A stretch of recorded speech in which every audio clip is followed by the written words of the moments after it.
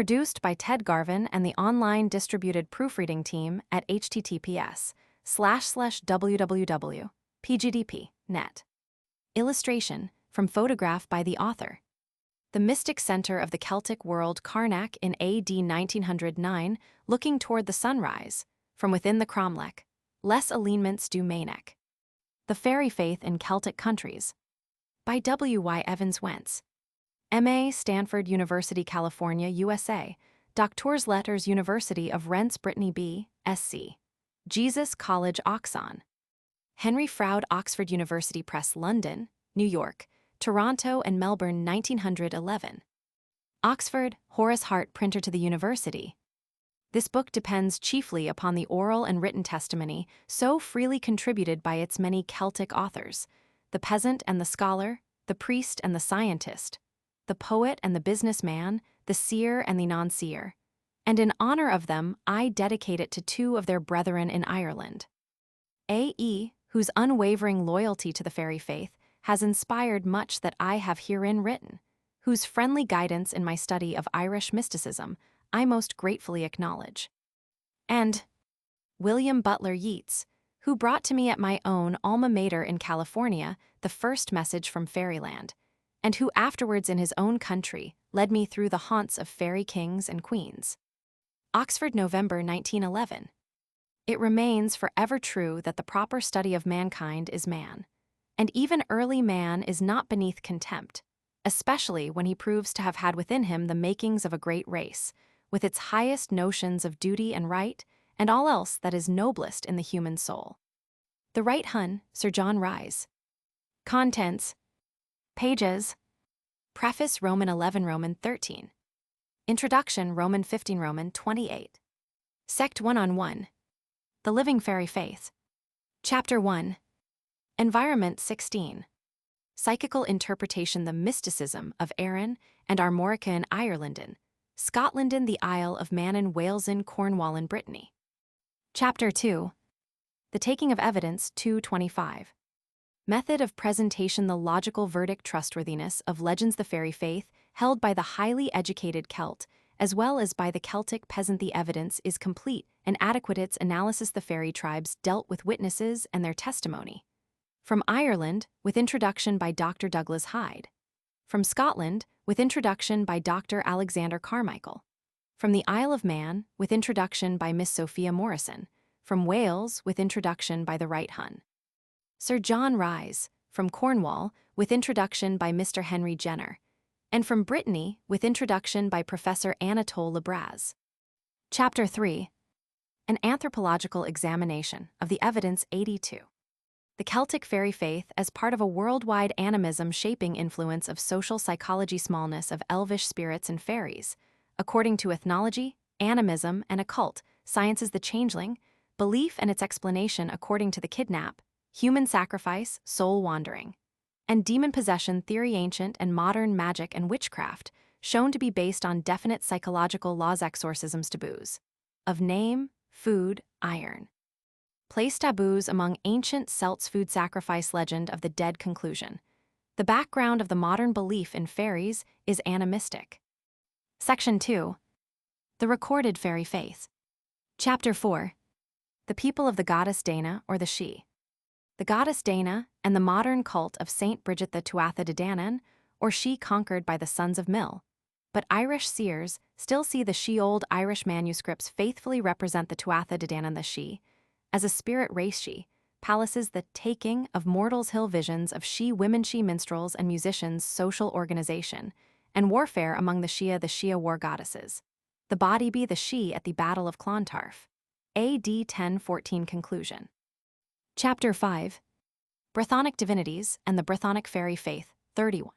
The god Arthur and the hero Arthur sevenfold evidence to show Arthur as an incarnate fairy, King Lancelot the foster son of a fairy woman Galahad, the offspring of Lancelot, and the fairy woman Elaine Arthur as a fairy king in Culhwch and Alwyn Gwyn ob Nud Arthur like Dagda, and like Osiris Brythonic fairy romances.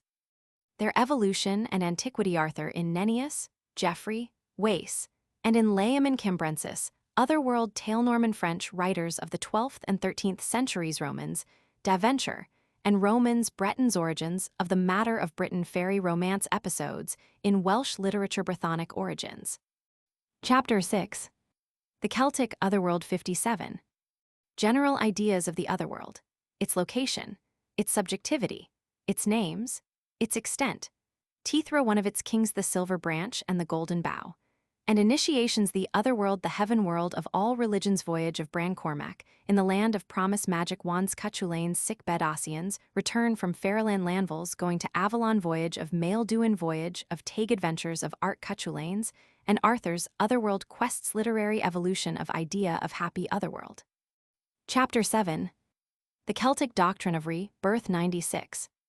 Rebirth and Otherworld as a Christian Doctrine General Historical Survey according to the BRAZ MSS. According to ancient and modern authorities, reincarnation of the Tuatha De Danann King Mongan's rebirth etings, birth Dermot's pre-existence Stuan's rebirth among Brythons Arthur as a reincarnate hero non-Celtic parallels rebirth among modern Celts. In Ireland, in Scotland, in the Isle of Man, in Wales, in Cornwall, in Brittany origin and evolution of Celtic rebirth doctrine. Section 3. The Cult of Gods, Spirits, Fairies, and the Dead. Chapter 8. The Testimony of Archaeology, 426.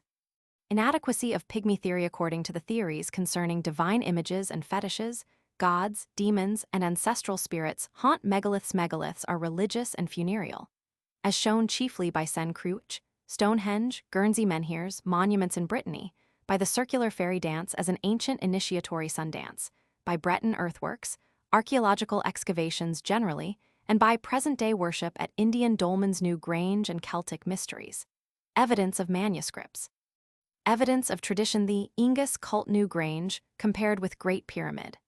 Both have astronomical arrangement and same internal plan. Why they open to the sunrise initiations in both Great Pyramid as model for Celtic tumuli Gavrines and New Grange as spirit temples. Chapter 9. The Testimony of Paganism, 41. Edicts against pagan cult of sacred waters, and its absorption by Christianity Celtic water divinities Druidic influence on fairy faith cult of sacred trees cult of fairies, spirits, and the dead feasts of the dead conclusion. Chapter 10. The Testimony of Christianity, 55.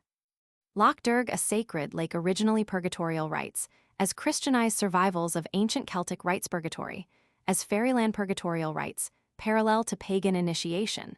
Ceremonies the death and resurrection rite Breton pardons compared relation to Ingus cult and Celtic cave temples, origin of purgatorial doctrine, pre-Christian Celtic and Roman feasts of dead-shaped Christian one's fundamental unity of mythologies, religions, and the fairy faith. Section 4. Modern Science and the Fairy Faith, and Conclusions. Chapter 11. Science and Fairies 91. Method of Examination.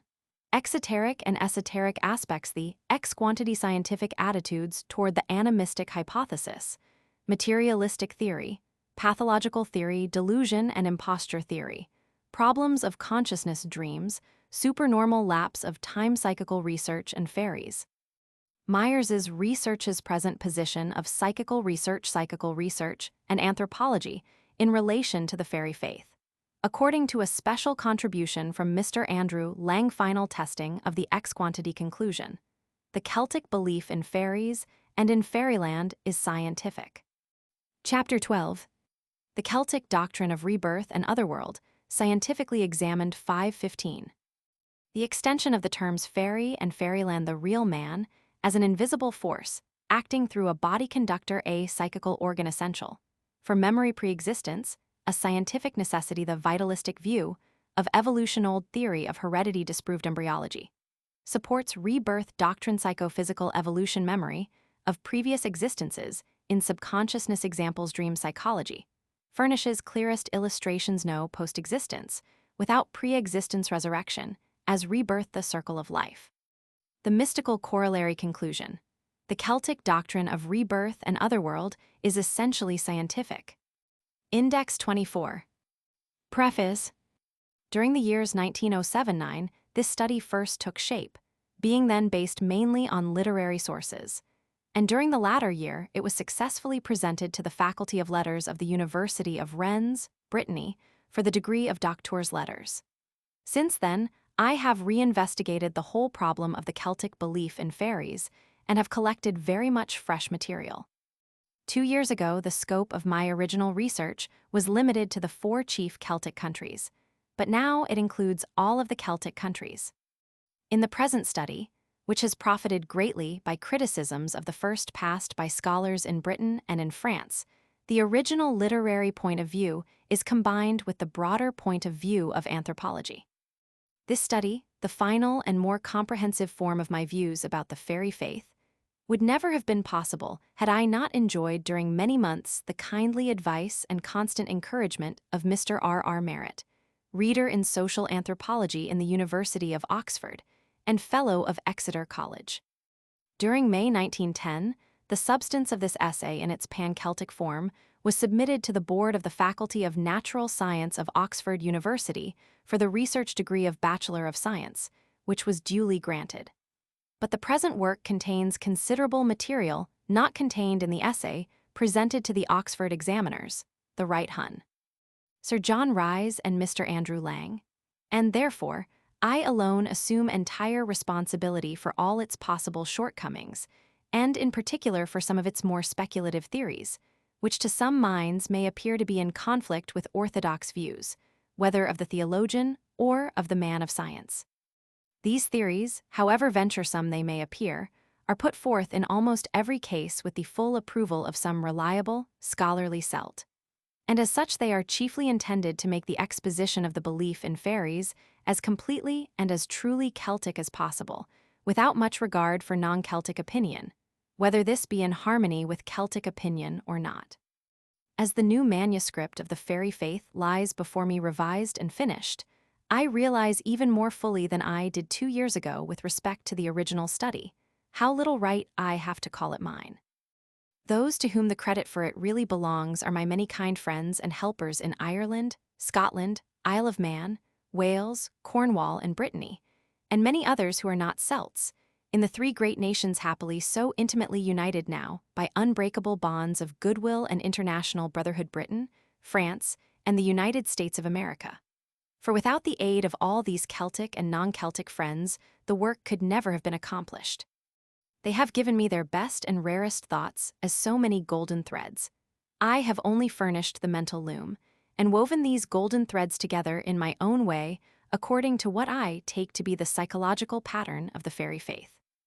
I am under a special obligation to the following 6 distinguished Celtic scholars who have contributed, for my second chapter, the 6 introductions to the fairy lore collected by me in their respective countries: Dr. Douglas Hyde, Ireland; Dr. Alexander Carmichael, Scotland; Miss Sophia Morrison, Isle of Man, the RHº; Sir John RHÆS, Wales; Mr. Henry Jenner, Cornwall; Professor Anatole BRAZ, Brittany.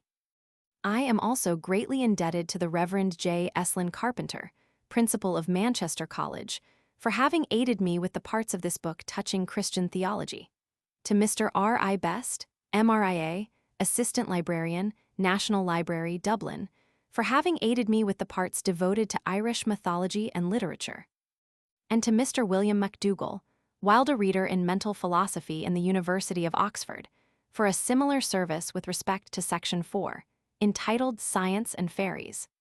And to these, and to all the other scholars whose names appear in this preface, my heartiest thanks are due for the assistance which they have so kindly rendered in reading different parts of the fairy faith when in proof. With the deep spirit of reverence which a student feels towards his preceptors, I acknowledge a still greater debt to those among my friends and helpers who have been my Celtic guides and teachers. Here in Oxford University, I have run up a long account with the RHº, Sir John RHÆS, the professor of Celtic, who has introduced me to the study of modern Irish and of Arthurian romance and mythology, and has guided me both during the year 1907-8 and ever since in Celtic folklore generally. To Mr. Andrew Lang, I am likewise a debtor, more especially in view of the important suggestions which he has given me during the past 2 years with respect to anthropology and to psychical research. In my relation to the Faculty of Letters of the University of Rents, I shall always remember the friendly individual assistance offered to me there during the year 1908-9 by Professor Joseph Loth, then dean in that university, but now of the College of France in Paris, particularly with respect to Brythonic mythology, philology, and archaeology. By Professor Georges Dottin, particularly with respect to Gaelic matters. And by Professor Anatole Le Braz, whose continual good wishes towards my work have been a constant source of inspiration since our first meeting during March 1908, especially in my investigation of La Légende de la Mort, and of the related traditions and living folk beliefs in Brittany, with its haunted ground of Carnac, home of the ancient Brythonic mysteries. WYEW. Jesus College, Oxford, All Saints' Day, 1911. There, neither turmoil nor silence. Though fair the sight of Erin's plains, hardly will they seem so after you have known the great plain. A wonder of a land, the land of which I speak, no youth there grows to old age. We behold and are not beheld, the god Midir in Tachmark Etain. Introduction.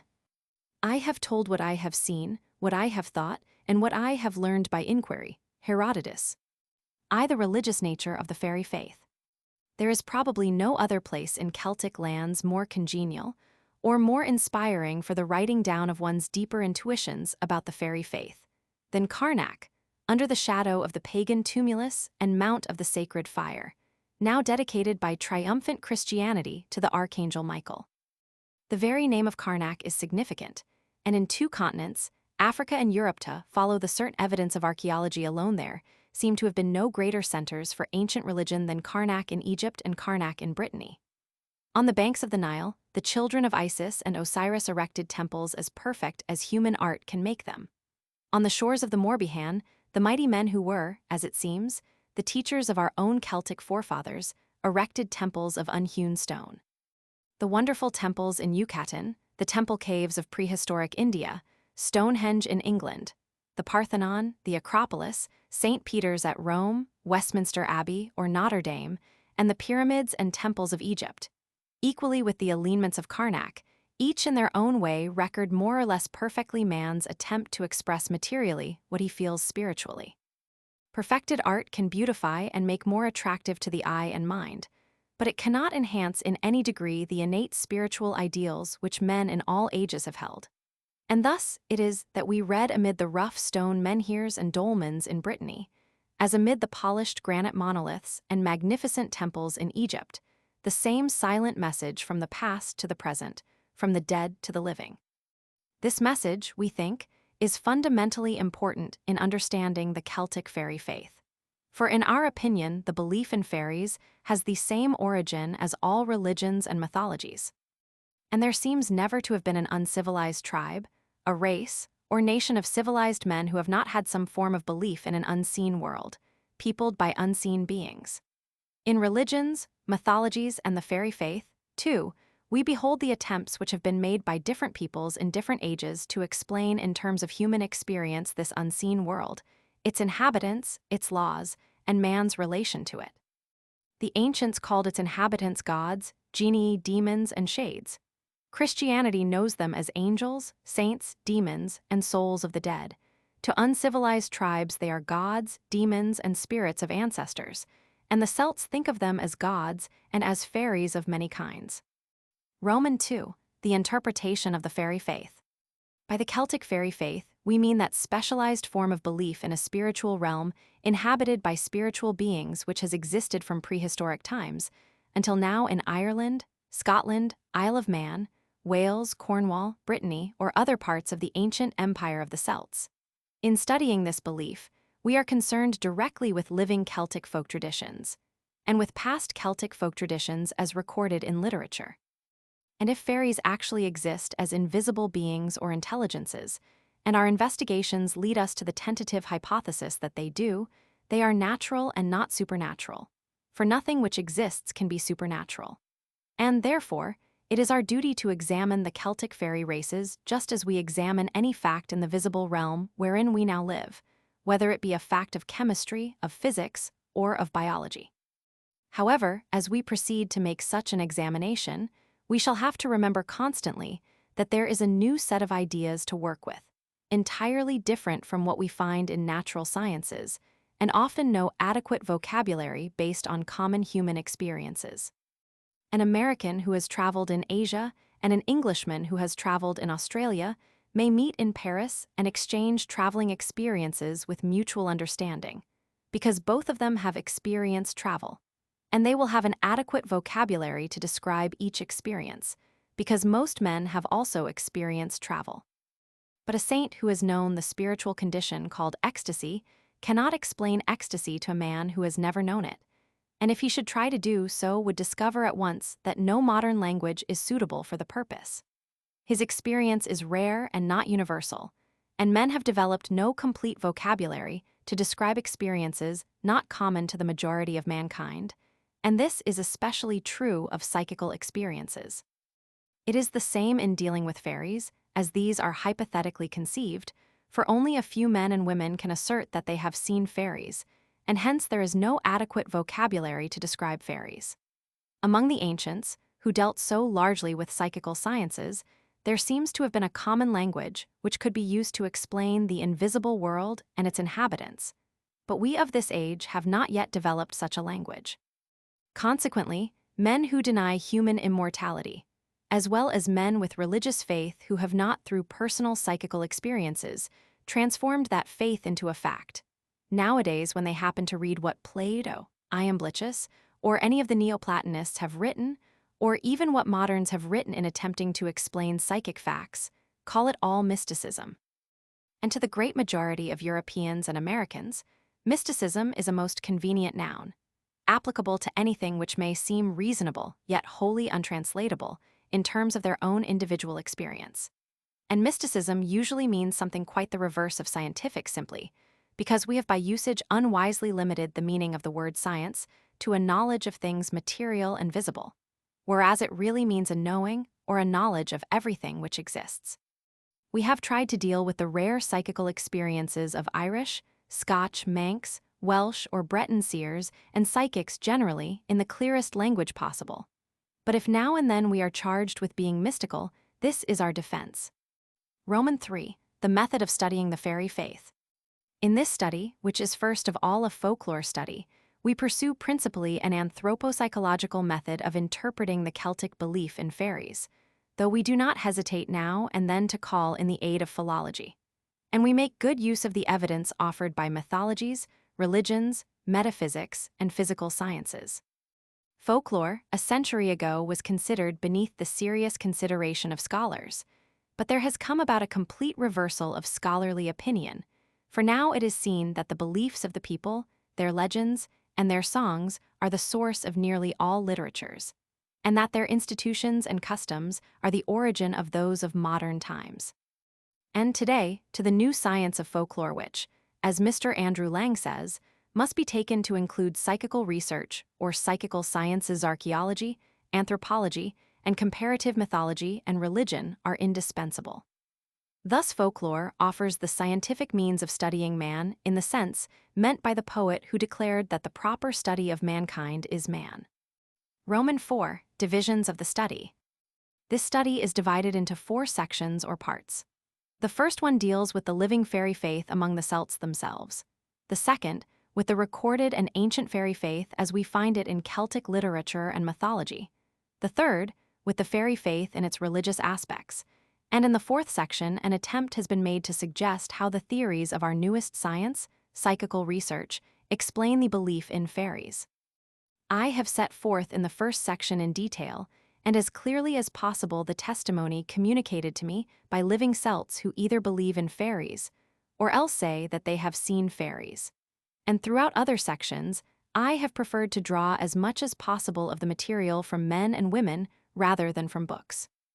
Books too often are written out of other books, and too seldom from the life of man, and in a scientific study of the fairy faith, such as we have undertaken, the Celt himself is by far the best, in fact the only authority. For us, it is much less important to know what scholars think of fairies than to know what the Celtic people think of fairies. This is especially true in considering the fairy faith as it exists now. The collecting of material. In June 1908, after a year's preparatory work in things Celtic under the direction of the Oxford professor of Celtic, Sir John RHÆS, I began to travel in Wales, Ireland, Scotland, and Brittany, and to collect material there at first hand from the people who have shaped and who still keep alive the fairy faith. And during the year 1909-10, fresh folklore expeditions were made into Brittany, Ireland, and Wales. And then, finally, the study of the fairy faith was made pan-Celtic by similar expeditions throughout the Isle of Man and into Cornwall. Many of the most remote parts of these lands were visited, and often there was no other plan to adopt or any method better or more natural than to walk day after day from one straw-thatched cottage to another, living on the simple, wholesome food of the peasants. Sometimes there was the picturesque mountain road to climb. Sometimes the route lay through marshy peatlands or across a rolling, grass-covered country. And with each change of landscape came some new thought and some new impression of the Celtic life, or perhaps some new description of a fairy. This immersion in the most striking natural and social environment of the Celtic race gave me an insight into the mind, the religion, the mysticism, and the very heart of the Celt himself, such as no mere study in libraries ever could do. I tried to see the world as he does. I participated in his innermost thoughts about the great problem of life and death, with which he of all peoples is most deeply concerned. And thus he revealed to me the source of his highest ideals and inspirations. I daily felt the deep and innate seriousness of his ancestral nature, and, living as he lives, I tried in all ways to be like him. I was particularly qualified for such an undertaking. Partly Celtic myself by blood, and perhaps largely so by temperament, I found it easy to sympathize with the Celt and with his environments. Further, being by birth an American, I was in many places privileged to enter where an Englishman, or a non-Celt of Europe, would not be. And my education under the free ideals of a New World democracy always made it possible for me to view economic, political, religious, and racial questions in Celtic lands apart from the European point of view, and without the European prejudices which are so numerous and so greatly to be regretted. But without any doubt, during my sojourn, extending over 3 years, among the Celts, these various environments shaped my thoughts about fairies and fairyland as they ought to have done if truth is ever to be reached by research. These experiences of mine lead me to believe that the natural aspects of Celtic countries, much more than those of most non-Celtic countries, impress man and awaken in him some unfamiliar part of himself. Call it the subconscious self, the subliminal self, the ego, or what you will, which gives him an unusual power to know and to feel invisible or psychical influences. What is there, for example, in London or Paris or Berlin or New York to awaken the intuitive power of man, that subconsciousness deep hidden in him, equal to the solitude of those magical environments of nature which the Celts enjoy and love? In my travels, when the weather was too wild to venture out by day, or when the more favorable hours of the night had arrived, with fires and candles lit, or even during a roadside chat amid the day's journey, there was gathered together little by little, from one country and another, the mass of testimony which Chapter 2 contains. And with all this my opinions began to take shape, for when I set out from Oxford in June, I had no certain or clear ideas as to what fairies are, nor why there should be belief in them. In less than a year afterwards, I found myself committed to the psychological theory, which I am herein setting forth. Romans 6, Theories of the Fairy Faith. We make continual reference throughout our study to this psychological theory of the nature and origin of the Celtic fairy faith, and it is one of our purposes to demonstrate that this is the root theory which includes or absorbs the 4 theories already advanced to account for the belief in fairies. To guide the reader in his own conclusions, we shall here briefly outline these 4 theories. The first of them may be called the naturalistic theory, which is that in ancient and in modern times man's belief in gods, spirits, or fairies has been the direct result of his attempts to explain or to rationalize natural phenomena. Of this theory, we accept as true that the belief in fairies often anthropomorphically reflects the natural environment as well as the social condition of the people who hold the belief. For example, amid the beautiful low-lying green hills and gentle dells of Connemara, Ireland, the good people are just as beautiful, just as gentle, and just as happy as their environment. While amid the dark rising mountains and in the mysterious cloud-shadowed lakes of the Scotch Highlands, there are fiercer kinds of fairies and terrible water kelpies, And in the Western Hebrides, there is the much-dreaded spirit host, moving through the air at night. The naturalistic theory shows accurately enough that natural phenomena and environment have given direction to the anthropomorphizing of gods, spirits, or fairies. But after explaining this external aspect of the fairy faith, it cannot logically go any further. Or if illogically it does attempt to explain the belief in gods, spirits, or fairies as due entirely to material causes, it becomes, in our opinion, like the psychology of 50 years ago, obsolete. For now, the new psychology or psychical research has been forced to admit, if only as a working hypothesis, the possibility of invisible intelligences or entities able to influence man and nature. We seem even to be approaching a scientific proof of the doctrines of such ancient philosophical scientists as Pythagoras and Plato, that all external nature, animated throughout and controlled in its phenomena by demons acting by the will of gods, is to men nothing more than the visible effects of an unseen world of causes. In the internal aspects of the fairy faith, the fundamental fact seems clearly to be that there must have been in the minds of prehistoric men, as there is now in the minds of modern men, a germ idea of a fairy for environment to act upon and shape. Without an object to act upon, environment can accomplish nothing. This is evident. The naturalistic theory examines only the environment and its effects, and forgets altogether the germ idea of a fairy to be acted upon. But the psychological theory remembers and attempts to explain the germ idea of a fairy and the effect of nature upon it.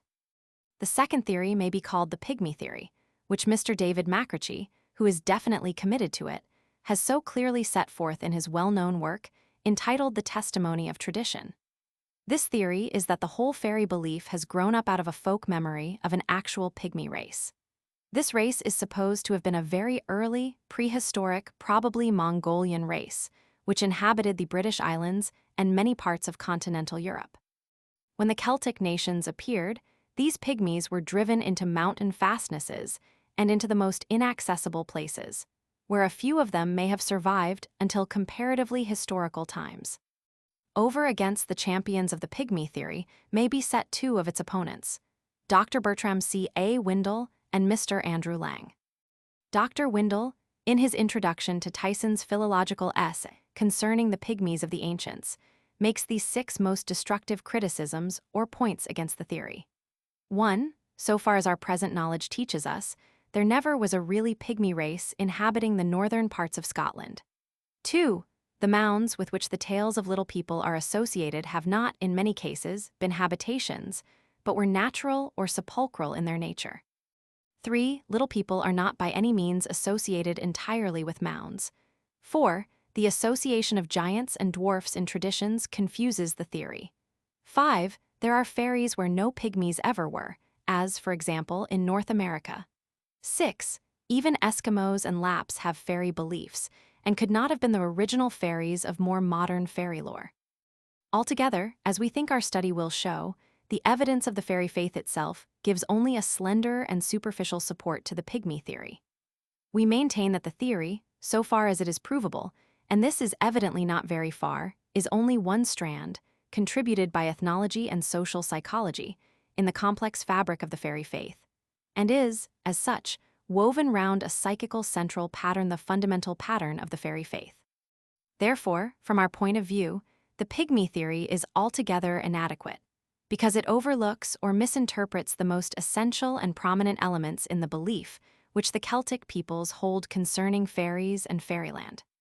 The Druid theory to account for fairies is less widespread.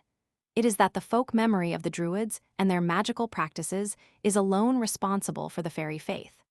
The first suggestion of this theory seems to have been made by the Reverend Dr. Creary in his Scottish Scenery, published in 1803. 3 years later, the Reverend Dr. Graham published an identical hypothesis in his sketches descriptive of picturesque scenery on the southern confines of Perthshire. Mr. McRitchie suggests, with all reason, that the two writers probably had discussed together the theory, and hence both put it forth. Alfred Maury, in Les Faits du Moyen Âge, published in 1843 at Paris, appears to have made liberal use of Patrick Graham's suggestions in propounding his theory that the fays or fairy women of the Middle Ages are due to a folk memory of druidesses.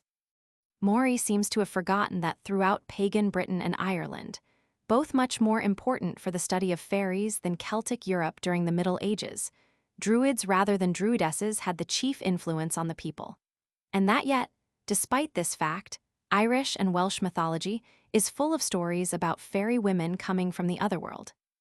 Nor is there any proof, or even good ground for argument, that the Irish fairy women are a folk memory of druidesses, for if there ever were druidesses in Ireland, they played a subordinate and very insignificant role. As in the case of the pygmy theory, we maintain that the druid theory, also, is inadequate. It discovers a real anthropomorphic influence at work on the outward aspects of the fairy faith, and illogically takes that to be the origin of the fairy faith. The fourth theory, the mythological theory, is of very great importance. It is that fairies are the diminished figures of the old pagan divinities of the early Celts, and many modern authorities on Celtic mythology and folklore hold it. To us, the theory is acceptable so far as it goes. But it is not adequate in itself, nor is it the root theory, because a belief in gods and goddesses must in turn be explained. And in making this explanation, we arrive at the psychological theory, which this study perhaps the first one of its kind attempts to set forth. Romans 7, the importance of studying the fairy faith. I have made a very careful personal investigation of the surviving Celtic fairy faith by living for many months with and among the people who preserve it. I have compared fairy phenomena and the phenomena said to be caused by gods, genii, demons, or spirits of different kinds, and recorded in the writings of ancient, medieval, and modern metaphysical philosophers, Christian and pagan saints, mystics, and seers, and now more or less clearly substantiated by from 30 to 40 years of experimentation in psychical sciences by eminent scientists of our own times, such as Sir William Crookes and Sir Oliver Lodge in England, and M. Camille Flammarion in France. As a result, I am convinced of the very great value of a serious study of the fairy faith. The fairy faith as the folk religion of the Celts ought, like all religions, to be studied sympathetically as well as scientifically. To those who take a materialistic view of life, and consequently deny the existence of spirits or invisible intelligences such as fairies are said to be, we should say, as my honored American teacher in psychology, the late Dr. William James, of Harvard, used to say in his lectures at Stanford University, materialism considered as a system of philosophy never tries to explain the why of things. But in our study of the fairy faith, we shall attempt to deal with this why of things. And then, perhaps the value of studying fairies and fairyland will be more apparent, even to materialists.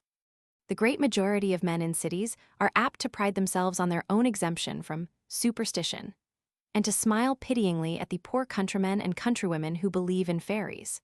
But when they do so, they forget that, with all their own admirable progress in material invention, with all the far-reaching data of their acquired science, with all the vast extent of their commercial and economic conquests, they themselves have ceased to be natural.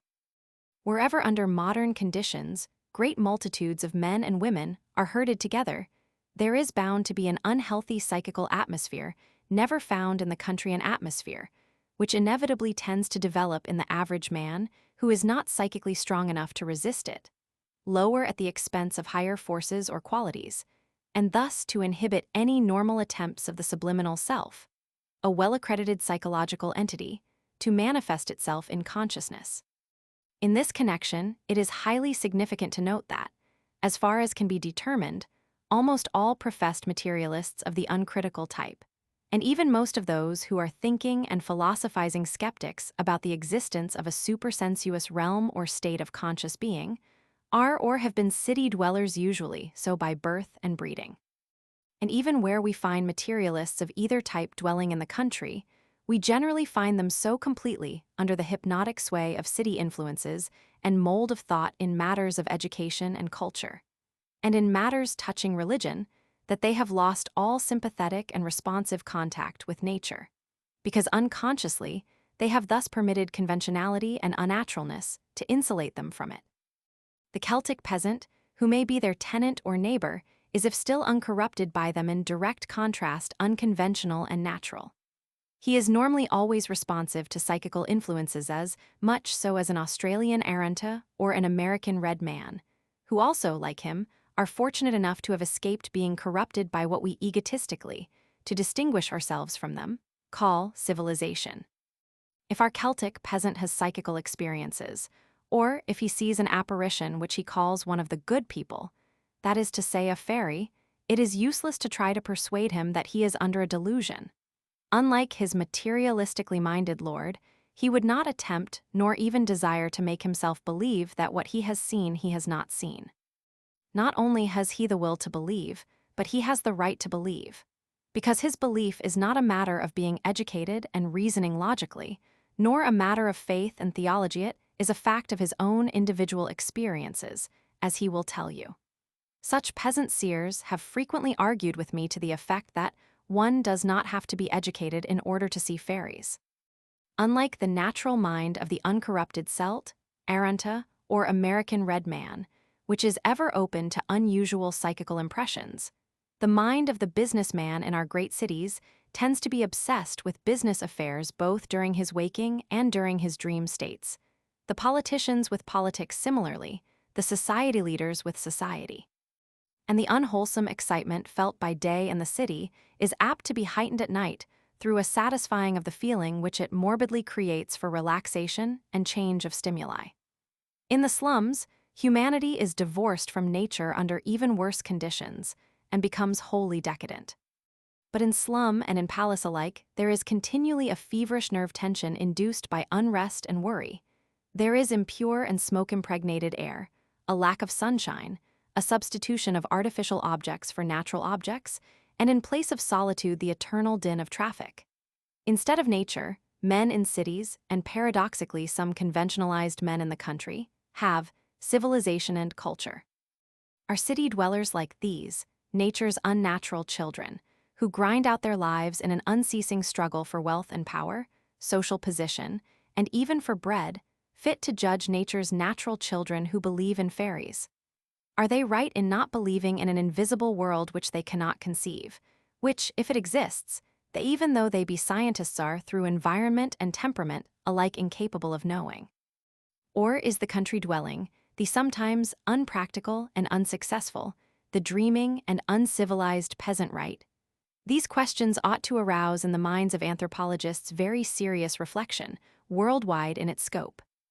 At all events, and equally for the unbeliever and for the believer, the study of the fairy faith is of vast importance historically, philosophically, religiously, and scientifically. In it lie the germs of much of our European religions and philosophies, customs, and institutions, and it is one of the chief keys to unlock the mysteries of Celtic mythology. We believe that a greater age is coming soon, when all the ancient mythologies will be carefully studied and interpreted, and when the mythology of the Celts will be held in very high esteem.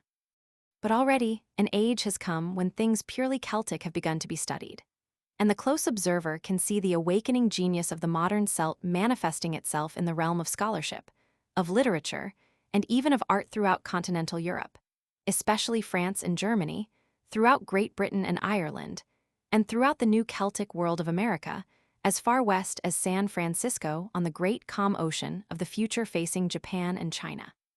In truth, the Celtic Empire is greater than it ever was before Caesar destroyed its political unity, and its citizens have not forgotten the ancient faith of their ancestors in a world invisible.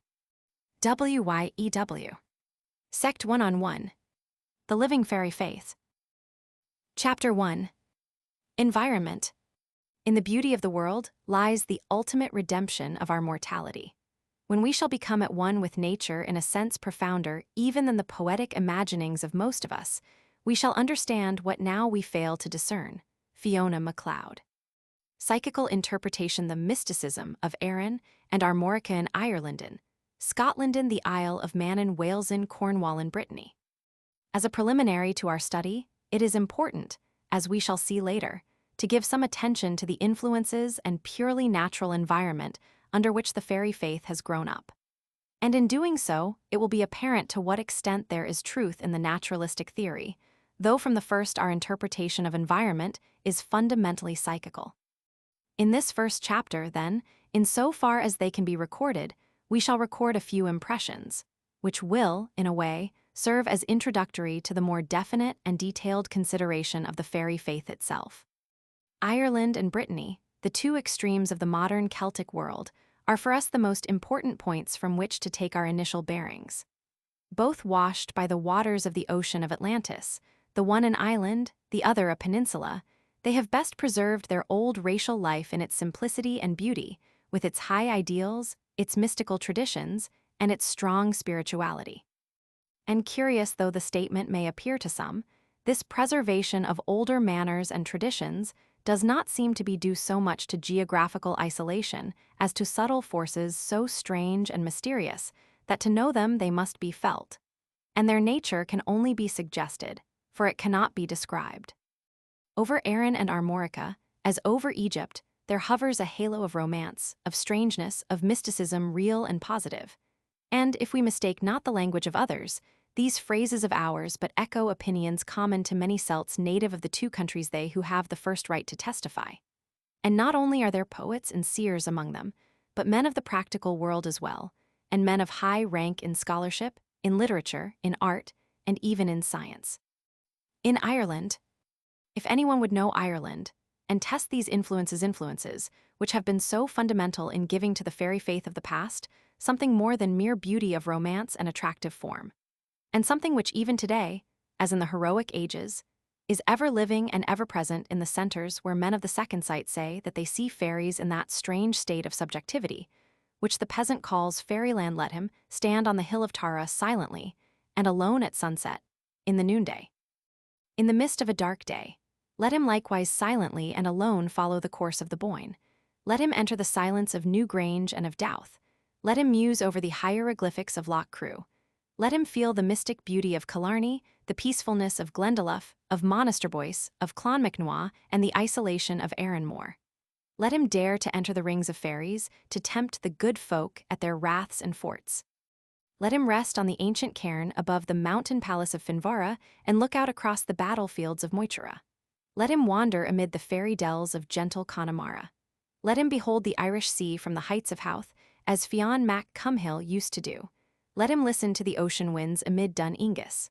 Let him view the stronghold of Cuchulainn and the Red Branch Knights.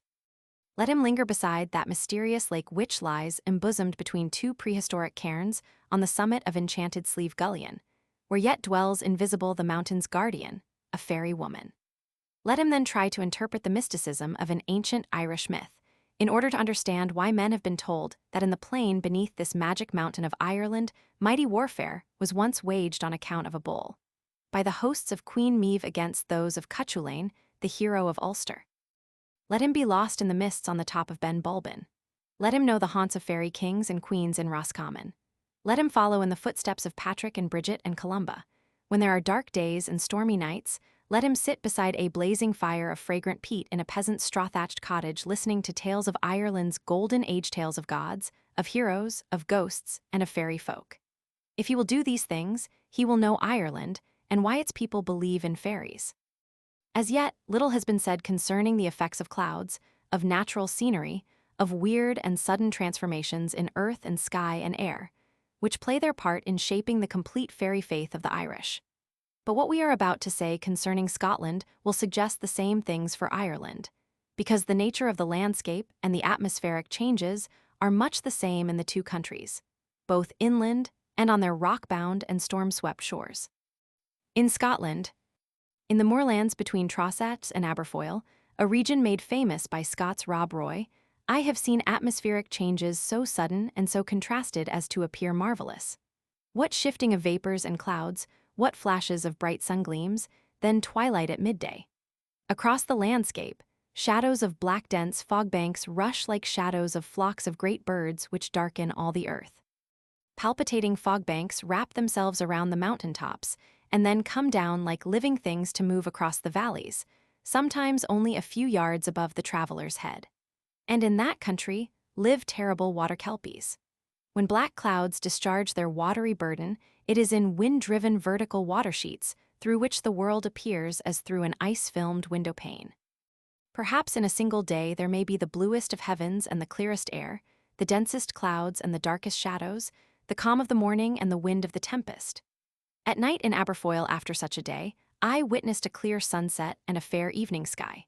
In the morning when I arose, the lowlands along the river were inundated, and 1,000 cascades, large and small, were leaping down the mountain highlands, and rain was falling in heavy masses. Within an hour afterwards, as I traveled on towards Stirling, the rain and wind ceased, and there settled down over all the land cloud masses so inky-black that they seemed like the fancies of some horrible dream. Then like massed armies they began to move to their mountain strongholds, and stood there, while from the east came perfect weather and a flood of brilliant sunshine. And in the highlands from Stirling to Inverness what magic, what changing colors and shadows there were on the age-worn treeless hills, and in the valleys with their clear, pure streams receiving tribute from unnumbered little rills and springs, some dropping water drop by drop as though it were fairy distilled. And everywhere the heather giving to the mountain landscape a hue of rich purplish-brown, and to the air an odor of aromatic fragrance. Onto the northwest beyond Inverness, there is the same kind of a treeless highland country. And then, after a few hours of travel, one looks out across the water from Kyle and beholds Skye, where Cuchulainn is by some believed to have passed his young manhood learning feats of arms from fairy women Skye, dark, mountainous, majestic, with its waterfalls turning to white spray as they tumble from cliff to cliff into the Sound, from out the clouds that hide their mountain summit sources. In the Outer Hebrides, as in the Erinmore Islands off West Ireland, influences are at work on the Celtic imagination quite different from those in Skye and its neighboring islands. Mountainous billows which have traveled from afar out of the mysterious watery waste find their first impediment on the west of these isolated Hebridean isles, and they fling themselves like mad things in full fury against the wild rocky islets fringing the coast. White spray flashes in unearthly forms over the highest cliff, and the unrestrained hurricane whirls it far inland. Ocean's eternally murmuring sounds set up a responsive vibration in the soul of the peasant, as he in solitude drives home his flocks amid the weird, gloaming at the end of a December day.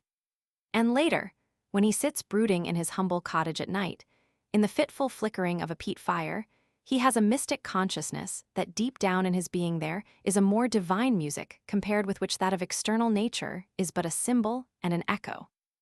And as he stirs the glowing peat embers, phantoms from an irretrievable past seem to be sitting with him on the edge of the half-circle of dying light. Maybe there are skin-clad huntsmen of the sea and land, with spears and knives of bone and flint and shaggy sleeping dogs, or fearless sea rovers resting wearily on shields of brilliant bronze, or maybe Celtic warriors fierce and bold. And then he understands that his past and his present are one. Commonly, there is the thickest day darkness when the driving storms come in from the Atlantic, or when dense fog covers sea and land. And again, there are melancholy sea winds moaning across from shore to shore, bending the bushes of the purple heather. At other times, there is a sparkle of the brightest sunshine on the ocean waves, a fierceness foreign to the more peaceful highlands. And then again, a dead silence prevails at sunrise, and at sunset if one be on the mountains, or, if on the shore, no sound is heard save the rhythmical beat of the waves, and now and then the hoarse cry of a seabird. All these contrasted conditions may be seen in one day, or each may endure for a day, and the dark days last nearly all the winter. And then it is, during the long winter, that the crofters and fisher folk congregate night after night in a different neighbor's house to tell about fairies and ghosts, and to repeat all those old legends so dear to the heart of the Celt. Perhaps every one present has heard the same story or legend 100 times, yet it is always listened to and told as though it were the latest bulletin of some great world-stirring event. Over those little islands, so far away to the north, out on the edge of the world, in wintertime darkness settles down at 4 o'clock or even earlier, and the islanders hurry through with their dinner of fish and oat bread so as not to miss hearing the first story. When the company has gathered from far and near, pipes are refilled and lit, and the peat is heaped up, for the storytelling is not likely to end before midnight. The house is roomy and clean, if homely, with its bright peat fire in the middle of the floor. There are many present men and women, boys and girls. All the women are seated, and most of the men. Girls are crouched between the knees of fathers or brothers or friends, while boys are perched wherever boy-like they can climb. The houseman is twisting twigs of heather into ropes to hold down thatch, a neighbor crofter is twining quicken root into cords to tie cows, while another is plaiting bent grass into baskets to hold meal. The housewife is spinning, a daughter is carding, another daughter is teasing, while a third daughter, supposed to be working, is away in the background conversing in low whispers with the son of a neighboring crofter.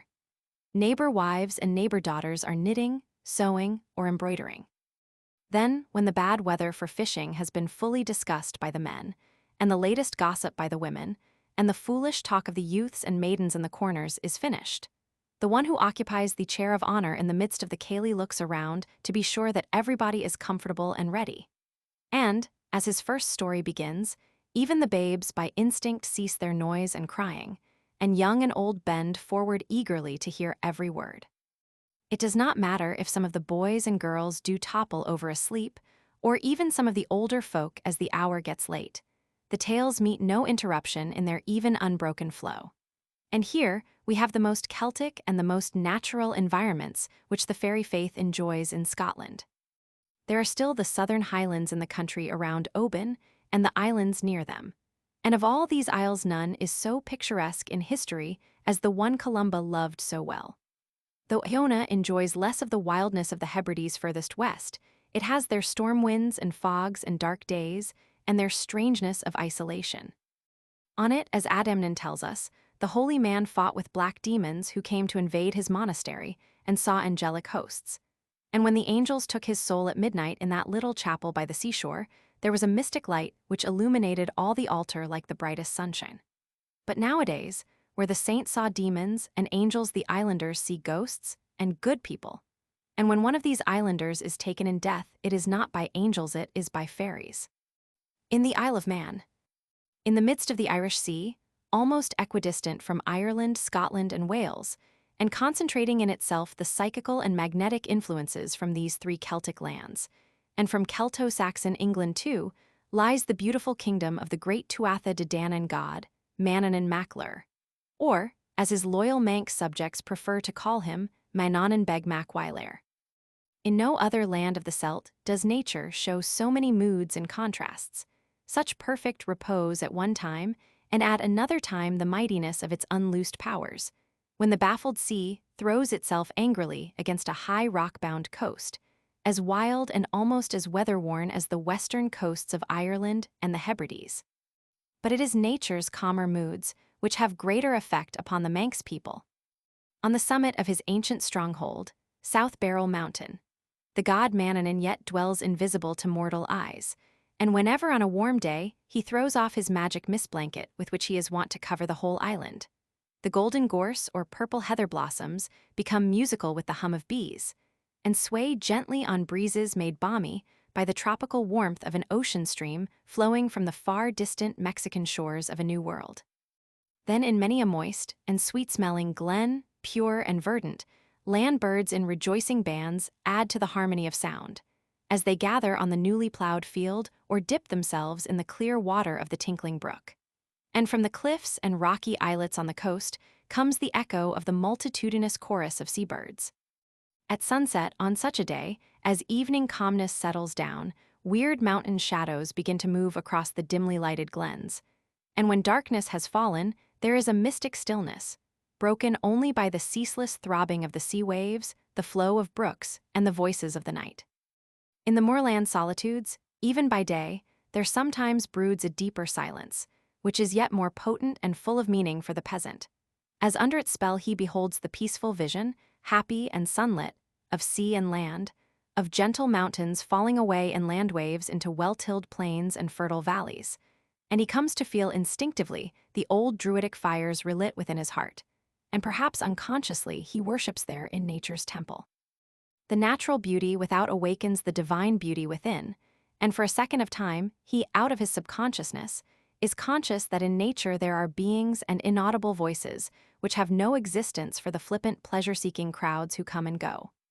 To the multitude, his ancestral beliefs are foolishness, his fairies but the creatures of a fervid Celtic imagination which readily responds to unusual phenomena and environments. They will not believe with him that all beauty and harmony in the world are but symbolic, and that behind these stand unseen sustaining forces and powers which are conscious and eternal. And though by instinct they willingly personify nature, they do not know the secret of why they do so. For them, the outer is reality, the inner non-existent. From the age of stone to the civilized era of today, the Isle of Man has been, in succession, the home of every known race and people who have flourished in Western Europe. And though subject, in turn, to the Irish Gael and to the Welsh Brython, to Northmen and to Danes, to Scots and to English, and the scene of sweeping transformations in religion, as pagan cults succeeded one another, to give way to the teaching of St. Patrick and his disciples, St. German and St. Mald.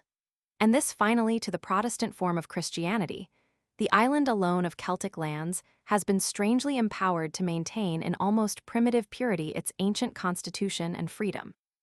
And though geographically at the very center of the United Kingdom, is not a part of it. The archaeologist may still read in mysterious symbols of stone and earth, as they lie strewn over the island's surface, the history of this age-long panoramic procession of human evolution, while through these same symbols the Manx seer reads a deeper meaning.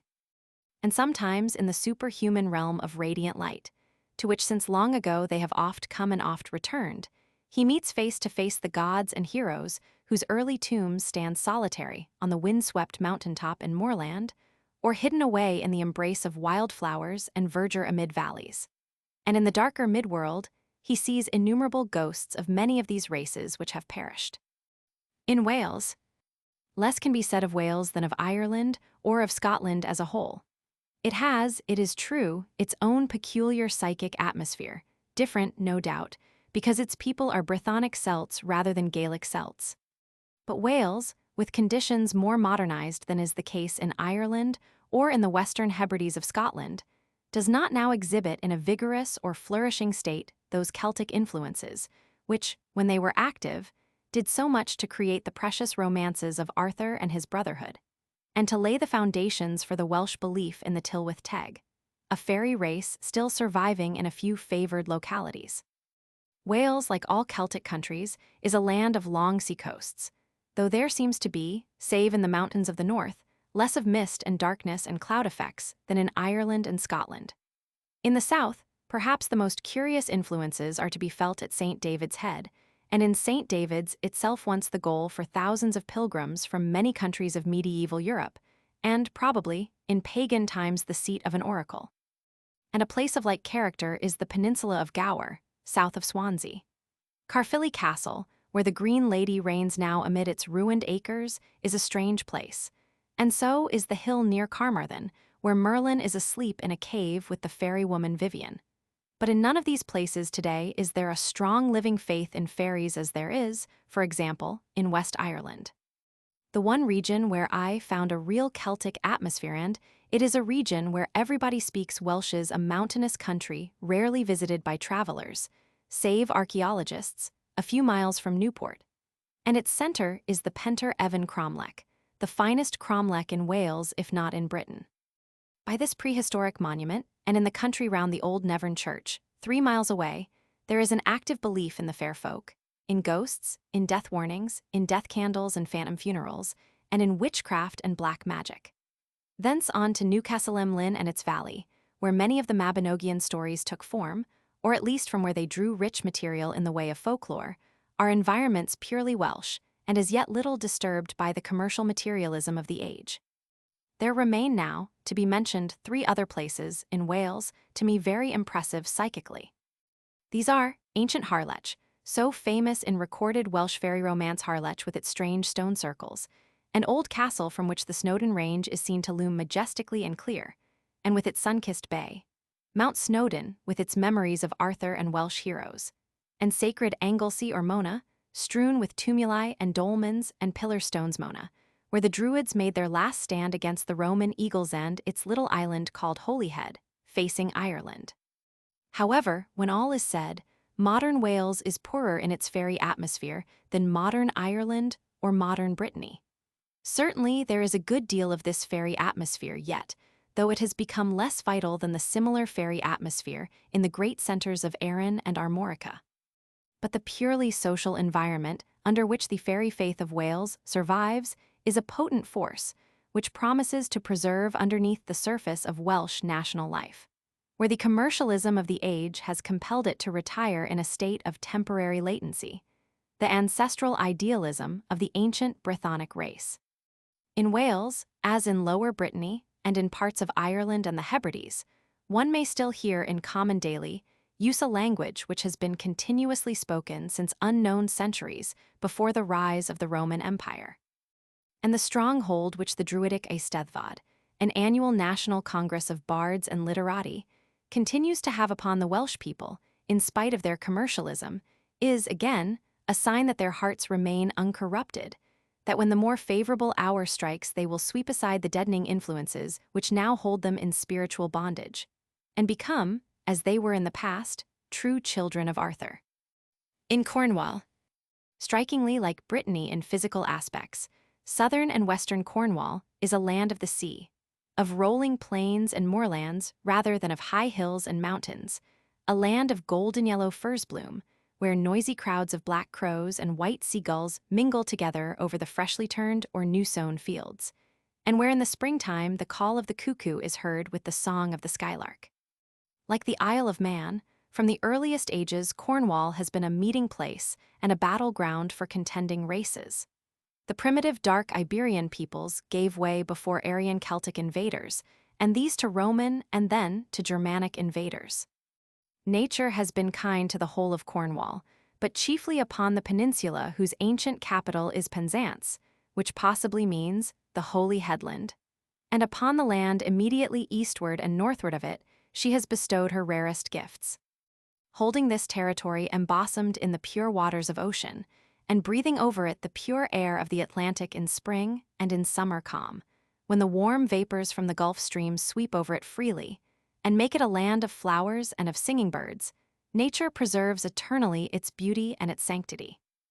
There are ruined British villages whose builders are long forgotten, strange prehistoric circular sun temples like fortresses crowning the hilltops, mysterious underground passageways, and crosses probably pre-Christian. Everywhere are the records of the mighty past of this thrice-holy Druid land of sunset. There are weird legends of the lost kingdom of fair Lyoness, which seers sometimes see beneath the clear salt waves, with all its ancient towns and flowery fields. Legends of Phoenicians and Oriental merchants who came for tin, legends of gods and of giants, of pixies and of fairies, of King Arthur in his castle at Tintagel, of angels and of saints, of witches and of wizards. On Dinsel, hill dedicated to the sun, pagan priests and priestesses kept kindled the eternal fire, and daily watched eastward for the rising of the god of light and life, to greet his coming with paeans of thanksgiving and praise.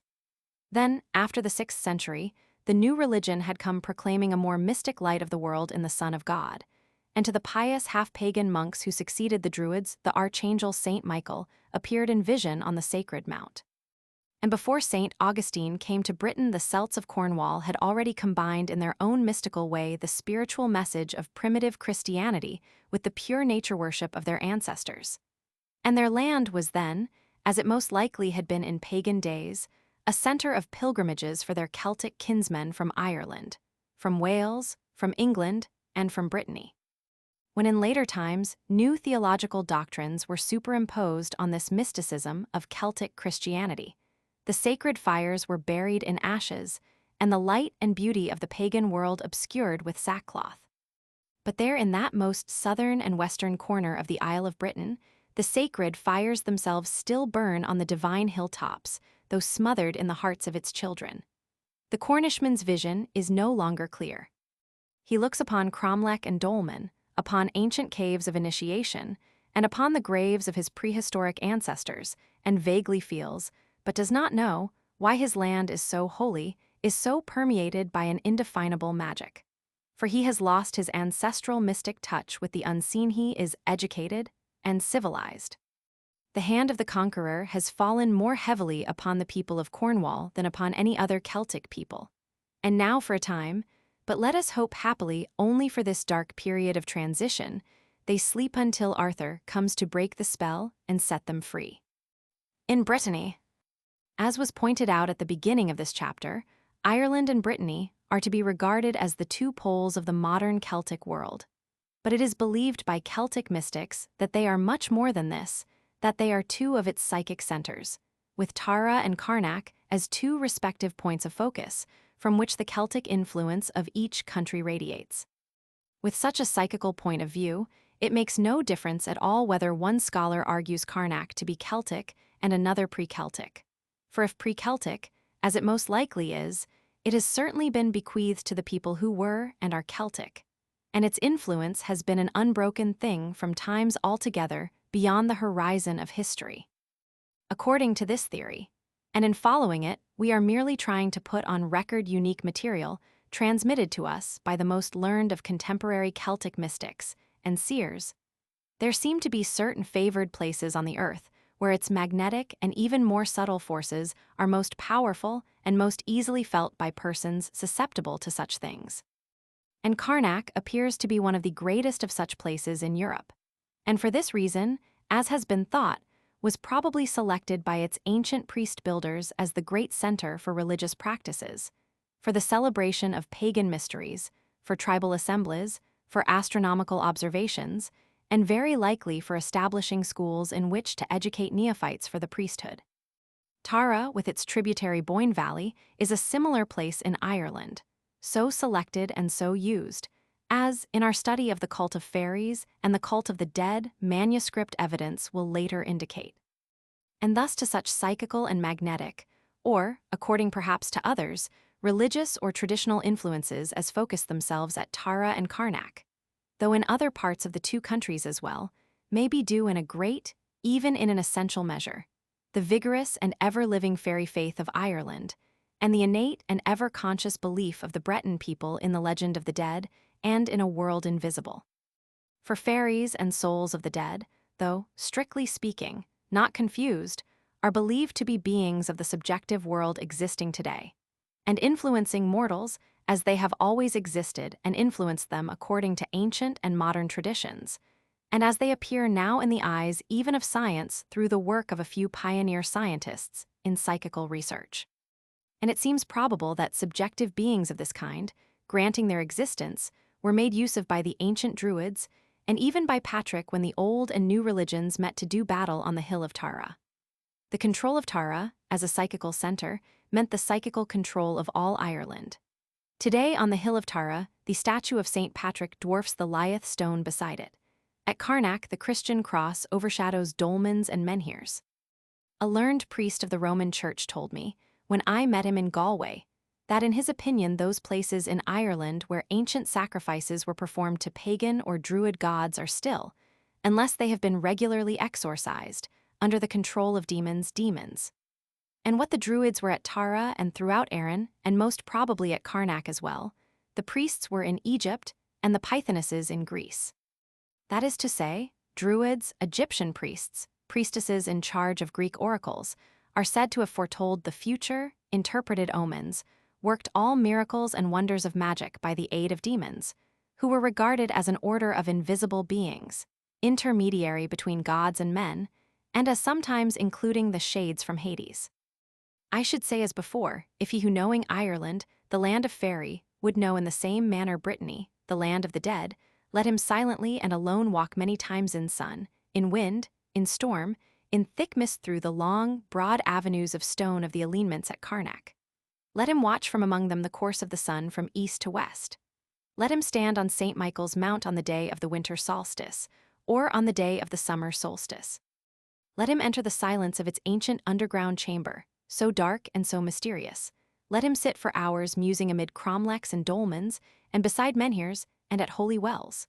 Let him marvel at the mightiest of menhirs, now broken and prostrate at Lochmarieker, and then let him ponder over the subterranean places near it. Let him try to read the symbolic inscriptions on the rocks in Gavrines. Let him stand on the Isle de Seine at sunrise and at sunset. Let him penetrate the solitudes of the forest of Brocéliande, and walk through the Val Sans Retour, Vale without return. And then let him wander in footpaths with the Breton peasant through fields, where good dames sit on the sunny side of a bush or wall knitting stockings, where there are long hedges of firs, golden yellow with bloom even in January, and listen to stories about Corrigans, and about the dead who mingle here with the living. Let him enter the peasant's cottage when there is fog over the land, and the sea winds are blowing across the shifting sand dunes, and hear what he can tell him. Let him, even as he enjoys the picturesque customs and dress of the Breton folk, and looks on at their joyous ronde, perhaps the relic of a long-forgotten Sundance. Observe the depth of their nature, their almost ever-present sense of the seriousness of human life and effort. Their beautiful characters as their mystic land has shaped them without the artificiality of books and schools. Their dreaminess as they look out across the ocean, their often perfect physique and fine profiles and rosy cheeks. And yet with all their brooding innate melancholy. And let him know that there is with them always an overshadowing consciousness of an invisible world, not in some distant realm of space, but here and now, blending itself with this world. Its inhabitants, their dead ancestors and friends, mingling with them daily, and awaiting the hour when the Anku, a king of the dead, shall call each to join their invisible company. Sect 1-on-1. The Living Fairy Faith. Chapter 2. The Taking of Evidence. During all these centuries, the Celt has kept in his heart some affinity with the mighty beings ruling in the unseen, once so evident to the heroic races who preceded him. His legends and fairy tales have connected his soul with the inner lives of air and water and earth, and they in turn have kept his heart sweet with hidden influence. A.E. Method of presentation. The logical verdict trustworthiness of legends. The fairy faith, held by the highly educated Celt, as well as by the Celtic peasant. The evidence is complete and adequate. Its analysis. The fairy tribes dealt with witnesses and their testimony. From Ireland, with introduction by Dr. Douglas Hyde. From Scotland, with introduction by Dr. Alexander Carmichael. From the Isle of Man, with introduction by Miss Sophia Morrison. From Wales, with introduction by the RHº. Sir John RHÆS, from Cornwall, with introduction by Mr. Henry Jenner. And from Brittany, with introduction by Professor ANATOLE BRAZ. General introduction. Various possible plans have presented themselves for setting forth the living fairy faith, as I have found it during my travels in the 6 Celtic countries among the people who hold it. To take a bit here and a bit there from a miscellaneous group of psychological experiences, fairy legends and stories which are linked together almost inseparably in the mind of the one who tells them, does not seem at all satisfactory, nor even just, in trying to arrive at a correct result. Classification under various headings, such, for example, as fairy abductions, changelings, or appearances of fairies, seems equally unsatisfactory. For as soon as the details of folklore such as I am presenting are isolated from one another, even though brought together in related groups, they must be rudely torn out of their true and natural environment, and divorced from the psychological atmosphere amidst which they were first presented by the narrator. The same objection applies to any plan of dividing the evidence into 1, that which is purely legendary, 2, that which is second-hand or third-hand evidence from people who claim to have seen fairies or to have been in fairyland or under fairy influences, and 3, that which is first-hand evidence from actual percipients. These 3 classes of evidence are so self-evident that every reader will be able to distinguish each class for himself as it occurs, and a mechanical classification by us is unnecessary. So no plan seems so good as the plan I have adopted of permitting all witnesses to give their own testimony in their own way and in its native setting, and then of classifying and weighing such testimony according to the methods of comparative religion and the anthropological sciences. In most cases, as examination will show, the evidence is so clear that little or no comment is necessary. Most of the evidence also points so much in one direction that the only verdict which seems reasonable is that the fairy faith belongs to a doctrine of souls. That is to say, that fairyland is a state or condition, realm or place, very much like, if not the same as, that wherein civilized and uncivilized men alike place the souls of the dead, in company with other invisible beings, such as gods, demons, and all sorts of good and bad spirits. Not only do both educated and uneducated Celtic seers so conceive fairyland, but they go much further and say that fairyland actually exists as an invisible world within which the visible world is immersed like an island in an unexplored ocean, and that it is peopled by more species of living beings than this world, because incomparably more vast and varied in its possibilities. We should be prepared in hearing the evidence to meet with some contradictions and a good deal of confusion. for many of the people who believe in such a strange world as we have just described, and who think they sometimes have entered it or have seen some of its inhabitants, have often had no training at all in schools or colleges. But when we hear legendary tales which have never been recorded save in the minds of unnumbered generations of men, we ought not on that account to undervalue them. For often they are better authorities and more trustworthy than many an ancient and carefully inscribed manuscript in the British Museum, and they are probably far older than the oldest book in the world. Let us then, for a time, forget that there are such things as libraries and universities, and betake ourselves to the Celtic peasant for instruction, living close to nature as he lives and thinking the things which he thinks. But the peasant will not be our only teacher, for we shall also hear much of first importance from city folk of the highest intellectual training.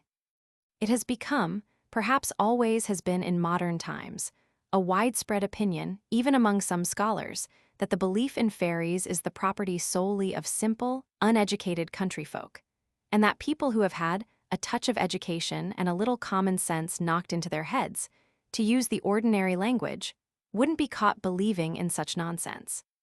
This same class of critics used to make similar remarks about people who said there were ghosts, until the truth of another, stupid superstition was discovered by psychical research. So, in this chapter, we hope to correct this erroneous opinion about the fairy faith, an opinion chiefly entertained by scholars and others who know not the first real fact about fairies, because they have never lived amongst the people who believe in fairies, but derive all their information from books and hearsay. In due order, the proper sort of witnesses will substantiate this position. But before coming to their testimony, we may now say that there are men and women in Dublin, in other parts of Ireland, in Scotland, in the Isle of Man, and in Brythonic lands too, whom all the world knows as educated leaders in their respective fields of activity, who not only declare their belief that fairies were, but that fairies are. And some of these men and women say that they have the power to see fairies as real spiritual beings. In the evidence about to be presented, there has been no selecting in favor of any one theory. It is presented as discovered. The only liberty taken with some of the evidence has been to put it into better grammatical form, and sometimes to recast an ambiguous statement when I, as collector, had in my own mind no doubt as to its meaning. Translations have been made as literal as possible, though sometimes it has been found better to offer the meaning rather than what in English would be an obscure colloquialism or idiomatic expression. The method pursued in seeking the evidence has been to penetrate as deeply and in as natural a way as possible the thoughts of the people who believe in fairies and like beings, by living among them and observing their customs and ways of thought, and recording what seemed relevant to the subject under investigation chance expressions, and legends told under various ordinary conditions rather than to collect long legends or literary fairy stories. For these last, the reader is referred to the many excellent works on Celtic folklore. We have sought to bring together, as perhaps has not been done before, the philosophy of the belief in fairies rather than the mere fairy lore itself, though the two cannot be separated. In giving the evidence concerning fairies, we sometimes give evidence which, though akin to it and thus worthy of record, is not strictly fairy lore. All that we have omitted from the materials in the form first taken down are stories and accounts of things not sufficiently related to the world of fairy to be of value here. In no case has testimony been admitted from a person who was known to be unreliable, nor even from a person who was thought to be unreliable.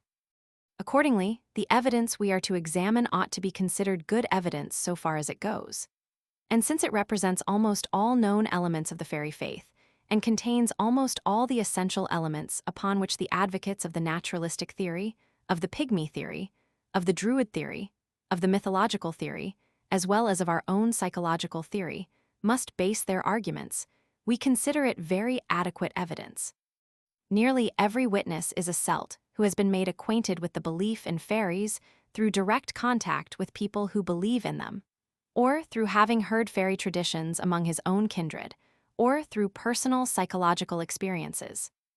And it is exceedingly fortunate for us that an unusually large proportion of these Celtic witnesses are actual percipients and natural seers. because the eliminations from the fairy faith to be brought about in Chapter 3 by means of an anthropological analysis of evidence will be so extensive that, scientifically and strictly speaking, there will remain as a residual or unknown quantity, upon which our final conclusion must depend, solely the testimony of reliable seer witnesses. That is to say, no method of anthropological dissection of the evidence can force aside consideration of the ultimate truth, which may or may not reside in the testimony of sane and thoroughly reliable seer witnesses. Old and young, educated and uneducated, peasant and city-bred, testify to the actual existence of the Celtic fairy faith. And the evidence from Roman Catholics stands beside that from Protestants. The evidence of priests supports that of scholars and scientists. Peasant seers have testified to the same kind of visions as highly educated seers.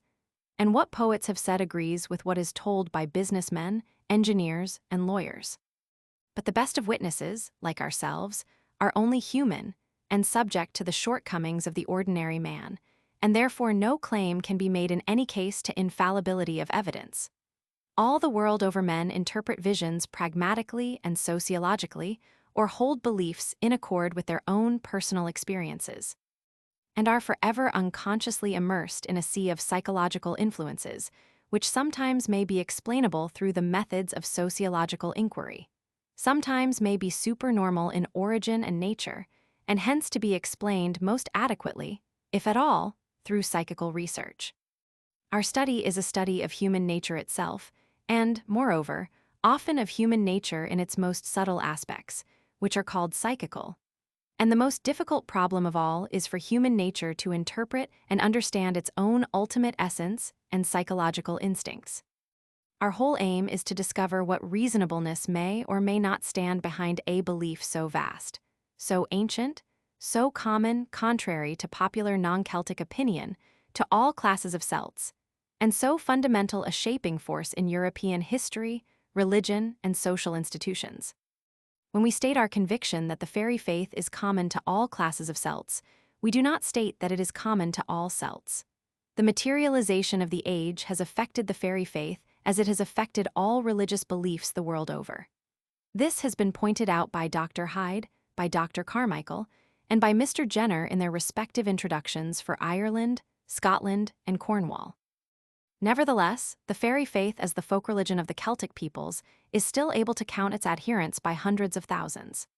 Even in many cases where Christian theology has been partially or wholly discarded by educated Celts, in the country or in the city, as being to them in too many details out of harmony with accepted scientific truths, the belief in fairies has been jealously retained, and will, so it would seem, be retained in the future.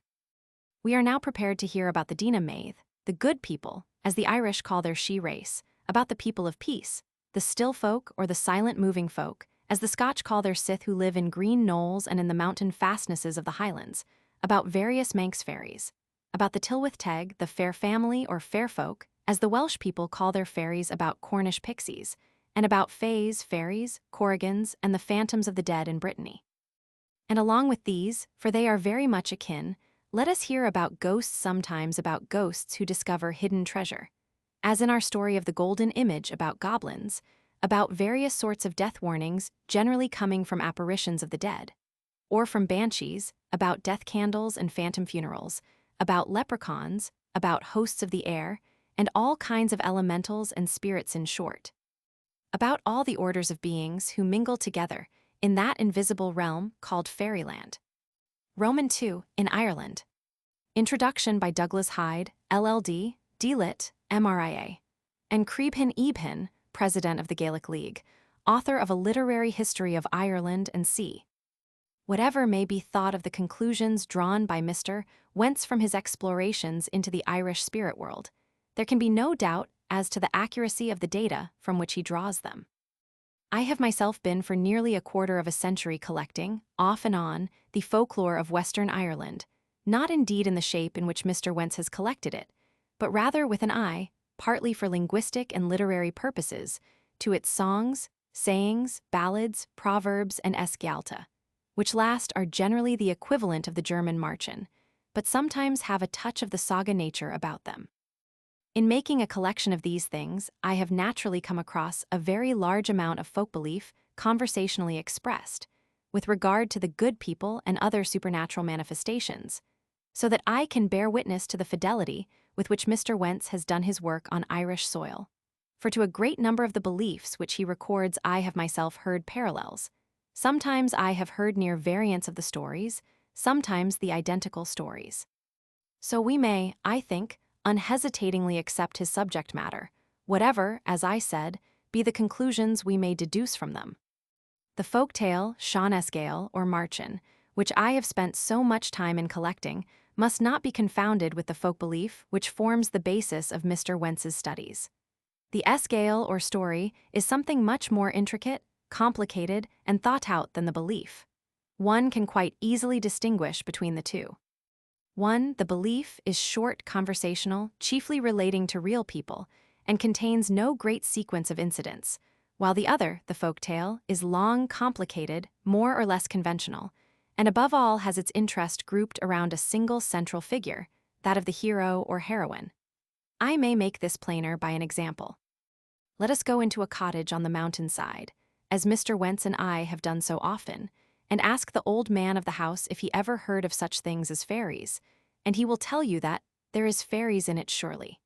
Didn't his own father see the fourth beyond full of them, and he passing by of a moonlight night and a little piper among them, and he playing music that mortal man never heard the like? Or he'll tell you that he himself wouldn't say again fairies, for it's often he heard their music at the old bush behind the house. Ask what the fairies are like, and he will tell you, well, pretty much what Mr. Wentz tells us. From this and the like accounts we form our ideas of fairies and fairy music, of ghosts, mermaids, pukas, and so on, but there is no sequence of incidents, no hero, no heroine, no story. Again, ask the old man if he knows e'er a Sean-esgail, story, or Marchen, and he will ask you at once, did you ever hear the speckled bull? Did you ever hear the well at the end of the world? Did you ever hear the tailor and the three beasts? Did you ever hear the hornless cow? Ask him to relate one of these, and if you get him in the right vein, which may be perhaps 1 time in 10, or if you induce the right vein, which you may do perhaps 9 times out of 10, you will find him begin with a certain gravity and solemnity at the very beginning. Thus, there was once in old times, and in old times it was, a king in Ireland. Or perhaps a man who married a second wife. Or perhaps a widow woman with only 1 son. And the tale proceeds to recount the life and adventures of the heroes or heroines, whose biographies told in Irish in a sort of stereotyped form may take from 10 minutes to half an hour to get through. Some stories would burn out a dip candle in the telling, or even last the whole night. But these stories have little or nothing to say to the questions raised in this book. The problem we have to deal with is a startling one, as thus put before us by Mr. Wentz. Are these beings of the spirit world real beings, having a veritable existence of their own, in a world of their own, or are they only the creation of the imagination of his informants and the tradition of bygone centuries? The newspaper, the national school, and the zeitgeist have answered to their own entire satisfaction that these things are imagination pure and simple.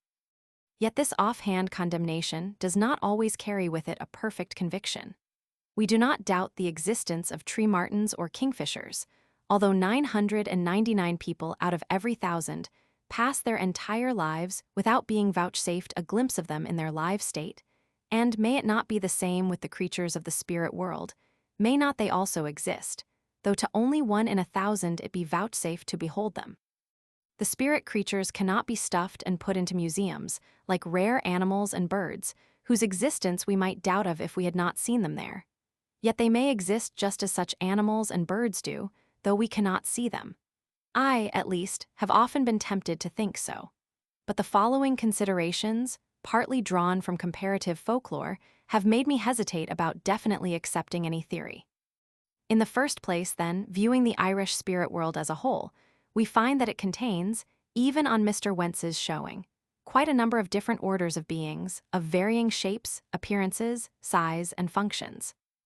Are we to believe that all those beings equally exist, and on the principle that there can be no smoke without a fire, are we to hold that there would be no popular conception of the banshee, the leprechaun, or the Maigdian Emhara, sea maiden, mermaid, and consequently no tales told about them, if such beings did not exist, and from time to time allow themselves to be seen like the wood martin and the kingfisher.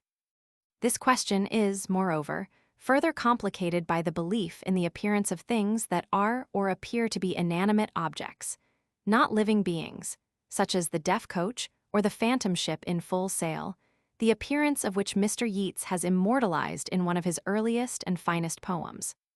Again, although the banshee, leprechaun, puka, and the like are the most commonly known and usually seen creatures of the spirit world, yet great quantities of other appearances are believed to have been also sporadically met with. I very well remember sitting one night some 4 or 5 years ago in an hotel in Indianapolis, USA, and talking to 4 Irishmen, 1 or 2 of them very wealthy, and all prosperous citizens of the United States. The talk happened to turn upon spirits the only time during my entire American experiences in which such a thing happened, and each man of the 4 had a story of his own to tell, in which he was a convinced believer of ghostly manifestations seen by him in Ireland. 2 of these manifestations were of beings that would fall into no known category. A monstrous rabbit as big as an ass, which plunged into the sea rabbits can swim, and a white heifer which ascended to heaven, were 2 of them. I myself, when a boy of 10 or 11, was perfectly convinced that on a fine early dewy morning in summer when people were still in bed, I saw a strange horse run round a 7-acre field of ours and change into a woman, who ran even swifter than the horse, and after a couple of courses round the field disappeared into our haggard. I am sure, whatever I may believe today, no earthly persuasion would, at the time, have convinced me that I did not see this. Yet I never saw it again, and never heard of anyone else seeing the same. My object in mentioning these things is to show that if we concede the real objective existence of, let us say, the apparently well-authenticated banshee, woman fairy, where are we to stop? For any number of beings, more or less well-authenticated, come crowding on her heels, so many indeed that they would point to a far more extensive world of different shapes than is usually suspected, not to speak of inanimate objects like the coach and the ship. Of course, there is nothing inherently impossible in all these shapes existing any more than in one of them existing, but they all seem to me to rest upon the same kind of testimony, stronger in the case of some, less strong in the case of others, and it is as well to point out this clearly. My own experience is that beliefs in the she, folk, and in other denizens of the invisible world is, in many places, rapidly dying.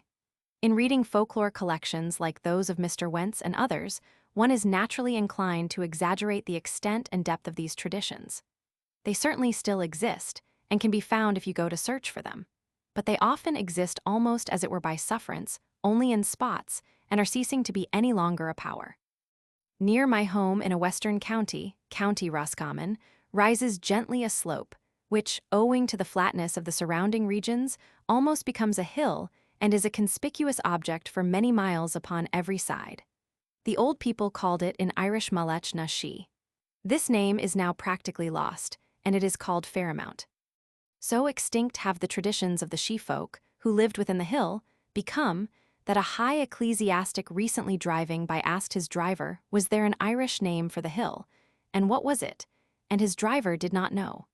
There took place a few years ago a much talked of bog slide in the neighboring townland of Cloonsheaver, Sidpair or Siapra, the meadow of the fairies, and many newspaper correspondents came to view it.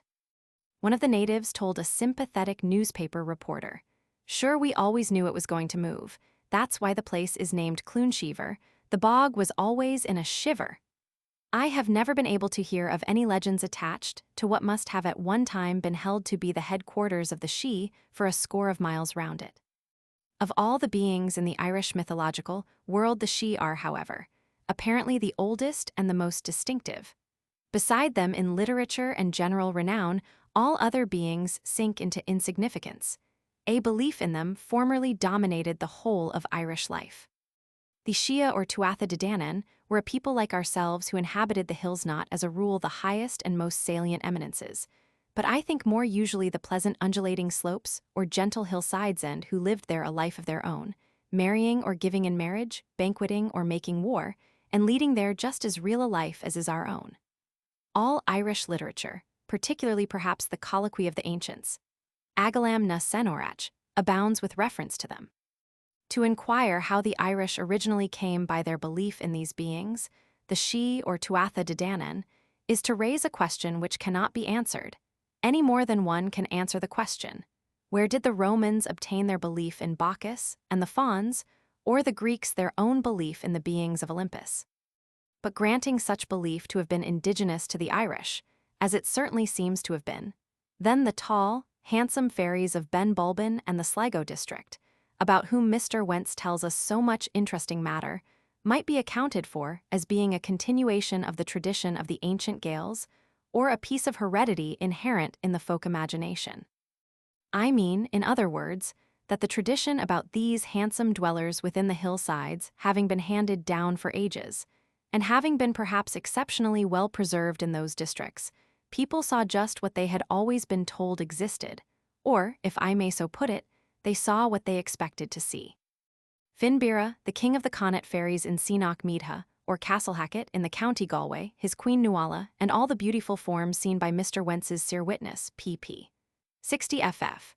All the banshees and all the human figures, white women and so forth, who are seen in raths and moats and on hillsides are the direct descendants, so to speak, of the Tuatha De Danann or the Sidhe.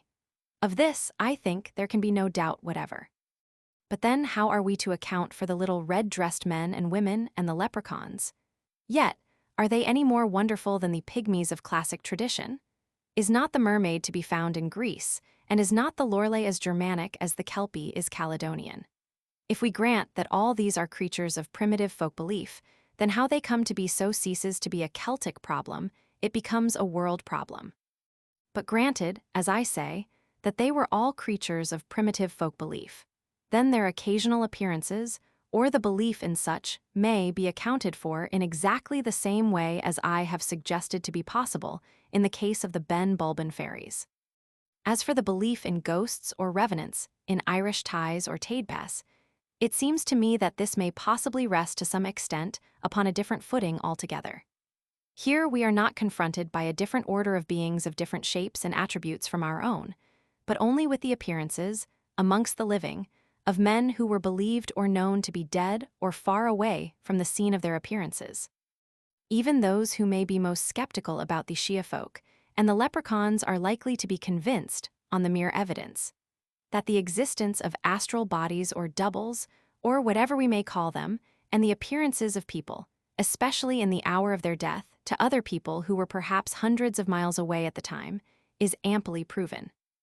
Yet whatever may have been the case originally when man was young, I do not think that this had in later times any more direct bearing upon the belief in the Sidhe, the leprechauns, the mermaid, and similar beings than upon the belief in the Greek pantheon, the naiads, the dryads, or the fauns, all of which beliefs, probably arising originally from an animistic source, must have differentiated themselves at a very early period.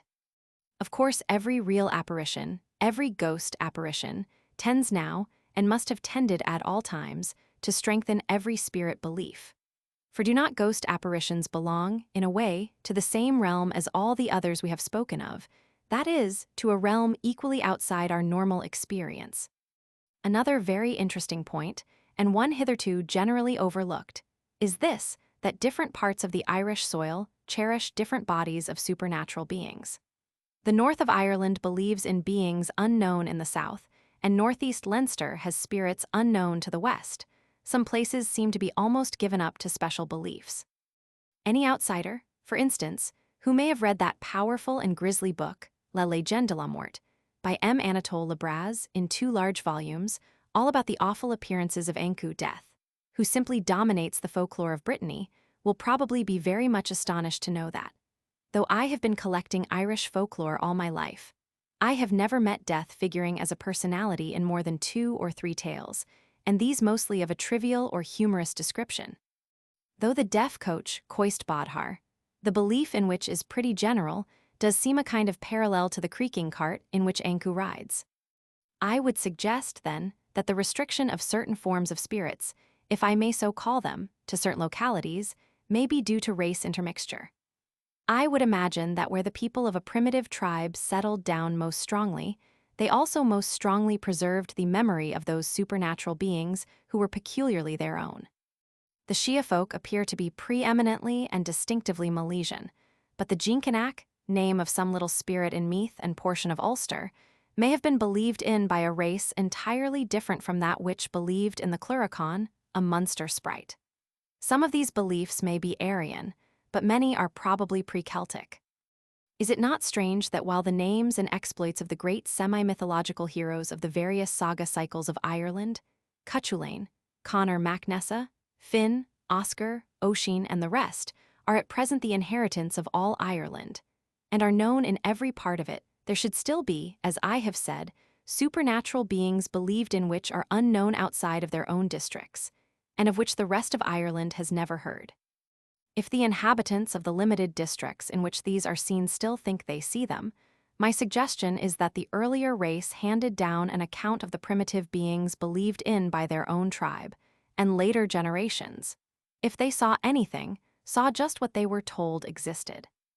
Whilst far from questioning the actual existence of certain spiritual forms and apparitions, I venture to throw out these considerations for what they may be worth, and I desire again to thank Mr. Wentz for all the valuable data he has collected for throwing light upon so interesting a question. Ratra, French Park, County Roscommon, Ireland, September 1910. The fairy folk of Tara. On the ancient hill of Tara, from whose heights the high kings once ruled all Ireland, from where the sacred fires in pagan days announced the annual resurrection of the sun, the Easter tide, where the magic of Patrick prevailed over the magic of the Druids, and where the hosts of the Tuatha De Danann were wont to appear at the great feast of Samhain today, the fairy folk of modern times hold undisputed sovereignty. And from no point better than Tara, which thus was once the magical and political center of the sacred island, could we begin our study of the Irish fairy faith. Though the hill has lain unplowed and deserted since the curses of Christian priests fell upon it, on the calm air of summer evenings, at the twilight hour, wondrous music still sounds over its slopes, and at night long, weird processions of silent spirits march round its grass-grown raths and forts. It is only men who fear the curse of the Christians, the fairy folk regard it not. The Reverend Father Peter Kenny of Kilmessan had directed me to John Graham, an old man over 70 years of age, who has lived near Tara most of his life.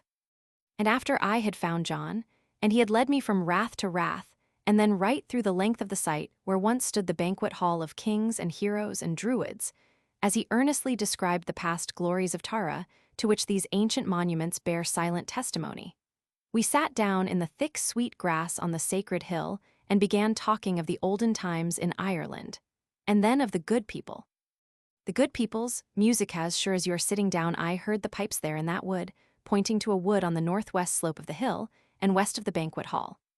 I heard the music another time on a hot summer evening at the Rath of Ringlestown, in a field where all the grass had been burned off, and I often heard it in the wood of Tara. Whenever the good people play, you hear their music all through the field as plain as can be, and it is the grandest kind of music. It may last half the night, but once day comes, it ends. Who the good people are, I now asked John what sort of a race the good people are, and where they came from, and this is his reply: people killed and murdered in war stay on earth till their time is up, and they are among the good people. The souls on this earth are as thick as the grass, running his walking stick through a thick clump, and you can't see them, and evil spirits are just as thick too, and people don't know it. Because there are so many spirits knocking, going, about they must appear to some people. The old folk saw the good people here on the hill 100 times, and they'd always be talking about them.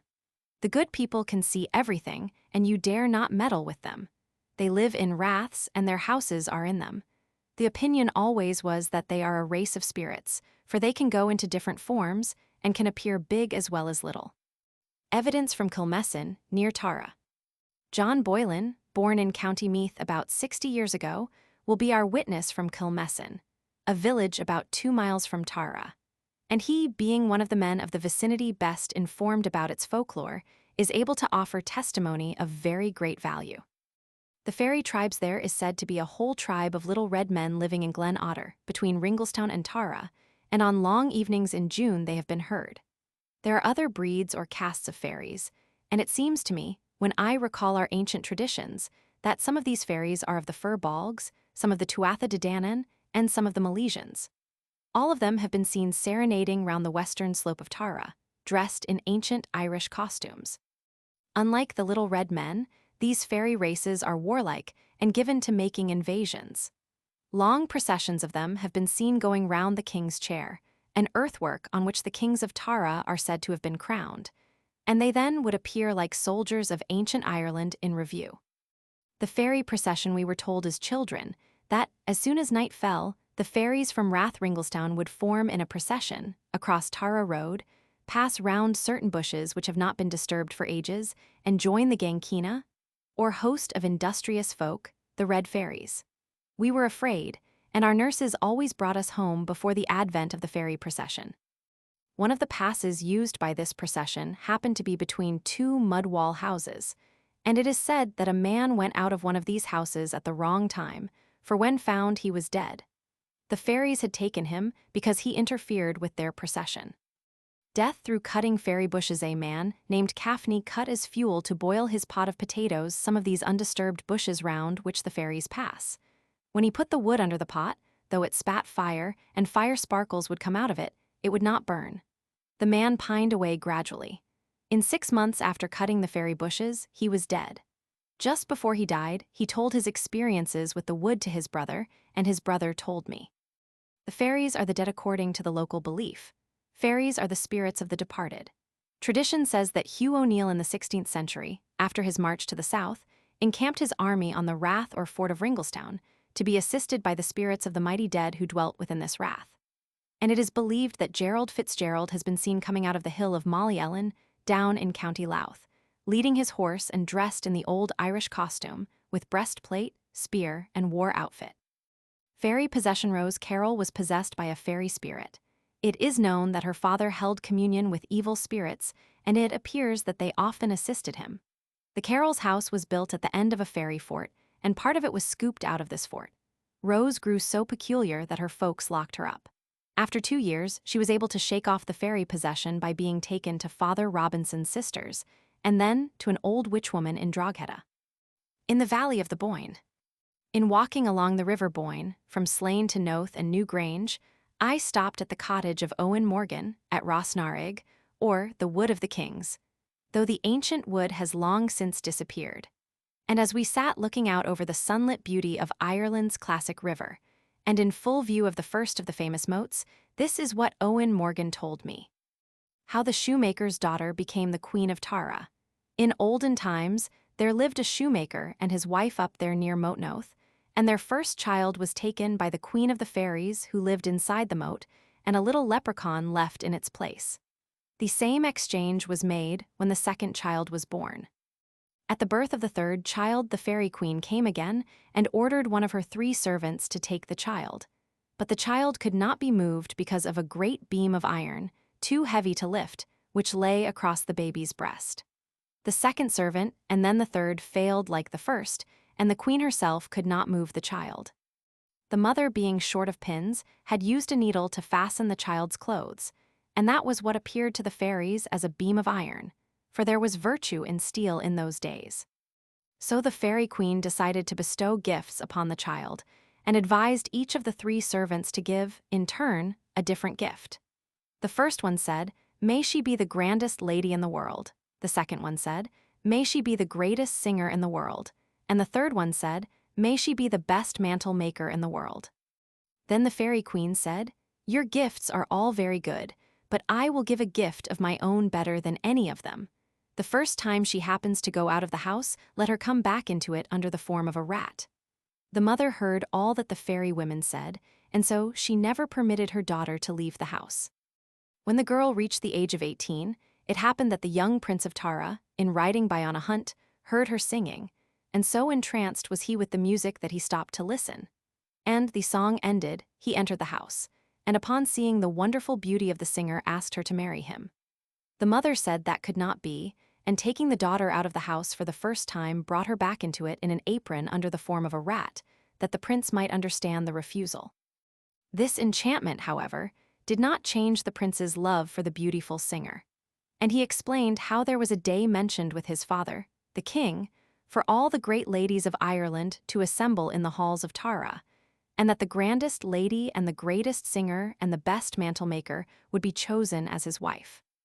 When he added that each lady must come in a chariot, the rat spoke to him and said that he must send to her home, on the day named, 4 piebald cats and a pack of cards, and that she would make her appearance, provided that at the time her chariot came to the halls of Tara, no one save the prince should be allowed near it. And she finally said to the prince, "Until the day mentioned with your father, you must carry me as a rat in your pocket." But before the great day arrived, the rat had made everything known to one of the fairy women. And so, when the 4 piebald cats and the pack of cards reached the girl's home, the fairies at once turned the cats into the 4 most splendid horses in the world, and the pack of cards into the most wonderful chariot in the world. And as the chariot was setting out from the moat for Tara, the fairy queen clapped her hands and laughed, and the enchantment over the girl was broken, so that she became, as before, the prettiest lady in the world, and she sitting in the chariot. When the prince saw the wonderful chariot coming, he knew whose it was and went out alone to meet it, but he could not believe his eyes on seeing the lady inside. And then she told him about the witches and fairies and explained everything. Hundreds of ladies had come to the halls of Tara from all Ireland, and everyone as grand as could be. The contest began with the singing and ended with the mantle making, and the young girl was the last to appear. But to the amazement of all the company, the king had to admit that the strange woman was the grandest lady, the greatest singer, and the best mantle maker in Ireland. And when the old king died, she became the Queen of Tara. After this ancient legend, which Owen Morgan heard from the old folks when he was a boy, he told me many anecdotes about the good people of the Boyne, who are little men usually dressed in red. The good people at New Grange between Noath and New Grange, I met Maggie Timmins carrying a pail of buttermilk to her calves, and when we stopped on the road to talk, I asked her, in due time, if any of the good people ever appeared in the region, or about New Grange, which we could see in the field, and she replied, in reference to New Grange, "I am sure the neighbors used to see the good people come out of it at night and in the morning. The good people inherited the fort." Then I asked her what the good people are, and she said, when they disappear they go like fog, they must be something like spirits, or how could they disappear in that way? I knew of people, she added, who would milk in the fields about here and spill milk on the ground for the good people, and pots of potatoes would be put out for the good people at night. See chapter Roman 8 for additional New Grange folklore. The testimony of an Irish priest. We now pass directly to West Ireland, in many ways our most important field, and where of all places in the Celtic world, the fairy faith is vigorously alive. And it seems very fitting to offer the first opportunity to testify in behalf of that district to a scholarly priest of the Roman Church. For what he tells us is almost wholly the result of his own memories and experiences as an Irish boy in Connemara, supplemented in a valuable way by his wider and more mature knowledge of the fairy belief as he sees it now among his own parishioners. Knock Ma Fairies Knock Ma, which you see over there, is said to contain excavated passages and a palace where the fairies live, and with them the people they have taken. And from the inside of the hill, there is believed to be an entrance to an underground world. It is a common opinion that after consumptives die they are there with the fairies in good health. The wasted body is not taken into the hill, for it is usually regarded as not the body of the deceased, but rather as that of a changeling, the general belief being that the real body and the soul are carried off together, and those of an old person from fairyland substituted. The old person left soon declines and dies. Safeguards against fairies it was proper when having finished milking a cow to put one's thumb in the pail of milk, and with the wet thumb to make the sign of the cross on the thigh of the cow on the side milked, to be safe against fairies. And I have seen them, when churning, put a live coal about an inch square under the churn, because it was an old custom connected with fairies. Milk and butter for fairies. Whatever milk falls on the ground in milking a cow is taken by the fairies, for fairies need a little milk. Also, after churning, the knife which is run through the butter in drying it must not be scraped clean, for what sticks to it belongs to the fairies. Out of 3 pounds of butter, for example, an ounce or 2 would be left for the fairies. I have seen this several times. Crossing a stream, and fairies when out on a dark night. If pursued by fairies or ghosts, one is considered quite safe if one can get over some stream. I remember coming home on a dark night with a boy companion and hearing a noise, and then, after we had run to a stream and crossed it feeling quite safe. Fairy preserves. A heap of stones in a field should not be disturbed, though needed for building, especially if they are part of an ancient tumulus. The fairies are said to live inside the pile, and to move the stones would be most unfortunate. If a house happens to be built on a fairy preserve or in a fairy track, the occupants will have no luck. Everything will go wrong. Their animals will die, their children fall sick, and no end of trouble will come on them. When the house happens to have been built in a fairy track, the doors on the front and back, or the windows if they are in the line of the track, cannot be kept closed at night, for the fairies must march through.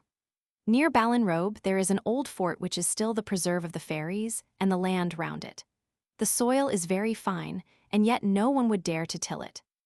Some time ago, in laying out a new road, the engineers determined to run it through the fort, but the people rose almost in rebellion, and the course had to be changed. The farmers wouldn't cut down a tree or bush growing on the hill or preserve for anything. Fairy control over crops. Fairies are believed to control crops and their ripening. A field of turnips may promise well, and its owner will count on so many tons to the acre, but if when the crop is gathered it is found to be far short of the estimate, the explanation is that the fairies have extracted so much substance from it. The same thing is the case with corn. November Eve and fairies. On November Eve, it is not right to gather or eat blackberries or sloes, nor after that time as long as they last.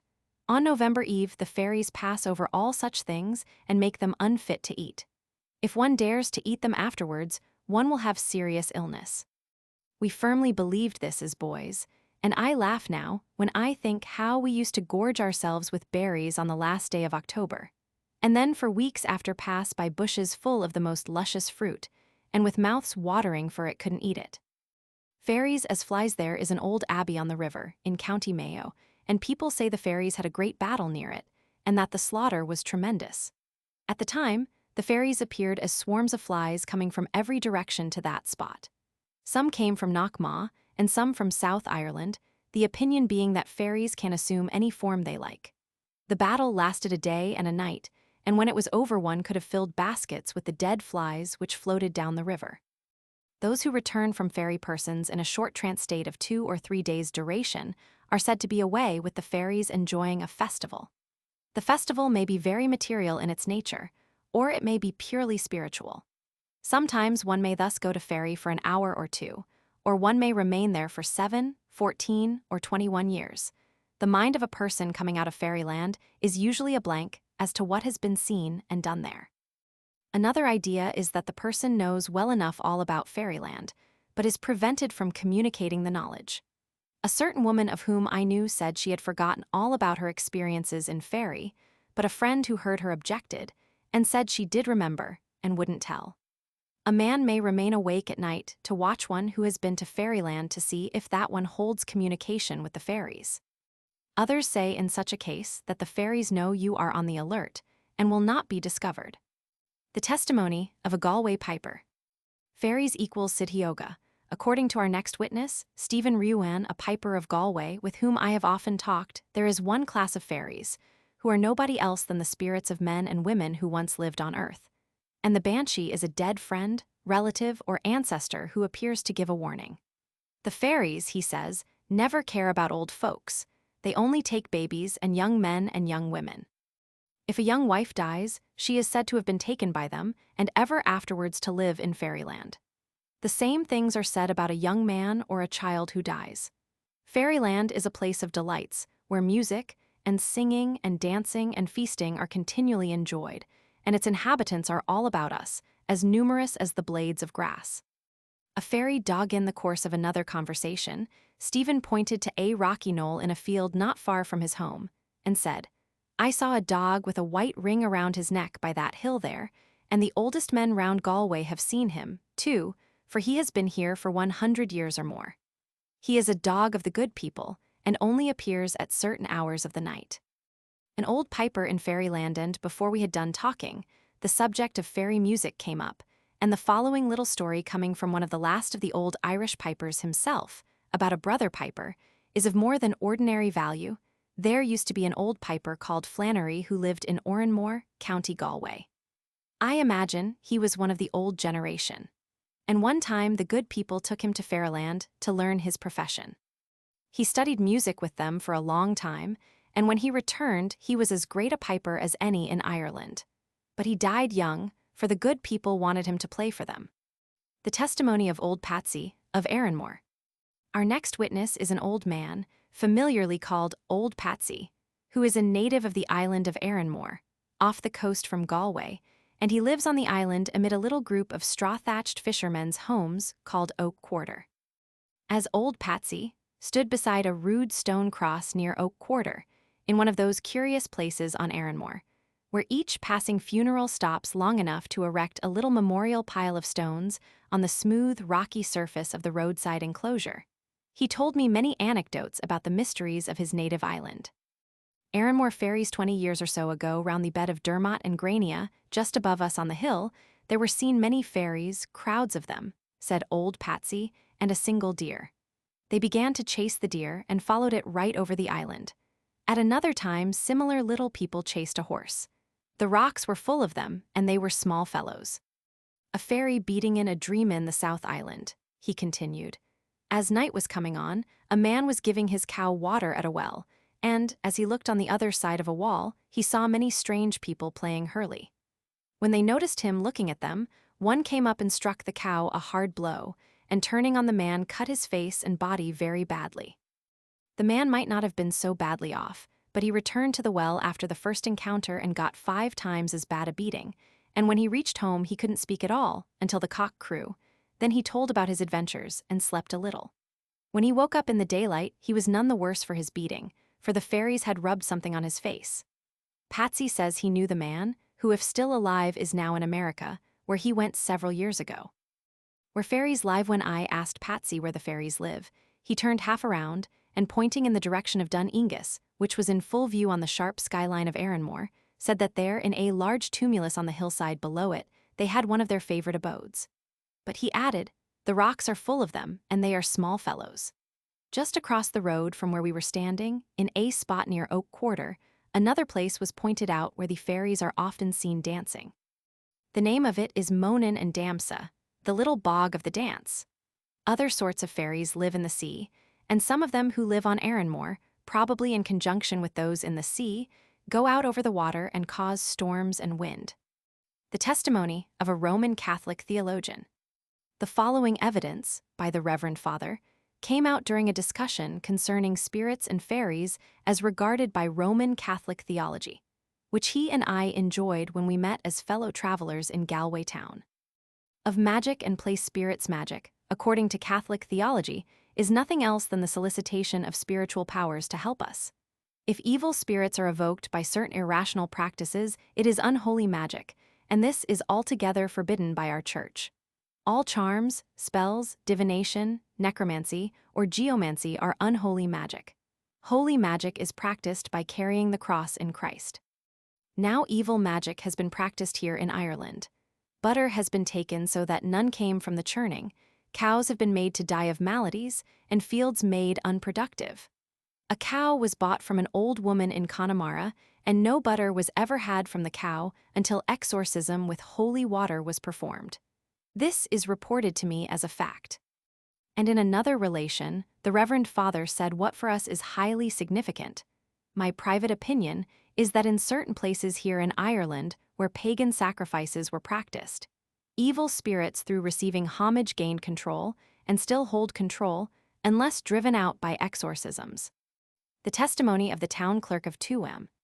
To the town clerk of Tuam, Mr. John Glynn, who since his boyhood has taken a keen interest in the traditions of his native county, I am indebted for the following valuable summary of the fairy creed in that part of North Galway where Finvara rules.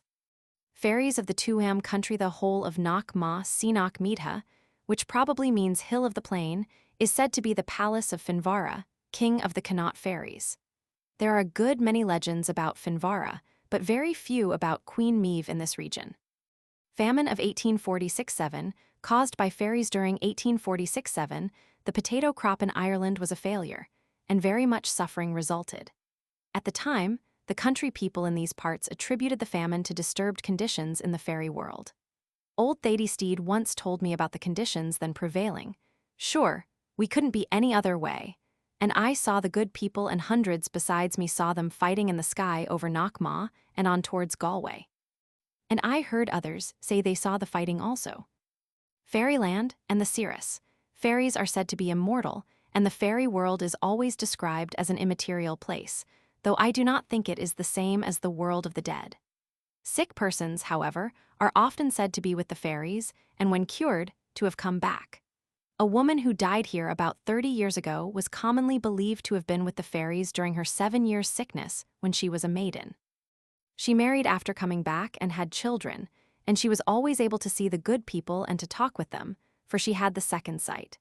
And it is said that she used to travel with the fairies at night. After her marriage, she lived in Tuam, and though her people were 6 or 7 miles out from Tuam in the country, she could always tell all that was taking place with them there, and she at her own home at the time. Fairies on May Day, the good people can steal butter if the chance is given them. If a person enters a house then, and churning is going on, he must take a hand in it, or else there will be no butter. And if fire is given away on May Day, nothing will go right for the whole year. The 3 fairy drops, even yet certain things are due the fairies. For example, 2 years ago, in the courtroom here in Tuam, a woman was on trial for watering milk, and to the surprise of us all who were conducting the proceedings, and, it can be added, to the great amusement of the onlookers, she swore that she had only added the 3 fairy drops. Food of fairies' food, after it has been put out at night for the fairies, is not allowed to be eaten afterwards by man or beast, not even by pigs. Such food is said to have no real substance left in it, and to let anything eat it wouldn't be thought of. The underlying idea seems to be that the fairies extract the spiritual essence from food offered to them, leaving behind the grosser elements. Fairy warfare. When the fairy tribes under the various kings and queens have a battle, one side manages to have a living man among them, and he by knocking the fairies about turns the battle in case the side he is on is losing. It is always usual for the Munster fairy king to challenge Finvara, the Connaught fairy king. County Sligo and the testimony of a peasant seer. The Ben Bulben country in County Sligo is one of those rare places in Ireland where fairies are thought to be visible, and our first witness from their claims to be able to see the fairies or gentry and to talk with them. This mortal so favored lives in the same townland where his fathers have lived during 400 years, directly beneath the shadows of Ben Bulben, on whose sides Dermot is said to have been killed while hunting the wild boar. And this famous old mountain, honeycombed with curious grottos ages ago when the sea beat against its perpendicular flanks, is the very place where the gentry have their chief abode. Even on its broad level summit, for it is a high square tableland like a mighty cube of rock set down upon the earth by some antediluvian god, there are treacherous holes, wherein more than one hunter may have been lost forever, penetrating to unknown depths. And by listening, one can hear the tides from the ocean 3 or 4 miles away surging in and out through ancient subterranean channels, connected with these holes.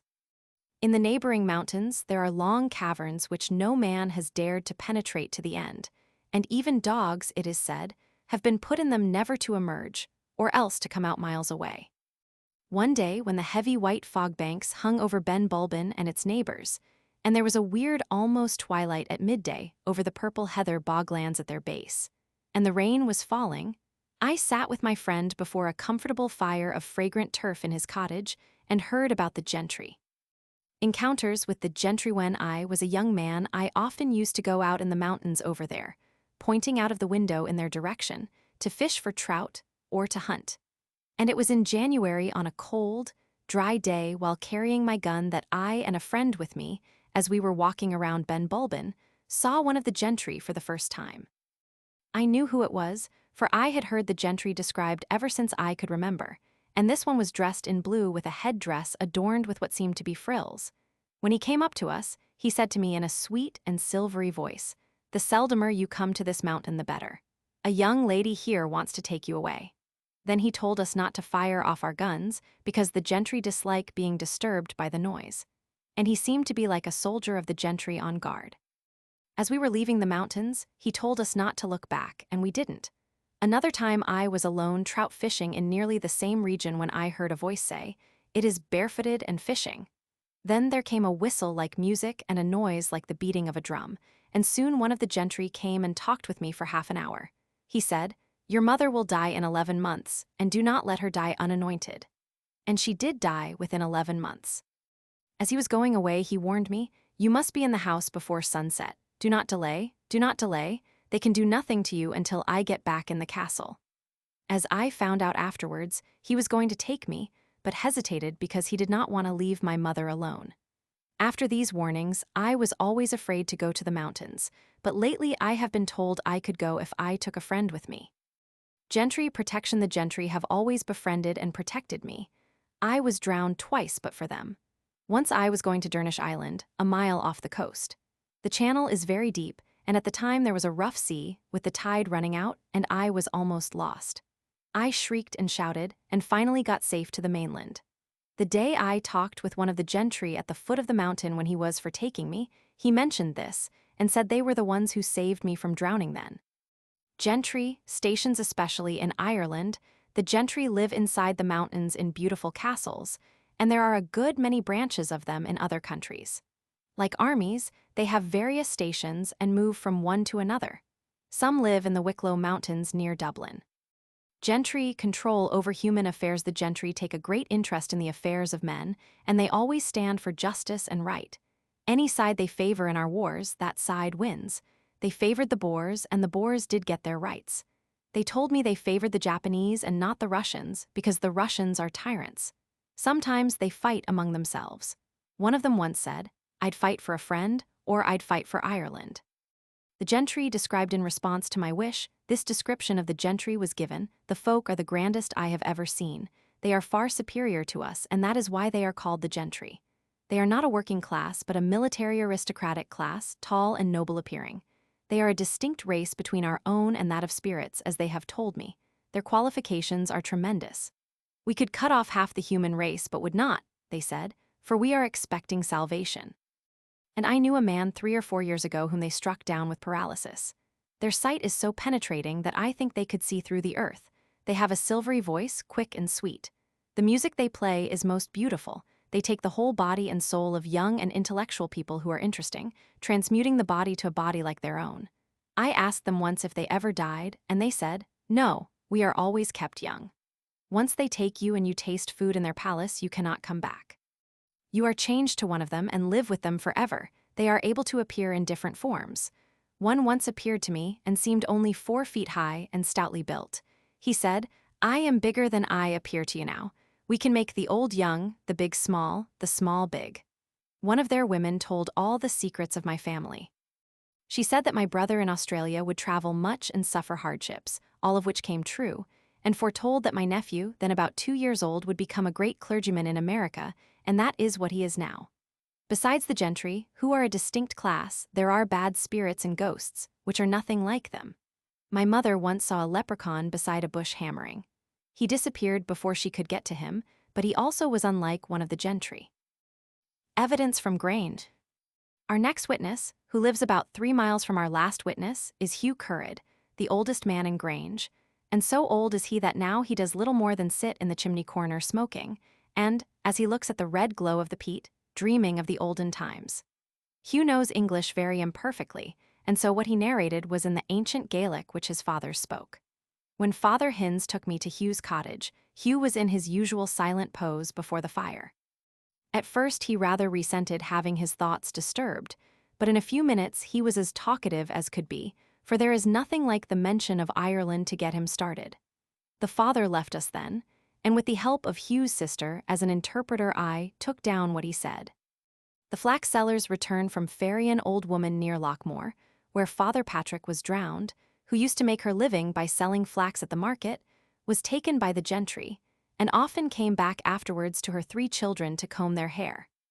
One time she told a neighbor that the money she saved from her dealings in flax would be found near a big rock on the lakeshore, which she indicated, and that she wanted the 3 children to have it. A wife recovered from the gentry man's young wife died in confinement while he was absent on some business at Ballingshawn, and one of the gentry came to him and said she had been taken. The husband hurried home, and that night he sat with the body of his wife all alone. He left the door open a little, and it wasn't long before his wife's spirit came in and went to the cradle where her child was sleeping. As she did so, the husband threw at her a charm of hen's dung which he had ready, and this held her until he could call the neighbors. And while they were coming, she went back into her body and lived a long time afterwards. The body was stiff and cold when the husband arrived home, though it hadn't been washed or dressed. A tailor's testimony. Our next witness is Patrick Waters, by trade a tailor, living in Clontarf, a crossroad hamlet less than 2 miles from Hugh Currid's home. His first story is a parallel to one told about the minister of Aberfoyle who was taken by the good people, pp. 89 ff. The lost bride girl in this region died on her wedding night while dancing. Soon after her death she appeared to her husband and said to him, "I'm not dead at all, but I am put from you now for a time. It may be a long time or a short time, I cannot tell. I am not badly off. If you want to get me back, you must stand at the gap near the house and catch me as I go by, for I live near there and see you, and you do not see me." He was anxious enough to get her back and didn't waste any time in getting to the gap. When he came to the place, a party of strangers were just coming out, and his wife soon appeared as plain as could be, but he couldn't stir a hand or foot to save her. Then there was a scream and she was gone. The man firmly believed this and would not marry again. The invisible island there is an enchanted island, which is an invisible island between Inishmore and the mainland opposite. It is only seen once in 7 years. I saw it myself, and so did 4 or 5 others with me. A boatman from Sligo named Carr took 2 strange men with him towards Inishmore, and they disappeared at the spot where the island is, and he thought they had fallen overboard and been drowned. Carr saw one of the same men in Connolly, County Donegal, some 6 months or so after, and with great surprise said to him, "Will you tell me the wonders of the world? Is it you I saw drowned near Inishmore?" "Yes," he said, and then asked, "Do you see me?" "Yes," answered Carr. "But," said the man again, "you do not see me with both eyes." Then Carr closed one eye to be sure, and found that he saw him with one eye only. And he told the man which one it was. At this information, the fairy man blew on Carr's face, and Carr never saw him again. A dream my father dreamt he saw 2 armies coming in from the sea, walking on the water. Reaching the strand, they lined up and commenced a battle, and my father was in great terror.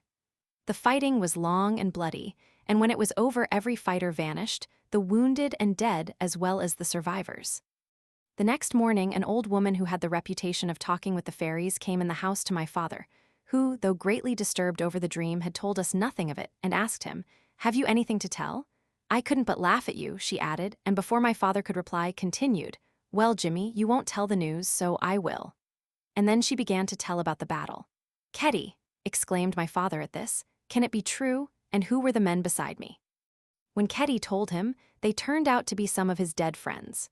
She received her information from a drowned man whom she met on the spot where the gentry armies had come ashore and, in the place where they fought, the sand was all burnt red, as from fire. As the narrator reflected on this dream story, he remarked about dreams generally. The reason our dreams appear different from what they are is because while in them we can't touch the body and transform it. People believe themselves to be with the dead in dreams. During September 1909, when I had several fresh interviews with Patrick Waters, I verified all of his 1908 testimony, such as it appears above. And among unimportant anecdotes, I have omitted from the matter taken down in 1908 one anecdote about our seer witness from County Sligo, because it proved to be capable of opposite interpretations. Patrick Waters, however, like many of his neighbors, thoroughly supports Hugh Currid's opinion that our seer witness surely sees something, and it must be the gentry.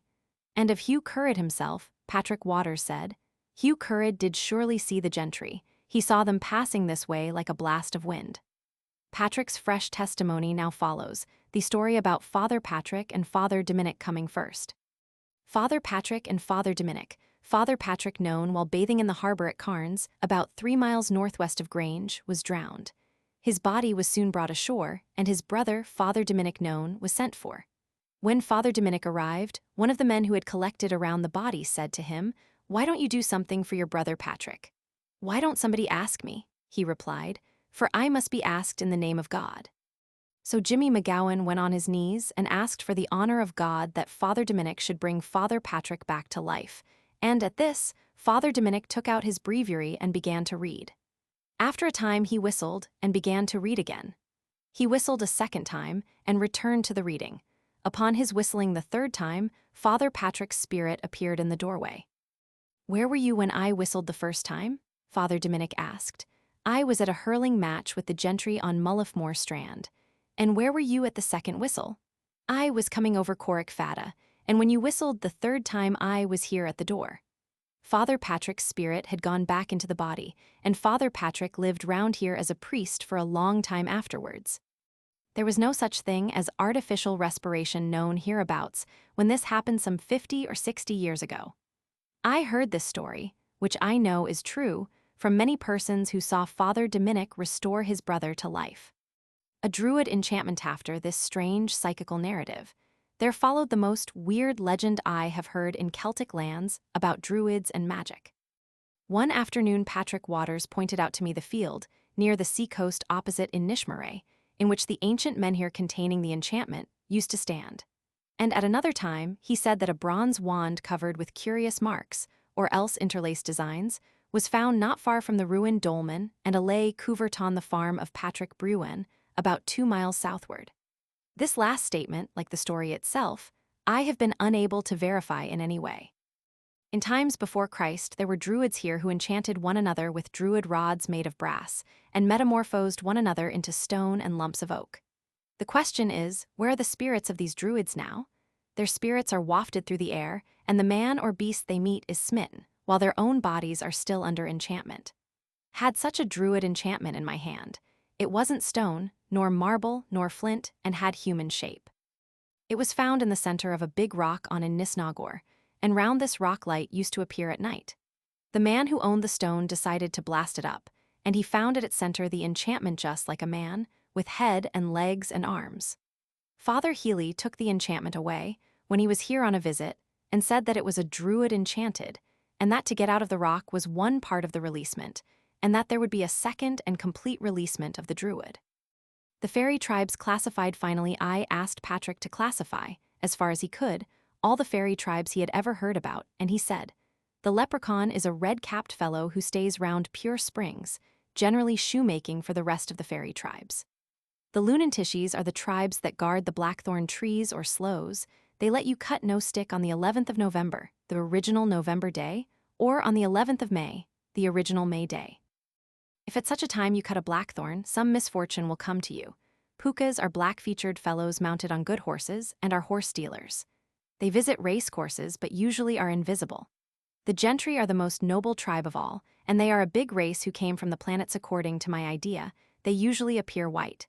The Dina Maith, though there is some doubt, the same or almost the same as the gentry, were next to heaven at the fall, but did not fall. They are a people expecting salvation." Bridget O'Connor's testimony. Our next witness is Bridget O'Connor, a near neighbor to Patrick Waters in Clontarf. When I approached her neat little cottage, she was cutting sweet pea blossoms with a pair of scissors, and as I stopped to tell her how pretty a garden she had, she searched out the finest white bloom she could find and gave it to me. After we had talked a little while about America and Ireland, she said I must come in and rest a few minutes, and so I did, and it was not long before we were talking about fairies. The Irish legend of the dead old Peggy Gillen, dead these 30 years, who lived a mile beyond Grange, used to cure people with a secret herb shown to her by her brother, dead of a fairy stroke. He was drowned and taken by the fairies, in the big drowning here during the herring season. She would pull the herb herself and prepare it by mixing spring water with it. Peggy could always talk with her dead relatives and friends, and continually with her brother, and she would tell everybody that they were with the fairies. Her daughter, Mary Short, who inherited some of her mother's power, died here about 3 or 4 years ago. I remember, too, about Mary Leonard and her daughter, Nancy Waters. Both of them are dead now. The daughter was the first to die, as it happened, and in childbirth. When she was gone, her mother used to wail and cry in an awful manner, and one day the daughter appeared to her in the garden and said, "The more you wail for me, the more I am in torment. Pray for me, but do not wail." A midwife story. A country nurse was requested by a strange man on horseback to go with him to exercise her profession, and she went with him to a castle she didn't know. When the baby was born, every woman in the place where the event happened put her finger in a basin of water and rubbed her eyes, and so the nurse put her finger in and rubbed it on one of her eyes. She went home and thought no more about it. But one day she was at the fair in Grange and saw some of the same women who were in the castle when the baby was born, though, as she noticed, she only could see them with the one eye she had wet with the water from the basin. The nurse spoke to the women, and they wanted to know how she recognized them, and she in reply said it was with the one eye and asked, "How is the baby?" "Well," said one of the fairy women, "and what eye do you see us with?"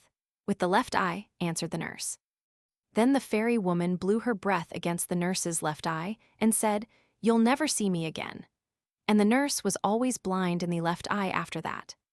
The spirit world at Cairns.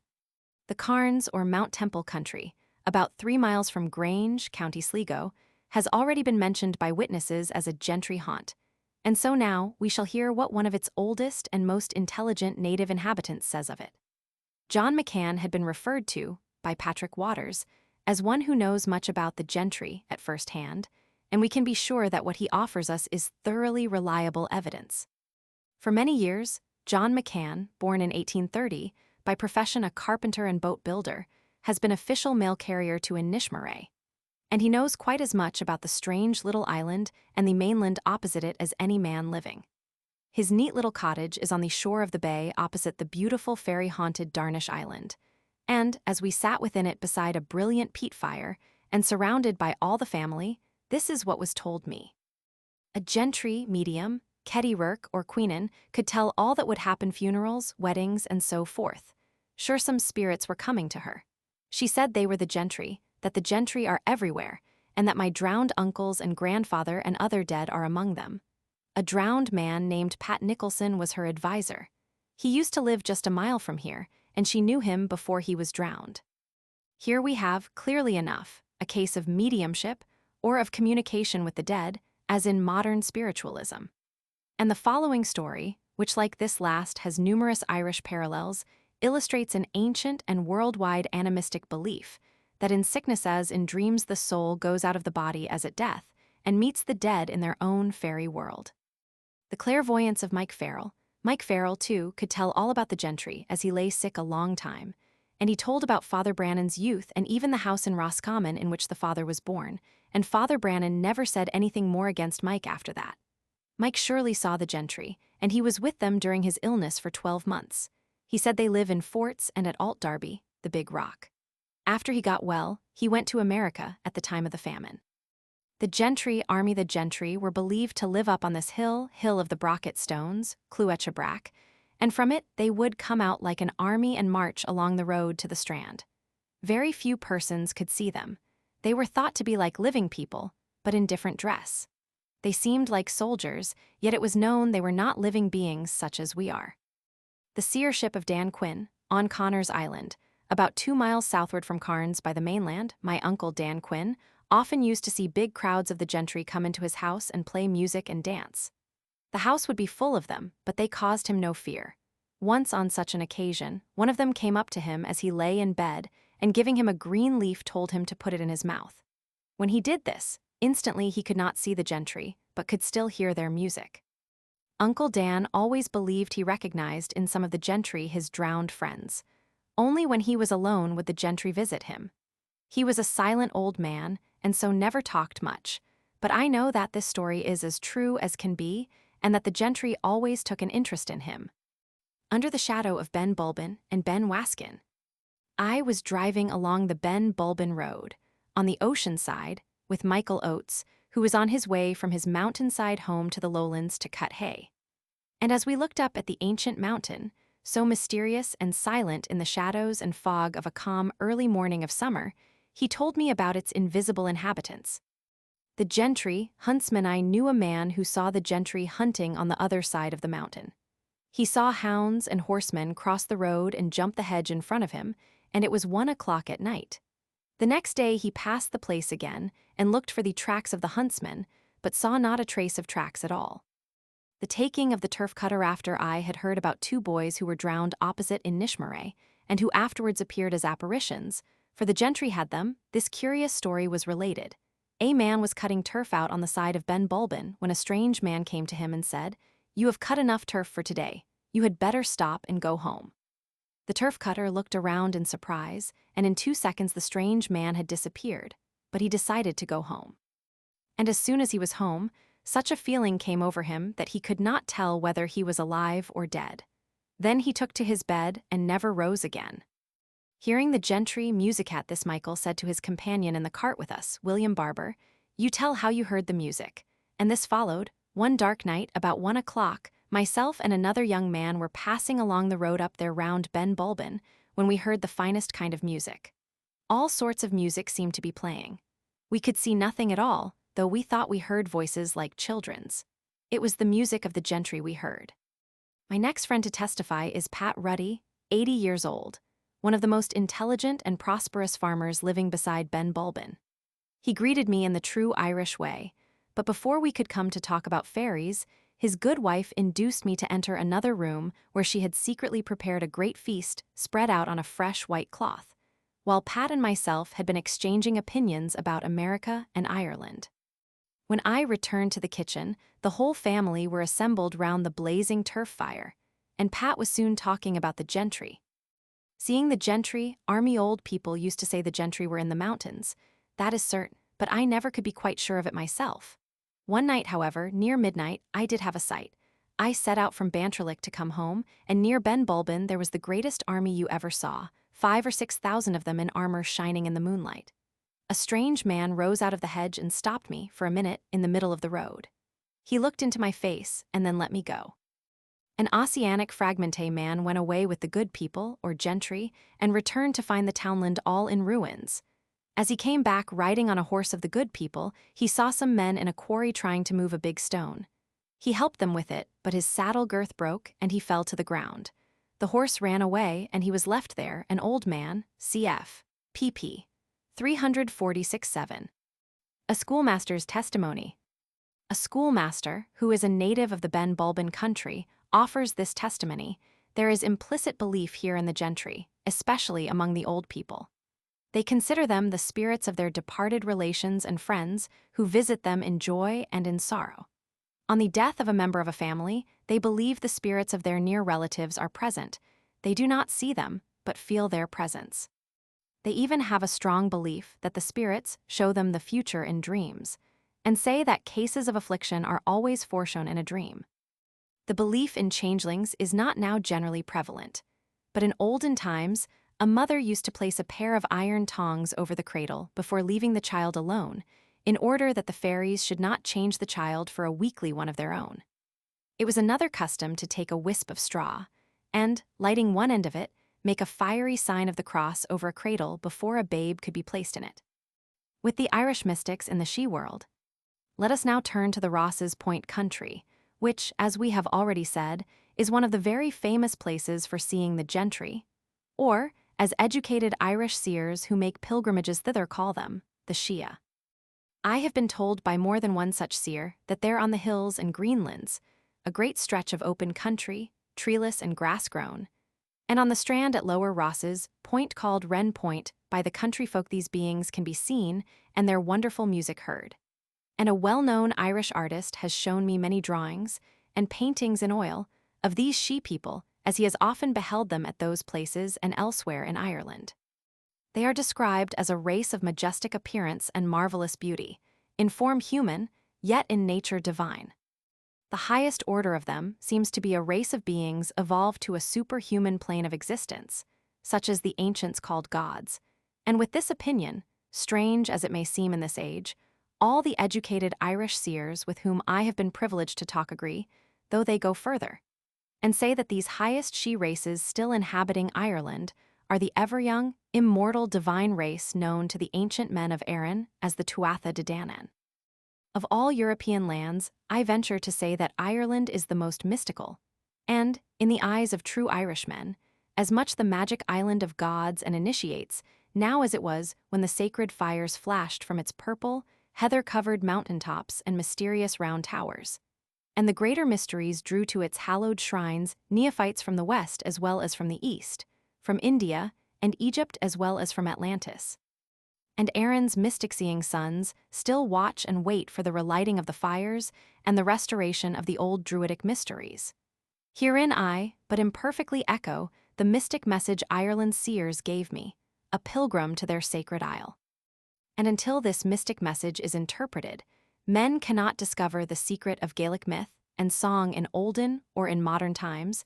They cannot drink at the ever-flowing fountain of Gaelic genius, the perennial source of inspiration which lies behind the new revival of literature and art in Ireland, nor understand the seeming reality of the fairy races. An Irish mystic's testimony. Through the kindness of an Irish mystic, who is a seer, I am enabled to present here, in the form of a dialogue, very rare and very important evidence, which will serve to illustrate and to confirm what has just been said above about the mysticism of Ireland. To anthropologists, this evidence may be of more than ordinary value when they know that it comes from one who is not only a cultured seer, but who is also a man conspicuously successful in the practical life of a great city. Visions. Q are all visions which you have had of the same character. AI have always made a distinction between pictures seen in the memory of nature and visions of actual beings now existing in the inner world. We can make the same distinction in our world. I may close my eyes and see you as a vivid picture in memory, or I may look at you with my physical eyes and see your actual image. In seeing these beings of which I speak, the physical eyes may be open or closed. Mystical beings in their own world and nature are never seen with the physical eyes. Other worlds. Q by the inner world, do you mean the Celtic otherworld? Yes, though there are many other worlds. The Turn-on-og of the ancient Irish, in which the races of the She exist, may be described as a radiant archetype of this world, though this definition does not at all express its psychic nature. In Turn-on-og, one sees nothing save harmony and beautiful forms. There are other worlds in which we can see horrible shapes. Classification of the She. Q, do you in any way classify the She races to which you refer? The beings whom I call the She, I divide, as I have seen them, into two great classes, those which are shining, and those which are opalescent and seem lit up by a light within themselves. The shining beings appear to be lower in the hierarchies. The opalescent beings are more rarely seen and appear to hold the positions of great chiefs or princes among the tribes of Dana. Conditions of seership. Q, under what state or condition, and where have you seen such beings? I have seen them most frequently after being away from a city or town for a few days. The whole west coast of Ireland from Donegal to Kerry seems charged with a magical power, and I find it easiest to see while I am there. I have always found it comparatively easy to see visions while at ancient monuments like New Grange and Douth, because I think such places are naturally charged with psychical forces, and were for that reason made use of long ago as sacred places. I usually find it possible to throw myself into the mood of seeing, but sometimes visions have forced themselves upon me. The shining beings. Q, can you describe the shining beings? It is very difficult to give any intelligible description of them. The first time I saw them with great vividness I was lying on a hillside alone in the west of Ireland, in County Sligo. I had been listening to music in the air, and to what seemed to be the sound of bells, and was trying to understand these aerial clashings, in which wind seemed to break upon wind in an ever-changing musical silvery sound. Then the space before me grew luminous, and I began to see one beautiful being after another. The opalescent beings. Q, can you describe one of the opalescent beings? The first of these I remember very clearly, and the manner of its appearance. There was at first a dazzle of light, and then I saw that this came from the heart of a tall figure with a body apparently shaped out of half-transparent or opalescent air, and throughout the body ran a radiant, electrical fire, to which the heart seemed the center. Around the head of this being, and through its waving luminous hair, which was blown all about the body like living strands of gold, there appeared flaming wing-like auras. From the being itself light seemed to stream outwards in every direction, and the effect left on me after the vision was one of extraordinary lightness, joyousness, or ecstasy. At about this same period of my life, I saw many of these great beings, and I then thought that I had visions of Ingus, Manannán, Lug, and other famous kings or princes among the Tuatha De Danann. But since then, I have seen so many beings of a similar character that I now no longer would attribute to any one of them personal identity with particular beings of legend, though I believe that they correspond in a general way to the Tuatha De Danann or ancient Irish gods. Stature of the Sidhe. You speak of the opalescent beings as great beings. What stature do you assign to them and to the shining beings? The opalescent beings seem to be about 14 feet in stature, though I do not know why I attribute to them such definite height, since I had nothing to compare them with, but I have always considered them as much taller than our race. The shining beings seem to be about our own stature or just a little taller.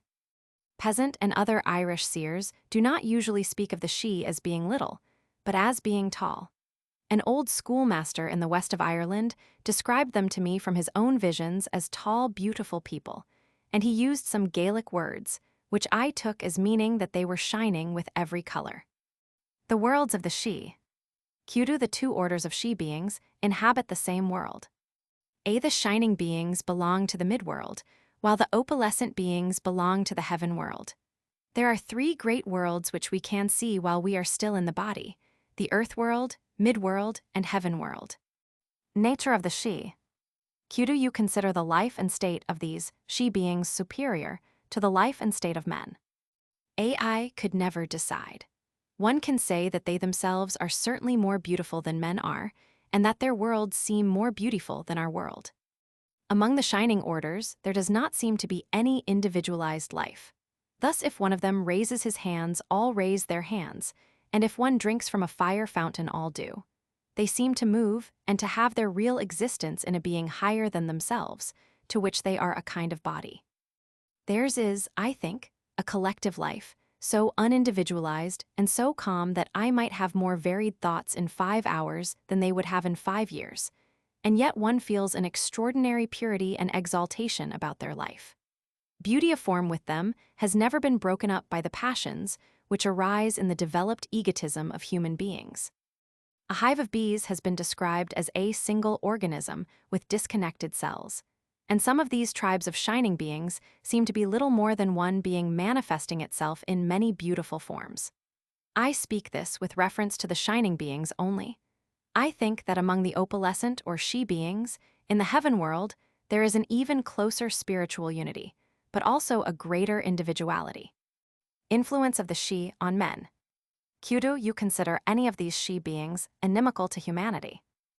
Certain kinds of the shining beings, whom I call wood beings, have never affected me with any evil influences I could recognize.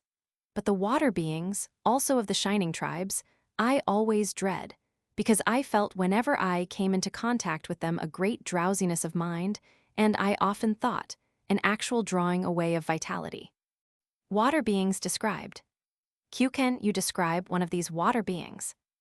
In the world under the waters under, a lake in the west of Ireland in this case I saw a blue and orange-colored king seated on a throne, and there seemed to be some fountain of mystical fire rising from under his throne, and he breathed this fire into himself as though it were his life. As I looked, I saw groups of pale beings, almost gray in color, coming down one side of the throne by the fire fountain. They placed their head and lips near the heart of the elemental king, and then, as they touched him, they shot upwards, plumed and radiant, and passed on the other side, as though they had received a new life from this chief of their world. Wood beings described. Can you describe one of the wood beings? The wood beings I have seen most often are of a shining silvery color with a tinge of blue or pale violet, and with dark purple-colored hair. Reproduction and immortality of the Sidhe. Do you consider the races of the Sidhe able to reproduce their kind, and are they immortal? The higher kinds seem capable of breathing forth beings out of themselves, but I do not understand how they do so. I have seen some of them who contain elemental beings within themselves, and these they could send out and receive back within themselves again. The immortality ascribed to them by the ancient Irish is only a relative immortality, their space of life being much greater than ours. In time, however, I believe that they grow old and then pass into new bodies just as men do, but whether by birth or by the growth of a new body I cannot say, since I have no certain knowledge about this. Sex among the Sidhe. Does sexual differentiation seem to prevail among the Sidhe races? I have seen forms both male and female, and forms which did not suggest sex at all. She and human life. Q. 1. Is it possible, as the ancient Irish thought, that certain of the higher she beings have entered or could enter our plane of life by submitting to human birth? 2. On the other hand, do you consider it possible for men in trance or at death to enter the she world? A. 1. I cannot say. 2. Yes, both in trance and after death. I think anyone who thought much of the she during his life and who saw them frequently and brooded on them would likely go to their world after death. Social organization of the she. Qu refer to chieftain-like or prince-like beings, and to a king among water beings. Is there therefore definite social organization among the various she orders and races, and if so, what is its nature? AI cannot say about a definite social organization. I have seen beings who seem to command others and who were held in reverence. This implies an organization, but whether it is instinctive like that of a hive of bees or consciously organized like human society, I cannot say. Lower she, as nature elementals. Qu speak of the water being king as an elemental king. Do you suggest thereby a resemblance between lower she orders and what medieval mystics called elementals? A. The lower orders of the she are, I think, the nature elementals of the medieval mystics.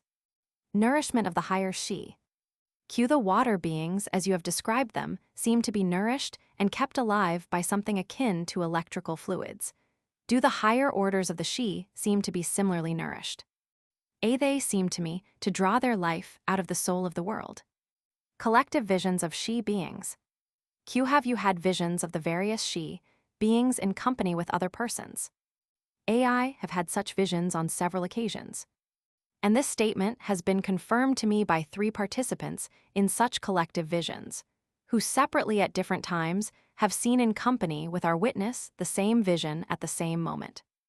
On another occasion, on the Greenlands at RHÄS Point, County Sligo, the same Shia being was seen by our present witness and a friend with him, also possessing the faculty of seership, at a time when the 2 percipients were some little distance apart, and they hurried to each other to describe the being, not knowing that the explanation was mutually unnecessary. I have talked with both percipients so much, and know them so intimately, that I am fully able to state that as percipients they fulfill all necessary pathological conditions required by psychologists in order to make their evidence acceptable. Parallel evidence as to the she races. In general, the rare evidence above recorded from the Irish seer could be paralleled by similar evidence from at least 2 other reliable Irish people, with whom also I have been privileged to discuss the fairy faith. One is a member of the Royal Irish Academy, the other is the wife of a well-known Irish historian, and both of them testify to having likewise had collective visions of she beings in Ireland. This is what Mr. William B. Yeats wrote to me while this study was in progress concerning the Celtic fairy kingdom. I am certain that it exists and will someday be studied as it was studied by Kirk. Independent evidence from the she world. One of the most remarkable discoveries of our Celtic researches has been that the native population of the RHÄS Point country, or, as we have called it, the she world in most essentials, and, what is most important, by independent folk testimony, substantiate the opinions and statements of the educated Irish mystics, to whom we have just referred, as follows. John Conway's vision of the gentry in Upper RHÄS Point, Mrs. J. Conway told me this about the gentry. John Conway, my husband, who was a pilot by profession, in watching for incoming ships used to go up on the high hill among the fairy hills, and there he often saw the gentry going down the hill to the strand. One night in particular he recognized them as men and women of the gentry, and they were as big as any living people. It was late at night about 40 years ago. Ghosts and fairies. When first I introduced myself to Owen Conway, in his bachelor quarters, a cozy cottage at Upper RHÄS Point, he said that Mr. W. B. Yeats and other men famous in Irish literature had visited him to hear about the fairies, and that though he knew very little about the fairies, he nevertheless always likes to talk of them. Then Owen began to tell me about a man's ghost, which both he and Bran Regan had seen at different times on the road to Sligo, then about a woman's ghost, which he and other people had often seen near where we were, and then about the exorcising of a haunted house in Sligo some 60 years ago by Father McGowan, who, as a result, died soon afterwards, apparently having been killed by the exorcised spirits. Finally, I heard from him the following anecdotes about the fairies. A stone wall overthrown by fairy, agency. Nothing is more certain than that there are fairies. The old folks always thought them the fallen angels. At the back of this house, the fairies had their pass. My neighbor started to build a cowshed, and one wall abutting on the pass was thrown down twice, and nothing but the fairies ever did it. The third time the wall was built it stood. Fairies passing through stone walls where Macewin's house stands was a noted fairy place. Men in building the house saw fairies on horses coming across the spot, and the stone walls did not stop them at all.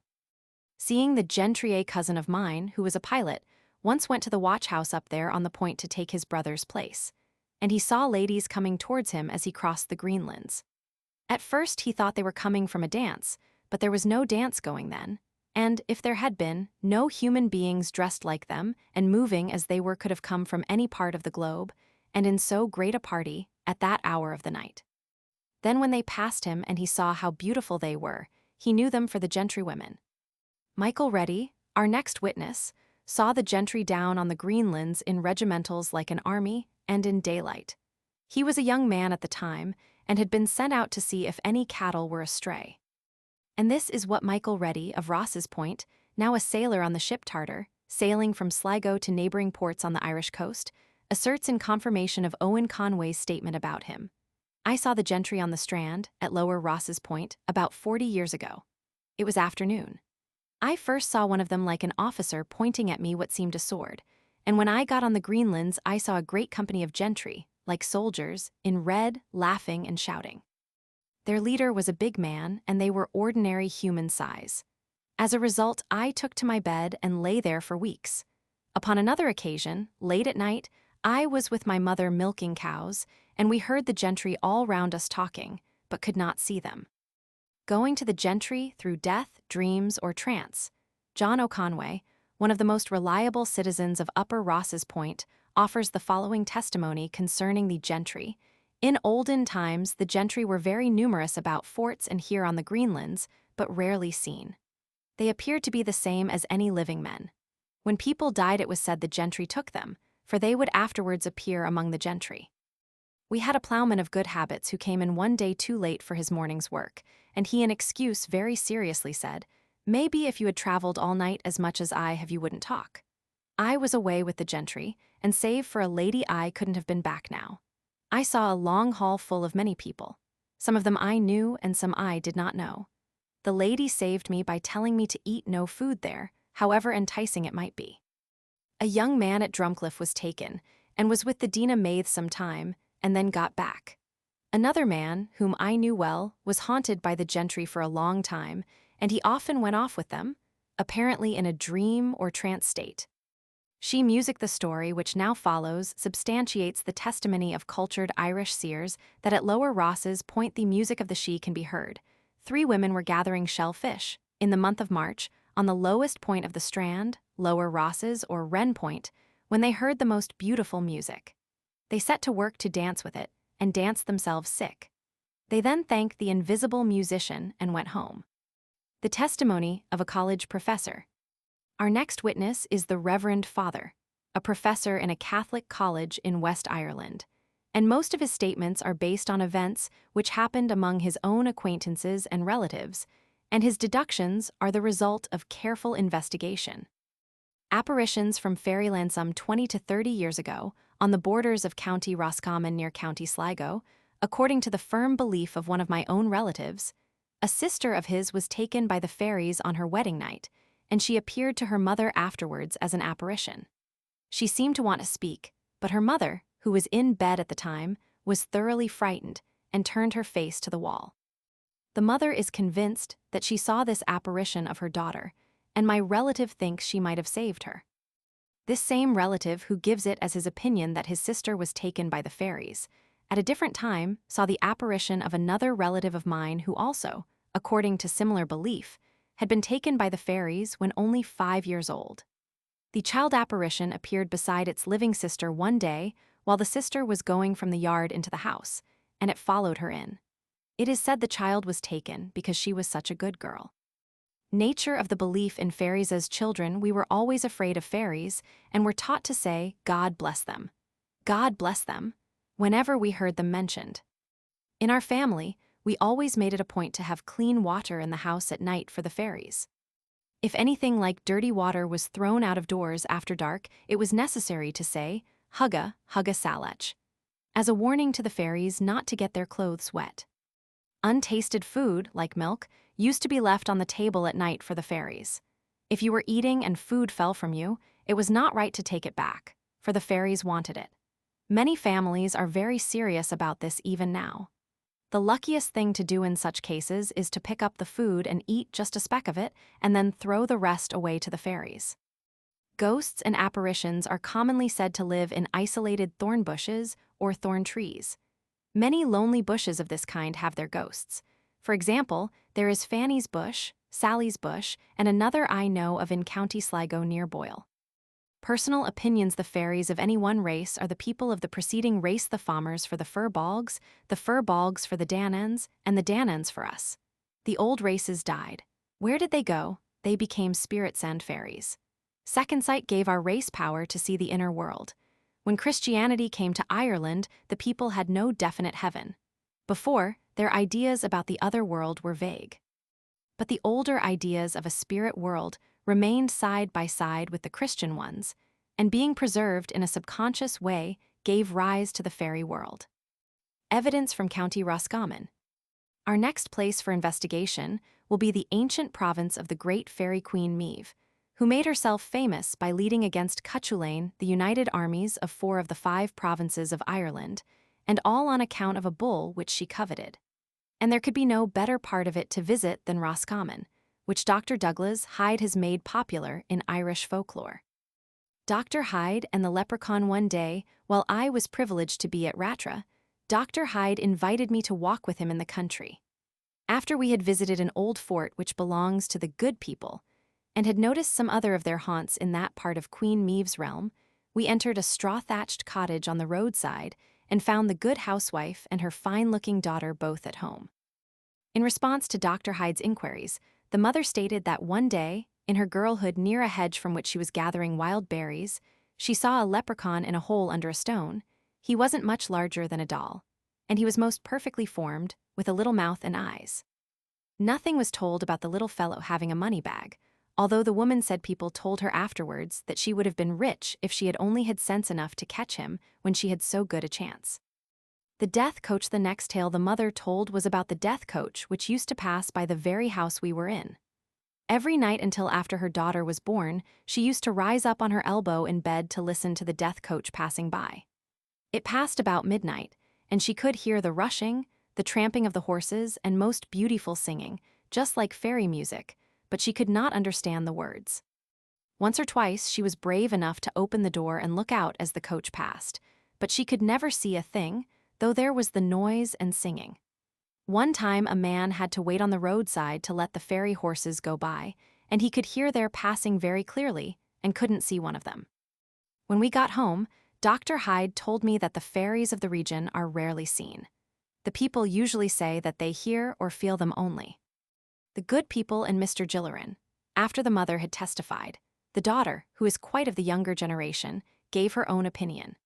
She said that the good people live in the forts and often take men and women or youths who pass by the forts after sunset. That Mr. Gillerin, who died not long ago, once saw certain dead friends and recognized among them those who were believed to have been taken and those who died naturally, and that he saw them again when he was on his deathbed. We have here, as in so many other accounts, a clear connection between the realm of the dead and fairyland. The testimony of a Loch Dergseer.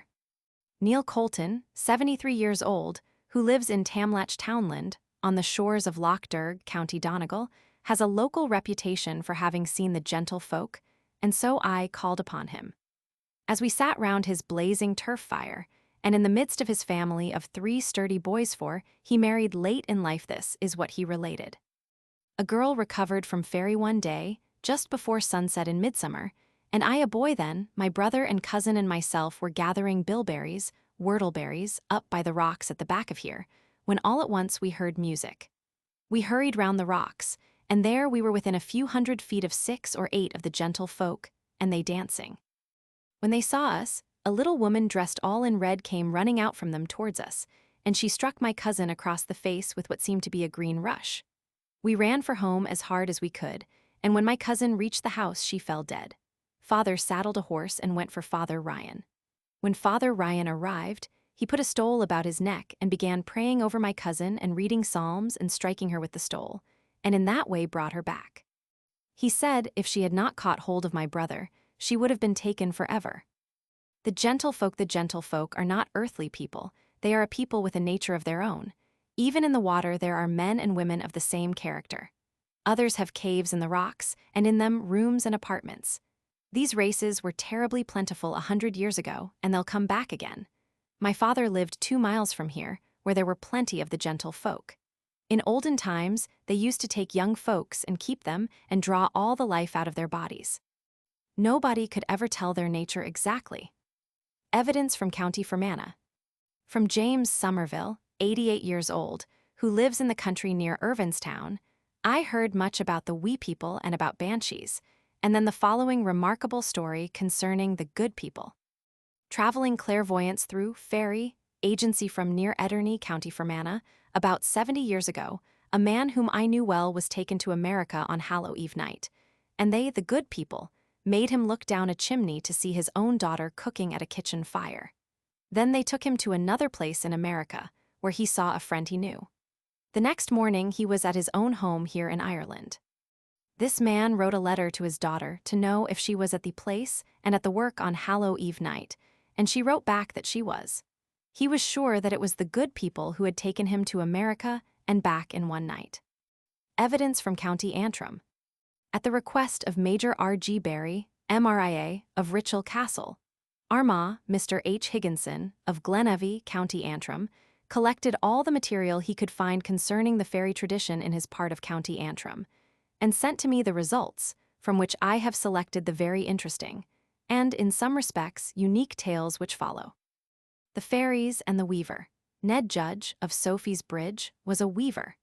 Every night after he went to bed the weaving started of itself, and when he arose in the morning, he would find the dressing which had been made ready for weaving so broken and entangled that it took him hours to put it right. Yet with all this drawback he got no poorer, because the fairies left him plenty of household necessaries, and whenever he sold a web, he always received treble the amount bargained for. Meeting 2 regiments of them William Megory, of Ballindury, as his daughter who is married to James Megory, J.P., told me, was one night going to Crumlin on horseback for a doctor, when after passing through Glenavy, he met just opposite the vicarage 2 regiments of them, the fairies, coming along the road towards Glenavy. One regiment was dressed in red and one in blue or green uniform.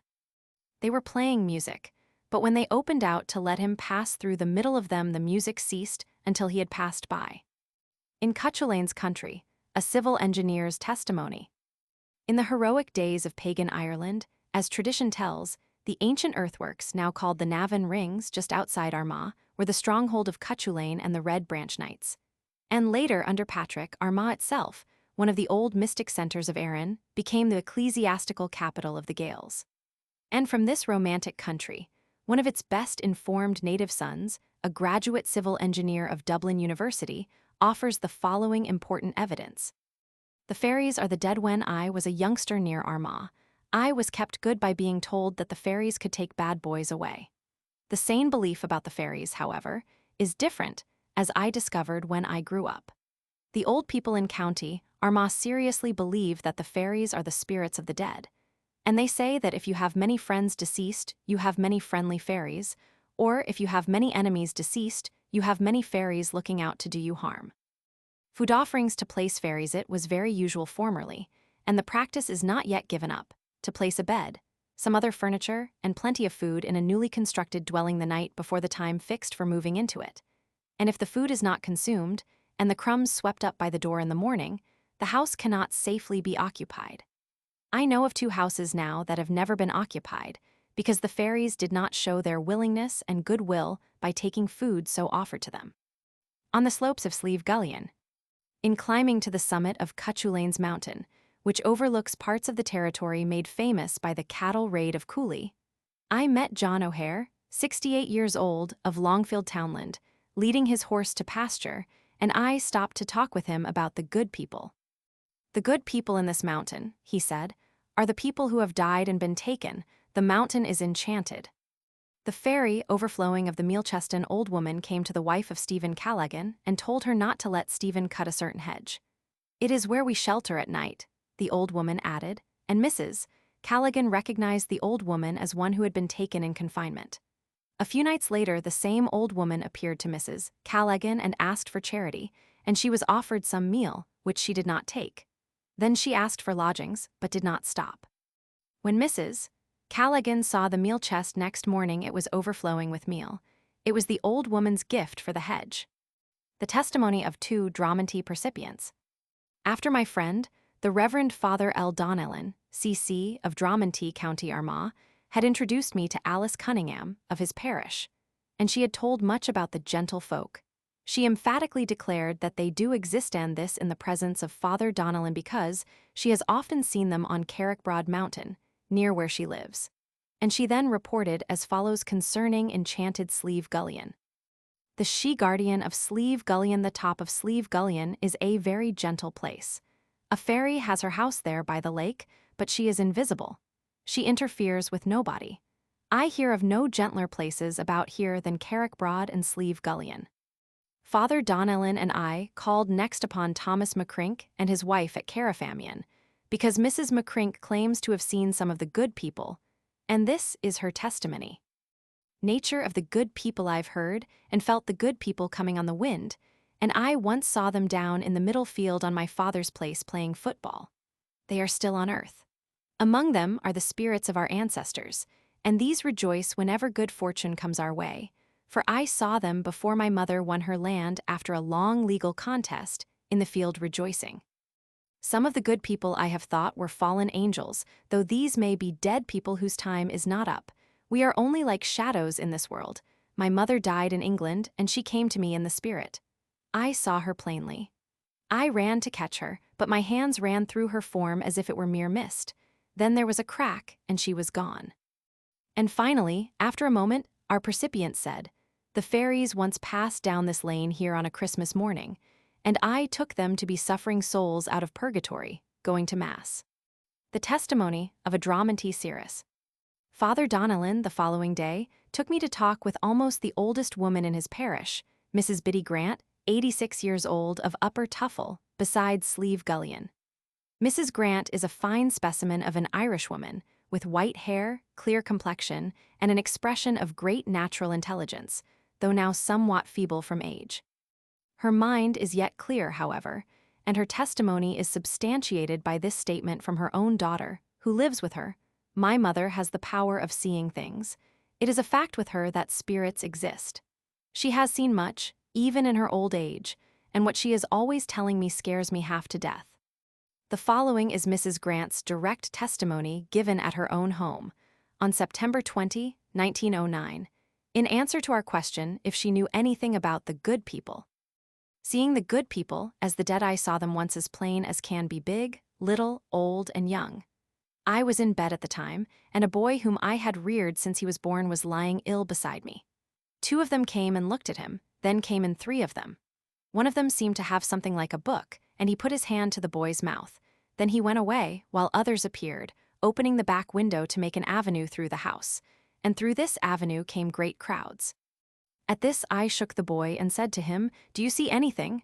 "No," he said, but as I made him look a second time, he said, "I do." After that he got well. These good people were the spirits of our dead friends, but I could not recognize them. I have often seen them that way while in my bed. Many women are among them. I once touched a boy of theirs, and he was just like feathers in my hand. There was no substance in him, and I knew he wasn't a living being. I don't know where they live. I've heard they live in the Carrige rocks. Many a time I've heard of their taking people or leading them astray. They can't live far away when they come to me in such a rush. They are as big as we are. I think these fairy people are all through this country and in the mountains. An apparition of a she-woman at a wake. I went out of doors at midnight and saw a woman running up and down the field with a strange light in her hand. I called out my daughter, but she saw nothing, though all the time the woman dressed in white was in the field, shaking the light and running back and forth as fast as you could wink. I thought the woman might be the spirit of Nancy Frink, but I was not sure. Cf. pp. 60 ff. 83, 155, 215. Evidence from Lochgore, County Limerick. One of the most interesting parts of Ireland for the archaeologist, and for the folklorist alike, is the territory immediately surrounding Lochgore, County Limerick. Shut in for the most part from the outer world by a circle of low-lying hills on whose summits fairy goddesses yet dwell invisibly. This region, famous for its numerous and well-preserved cromlechs, dolmens, menhirs, and tumuli, and for the rare folk traditions current among its peasantry, has long been popularly regarded as a sort of otherworld preserve haunted by fairy beings, who dwell both in its waters and on its land. There seems to be no reasonable doubt that in pre-Christian times the Lochgore country was a very sacred spot, a mystic center for pilgrimages and for the celebration of Celtic religious rites, including those of initiation. The loch is still enchanted, but once in 7 years the spell passes off it, and it then appears like dry land to anyone that is fortunate enough to behold it. At such a time of disenchantment, a tree is seen growing up through the lake bottom, a tree like the strange world tree of Scandinavian myth. The tree is covered with a green cloth, and under it sits the lake's guardian, a woman knitting. The peasantry about Lochgore still believe that beneath its waters there is one of the chief entrances in Ireland to Turnanog, the land of youth, the fairy realm. And when a child is stolen by the Munster fairies, Lochgore is conjectured to be the place of its unearthly transmutation from the human to the fairy state. To my friend, Count John de Sales of Balliol College, I am indebted for the following legendary material, collected by him on the fairy-haunted Lochgore estate, his ancestral home, and annotated by the Reverend J.F. Lynch, one of the best-informed antiquarians living in that part of South Ireland. The fairy goddesses, Ain and Fennel or Finnan. There are 2 hills near Lochgore upon whose summits sacrifices and sacred rites used to be celebrated according to living tradition. One, about 3 miles southwest of the lake, is called Knock Ain, Ain or Ain being the name of an ancient Irish goddess, derived from an bright. The other, the highest hill on the lake shores, is called Knock Fennel or Hill of the goddess Fennel, from Finnan or Finnan, a form of Finn, white. The peasantry of the region call Ain one of the good people, and they say that Fennel, apparently her sister goddess or a variant of herself, lived on the top of Knock Fennel, termed Finnan in a state paper dated 1200. The ferry boat race. Different old peasants have told me that on clear, calm moonlight nights in summer, ferry boats appear racing across Lochgore. The boats come from the eastern side of the lake, and when they have arrived at Garrod Island, where the Desmond Castle lies in ruins, they vanish behind Knock Adoon. There are 4 of these phantom boats, and in each there are 2 men rowing and a woman steering. No sound is heard, though the seer can see the weird silvery splash of the oars and the churning of the water at the bows of the boats as they shoot along. It is evident that they are racing, because one boat gets ahead of the others, and all the rowers can be seen straining at the oars. Boats and occupants seem to be transparent, and you cannot see exactly what their nature is. One old peasant told me that it is the shining brightness of the clothes on the phantom rowers and on the women who steer which makes them visible. Another man, who is about 40 years of age, and as far as I know of good habits, assures me that he also has seen this ferry boat race, and that it can still be seen at the proper season. The Beantig, the fairy housekeeper of the enchanted submerged castle of the Earl of Desmond, is supposed to appear sitting on an ancient earthen monument shaped like a great chair and hence called Suidheachin, the housekeeper's little seat, on Knock Adoon, hill of the fort, which juts out into the loch. The Beantig, as I have heard an old peasant tell the tale, was once asleep on her seat when the Buachaline or little herd boy stole her golden comb.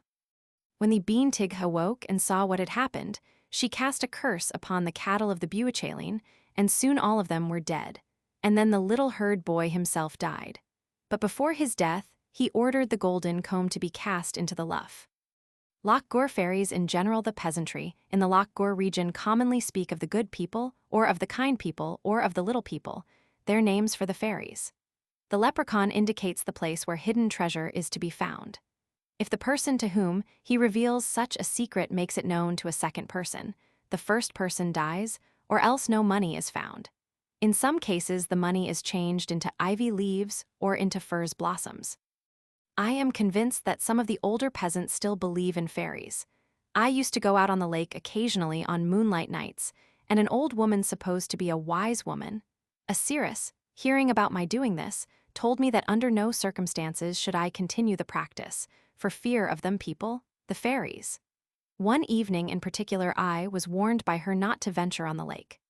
She solemnly asserted that the powers of darkness were then abroad, and that it would be misfortune for me to be in their path.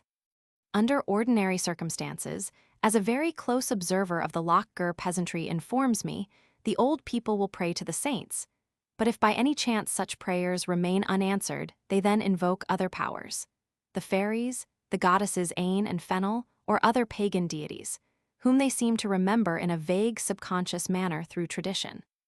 Testimony from a county Kerry-seer. To another of my fellow students in Oxford, a native Irishman of County Kerry, I am indebted for the following evidence. A collective vision of spiritual beings some few weeks before Christmas, 1910, at midnight on a very dark night, I and another young man, who like myself was then about 23 years of age, were on horseback on our way home from Limerick. When near Listowel, we noticed a light about half a mile ahead. At first it seemed to be no more than a light in some house, but as we came nearer to it and it was passing out of our direct line of vision, we saw that it was moving up and down, to and fro, diminishing to a spark, then expanding into a yellow luminous flame. Before we came to Listowel, we noticed two lights, about 100 yards to our right, resembling the light seen first. Suddenly each of these lights expanded into the same sort of yellow luminous flame, about 6 feet high by 4 feet broad. In the midst of each flame, we saw a radiant being having human form. Presently the lights moved toward one another and made contact, whereupon the two beings in them were seen to be walking side by side.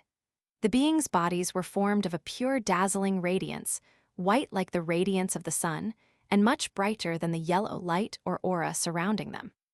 So dazzling was the radiance, like a halo, round their heads that we could not distinguish the countenances of the beings. We could only distinguish the general shape of their bodies, though their heads were very clearly outlined because this halo-like radiance, which was the brightest light about them, seemed to radiate from or rest upon the head of each being. As we traveled on, a house intervened between us and the lights, and we saw no more of them. It was the first time we had ever seen such phenomena, and in our hurry to get home we were not wise enough to stop and make further examination. But ever since that night I have frequently seen, both in Ireland and in England, similar lights with spiritual beings in them. Cf. pp. 60 ff. 77 133 155 215 483. Reality of the spiritual world. Like my companion, who saw all that I saw of the first three lights, I formerly had always been a skeptic as to the existence of spirits.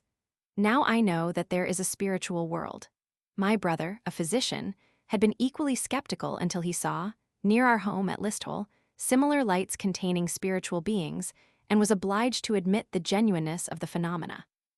In whatever country we may be, I believe that we are forever immersed in the spiritual world, but most of us cannot perceive it on account of the unrefined nature of our physical bodies. Through meditation and psychical training, one can come to see the spiritual world and its beings. We pass into the spirit realm at death and come back into the human world at birth, and we continue to reincarnate until we have overcome all earthly desires and mortal appetites. Then the higher life is open to our consciousness, and we cease to be human, we become divine beings. Recorded in Oxford, England, August 12, 1911. Roman 3, in Scotland. Introduction by Alexander Carmichael, Hun, LL.D., of the University of Edinburgh, author of Carmina Gaedlica. The belief in fairies was once common throughout Scotland, Highland, and Lowland. It is now much less prevalent even in the Highlands and Islands, where such beliefs linger longer than they do in the Lowlands. But it still lives among the old people, and is privately entertained here and there, even among younger people. And some who hold the belief declare that they themselves have seen fairies. Various theories have been advanced as to the origin of fairies and as to the belief in them. The most concrete form in which the belief has been urged has been by the Reverend Robert Kirk, minister of Aberfoyle, in Perthshire. Another theory of the origin of fairies I took down in the island of Mynglaid, and, though I have given it in Carmina Gaedlica, it is sufficiently interesting to be quoted here. During October 1871, Roderick MacNeill, known as Ruaraid Mac Domhuil, then 92 years of age, told it in Gaelic to the late J.F. Campbell of Islay and the writer when they were storm-stayed in the precipitous island of Mynglaid, Barra. The proud angel fomented a rebellion among the angels of heaven, where he had been a leading light. He declared that he would go and found a kingdom for himself. When going out at the door of heaven, the proud angel brought prickly lightning and biting lightning out of the doorstep with his heels. Many angels followed him, so many that at last the son called out, "Father, Father, the city is being emptied." Whereupon the father ordered that the gates of heaven and the gates of hell should be closed. This was instantly done. And those who were in, and those who were out, while the hosts who had left heaven and had not reached hell flew into the holes of the earth, like the stormy petrels. These are the fairy folk ever since doomed to live under the ground, and only allowed to emerge where and when the king permits.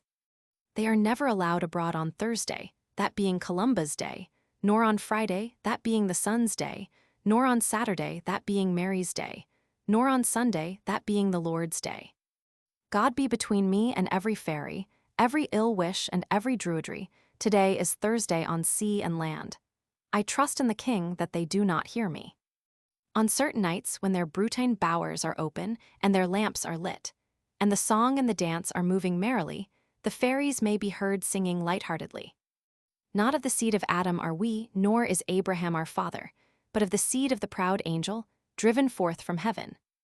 The fairies entered largely into the lives and into the folklore of the Highland people, and the following examples of things named after the fairies indicate the manner in which the fairies dominated the minds of the people of Gaeldom Tain Sith. Fairy fire, ignis fatuus, brica sith, fairy marks, livid spots appearing on the faces of the dead or dying. Marcatched shith, fairy riding, paralysis of the spine in animals, alleged to be brought on by the fairy mouse riding across the backs of animals while they are lying down. Piobshith, fairy pipe or elfin pipe, generally found in ancient underground houses, Myron na emene scythe, the thimble of the fairy woman, the foxglove lion na emene scythe, lint of the fairy woman, fairy flax, said to be beneficial in certain illnesses. And curachin na emene scythe, coracle of the fairy woman, the shell of the blue valilla. In place names Sith fairy is common. Glenshee in Perthshire is said to have been full of fairies, but the screech of the steam whistle frightened them underground. There is scarcely a district of the Highlands without its fairy knoll, generally the greenest hillock in the place. The black chanter of Clan Chattan is said to have been given to a famous Macpherson piper by a fairy woman who loved him, and the MACNEIL'S have a flag said to have been given to a Mackay by a fairy sweetheart. The well-known fairy flag of Dunvegan is said to have been given to a MacLeod of MacLeod by a fairy woman, and the Macromans of Bororaigue, pipers to the MacLeods of MacLeod, had a chanter called Sionsair Ergid na emene scythe, the silver chanter of the fairy woman. A family in North Uist is known as Dubsith, Black Fairy, from a tradition that the family had been familiar with the fairies in their secret flights and nightly migrations. Donald MacAlastair, 79 years of age, crofter, Druimaginier Iran, told me, in the year 1895, the following story in Gaelic. The fairies were dwelling in the knoll, and they had a near neighbor who used to visit them in their home. The man used to observe the ways of the fairies and to do as they did. The fairies took a journey upon them to go to Ireland, and the man took upon him to go with them. Every single fairy of them caught a ragwort and went astride it, and they were pell-mell, every knee of them across the Irish Ocean in an instant, and across the Irish Ocean was the man after them, astride a ragwort like one of themselves. A little wee tiny fairy shouted and asked were they all ready, and all the others replied that they were, and the little fairy called out, "My king at my head, going across in my haste, on the crests of the waves to Ireland." "Follow me," said the king of the fairies, and away they went across the Irish Ocean, every mother's son of them astride his ragwort. Macuga, cook, did not know on earth how he would return to his native land, but he leapt upon the ragwort as he saw the fairies do, and he called as he heard them call, and in an instant he was back in Erin. But he had got enough of the fairies on this trip itself, and he never went with them again. The fairies were wont to take away infants and their mothers, and many precautions were taken to safeguard them till purification and baptism took place, when the fairy power became ineffective.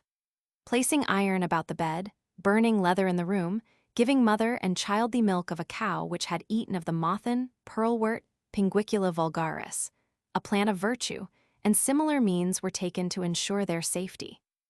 If the watching women neglected these precautions, the mother or child or both were spirited away to the fairy bower.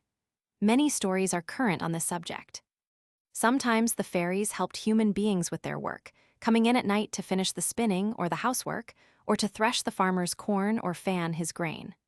On such occasions, they must not be molested nor interfered with, even in gratitude. If presented with a garment, they will go away and work no more. This method of getting rid of them is often resorted to, as it is not easy always to find work for them to do. MACNEIL Ewing na grújbuid, the slender woman of the green kirtle and of the yellow hair, is wise of head and deft of hand. She can convert the white water of the rill into rich red wine and the threads of the spiders into a tartan plaid. From the stalk of the fairy reed, she can bring the music of the lull of the peace and of the repose, however active the brain and lithe the limb, and she can rouse to mirth and merriment, and to the dance, men and women, however dolorous their condition. From the bower could be heard the pipe and the song and the voice of laughter as the fairies set, and reeled in the mazes of the dance. Sometimes a man hearing the merry music and seeing the wonderful light within would be tempted to go in and join them, but woe to him if he omitted to leave a piece of iron at the door of the bower on entering, for the cunning fairies would close the door, and the man would find no egress. There he would dance for years, but to him the years were as one day, while his wife and family mourned him as dead. The flint arrowheads so much prized by antiquarians are called in the Highlands Saghead Sith, fairy arrows. They are said to have been thrown by the fairies at the sons and daughters of men. The writer possesses one which was thrown at his own maidservant one night when she went to the peat stack for peats. She was aware of something whizzing through the silent air, passing through her hair, grazing her ear, and falling at her feet. Stooping in the bright moonlight, the girl picked up a fairy arrow. "But faith is dead, such things do not happen now," said a courteous informant. "If not quite dead, it is almost dead, hastened by the shifting of population, the establishment of means of communication, the influx of tourists, and the scorn of the more materialistic of the incomers and of the people themselves." Edinburgh, October 1910. Aberfoyle, the country of Robert Kirk.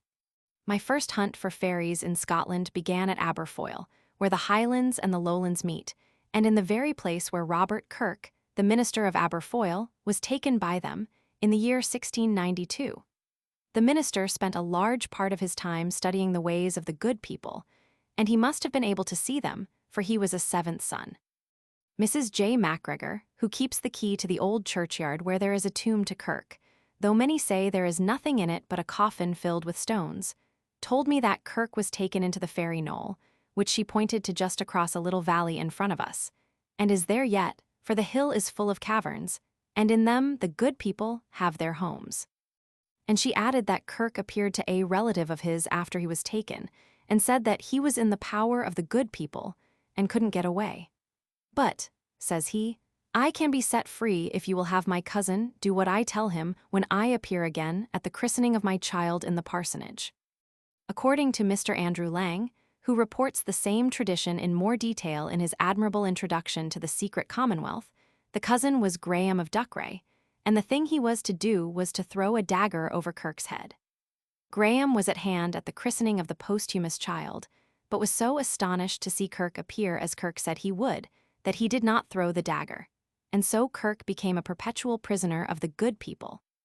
After having visited Kirk's tomb, I called on the Reverend William M.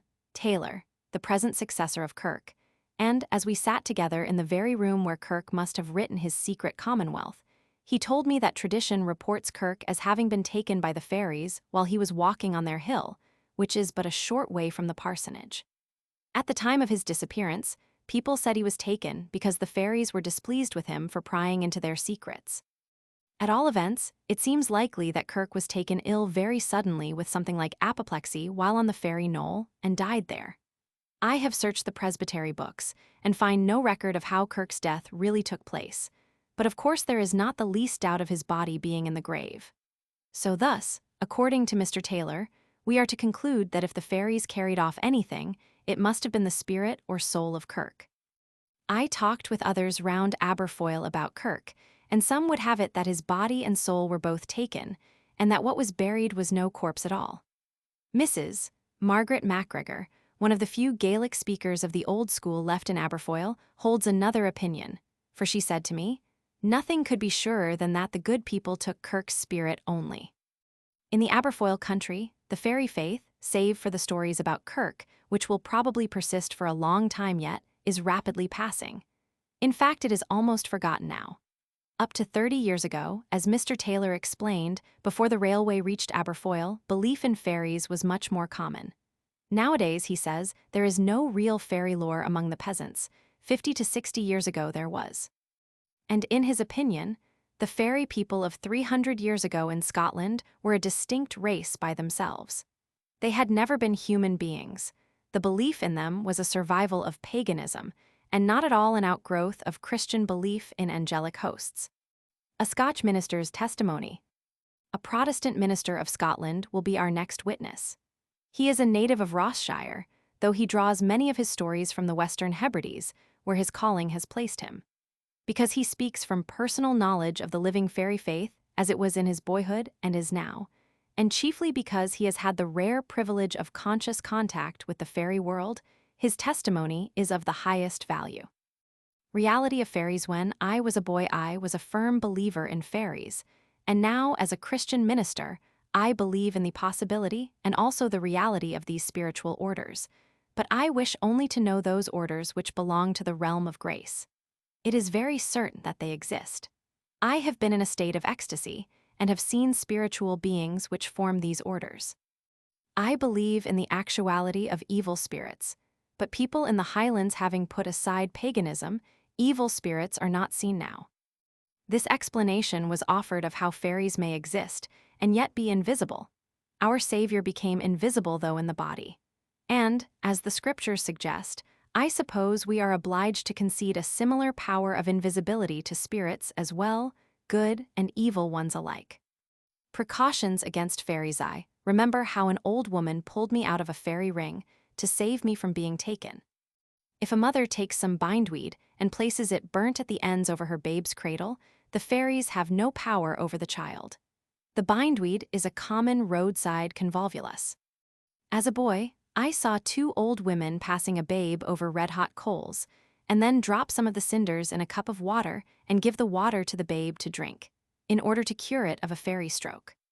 Fairy fights on Halloween. It is a common belief now that on Halloween the fairies, or the fairy hosts, have fights. Lichens on rocks after there has been a frost get yellowish red, and then when they thaw and the moisture spreads out from them, the rocks are a bright red, and this bright red is said to be the blood of the fairies after one of their battles. Fairies and the humpback. The following story by the present witness is curious, for it is the same story of a humpback which is so widespread. The fact that in Scotland the hump is removed or added by fairies, as it is in Ireland, in Cornwall by pixies, and in Brittany by Corrigans, goes far to prove the essential identity of these three orders of beings. The story comes from one of the remote Western Hebrides, Benbecula. A man who was a humpback once met the fairies dancing and danced with their queen, and he sang with them Monday, Tuesday, Wednesday, so well that they took off his hump, and he returned home a straight-bodied man. Then a tailor went past the same place and was also admitted by the fairies to their dance. He caught the fairy queen by the waist, and she resented his familiarity. And in singing, he added Thursday to their song and spoilt it.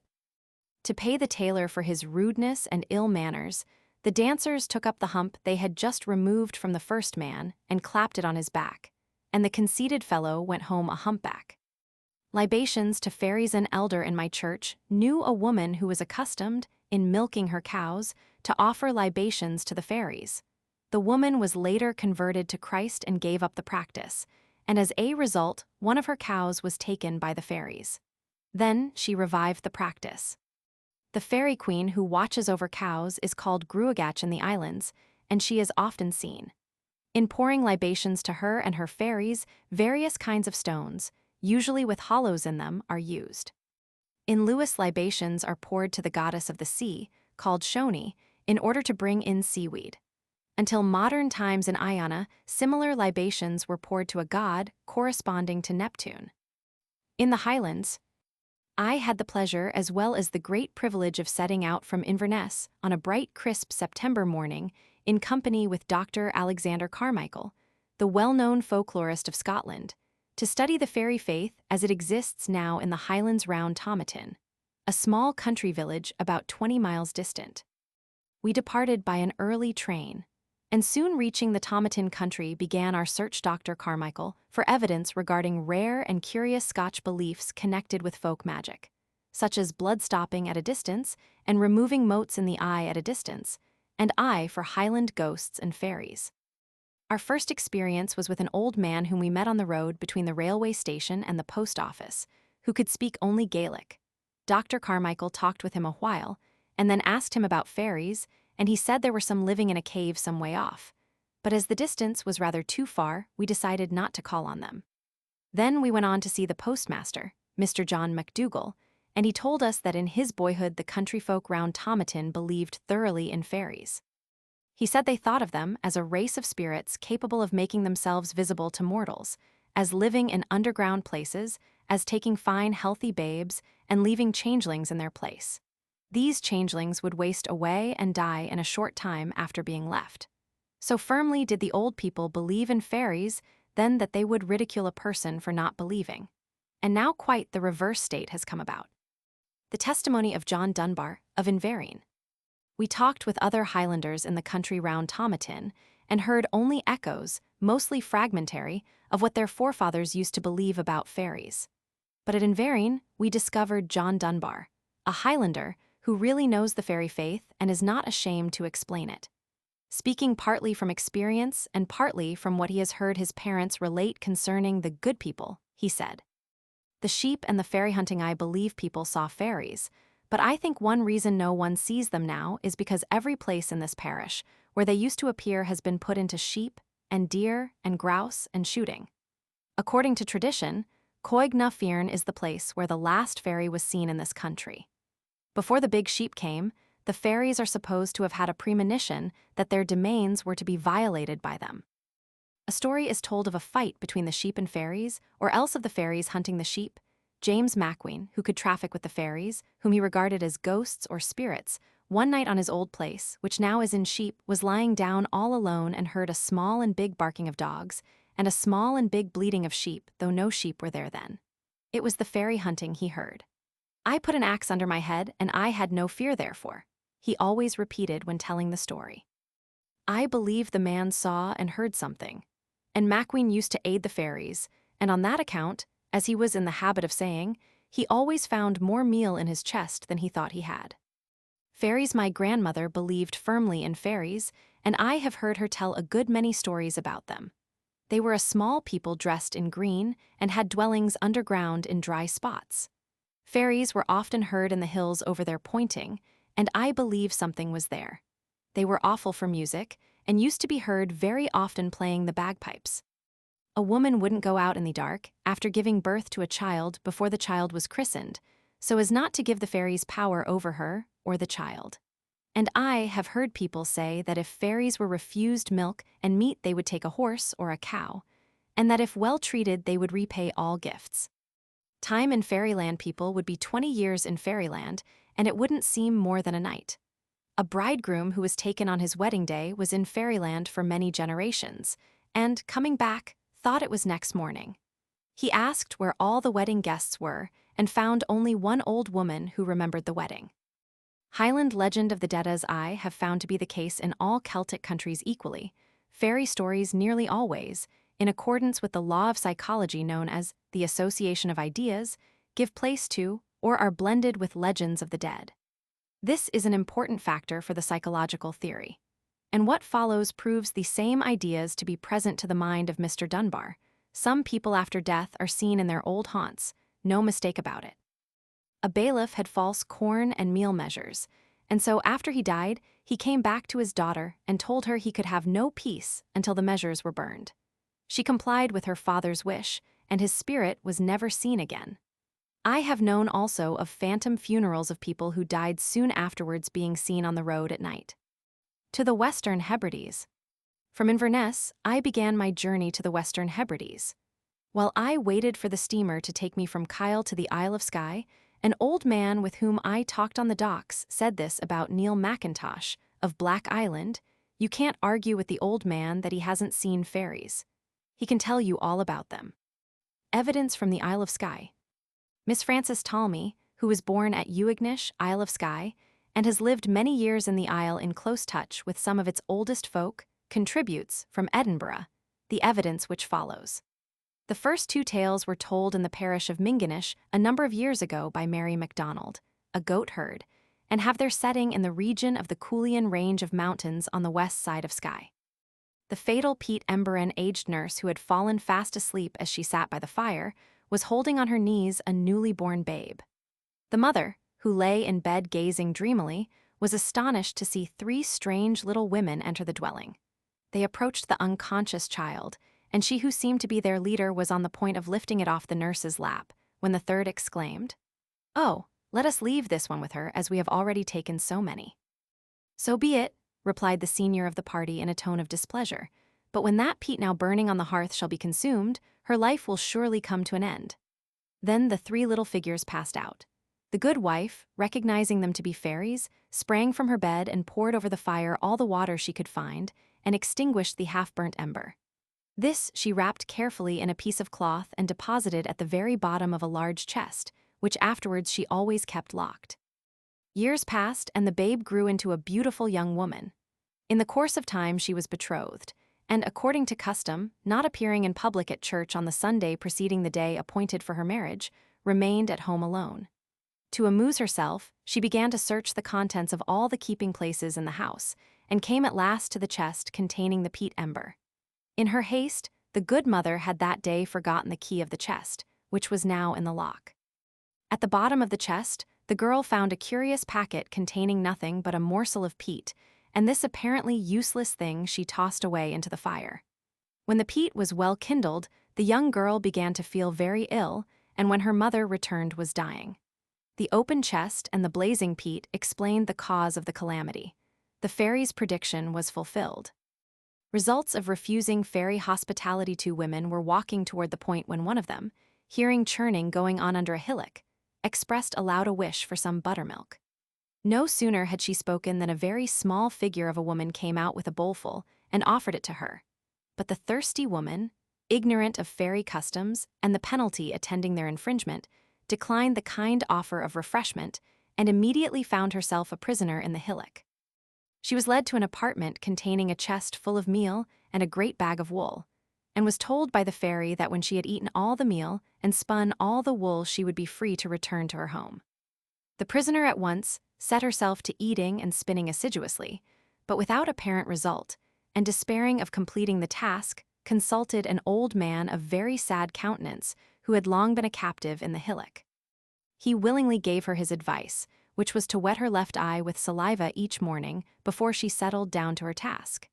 She followed this advice, and gradually the wool and the meal were exhausted. Then the fairy granted her freedom, but in doing so cursed the old man and said that she had it in her power to keep him in the hillock forever. The fairies walking, fulling. At Ebost in Brackadale, an old woman was living in a little hut, with no companion save a wise cat. As we talked, she expressed her wonder that no fairies are ever seen or heard nowadays. She could remember hearing her father tell how he, when a herd boy, had heard the fairies singing a walking song in Dunostale, an ancient and ruined round tower in the parish of Duirinish, and not far from Hellevel Emhor, Great, and Hellevel Beagles, two hills occasionally alluded to as MacLeod's Tables. The youth was lying on the grass-grown summit of the ruin and heard them distinctly. As if with exultation, one voice took the verse, and then the whole company joined in the following chorus. Ho, furry, fairy fwarm, ho, fairy gin and clo, ho, well done, grand, ho, bravo the web. CARMICHAEL. This tale was related by Mr. Neil MacLeod, the Bard of Skye. Colin was a gentleman of Clan Campbell in Perthshire, who was married to a beautiful maiden whom the fairies carried off on her marriage day, and on whom they cast a spell which rendered her invisible for a day and a year. She came regularly every day to milk the cows of her sorrowing husband, and sang sweetly to them while she milked, but he never once had the pleasure of beholding her, though he could hear perfectly what she sang. At the expiry of the year she was, to his great joy, restored to him. Fairy legend of the MacLeod family. There is a legend told of the MacLeod family. Soon after the heir of the MacLeods was born, a beautiful woman in wonderful raiment, who was a fairy woman or banshee. There were joyous as well as mourning banshees, appeared at the castle, and went directly to the babe's cradle. She took up the babe and chanted over it a series of verses, and each verse had its own melody. The verses foretold the future manhood of the young child, and acted as a protective charm over its life. Then she put the babe back into its cradle, and, going out, disappeared across the moorlands. For many generations, it was a custom in the MacLeod family that whoever was the nurse of the heir must sing those verses as the fairy woman had sung them.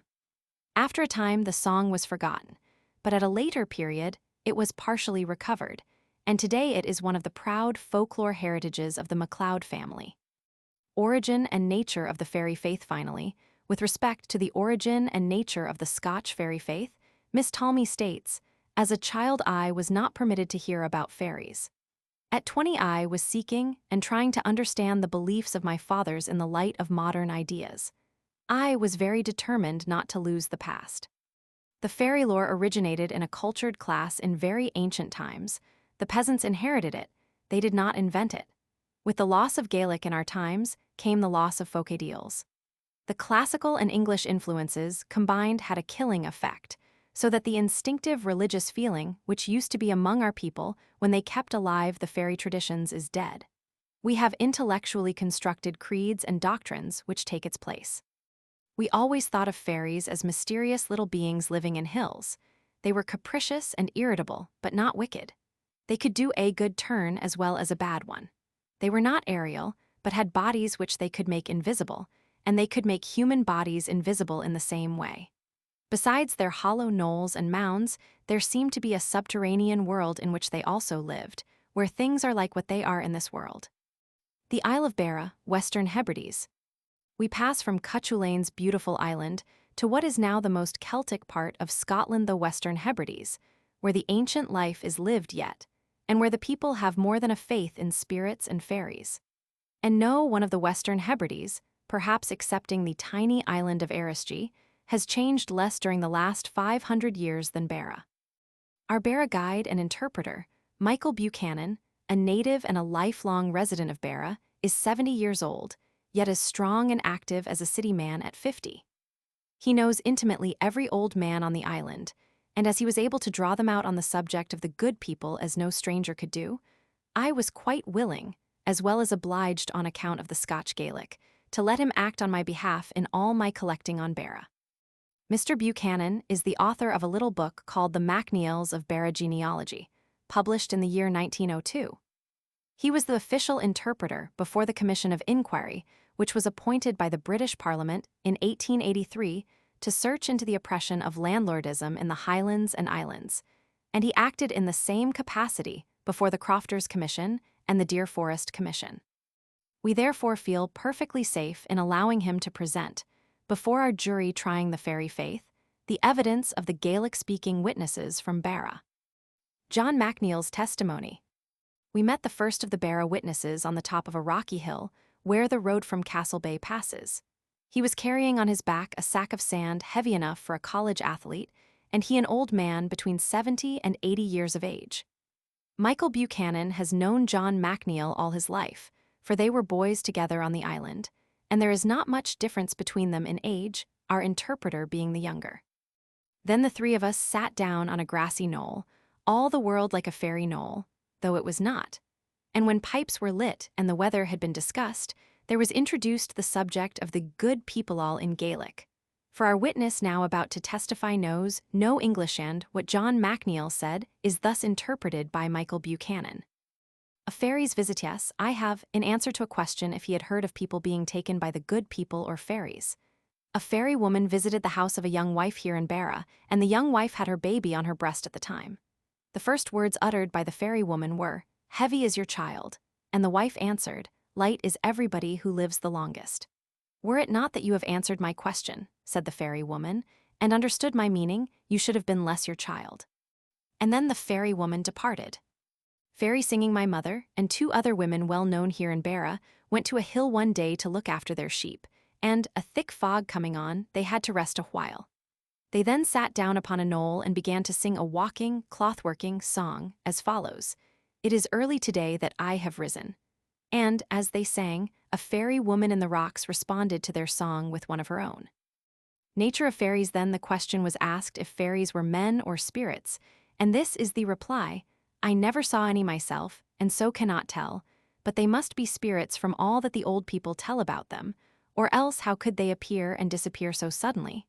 The old people said they didn't know if fairies were flesh and blood or spirits. They saw them as men of more diminutive stature than our race. I heard my father say that fairies used to come and speak to natural people, and then vanish while one was looking at them.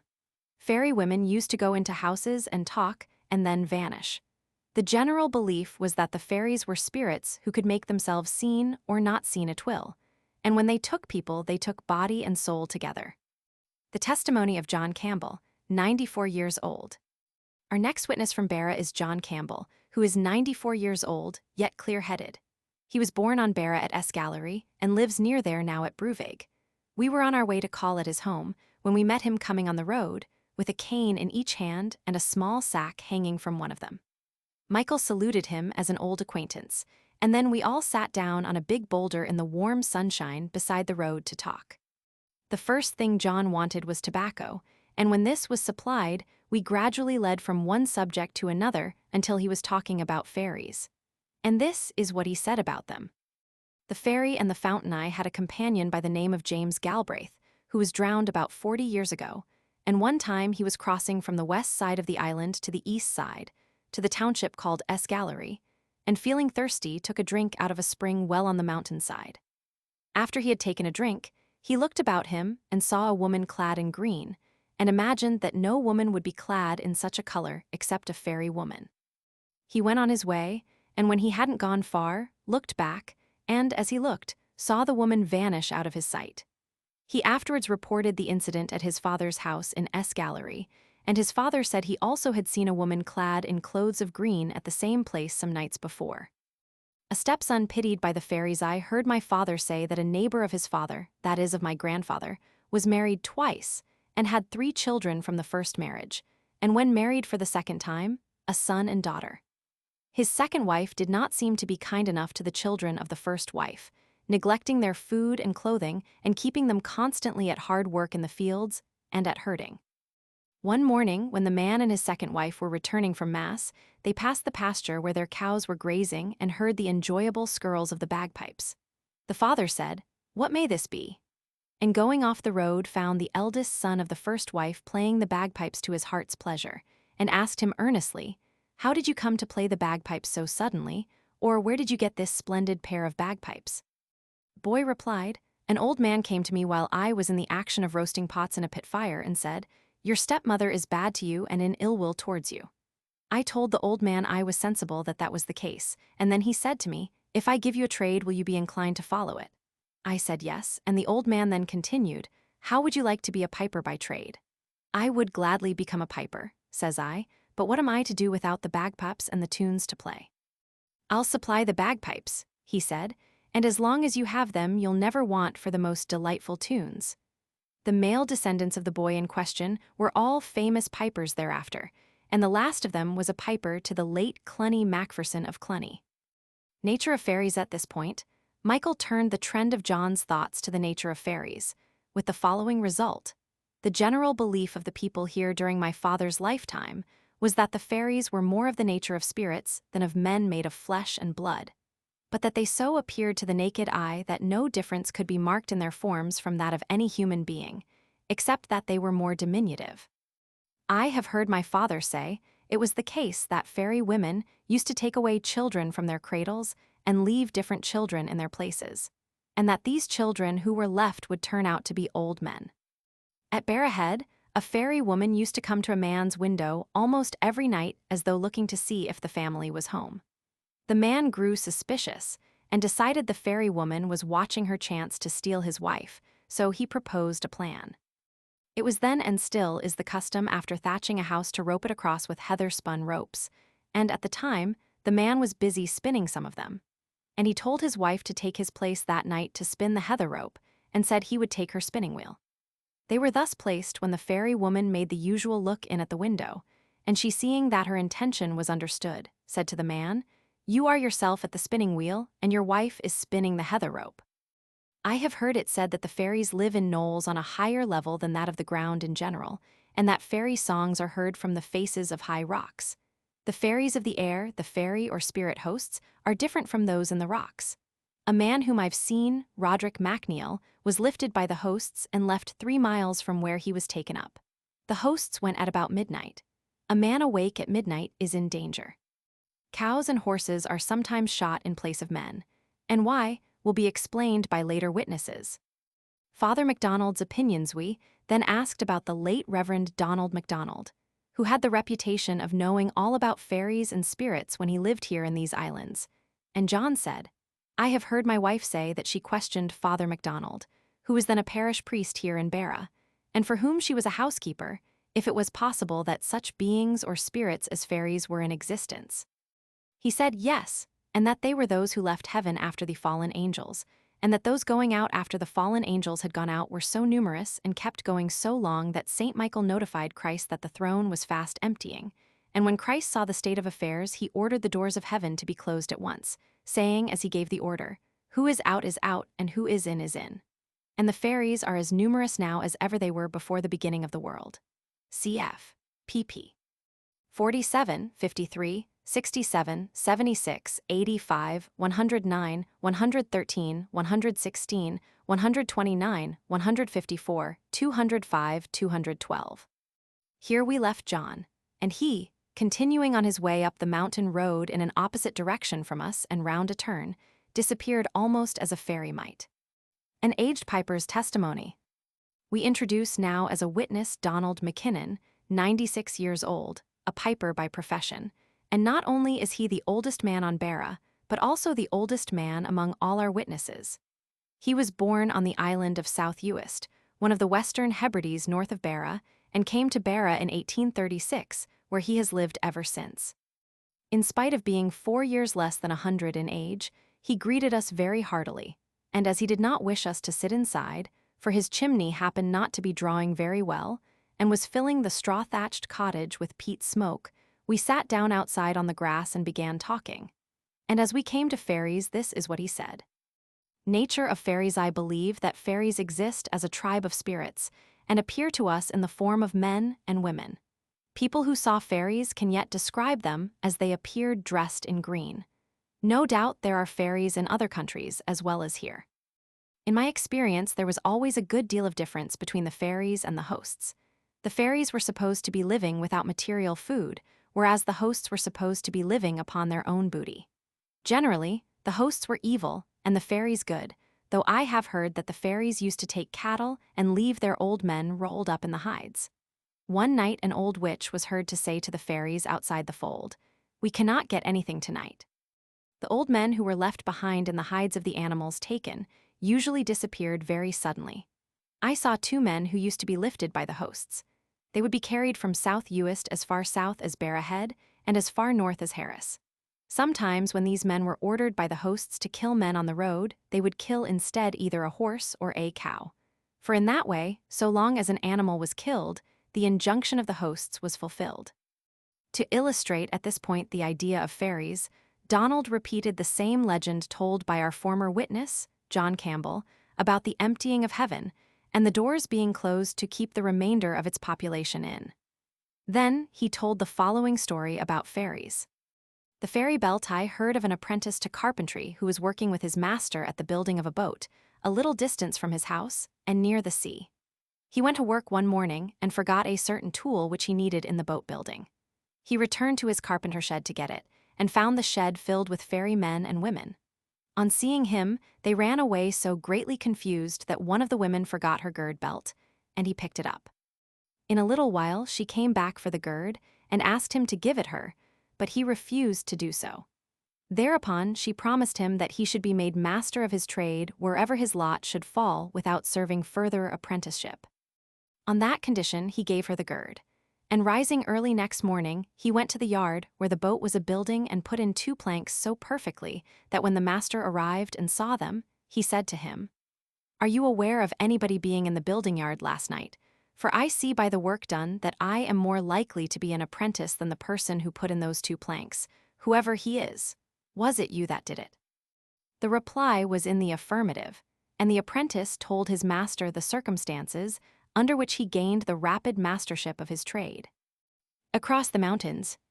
It was nearing sunset now, and a long mountain climb was ahead of us, and one more visit that evening, before we should begin our return to Castle Bay, and so after this story we said a hearty goodbye to Donald, with regret at leaving him. When we reached the mountainside, one of the rarest of BRAZ sights greeted us. To the north and south in the golden glow of a September twilight, we saw the long line of the outer Hebrides like the rocky backbone of some submerged continent.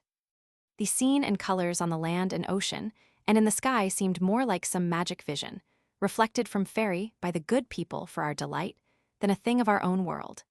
Never was air clearer or sea calmer, nor could there be air sweeter than that in the mystic mountain stillness holding the perfume of millions of tiny blossoms of purple and white heather. And as the last honeybees were leaving the beautiful blossoms, their humming came to our ears like low, strange music from fairyland. Marion MacLean of Barra, and her testimony. Our next witness to testify is a direct descendant of the ancient MACNEIL'S of Barra.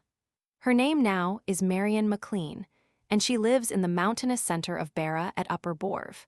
She is many years younger than the men who have testified, and one of the most industrious women on the island.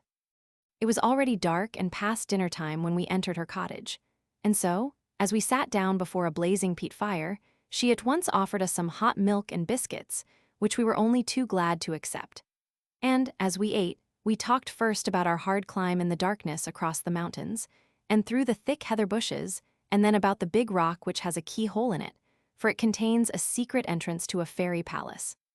We had examined it in the twilight as we came through the mountain pass which it guards, and my guide Michael had assured me that more than one islander, crossing at the hour we were, had seen some of the fairies near it.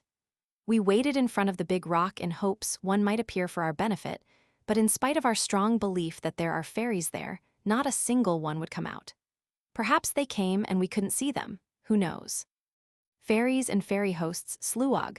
"Oh yes," Marion said, as she heard Michael and myself talking over our hot milk, "there are fairies there, for I was told that the pass was a notable fairy haunt."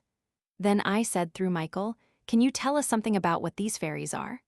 And from that time, save for a few interruptions natural in conversation, we listened and Marion talked and told stories as follows. Generally, the fairies are to be seen after or about sunset and walk on the ground as we do, whereas the hosts travel in the air above places inhabited by people. The hosts used to go after the fall of night, and more particularly about midnight.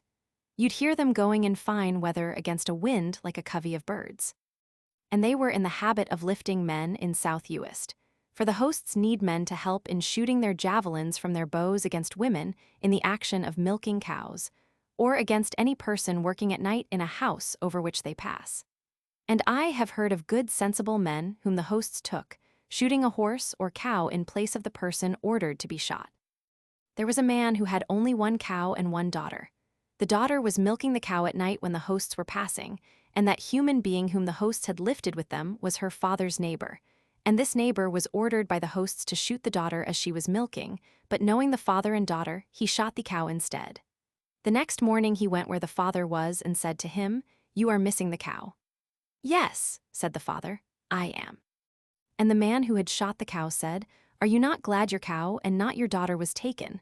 For I was ordered to shoot your daughter and I shot your cow in order to show blood on my arrow." "I am very glad of what you have done if that was the case," the father replied. "It was the case," the neighbor said. "My father and grandfather knew a man who was carried by the hosts from South Uist here to Barra. I understand when the hosts take away earthly men, they require another man to help them. But the hosts must be spirits. My opinion is that they are both spirits of the dead and other spirits not the dead. A child was taken by the hosts and returned after 1 night and 1 day, and found at the back of the house with the palms of its hands in the holes in the wall, and with no life in its body. It was dead in the spirit, It is believed that when people are dropped from a great height by the hosts, they are killed by the fall. As to fairies, my firm opinion is that they are spirits who appear in the shape of human beings. The question was now asked whether the fairies were anything like the dead, and Marian hesitated about answering. She thought they were like the dead, but not to be identified with them. The fallen angel idea concerning fairies was an obstacle she could not pass, for she said, when the fallen angels were cast out of heaven, God commanded them thus: "You will go to take up your abodes in crevices, under the earth, in mounds, or soil, or rocks." And according to this command, they have been condemned to inhabit the places named for a certain period of time. And when it is expired before the consummation of the world, they will be seen as numerous as ever. Now we heard two good stories, the first about fairy women spinning for a mortal, the second about a wonderful changeling who was a magic musician.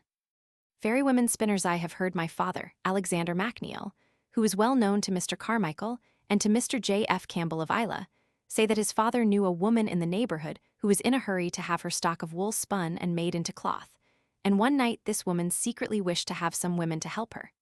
So the following morning there appeared at her house 6 or 7 fairy women in long green robes, all alike chanting, a wool card and a spinning wheel.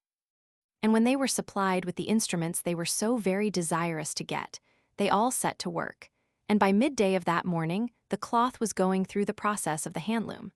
But they were not satisfied with finishing the work the woman had set before them, but asked for new employment. The woman had no more spinning or weaving to be done, and began to wonder how she was to get the women out of the house. So she went into her neighbor's house and informed him of her position in regard to the fairy women. The old man asked what they were saying. "They are earnestly petitioning for some work to do, and I have no more to give them," the woman replied. "Go you in," he said to her, "and tell them to spin the sand, and if then they do not move from your house, go out again and yell in at the door that Dunborv is in fire." The first plan had no effect, but immediately on hearing the cry, "Dunborv is in fire," the fairy women disappeared invisibly. And as they went, the woman heard the melancholy wail, "Dunborv is in fire, Dunborv is in fire, and what will become of our hammers and anvil?" For there was a smithy in the fairy dwelling. The tailor and the changeling there was a young wife of a young man who lived in the township of Allesdale, and the pair had just had their first child. One day the mother left her baby in its cradle to go out and do some shearing, and when she returned the child was crying in a most unusual fashion. She fed him as usual on porridge and milk, but he wasn't satisfied with what seemed to her enough for anyone of his age, yet every suspicion escaped her attention. As it happened, at the time there was a web of homemade cloth in the house waiting for the tailor. The tailor came and began to work up the cloth. As the woman was going out to her customary shearing operation, she warned the tailor if he heard the child continually crying not to pay much attention to it, adding she would attend to it when she came home, for she feared the child would delay him in his work. All went well till about noon, when the tailor observed the child rising up on its elbow and stretching its hand to a sort of shelf above the cradle, and taking down from it a yellow chanter.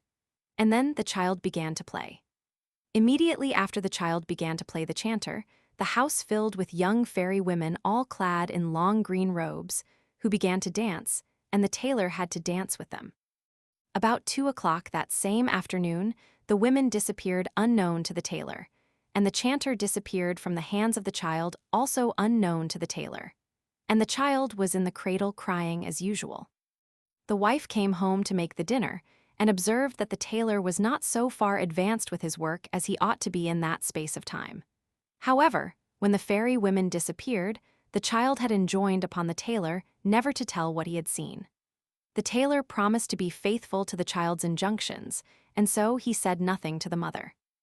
The second day the wife left for her occupation as usual, and told the tailor to be more attentive to his work than the day before.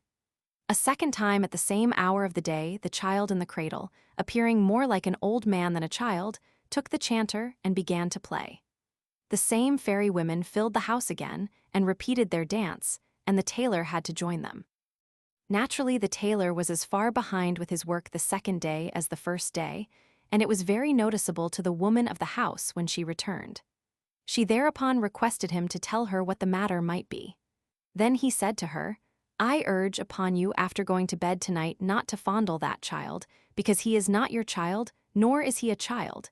He is an old fairy man. And tomorrow, at dead tide, go down to the shore and wrap him in your plaid and put him upon a rock and begin to pick that shellfish which is called limpet. And for your life, do not leave the shore until such a time as the tide will flow so high that you will scarcely be able to wade in to the main shore." The woman complied with the tailor's advice, and when she had waded to the main shore and stood there looking at the child on the rock, it cried to her, "You had a great need to do what you have done. Otherwise you'd have seen another ending of your turn, but blessing be to you and curses on your adviser." When the wife arrived home, her own natural child was in the cradle. The testimony of Murdoch MacLean. The husband of Marion MacLean had entered while the last stories were being told, and when they were ended the spirit was on him, and wishing to give his testimony he began. "Lachlan's fairy mistress, my grandmother, Catherine McKinney's, used to tell about a man named Lachlan, whom she knew, being in love with a fairy woman. The fairy woman made it a point to see Lachlan every night, and he being worn out with her began to fear her. Things got so bad at last that he decided to go to America to escape the fairy woman.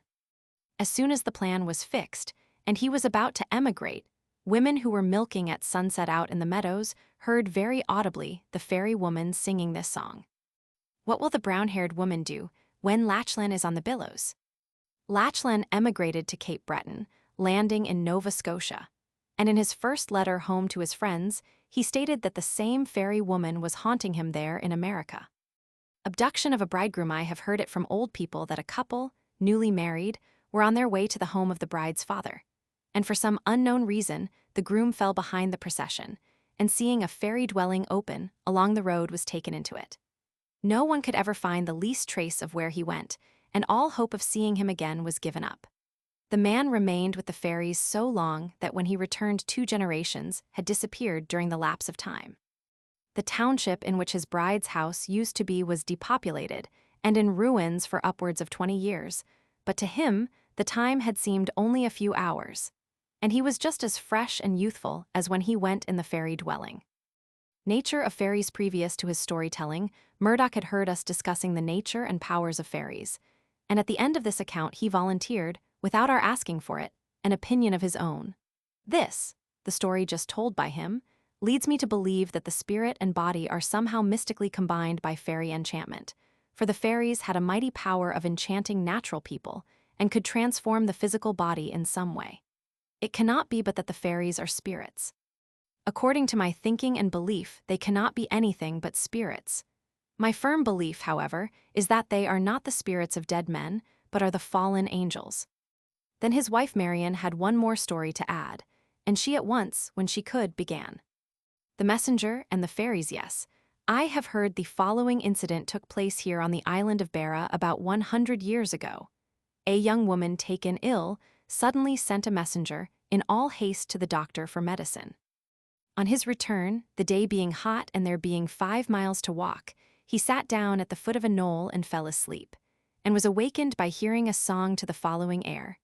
Ho, ho, ho, hi, ho, ho. Ill it becomes a messenger on an important message to sleep on the ground in the open air. And with this, for the hour was late and dark, and we were several miles from Castle Bay, we bade our good friends adieu, and began to hunt for a road out of the little mountain valley where Murdoch and Marion guard their cows and sheep. And all the way to the hotel Michael and I discussed the nature of fairies.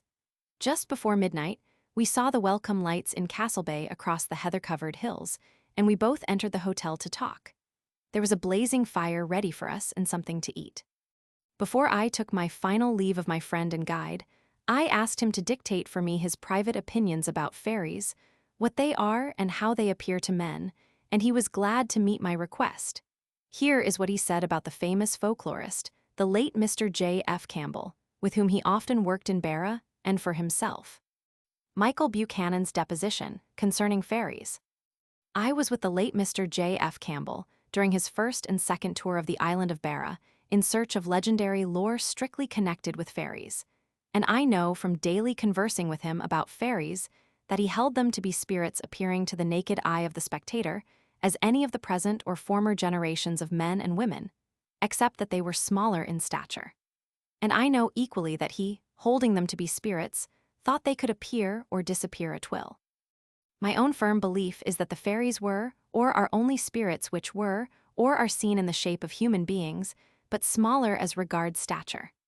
I also firmly believe in the existence of fairies as such, and accept the modern and ancient traditions respecting the ways and customs of various fairy tribes, such as John Mackinnon, the Old Piper, and John Campbell, and the MacLeans told us. And I therefore have no hesitation in agreeing with the views held by the late Mr. J.F. Campbell regarding fairies. The reciter's lament and their story.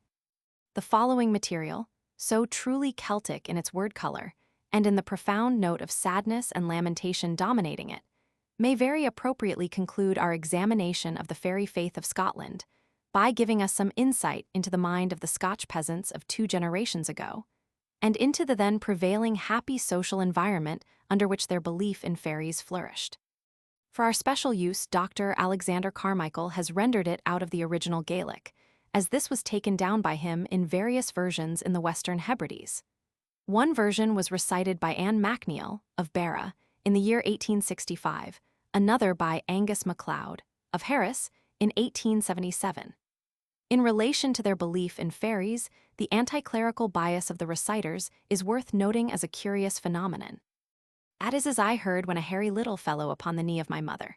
My mother was full of stories and songs of music and chanting. My 2 ears never heard musical fingers more preferable for me to hear than the chanting of my mother.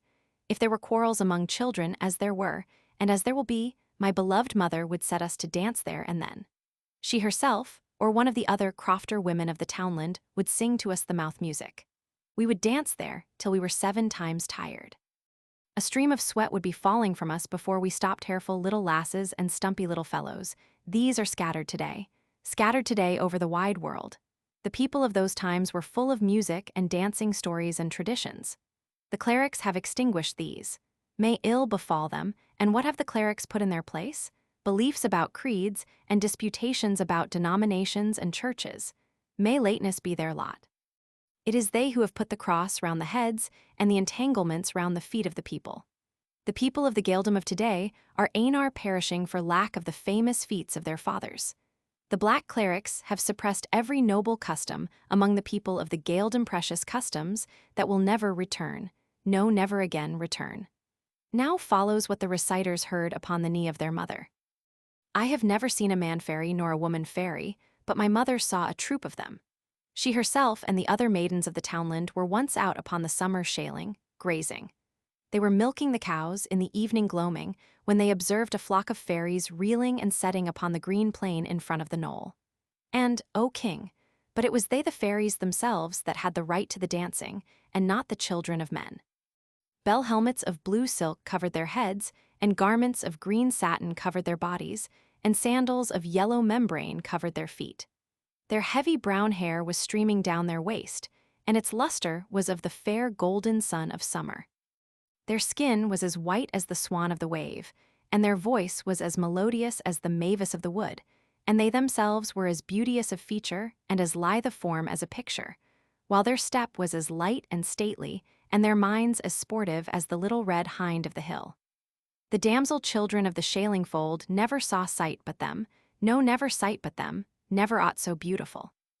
There is not a wave of prosperity upon the fairies of the knoll, no, not a wave. There is no growth nor increase, no death nor withering upon the fairies. Seed unfortunate they went away from the paradise with the one of the great pride. When the father commanded the doors closed down and up, the intermediate fairies had no alternative but to leap into the holes of the earth, where they are and where they will be.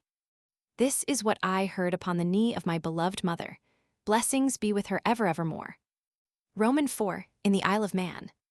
Introduction by Sophia Morrison, Hun, Secretary of the Manx Language Society.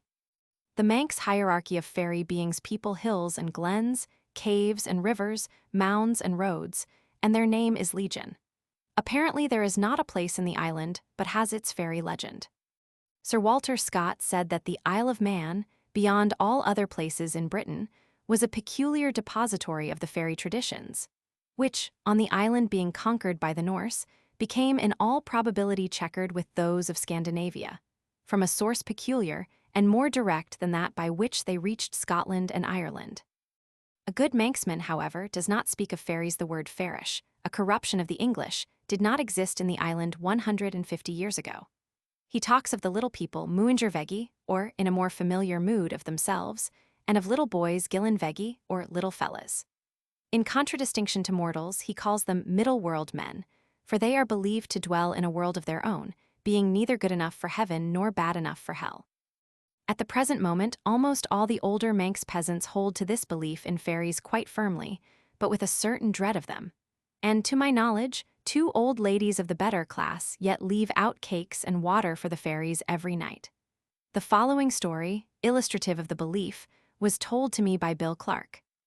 Once while I was fishing from a ledge of rocks that runs out into the sea at Evans-Wentz, a dense gray mist began to approach the land, and I thought I had best make for home while the footpath above the rocks was visible. When getting my things together, I heard what sounded like a lot of children coming out of school. I lifted my head, and behold ye, there was a fleet of fairy boats each side of the rock. Their riding lights were shining like little stars, and I heard one of the little fellas shout, "Hroghin bot as Irish broig, skedden die liuar ek in Muinger Sahlul show, chanel veg ain, poor times and dirty weather, and herring enough at the people of this world, nothing at us." Then they dropped off and went agate o' the flitters. Willie the fairy, as he is called, who lives at RHº, says he often hears the fairies singing and playing up the glen o' nights. I have heard him sing airs which he said he had thus learned from the little people. Again, there is a belief that at Ciel Moiri, Mary's church, near Glenmee, a little old woman in a red cloak is sometimes seen coming over the mountain towards the Ciel, ringing a bell just about the hour when church service begins. Ciel Moiri is one of the early little Celtic cells, probably of the 6th century, of which nothing remains but the foundations. And the following prayer, surviving to our own epoch, is most interesting. It shows, in fact, pure paganism, and we may judge from it that the ancient Manx people regarded Manannán, the great Tuatha De Danann god, in his true nature, as a spiritual being, a lord of the sea, and as belonging to the complex fairy hierarchy. This prayer was given to me by a Manx woman nearly 100 years old, who is still living. She said it had been used by her grandfather, and that her father prayed the same prayer substituting St. Patrick's name for Manannán's. Manannán beg mac y lair, fur vanny and Ellen, banny shin as nin modi, my gall mog as cheat stiag and y share lesh bio as maru, si vati. Little Manannán son of Lair, who blessed our island, bless us and our boat, well going out and better coming in with living and dead in the boat. It seems to me that no one of the various theories so far advanced accounts in itself for the fairy faith. There is always a missing factor, an unknown quantity which has yet to be discovered. No doubt the pygmy theory explains a good deal. In some countries, a tradition has been handed down of the times when there were races of diminutive men in existence, beings so small that their tiny hands could have used the flint arrowheads and scrapers, which are like toys to us. No such tradition exists at the present day in the Isle of Man, but one might have filtered down from the far-off ages and become innate in the folk memory, and now, unknown to the Manx peasant, may possibly suggest to his mind the troops of little people in the shadowy glen or on the lonely mountainside. Again, the rustling of the leaves or the sough of the wind may be heard by the peasant as strange and mysterious voices, or the trembling shadow of a bush may appear to him as an unearthly being. Natural facts, explainable by modern science, may easily remain dark mysteries to those who live quiet lives close to nature, far from sophisticated towns, and whose few years of schooling have left the depths of their being undisturbed, only, as it were, ruffling the shallows. But this is not enough. Even let it be granted that 9 out of every 10 cases of experiences with fairies can be analyzed and explained away, there remains the 10th. In this 10th case, one is obliged to admit that there is something at work which we do not understand, some force in play which, as yet, we know not. In spite of ourselves, we feel, there's powers that's in. These powers are not necessarily what the superstitious call supernatural. We realize now that there is nothing supernatural, that what used to be so called is simply something that we do not understand at present. Our forefathers would have thought the telephone, the X-rays, and wireless telegraphy things supernatural. It is more than possible that our descendants may make discoveries equally marvelous in the realms both of mind and matter, and that many things, which nowadays seem to the materialistically minded the creations of credulous fancy, may in the future be understood and recognized as part of the one great scheme of things. Some persons are certainly more susceptible than others to these unknown forces. Most people know reliable instances of telepathy and presentiment amongst their acquaintances. It seems not at all contrary to reason that both matter and mind, in knowledge of which we have not gone so very far after all, may exist in forms as yet entirely unknown to us. After all, beings with bodies and personalities different from our own may well inhabit the unseen world around us. The fairy hound, white as driven snow, may show himself at times among his mundane companions. Fenadiri may do the farm work for those whom he favors. The little people may sing and dance o' in Colby Glen.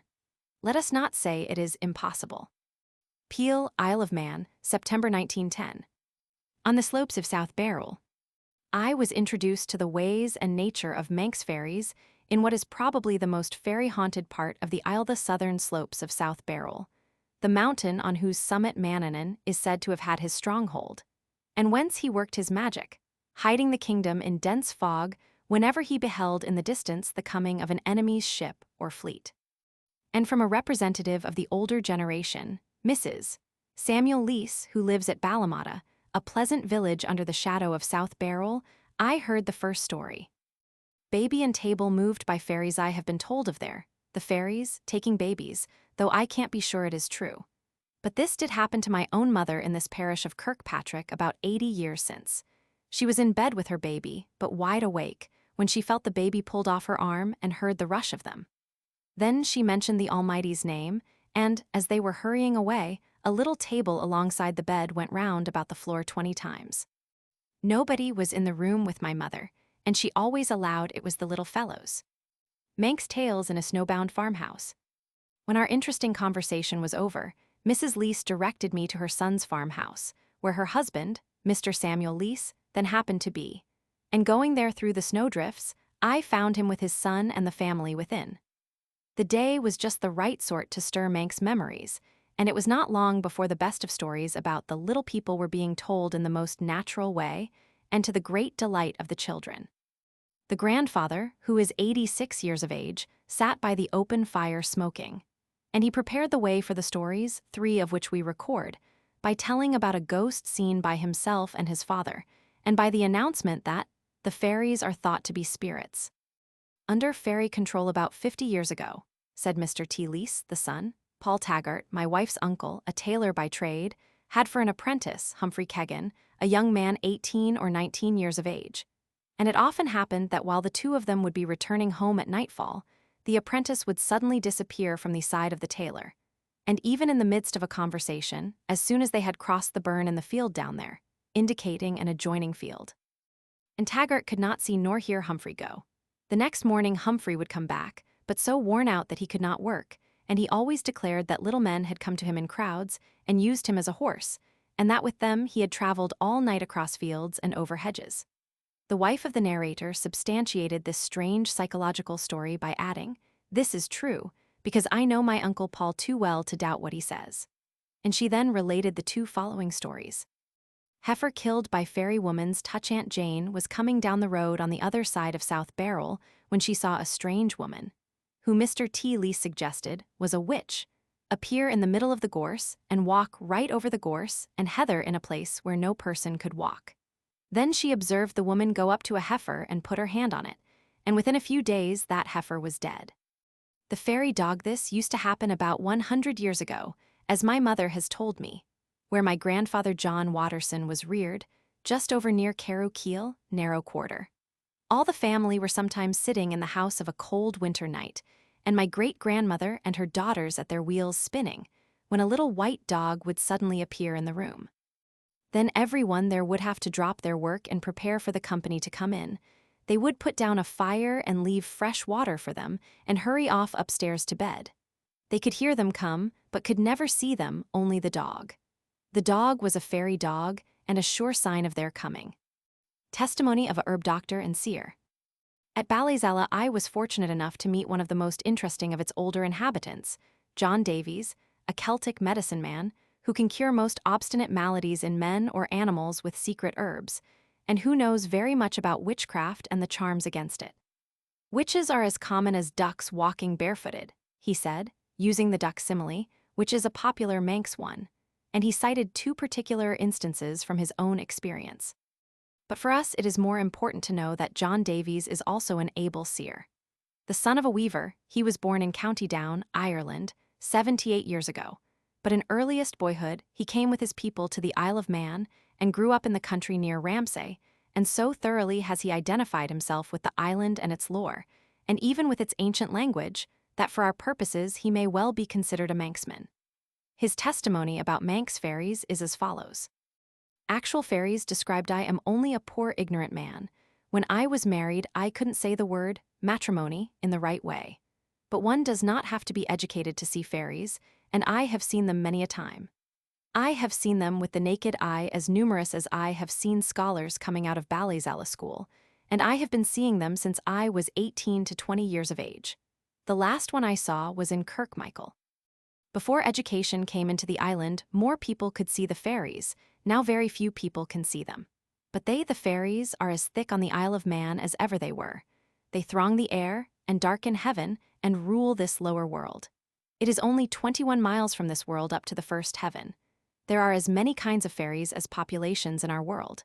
I have seen some who were about 2.5 feet high, and some who were as big as we are. I think very many such fairies as these last are the lost souls of the people who died before the flood. At the flood, all the world was drowned, but the spirit which God breathed into Adam will never be drowned or burned, and it is as much in the sea as on the land. Others of the fairies are evil spirits. Our Savior drove a legion of devils into a herd of swine. The swine were choked, but not the devils. You can't drown devils, it is spirits they are, and just like a shadow on the wall. I here asked about the personal aspects of most fairies of human size, and my friend said, they appear to me in the same dress as in the days when they lived here on earth.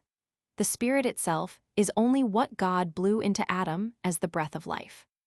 It seems to me that, on the whole, John Davies has had genuine visions, but that whatever he may have seen has been very much colored in interpretation by his devout knowledge of the Christian Bible, and by his social environment, as is self-evident. Testimony of a Ballyzala Manxwoman. A well-informed Manxwoman of Ballyzala, who lives in the ancient stone house wherein she was born, and in which before her lived her grandparents, offers this testimony. Concerning fairies, I've heard a good deal of talk about fairies, but never believed in them myself. The old people thought them the ghosts of the dead or some such things. They were like people who had gone before, that is, dead. If there came a strange sudden knock or noises, or if a tree took a sudden shaking when there was no wind, people used to make out it was caused by the fairies. On the 11th of May, we used to gather mountain ash, quern with red berries on it, and make crosses out of its sprigs and put them over the doors, so that the fairies would not come in. My father always saw that this was done. He said we could have no luck during the year if we forgot to do it. Testimony given in a joiner's shop. George Jelling of Ballyzala, a joiner, has a local reputation for knowing much about the fairies, and so I called on him at his workshop. This is what he told me. Seeing the fairies, I was making a coffin here in the shop, and after tea, my apprentice was late returning. He was out by the hedge just over there looking at a crowd of little people kicking and dancing. One of them came up and asked him what he was looking at, and this made him run back to the shop. When he described what he had seen, I told him they were nothing but fairies.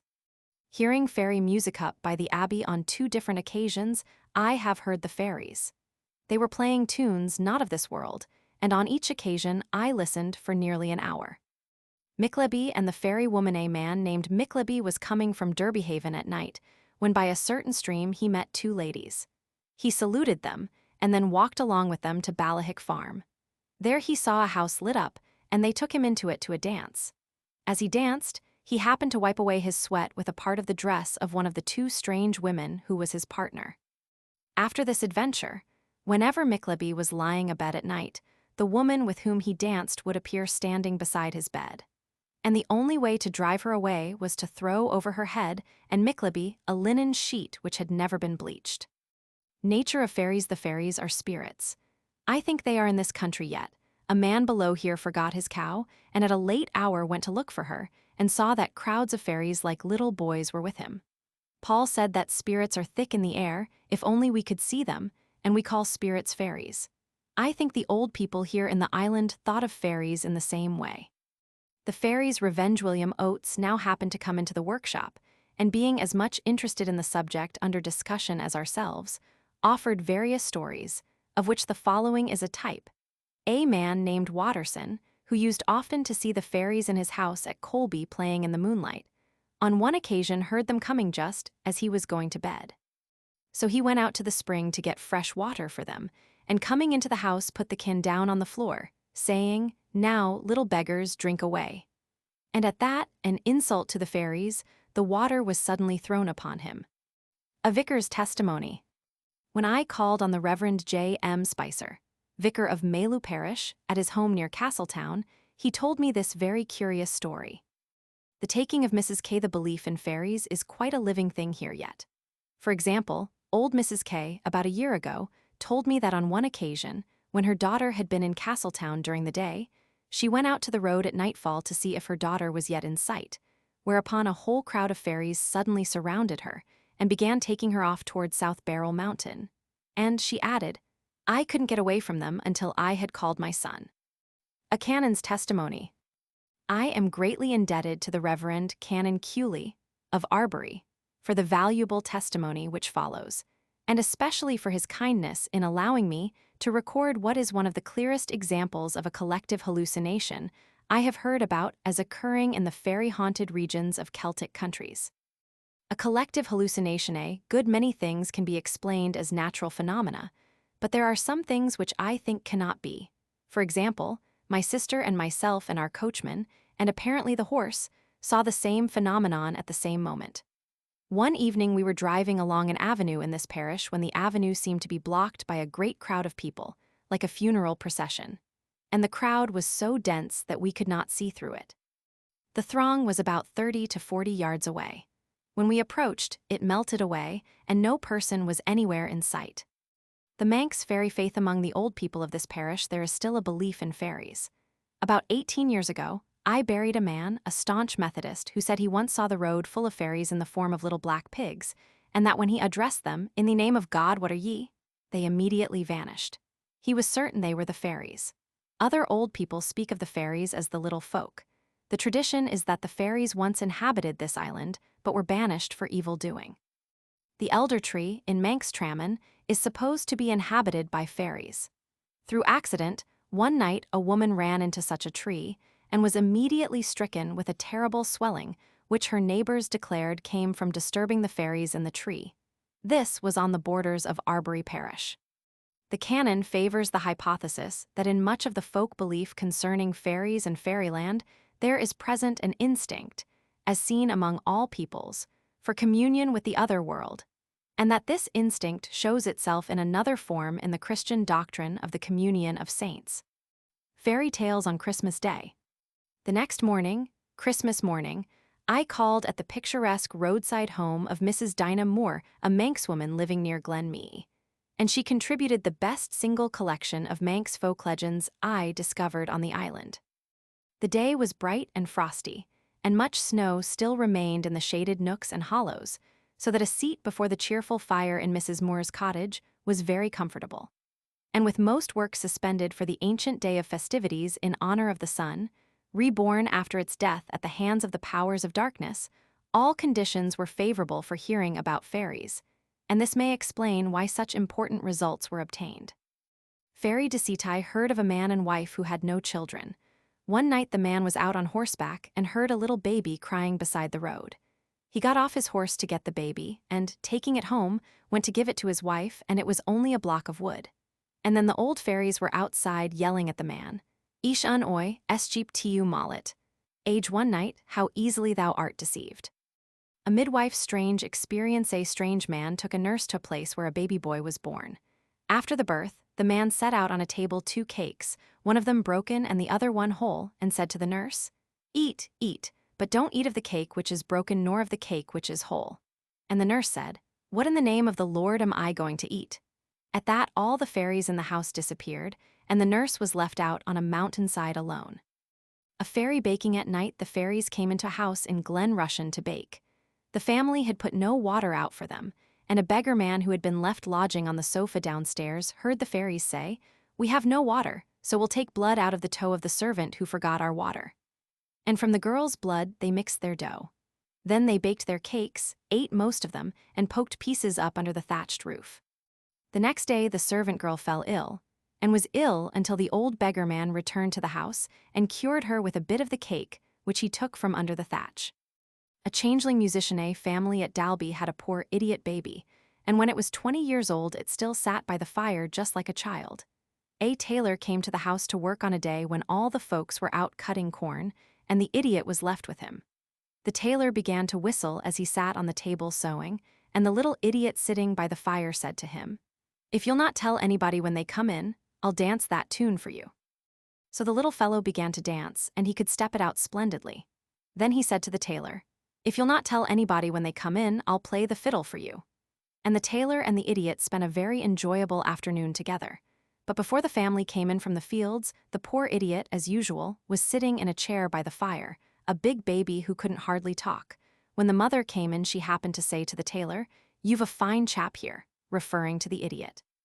"Yes, indeed," said the tailor, "we've had a very fine afternoon together, but I think we had better make a good fire and put him on it." "Oh," cried the mother, "the poor child could never even walk." "Ah, but he can dance and play the fiddle too," replied the tailor. And the fire was made, but when the idiot saw that they were for putting him on it, he pulled from his pocket a ball, and this ball went rolling on ahead of him, and he, going after it, was never seen again. After this strange story was finished, I asked Mrs. Moore where she had heard it, and she said, "I have heard this story ever since I was a girl. I knew the house and family, and so did my mother." The family's name was Cubbin. The Fenadires, or Finadaries, discussed during snowy weather, like this, the Fenadiri would gather in the sheep at night, and during the harvest season would do the thrashing when all the family were abed.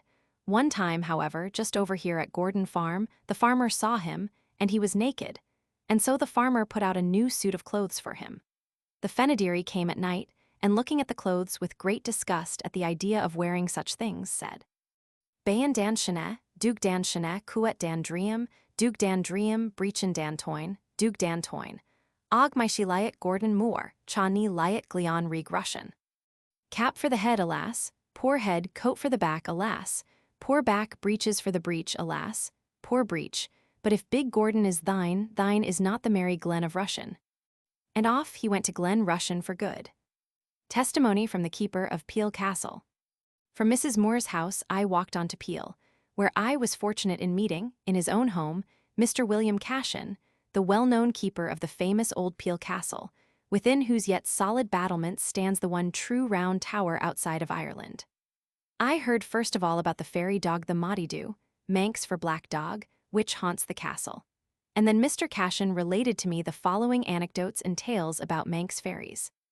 Prayer against the fairies. My father's and grandfather's idea was that the fairies tumbled out of the battlements of heaven, falling earthward for 3 days and 3 nights as thick as hail, and that 1/3 of them fell into the sea, 1/3 on the land, and 1/3 remained in the air, in which places they will remain till the day of judgment.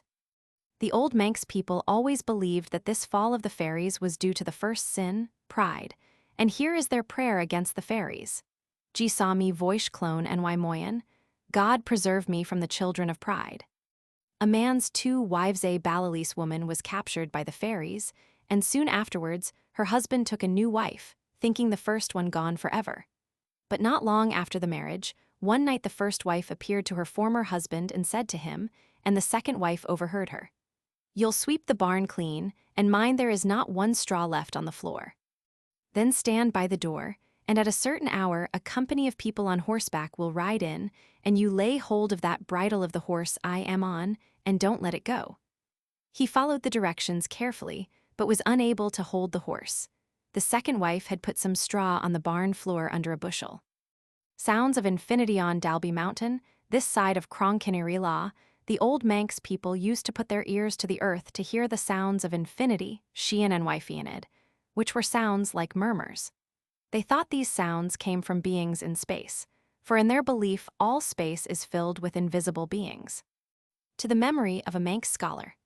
Since the following testimony was written down, its author, the late Mr. John Nelson of Ramsey, has passed out of our realm of life into the realm invisible.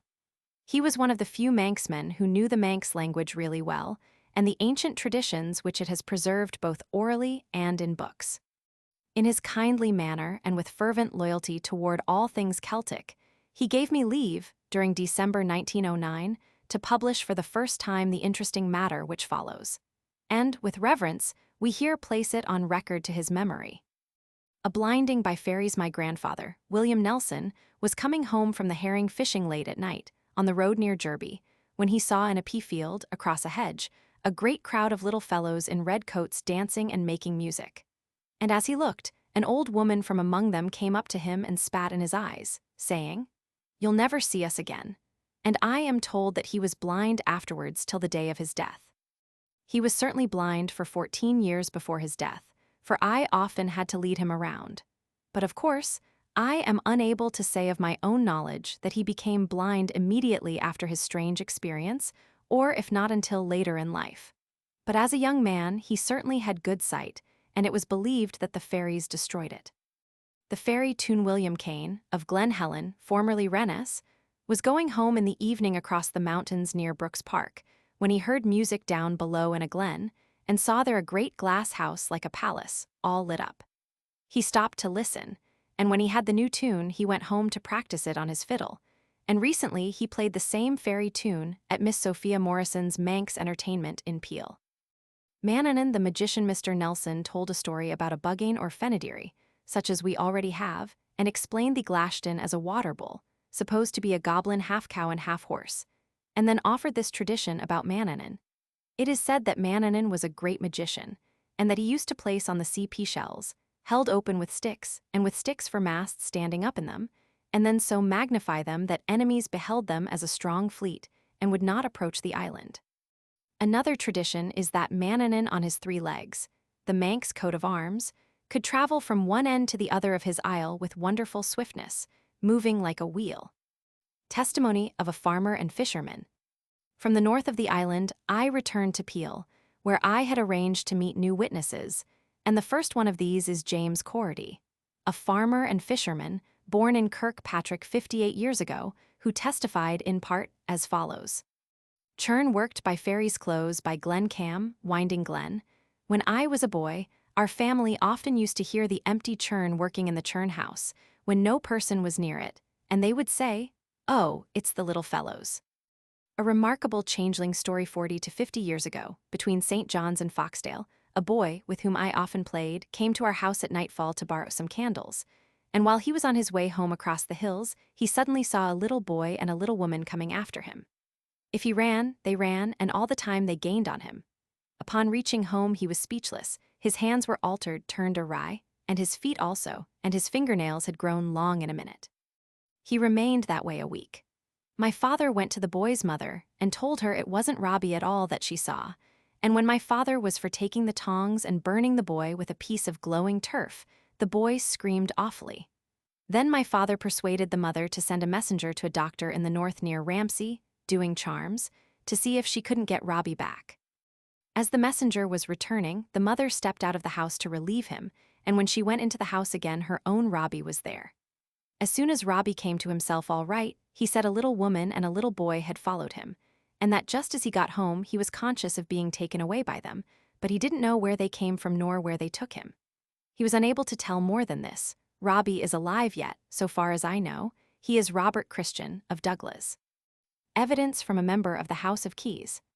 Mr. T.C. Kermode, of Peel, member of the House of Keys, the lower house of the Manx Parliament, very kindly dictated for my use the following statement concerning fairies which he himself has seen. Reality of fairies. There is much belief here in the island that there actually are fairies, and I consider such belief based on an actual fact in nature, because of my own strange experience. About 40 years ago, one October night, I and another young man were going to a kind of Manx harvest home at Cronkavati. On the Glen Helen Road, just at the Berry Farm, as we walked along talking, my friend happened to look across the river, a small brook, and said, "Oh look, there are the fairies." Did you ever see them? I looked across the river and saw a circle of supernatural light, which I have now come to regard as the astral light or the light of nature, as it is called by mystics, and in which spirits become visible. The spot where the light appeared was a flat space surrounded on the sides away from the river by banks formed by low hills, and into this space and the circle of light, from the surrounding sides apparently, I saw come in twos and threes a great crowd of little beings smaller than Tom Thumb and his wife. All of them, who appeared like soldiers, were dressed in red. They moved back and forth amid the circle of light, as they formed into order like troops drilling. I advised getting nearer to them, but my friend said, "No, I'm going to the party." Then after we had looked at them a few minutes, my friend struck the roadside wall with a stick and shouted, and we lost the vision and the light vanished. The Manx fairy faith I have much evidence from old Manx people, who are entirely reliable and God-fearing, that they have seen the fairies hunting with hounds and horses, and on the sea in ships, and under other conditions, and that they have heard their music. They consider the fairies a complete nation or world in themselves, distinct from our world, but having habits and instincts like ours. Social organization among them is said to be similar to that among men, and they have their soldiers and commanders. Where the fairies actually exist, the old people cannot tell, but they certainly believe that they can be seen here on earth. Testimony from a past provincial Grand Master. Mr. J. H. Kelly, past provincial Grand Master of the Isle of Man district of Oddfellows, a resident of Douglas, offers the following account of a curious psychical experience of his own and attributes it to fairies.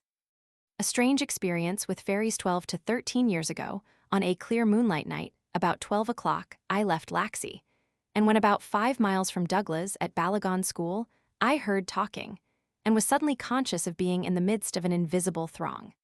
As this strange feeling came over me, I saw coming up the road 4 figures as real to look upon as human beings, and of medium size, though I am certain they were not human.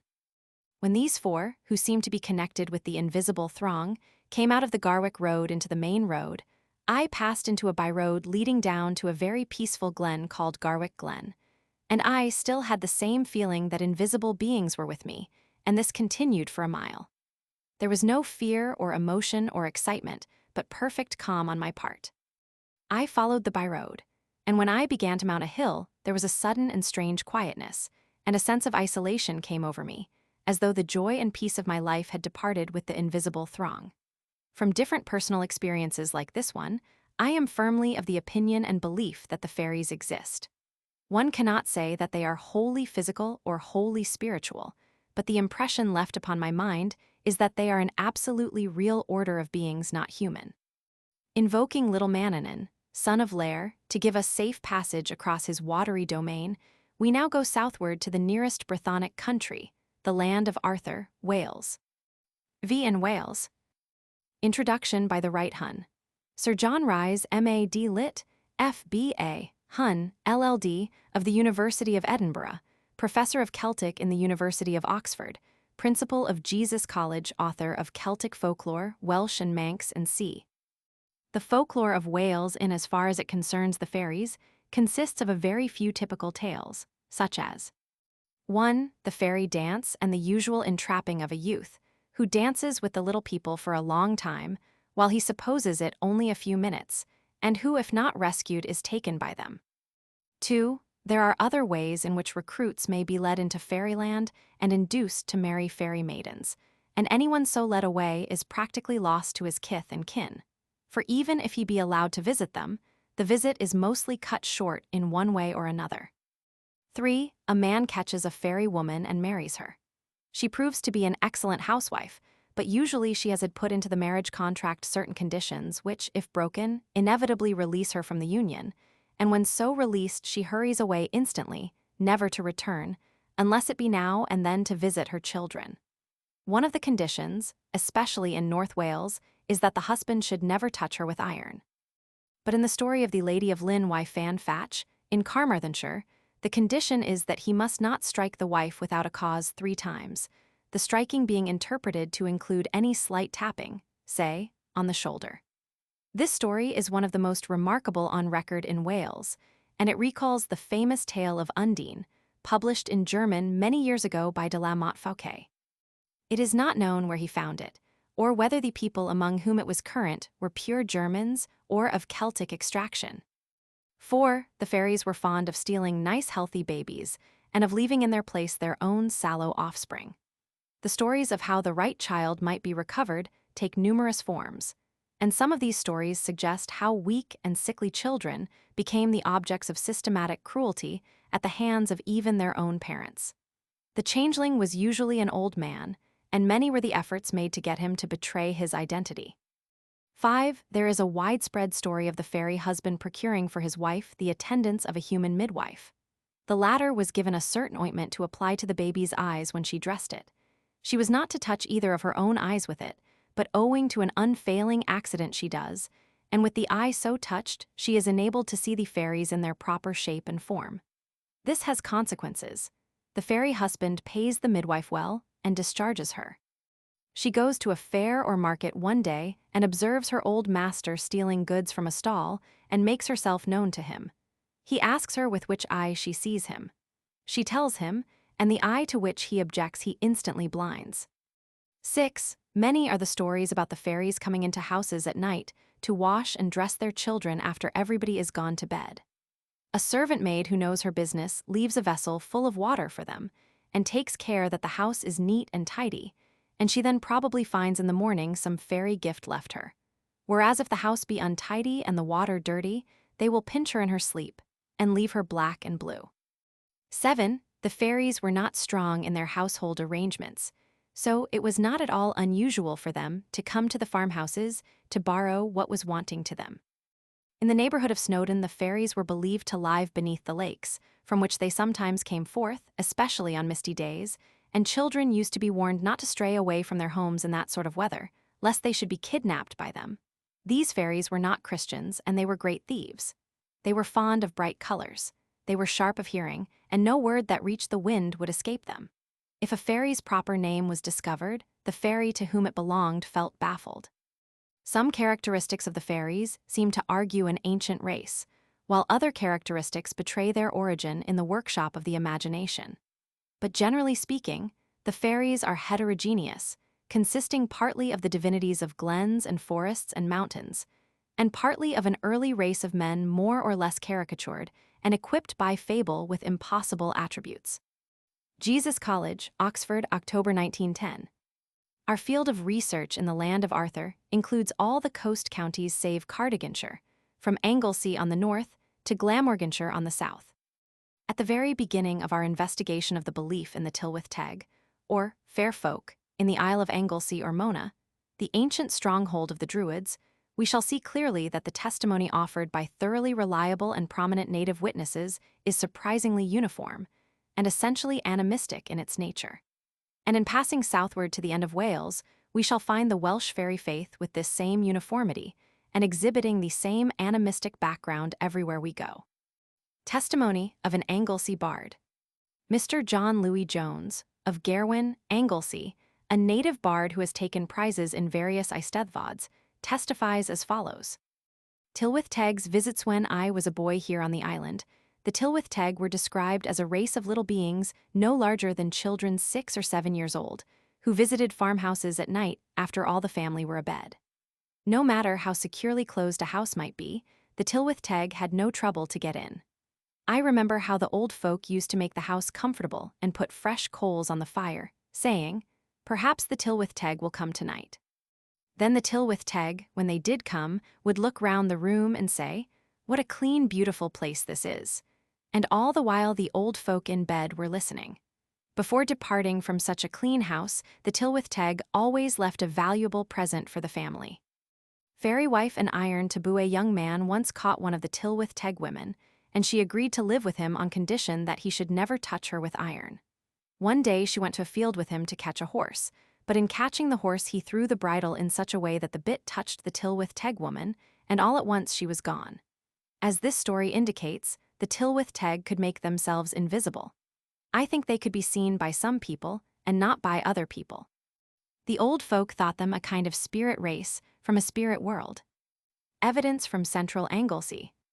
Owing to the very kindly assistance of Mr. E. H. Thomas of Llangefni, who introduced me to the oldest inhabitants of his town, in their own homes and elsewhere, and then acted as interpreter whenever Welsh alone was spoken. I gleaned very clear evidence from that part of central Anglesey. 7 witnesses, 2 of whom were women, ranging in age from 72 to 89 years, were thus interviewed, and each of them stated that in their childhood the belief in the Tylwyth Teg as a non-human race of good little people by one witness compared to singing angels was general.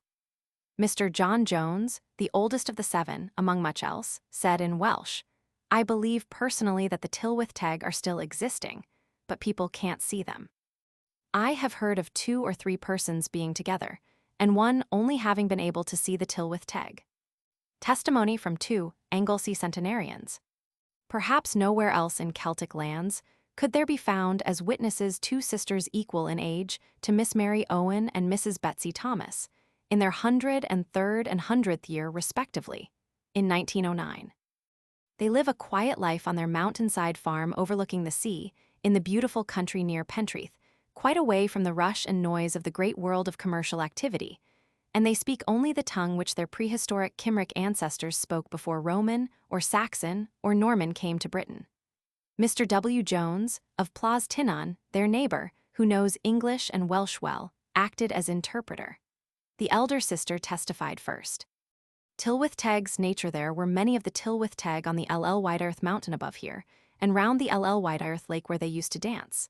And whenever the prices at the Llangefni market were to be high they would chatter very much at night. They appeared only after dark, and all the good they ever did was singing and dancing. Anne Jones, whom I knew very well, used often to see the Tylwyth Teg dancing and singing, but if she then went up to them they would disappear. She told me they are an invisible people, and very small. Many others besides Anne Jones have seen the Tylwyth Teg in these mountains, and have heard their music and song. The ordinary opinion was that the Tylwyth Teg are a race of spirits. I believe in them as an invisible race of good little people. Fairy midwife and magic oil. The Tylwyth Teg had a kind of magic oil, and I remember this story about it. A farmer went to Llangefni to fetch a woman to nurse his wife about to become a mother, and he found one of the Tylwyth Teg, who came with him on the back of his horse. Arrived at the farmhouse, the fairy woman looked at the wife, and giving the farmer some oil told him to wash the baby in it as soon as it was born. Then the fairy woman disappeared. The farmer followed the advice, and what did he do in washing the baby but get some oil on one of his own eyes? Suddenly he could see the Tylwyth Teg, for the oil had given him the second sight. Some time later the farmer was in Llangefni again, and saw the same fairy woman who had given him the oil. "How is your wife getting on?" she asked him. "She is getting on very well," he replied. Then the fairy woman added, "Tell me with which eye you see me best." "With this one," he said, pointing to the eye he had rubbed with the oil. And the fairy woman put her stick in that eye, and the farmer never saw with it again. Seeing Tylwyth Teg the younger sister's testimony is as follows. I saw one of the Tylwyth Teg about 60 years ago, near the Tynemond farm, as I was passing by at night. He was like a little man. When I approached him, he disappeared suddenly. I have heard about the dancing and singing of the Tylwyth Teg, but never have heard the music myself. The old people said the Tylwyth Teg could appear and disappear when they liked, and I think, as the old people did, that they are some sort of spirits. Testimony from an Anglesey seeress. At Pentrith, Mr. Gwilyn Jones said to me, it always was and still is the opinion that the Tylwyth Teg are a race of spirits. Some people think them small in size, but the one my mother saw was ordinary human size. At this, I immediately asked Mr. Jones if his mother was still living, and he replying that she was, gave me her address in Llanfair. So I went directly to interview Mr. Jones's mother, Mrs. Catherine Jones, and this is the story about the one of the Tylwyth Teg she saw. Tylwyth Teg apparitioni was coming home at about 10:30 at night from Semis, on the path to Cymdowen, where I was in service, when there appeared just before me a very pretty young lady of ordinary size. I had no fear, and when I came up to her put out my hand to touch her, but my hand and arm went right through her form. I could not understand this, and so tried to touch her repeatedly with the same result. There was no solid substance in the body, yet it remained beside me, and was as beautiful a young lady as I ever saw. When I reached the door of the house where I was to stop, she was still with me. Then I said good night to her. No response being made, I asked, "Why do you not speak?" And at this she disappeared. Nothing happened afterwards, and I always put this beautiful young lady down as one of the Tylwyth. There was much talk about my experience when I reported it, and the neighbors, like myself, thought I had seen one of the Tylwyth Teg. I was about 24 years old at the time of this incident. Testimony from a professor of Welsh. Just before crossing the Menai Straits, I had the good fortune to meet, at his home in Llanfair, Mr. J. Morris Jones, M.A., Oxon, professor of Welsh in the University College at Bangor, and he, speaking of the fairy belief in Anglesey as he remembers it from boyhood days, said, "Tylwyth Teg, in most of the tales I heard repeated when I was a boy. I am quite certain the implication was that the Tylwyth Teg were a kind of spirit race having human characteristics, who could at will suddenly appear and suddenly disappear.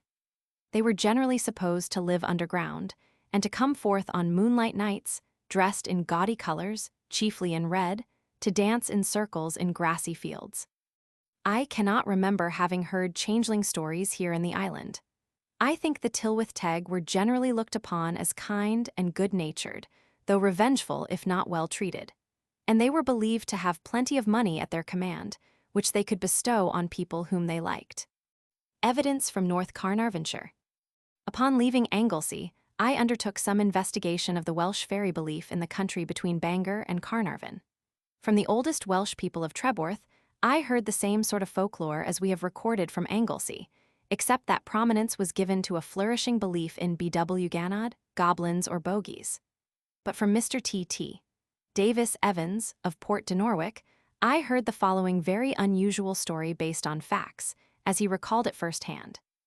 Jones's Vision. William Jones, who some 60 years ago declared he had seen the Tylwyth Teg in the Aberglaslyn Pass near Bedlert, was publicly questioned about them in Bethel Chapel by Mr. Griffiths, the minister. And he explained before the congregation that the Lord had given him a special vision which enabled him to see the Tylwyth Teg, and that, therefore, he had seen them time after time as little men playing along the river in the pass.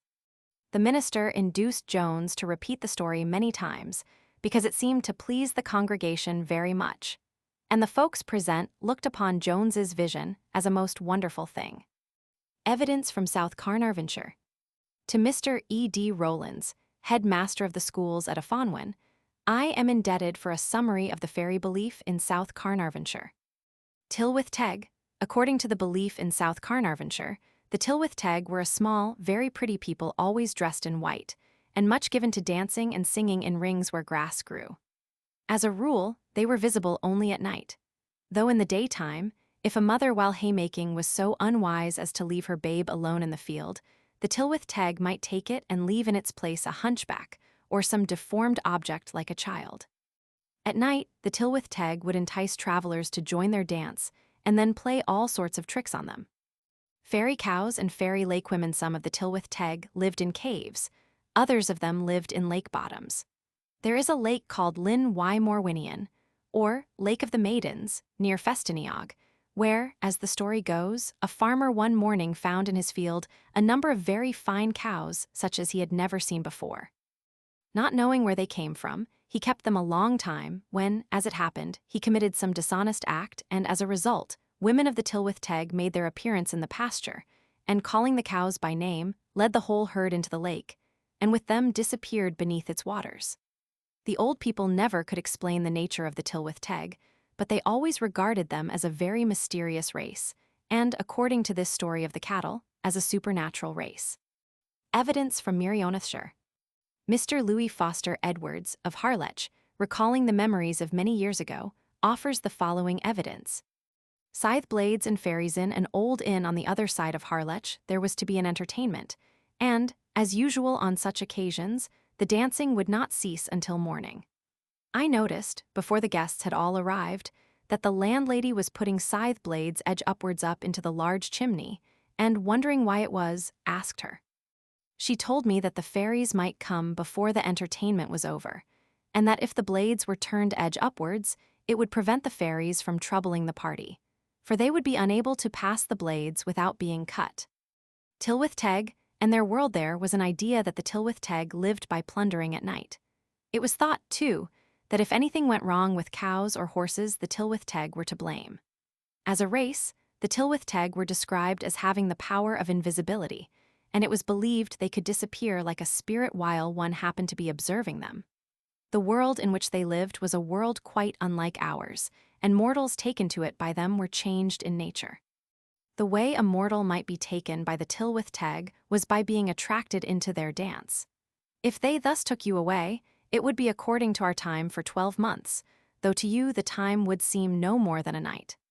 Fairy tribes in Montgomeryshire. From Mr. D. Davies Williams, who outlined for me the Montgomeryshire belief in the Tylwyth Teg as he has known it intimately, I learned that this is essentially the same as elsewhere in North and Central Wales. He summed up the matter by saying, "Belief in Tylwyth Teggit was the opinion that the Tylwyth Teg were a real race of invisible or spiritual beings living in an invisible world of their own. The belief in the Tylwyth Teg was quite general 50 or 60 years ago, and as sincere as any religious belief is now." Our next witness is the Reverend Josiah Jones, minister of the Congregational Church of Machynlleth, and, after a lifetime's experience in Montgomeryshire, he gives this testimony. "A deacon's visionary deacon in my church, John Evans, declared that he had seen the Tylwyth Teg dancing in the daytime within 2 miles from here, and he pointed out the very spot where they appeared. This was some 20 years ago. I think, however, that he saw only certain reflections and shadows because it was a hot and brilliant day. Folk beliefs in general. As I recall the belief, the old people considered the Tylwyth Teg as living beings halfway between something material and spiritual, who were rarely seen. When I was a boy, there was very much said, too, about corpse scandals and phantom funerals, and especially about the BW Ganad, plural of BW Gan, meaning a sprite, ghost, hobgoblin, or specter. The BW Ganad were supposed to appear at dusk, in various forms, animal and human, and grown-up people as well as children had great fear of them. A minister's opinion. Ultimately, there is a substance of truth in the fairy belief, but it is wrongly accounted for in the folklore. I once asked Samuel Roberts, of Llanbrynmawr, who was quite a noted Welsh scholar, what he thought of the Tylwyth Teg, of hobgoblins, spirits, and so forth. And he said that he believed such things existed, and that God allowed them to appear in times of great ignorance to convince people of the existence of an invisible world. In Cardiganshire, and a folklorist's testimony. No one of our witnesses from Central Wales is more intimately acquainted with the living folk beliefs than Mr. J. Saradig Davies, of Llanillar, a village about 6 miles from Aberystwyth. For Mr. Davies has spent many years in collecting folklore in Central and South Wales. He has interviewed the oldest and most intelligent of the old people, and while I write this, he has in the press a work entitled The Folklore of Mid and West Wales. Mr. Davies very kindly gave me the following outline of the most prominent traits in the Welsh fairy belief, according to his own investigations. Tylwyth Teg. The Tylwyth Teg were considered a very small people, fond of dancing, especially on moonlight nights.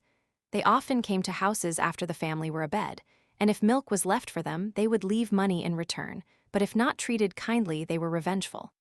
The changeling idea was common. The mother coming home would find an ugly changeling in the cradle.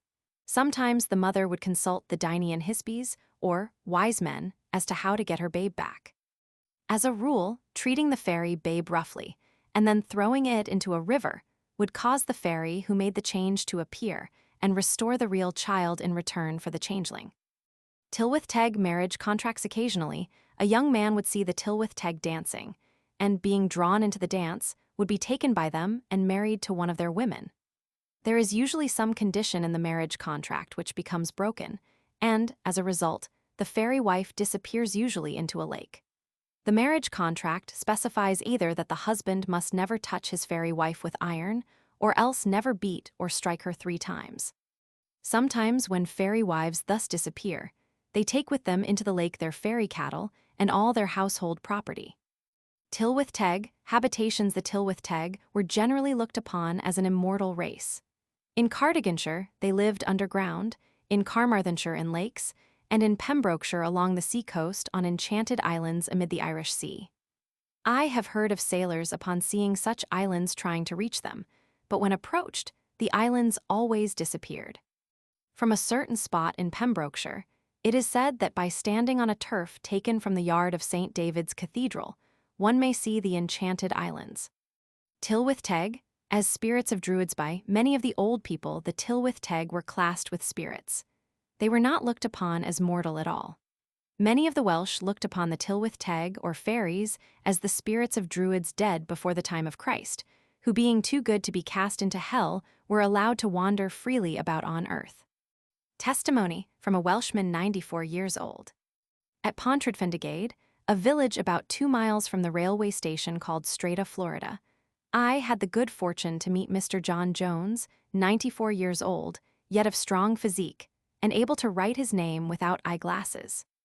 Both Mr. J. H. Davies, Registrar of the University College of Aberystwyth, and Mr. J. Ceredig Davies, the eminent folklorist of Llanillar, referred me to Mr. John Jones as one of the most remarkable of living Welshmen who could tell about the olden times from first-hand knowledge. Mr. John Jones speaks very little English, and Mr. John RHÆS of the Council School acted as our interpreter. This is the testimony.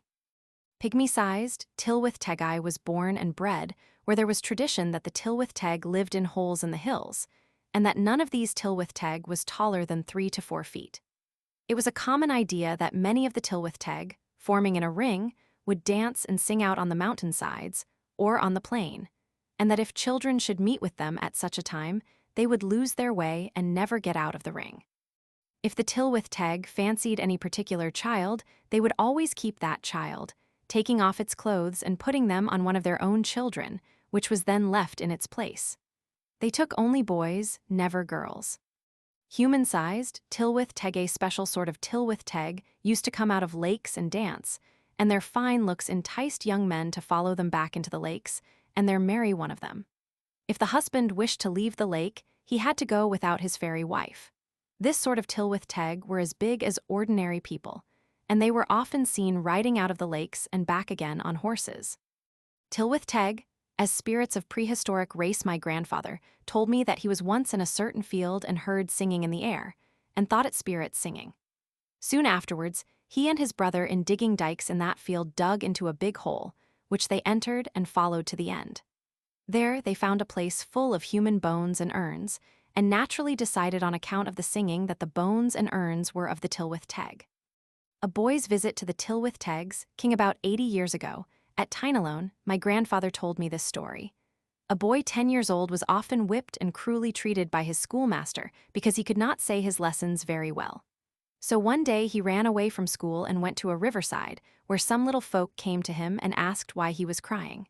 He told them the master had punished him, and on hearing this they said, "Oh, if you will stay with us, it will not be necessary for you to go to school. We will keep you as long as you like." Then they took him under the water and over the water into a cave underground, which opened into a great palace where the Tylwyth Teg were playing games with golden balls, in rings like those in which they dance and sing. The boy had been taken to the king's family, and he began to play with the king's sons. After he had been there in the palace in the full enjoyment of all its pleasures, he wished very much to return to his mother and show her the golden ball which the Tylwyth Teg gave him.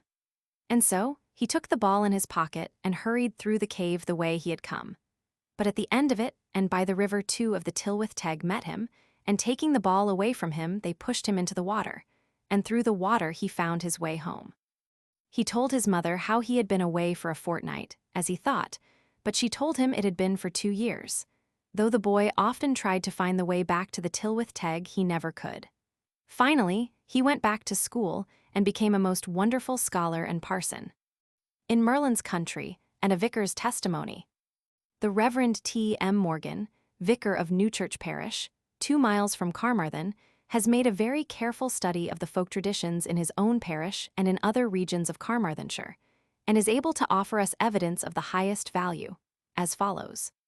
Tylwyth Teg, power over children. The Tylwyth Teg were thought to be able to take children. You mind, or the Tylwyth Teg will take you away. Parents would say to keep their children in the house after dark. It was an opinion, too, that the Tylwyth Teg could transform good children into kings and queens, and bad children into wicked spirits after such children had been taken perhaps in death. The Tylwyth Teg were believed to live in some invisible world to which children on dying might go to be rewarded or punished, according to their behavior on this earth. Even in this life, the Tylwyth Teg had power over children for good or evil. The belief, as these ideas show, was that the Tylwyth Teg were spirits. Tylwyth Teg as evil spirits. A few days after my return to Oxford, the Reverend T.M. Morgan, through his son, Mr. Basil I. Morgan of Jesus College, placed in my hands additional folklore evidence from his own parish, as follows. After Mr. Wentz visited me on Thursday, September 30, 1909, I went to see Mr. Shem Morgan, the occupier of Cwmcaselfach Farm, an old man about 70 years old. He told me that in his childhood days, a great dread of the fairies occupied the heart of every child. They were considered to be evil spirits who visited our world at night, and dangerous to come in contact with. There were no good spirits among them. He related to me 3 narratives touching the fairies. Tylwyth Teg's path. The first narrative illustrates that the Tylwyth Teg have paths, precisely like those reserved for the Irish good people or for the Breton dead, and that it is death to a mortal while walking in one of these paths to meet the Tylwyth Teg. Tylwyth Teg divination. The second narrative I quote, a farmer of this neighborhood having lost his cattle, went to consult Wydyn Hispys, a diviner, in Cardiganshire, who was friendly with the fairies. Whenever the fairies visited the diviner, they foretold future events, secrets, and the whereabouts of lost property. After the farmer reached the diviner's house, the diviner showed him the fairies, and then when the diviner had consulted them, he told the farmer to go home as soon as he could, and that he would find the cattle in such and such a place. The farmer did as he was directed, and found the cattle in the very place where the Wydyn Hispys told him they would be. And the third narrative asserts that a man in the parish of Trelech who was fraudulently excluded by means of a false will from inheriting the estate of his deceased father, discovered the defrauder and recovered the estate, solely through having followed the advice given by the Tylwyth Teg. When again, as in the above account, they were called up as spirits by a Wydyn Hispys, a Mr. RHÆS, of Cwrty Cadno, a place near Aberystwyth. Testimony from a Justice of the Peace. Mr. David Williams, J.P., who is a member of the Simroderian Society of Carmarthen, and who has sat on the judicial bench for 10 years, offers us the very valuable evidence which follows. Tylwyth Teg and their king and queen. The general idea, as I remember it, was that the Tylwyth Teg were only visitors to this world and had no terrestrial habitations. They were as small in stature as dwarfs and always appeared in white. Often at night they danced in rings amid green fields. Most of them were females, though they had a king, and, as their name suggests, they were very beautiful in appearance. The king of the Tylwyth Teg was called Gwydion Ob Don, Gwyd referring to a temperament in man's nature. His residence was among the stars, and called Caer Gwydion. His queen was Gwenhwydwa. I have heard my mother call the small fleece-like clouds which appear in fine weather the sheep of Gwenhwydwa. Tylwyth Teg, as aerial beings. Mr. Williams's testimony continues, and leads us directly to the psychological or psychical theory. As aerial beings, the Tylwyth Teg could fly and move about in the air at will. They were a special order of creation. I never heard that they grew old, and whether they multiplied or not I cannot tell. In character, they were almost always good. Ghosts and apparitions. Our conversation finally drifted towards ghosts and apparitions, as usual, and to druids. In the chapter dealing with rebirth, pp. 391, we shall record what Mr. Williams said about druids, and hear what he said about ghosts and apparitions. 60 years ago, there was hardly an individual who did not believe in apparitions. And in olden times, Welsh families would collect round the fire at night and each in turn give a story about the Tylwyth Teg and ghosts. Conferring vision of a phantom funeral. There used to be an old man at Newchurch named David Davis, who lived about 1780–1840, of Abernant, noted for seeing phantom funerals. One appeared to him once when he was with a friend. "Do you see it? Do you see it?" the old man excitedly asked. "No," said his friend. Then the old man placed his foot on his friend's foot and said, "Do you see it now?" And the friend replied that he did. Magic and witchcraft. Finally, we shall hear from Mr. Williams about Welsh magic and witchcraft, which cannot scientifically be divorced from the belief in fairies and apparitions. There used to be much witchcraft in this country, and it was fully believed that some men, if advanced scholars, had the power to injure or to bewitch their neighbors by magic. The more advanced the scholar, the better he could carry on his craft. Additional evidence from Carmarthenshire. My friend and fellow student at Jesus College, Mr. Percival V. Davies, of Carmarthen, contributes as supplementary to what has been recorded above the following evidence from his great-aunt, Mrs. Spurrell, also of Carmarthen, a native Welshwoman who has seen a Canwyll Gorff, corpse scandal.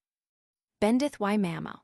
In the Carmarthenshire country, fairies Tylwyth Teg are often called Bendith y Mamo, the mother's blessing.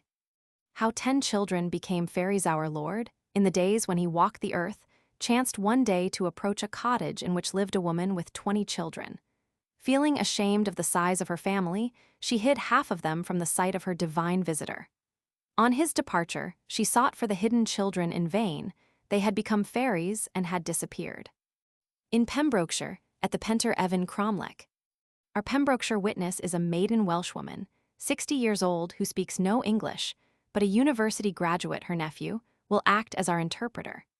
She was born and has lived all her life within sight of the famous Pentre Evan Cromlech, in the home of her ancestors, which is so ancient that after 6 centuries of its known existence, further record of it is lost. In spite of her 60 years, our witness is as active as many a city woman of 40 or 45. Since her girlhood, she has heard curious legends and stories, and with a more than ordinary interest in the lore of her native country, has treasured them all in her clear and well-trained memory. The first night, while this well-stored memory of hers gave forth some of its treasures, we sat in her own home, I and my friend, her nephew, on one side in a chimney seat, and she and her niece on the other side in another, exposed to the cheerful glow and warmth of the fire. When we had finished that first night, it was 2 o'clock, and there had been no interruption to the even flow of marvels and pretty legends. A second night we spent likewise. What follows now is the result, so far as we are concerned with it. Fairies and spirits and fairies exist all round us, invisible. Fairies have no solid bodily substance. Their forms are of matter like ghostly bodies, and on this account they cannot be caught. In the twilight they are often seen, and on moonlight nights in summer. Only certain people can see fairies, and such people hold communication with them and have dealings with them, but it is difficult to get them to talk about fairies.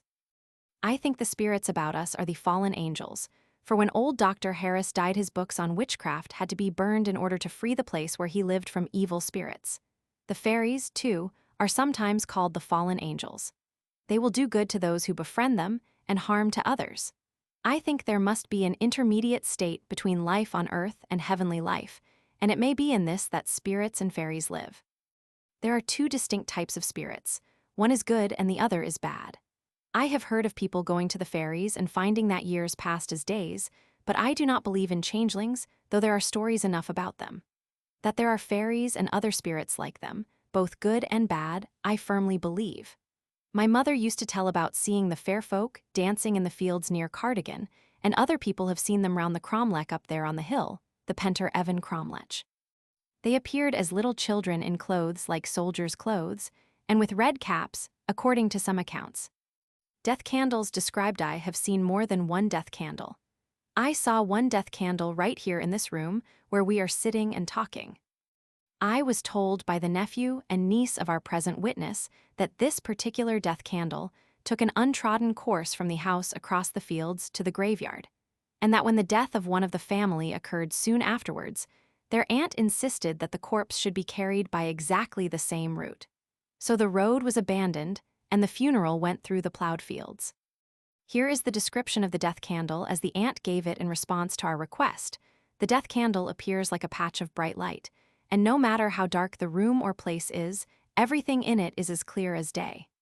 The candle is not a flame, but a luminous mass, lightish blue in color, which dances as though borne by an invisible agency, and sometimes it rolls over and over. If you go up to the light, it is nothing, for it is a spirit. Near here a light as big as a pot was seen, and rays shot out from it in all directions.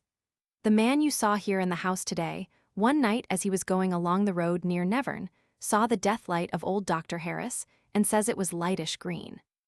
Gors Gach fairies. Now we began to hear more about fairies.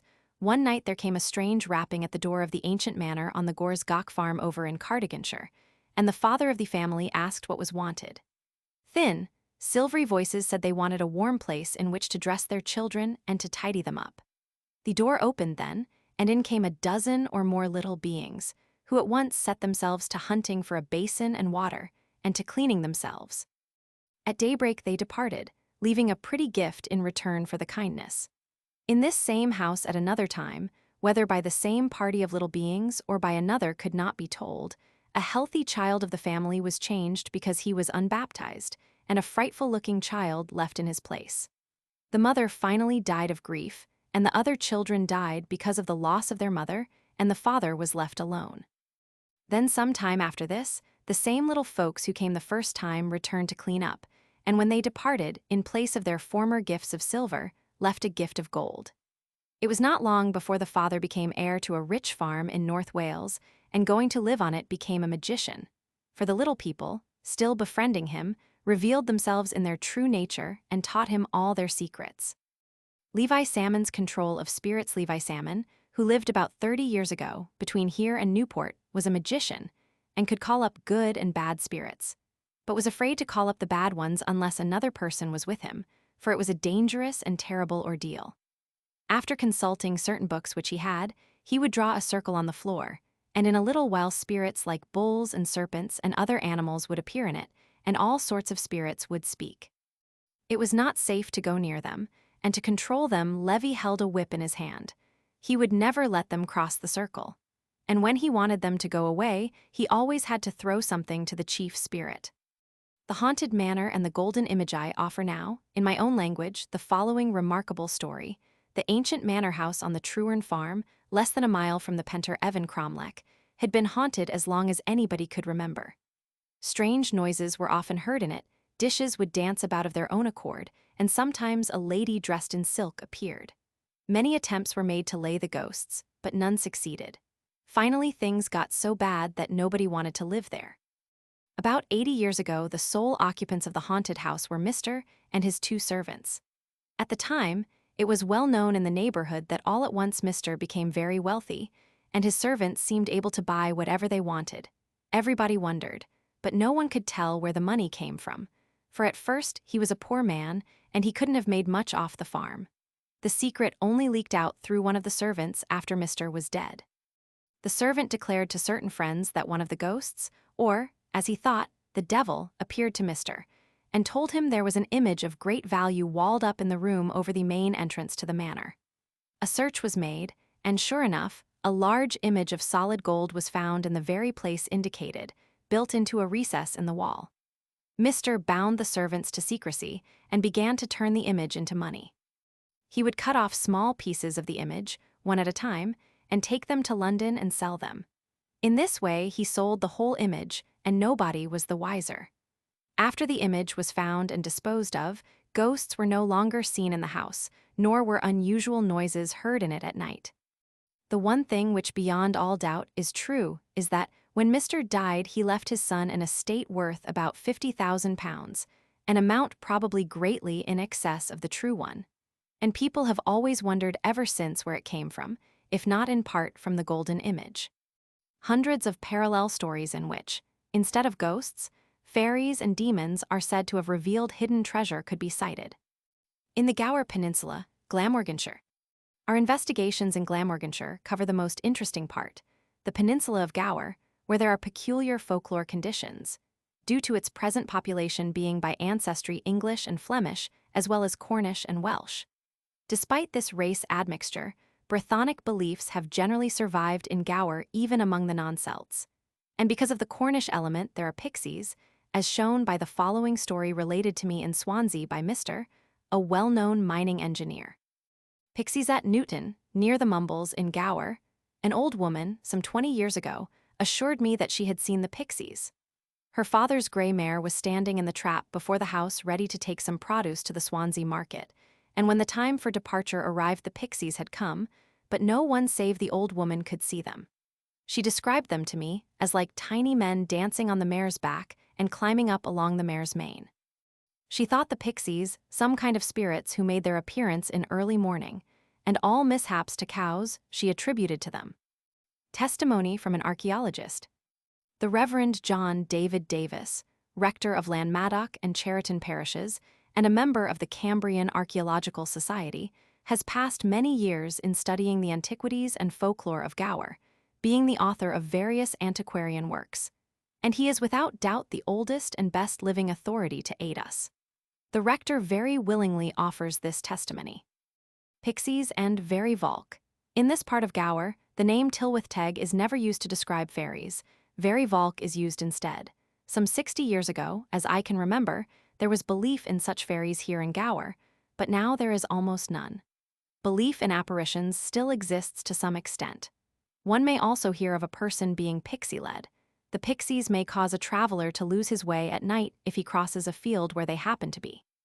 To take your coat off and turn it inside out will break the pixie spell.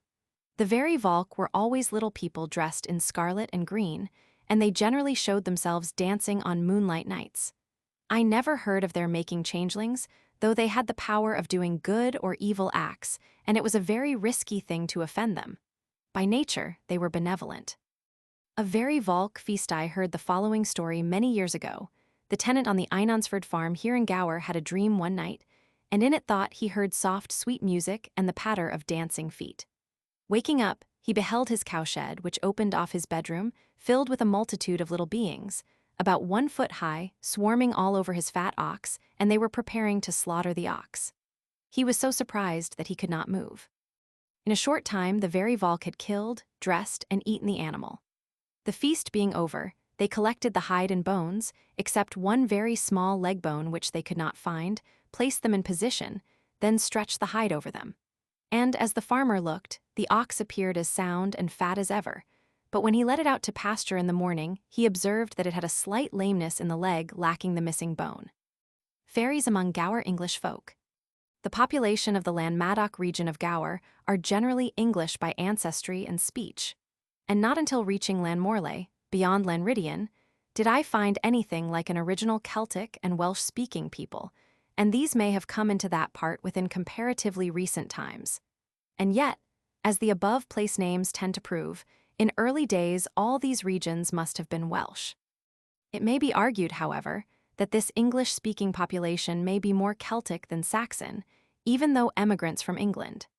In any case, we can see with interest how this so-called English population now echo Brythonic beliefs which they appear to have adopted in Gower, possibly sympathetically through race kinship.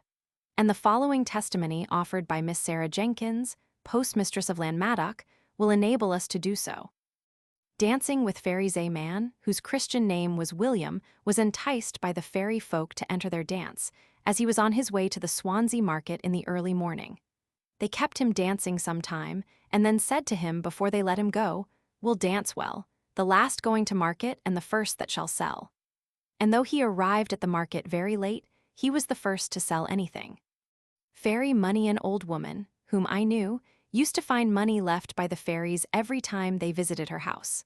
For a long time she observed their request and told no one about the money, but at last she told, and so never found money afterwards. Nature of fairies. The fairies, Very Volk, were believed to have plenty of music and dancing. Sometimes they appeared dressed in bright red. They could appear and disappear suddenly, and no one could tell how or where.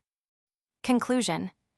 Much more might easily be said about Welsh goblins, about Welsh fairies who live in caves, or about Welsh fairy women who come out of lakes and rivers, or who are the presiding spirits of sacred wells and fountains, but these will have some consideration later, in Section 3.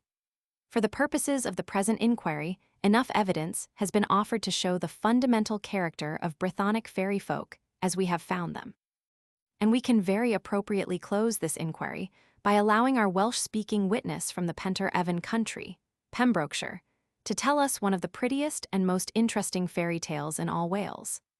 The name of Taliesin appearing in it leads us to suspect that it may be the remnant of an ancient bardic tale which has been handed down orally for centuries. It will serve to illustrate the marked difference between the short conversational stories of the living fairy faith and the longer, more polished ones of the traditional fairy faith. And we shall see in it how a literary effect is gained at the expense of the real character of the fairies themselves, for it transforms them into mortals. Einion and Alwyn. My mother told the story as she used to sit by the fire in the twilight knitting stockings. One day when it was cloudy and misty, a shepherd boy going to the mountains lost his way and walked about for hours. At last, he came to a hollow place surrounded by rushes where he saw a number of round rings. He recognized the place as one he had often heard of as dangerous for shepherds because of the rings. He tried to get away from there, but he could not. Then an old, merry, blue-eyed man appeared. The boy, thinking to find his way home, followed the old man, and the old man said to him, "Do not speak a word till I tell you." In a little while they came to a menhir long stone. The old man tapped it 3 times and then lifted it up. A narrow path with steps descending was revealed, and from it emerged a bluish-white light. "Follow me," said the old man, "no harm will come to you." The boy did so, and it was not long before he saw a fine, wooded, fertile country with a beautiful palace and rivers and mountains. He reached the palace and was enchanted by the singing of birds. Music of all sorts was in the palace, but he saw no people. At meals, dishes came and disappeared of their own accord. He could hear voices all about him, but saw no person except the old man who said that now he could speak. When he tried to speak, he found that he could not move his tongue. Soon an old lady with smiles came to him leading 3 beautiful maidens, and when the maidens saw the shepherd boy they smiled and spoke, but he could not reply. Then one of the girls kissed him, and all at once he began to converse freely and most wittily. In the full enjoyment of the marvelous country, he lived with the maidens in the palace a day and a year, not thinking it more than a day, for there was no reckoning of time in that land. When the day and the year were up, a longing to see his old acquaintances came on him, and thanking the old man for his kindness, he asked if he could return home. The old man said to him, "Wait a little while," and so he waited. The maiden who had kissed him was unwilling to have him go, but when he promised her to return, she sent him off loaded with riches. At home, not one of his people or old friends knew him. Everybody believed that he had been killed by another shepherd, and this shepherd had been accused of the murder and had fled to America. On the first day of the new moon, the boy remembered his promise and returned to the other country, and there was great rejoicing in the beautiful palace when he arrived. Einion, for that was the boy's name, and Alwyn, for that was the girl's name, now wanted to marry. But they had to go about it quietly and half-secretly, for the fair folk disliked ceremony and noise. When the marriage was over, Einion wished to go back with Alwyn to the upper world. So 2 snow-white ponies were given them, and they were allowed to depart. They reached the upper world safely, and, being possessed of unlimited wealth, lived most handsomely on a great estate which came into their possession. A son was born to them, and he was called Taliesin. People soon began to ask for Alwyn's pedigree, and as none was given, it was taken for granted that she was one of the fair folk. "Yes, indeed," said Einion. "There is no doubt that she is one of the fair folk. There is no doubt that she is one of the very fair folk, for she has 2 sisters as pretty as she is, and if you saw them all together, you would admit that the name is a suitable one." And this is the origin of the term fair folk, Tylwyth Teg.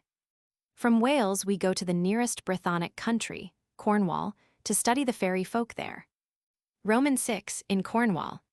Introduction by Henry Jenner, member of the Gorsedd of the Bards of Brittany, fellow and local secretary for Cornwall of the Society of Antiquaries, author of a handbook of the Cornish language, and c.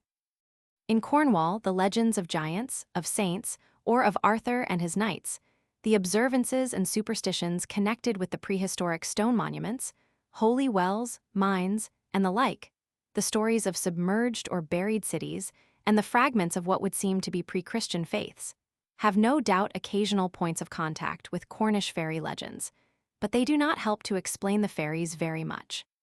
Yet certain it is that not only in Cornwall and other Celtic lands, but throughout most of the world, a belief in fairies exists or has existed, and so widespread a belief must have a reason for it, though not necessarily a good one.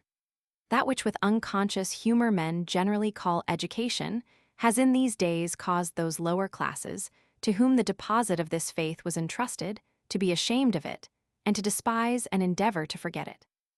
And so now in Cornwall, as elsewhere at that earlier outbreak of Philistinism, the Reformation, from haunted spring and grassy ring troop goblin, elf and fairy, and the kelpie must flit from the black bog pit, and the brownie must not tarry. But in spite of Protestantism, school boards, and education committees, Piskey-pows are still placed on the ridge tiles of West Cornish cottages to propitiate the piskies and give them a dancing place, lest they should turn the milk sour, and Saint Just and Morva folk are still Pisky-led on the Gump, and Ungumpas, the level down, between Tune Castle and Carnkennajack, and more rarely St. Column and Rochfolk on Goss Moor. It will not do to say that it is only another form of whiskey-lead.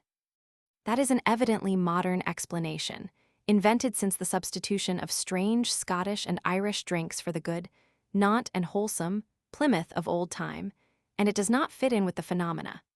It was only last winter, in a cottage not 100 yards from where I am writing, that milk was set at night for piskies, who had been knocking on walls and generally making nuisances of themselves. Apparently the piskies only drank the astral part of the milk, whatever that may be, and then the neighboring cats drank what was left, and it disagreed with them. I cannot vouch for the truth of the part about the piskies and the astral milk. I give it as it was told to me by the occupant of the cottage, who was not unacquainted with occult terminology, but I do know that the milk was consumed, and that the cats, one of which was my own, were with one accord unwell all over the place. But for the present purpose, it does not matter whether these things really happened or not. The point is that people thought they happened. Robert Hunt, in his popular romances of the west of England, divided the fairies of Cornish folklore into 5 classes. 1. The small people. 2. The spriggans. 3. The piskies. 4. The buckas, bockles, or knockers. 5. The brownies. This is an incorrect classification. The pobel veen or small people, the spriggans, and the piskies are not really distinguishable from one another.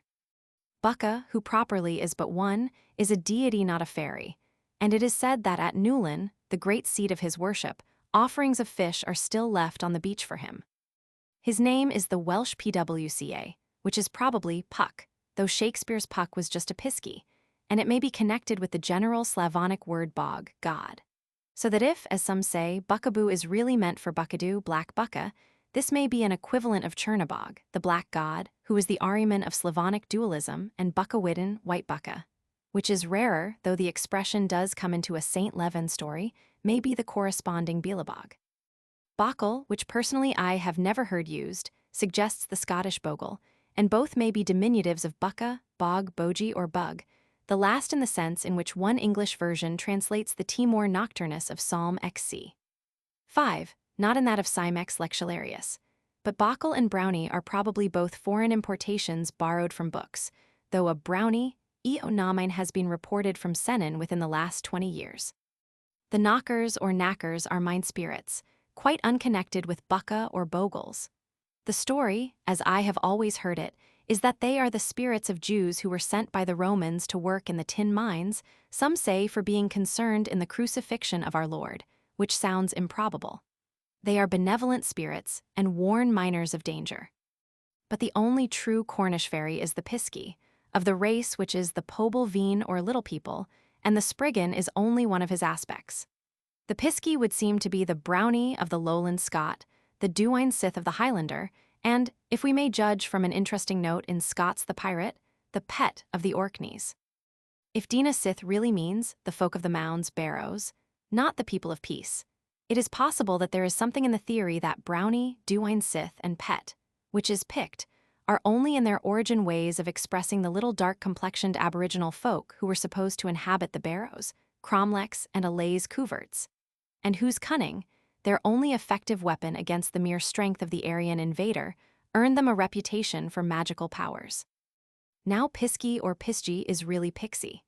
Though as a patriotic Cornishman, I ought not to admit it, I cannot deny, especially as it suits my argument better, that the Devon form is the correct one. But after all, there has been always a strong Cornish element in Devon, even since the time when Athelstan drove the Britons out of Exeter and set the Tamar for their boundary, and I think the original word is really Cornish. The transposition of consonants, especially when S is one of them, is not uncommon in modern Cornish English. Hosht for hogshead and haps for hasp are well-known instances. If we take the root of pixie, pix, and divide the double letter X into its component parts, we get pix or pix, and if we remember that a final S or Z in Cornish almost always represents a T or D of Welsh and Breton, cf. Tas for tad, nans for nant, bows for bod, we may not unreasonably, though without absolute certainty, conjecture that pixie is picty in a Cornish form. Without begging any question concerning the origin, ethnology, or homogeneity of those who are called Picts in history, from the times of Ammianus Marcellinus and Claudian until Kenneth MacAlpine united the Pictish kingdom with the Scottish. We can nevertheless accept the fact that the name Pict has been popularly applied to some pre-Celtic race or races, to whom certain ancient structures, such as vitrified forts and Picts houses, have been attributed. In Cornwall, there are instances of prehistoric structures being called Pisces halls. There is an Allay couvert so called at Bossahan in Constantine, and Pisces crows, crow or craw, Breton crow, is a shed or hovel. Peg's craw is still used for pigsty. And there are 3 genuine examples of what would in Scotland be called Picts houses just outside St. Ives in the direction of Zennor, though only modern antiquaries have applied that name to them. In the district in which they are, the fringe of coast from St. Ives round by Zennor, Morva, Pendine, and Saint just nearly to Senan, are found to this day a strange and separate people of Mongol type, like the Bigoddins of Pont l'Abbé and Penmark in the Breton Cornwalls, one of those fragments of forgotten peoples, of the sunset bound of Lyoness, of whom Tennyson tells. They are a little stuggy, dark folk, and until comparatively modern times were recognized as different from their Celtic neighbors, and were commonly believed to be largely wizards and witches. One of Mr. Wentz's informants seems to attribute to Zennor a particularly virulent brand of pisky, and Zennor is the most primitive part of that district. Possibly the more completely unmixed ancestors of this race were more so than the present representatives. But be this as it may, if Pixie is really Picty, it would seem that, like the inhabitants of the extreme north of the British Isles, the southwestern Britons eventually applied the fairly general popular name of the mysterious, half-dreaded, half-despised aboriginal to a race of preternatural beings in whose existence they believed, and with the name, transferred some of the qualities, attributes, and legends, thus producing a mixed mental conception now known as Pisky or Pixie. There seems to have been always and everywhere, or nearly so, a belief in a race, neither divine nor human, but very like to human beings, who existed on a plane different from that of humans, though occupying the same space. This has been called the astral or the fourth-dimensional plane. Why astral? Why fourth-dimensional? Why plane? Are questions the answers to which do not matter, and I do not attempt to defend the terms, but you must call it something. This is the belief to which Scott refers in the introduction to the monastery, as the beautiful but almost forgotten theory of astral spirits or creatures of the elements, surpassing human beings in knowledge and power, but inferior to them as being subject, after a certain space of years, to a death which is to them annihilation. The subdivisions and elaborations of the subject by Paracelsus, the Rosicrucians, and the modern theosophists are no doubt amplifications of that popular belief, which, though rather undefined, resembles the theory of these mystics in its main outlines, and was probably what suggested it to them. These beings are held to be normally imperceptible to human senses, but conditions may arise in which the astral plane of the elementals and that part of the physical plane, in which, if one may so express it, some human being happens to be, may be in such a relation to one another that these and other spirits may be seen and heard. Some such condition is perhaps described in the story of Balaam the soothsayer. In that incident, when the Lord opened the eyes of the young man and he saw, and behold, the mountain was full of horses and chariots of fire round about Elisha, and possibly also in the mysterious sound of a going in the tops of the mulberry trees which David heard. But no doubt in these cases it was angels and not elementals. It may also be allowable to suggest, without irreverence, that the gospel stories of the Transfiguration and Ascension are connected with the same idea, though the latter is expressed in the form of the geocentric theory of the universe. The Cornish Pisky stories are largely made up of instances of contact between the two planes, sometimes accidental, sometimes deliberately induced by incantations or magic eye salve, yet with these stories are often mingled incidents that are not preternatural at all. How, when, and why this belief arose, I do not pretend even to conjecture. But there it is, and though of course the holders of it do not talk about planes, that is very much the notion which they appear to have. I do not think that the Piskies were ever definitely held to be the spirits of the dead, and while a certain confusion has arisen, as some of Mr. Wentz's informants show, I think it belongs to the confused eschatology of modern Protestants. To a pre-Reformation Cornishman, or indeed to any other Catholic, the idea was unthinkable. Gestorum animi in manu de sunt, et non tangit illos tormentum malitiae. Vici sunt oculis incipientium mori, illi autumn sunt in pace. And the transmigration of the souls of the faithful departed into another order of beings, not disembodied because never embodied, was to them impossible. Such a notion is on a par with the quaint but very usual hope of the modern, evangelical, Christian, so beautifully expressed in one of Hans Andersen's stories, that his departed friends are promoted to be angels. There may be, perhaps, an idea, as there certainly is in the Breton death faith, that the spirits of the faithful dead are all round us, and are not wrapped away into a distant paradise or purgatory. This may be of pre-Christian origin, but does not contradict any article of the Christian faith. The warnings, apparitions, and hauntings, the calling of the dead at sea, and other details of Cornish death legends seem to point to a conception of a plane of the dead, similar to but not necessarily identical with that of the elementals. Under some quite undefined conditions, contact may occur with the physical plane, whence the alleged incidents.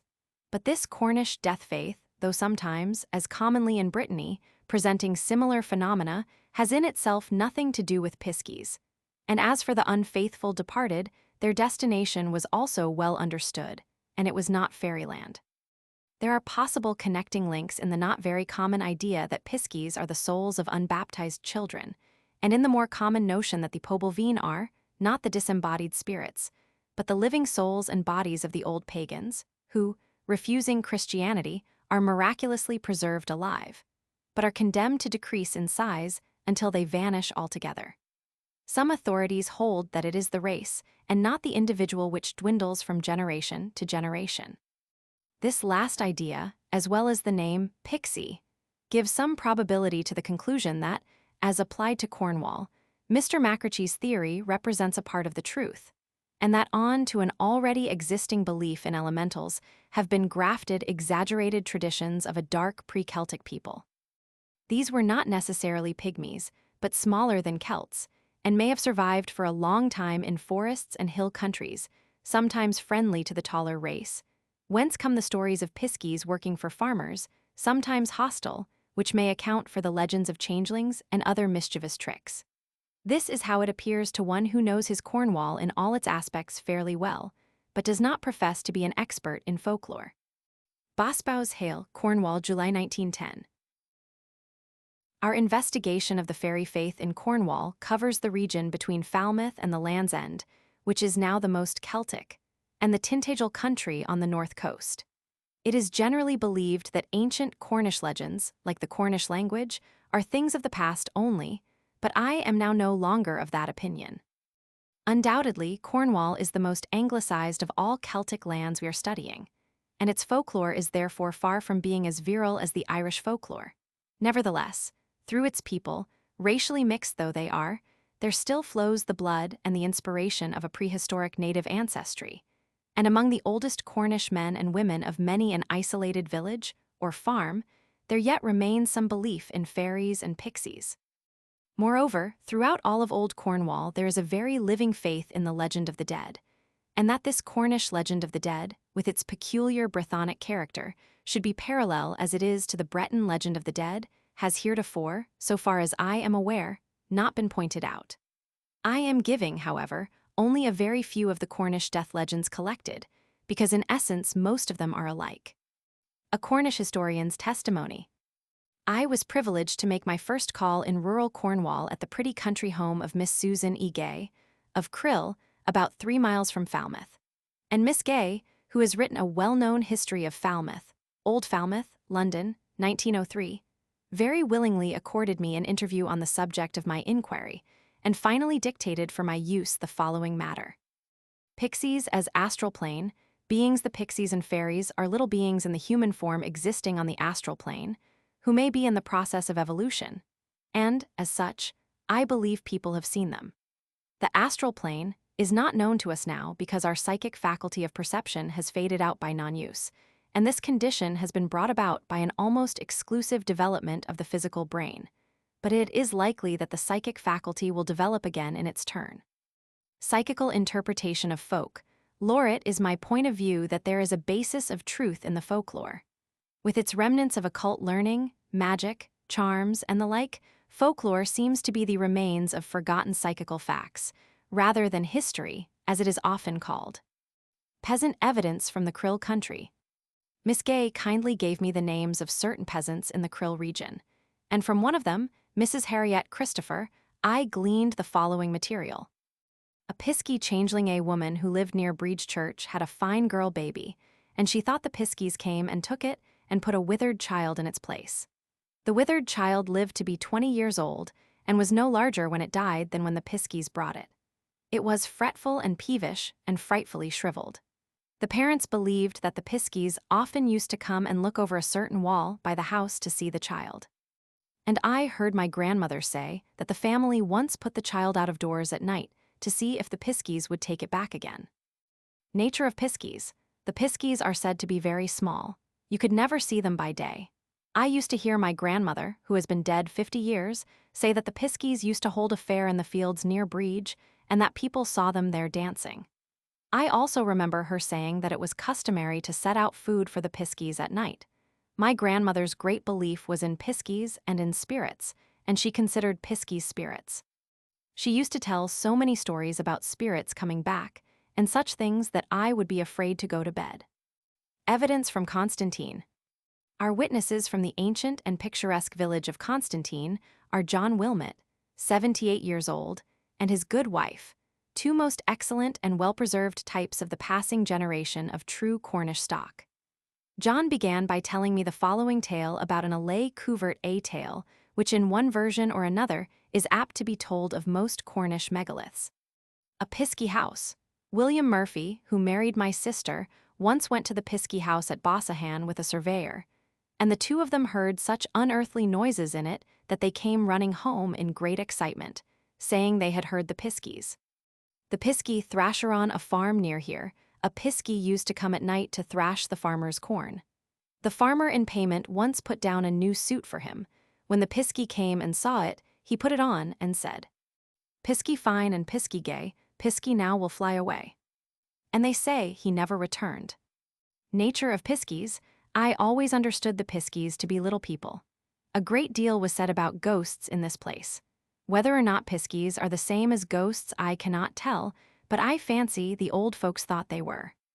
Exorcism. A farmer who lived 2 miles from here, near the Gweek River, called Parson Jago to his house to have him quiet the ghosts or spirits regularly haunting it, for Parson Jago could always put such things to rest. The clergyman went to the farmer's house, and with his whip formed a circle on the floor and then commanded the spirit, which made its appearance on the table, to come down into the circle. While on the table the spirit had been visible to all the family, but as soon as it got into the ring it disappeared, and the house was never haunted afterwards. At St. Michael's Mount, Marasian. Our next place for an investigation of the surviving Cornish fairy faith is Marasian, the very ancient British town opposite the isle called St. Michael's Mount. From Constantine, I walked through the country to this point, talking with as many old people as possible, but none of them knew very much about ancient Cornish beliefs. It is believed, though the matter is very doubtful, that Marasian was the chief mart for the tin trade of Celtic Britain, and that the mount sacred to the sun and to the pagan mysteries long before Caesar crossed the channel from Gaul sheltered the brilliantly colored sailing ships of the Phoenicians. In such a romantic town, where Oriental merchants and Celtic pilgrims probably once mingled together, one might expect some survival of olden beliefs and customs. Piskies, to Mr. Thomas G. Jago of Marasian, with a memory extending backwards more than 70 years, he being 80 years old, I am indebted for this statement about the Piskey creed in that locality. I imagine that 150 years ago the belief in Piskies and spirits was general. In my boyhood days, Piskies were often called the mites, little people. They were regarded as little spirits. The word Piskies is the old Cornish brogue for pixies.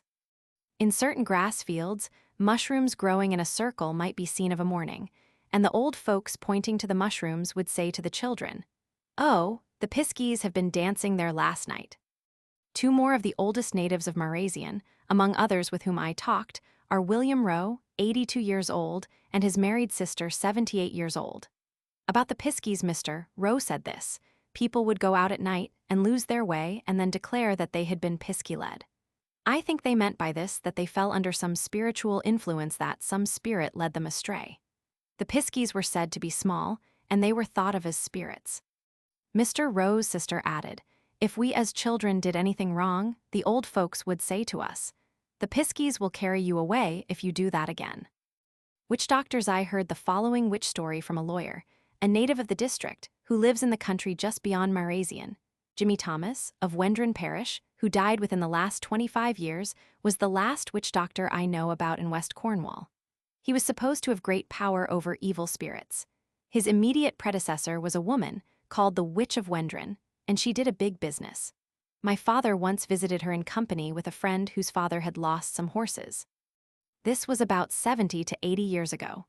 The witch, when consulted on this occasion, turned her back to my father's companion and began talking to herself in Cornish. Then she gave him some herbs. His father used the herbs, and no more horses died. The herbs were supposed to have driven all evil spirits out of the stable. In Penzance, an architect's testimony. Penzance from earliest times has undoubtedly been, as it is now, the capital of the Land's End district, the sacred land of Britain. And in Penzance, I had the good fortune to meet those among its leading citizens who still cherish and keep alive the poetry and the mystic lore of old Cornwall. And to no one of them am I more indebted than to Mr. Henry Mattern. FIAS. Mr. Mattern tells me that he was initiated into the mysteries of the Cornish folklore of this region when a boy in Newlyn, where he was born, by his old nurse Betty Grankin, a native Zenner woman, of stock probably the most primitive and pure in the British Islands. At his home in Penzance, Mr. Mattern dictated to me the very valuable evidence which follows. Two kinds of pixies. In this region there are two kinds of pixies, one purely a land-dwelling pixie and the other a pixie which dwells on the sea strand between high and low water mark. The land-dwelling pixie was usually thought to be full of mischievous fun, but it did no harm. There was a very prevalent belief, when I was a boy, that this sea strand pixie, called bucka, had to be propitiated by a cast, 3 of fish, to ensure the fishermen having a good shot catch of fish. The land pixie was supposed to be able to render its devotees invisible, if they only anointed their eyes with a certain green salve made of secret herbs gathered from Carrismore. In the invisible condition thus induced, people were able to join the pixie revels, during which, according to the old tradition, time slipped away very, very rapidly, though people returned from the pixies no older than when they went with them. The nurse and the ointmentie used to hear about a Zenner girl who came to Newlyn as nurse to the child of a gentleman living at Zimmermancott. The gentleman warned her never to touch a box of ointment which he guarded in a special room, nor even to enter that room. But one day in his absence, she entered the room and took some of the ointment. Suspecting the qualities of the ointment, she put it on her eyes with the wish that she might see where her master was. She immediately found herself in the higher part of the orchard amongst the pixies, where they were having much junketing, festivity, and dancing, and there saw the gentleman whose child she had nursed. For a time she managed to evade him, but before the junketing was at an end, he discovered her and requested her to go home. And then, to her intense astonishment, she learned that she had been away 20 years, though she was unchanged. The gentleman scolded her for having touched the ointment, paid her wages in full, and sent her back to her people. She always had the one regret, that she had not gone into the forbidden room at first. The Talcarn troll, the fairy of the Newlyn Talcarn, was in some ways like the Puck of the English Midlands. But this fairy, or troll, was supposed to date back to the time of the Phoenicians.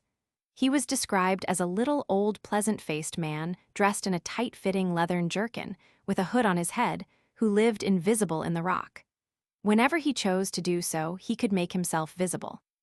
When I was a boy, it was said that he spent his time voyaging from here to Tyre on the galleys which carried the tin, and also that he assisted in the building of Solomon's temple. Sometimes he was called the Wandering One or Odin the Wanderer. My old nurse, Betty Grankin, used to say that you could call up the troll at the Talcarn if while there you held in your hand 3 dried leaves, one of the ash, one of the oak, and one of the thorn, and pronounced an incantation or charm. Betty would never tell me the words of the charm, because she said I was too much of a skeptic. The words of such a Cornish charm had to pass from one believer to another, through a woman to a man, and from a man to a woman, and thus alternately. Nature of pixies. Pixies were often supposed to be the souls of the prehistoric dwellers of this country.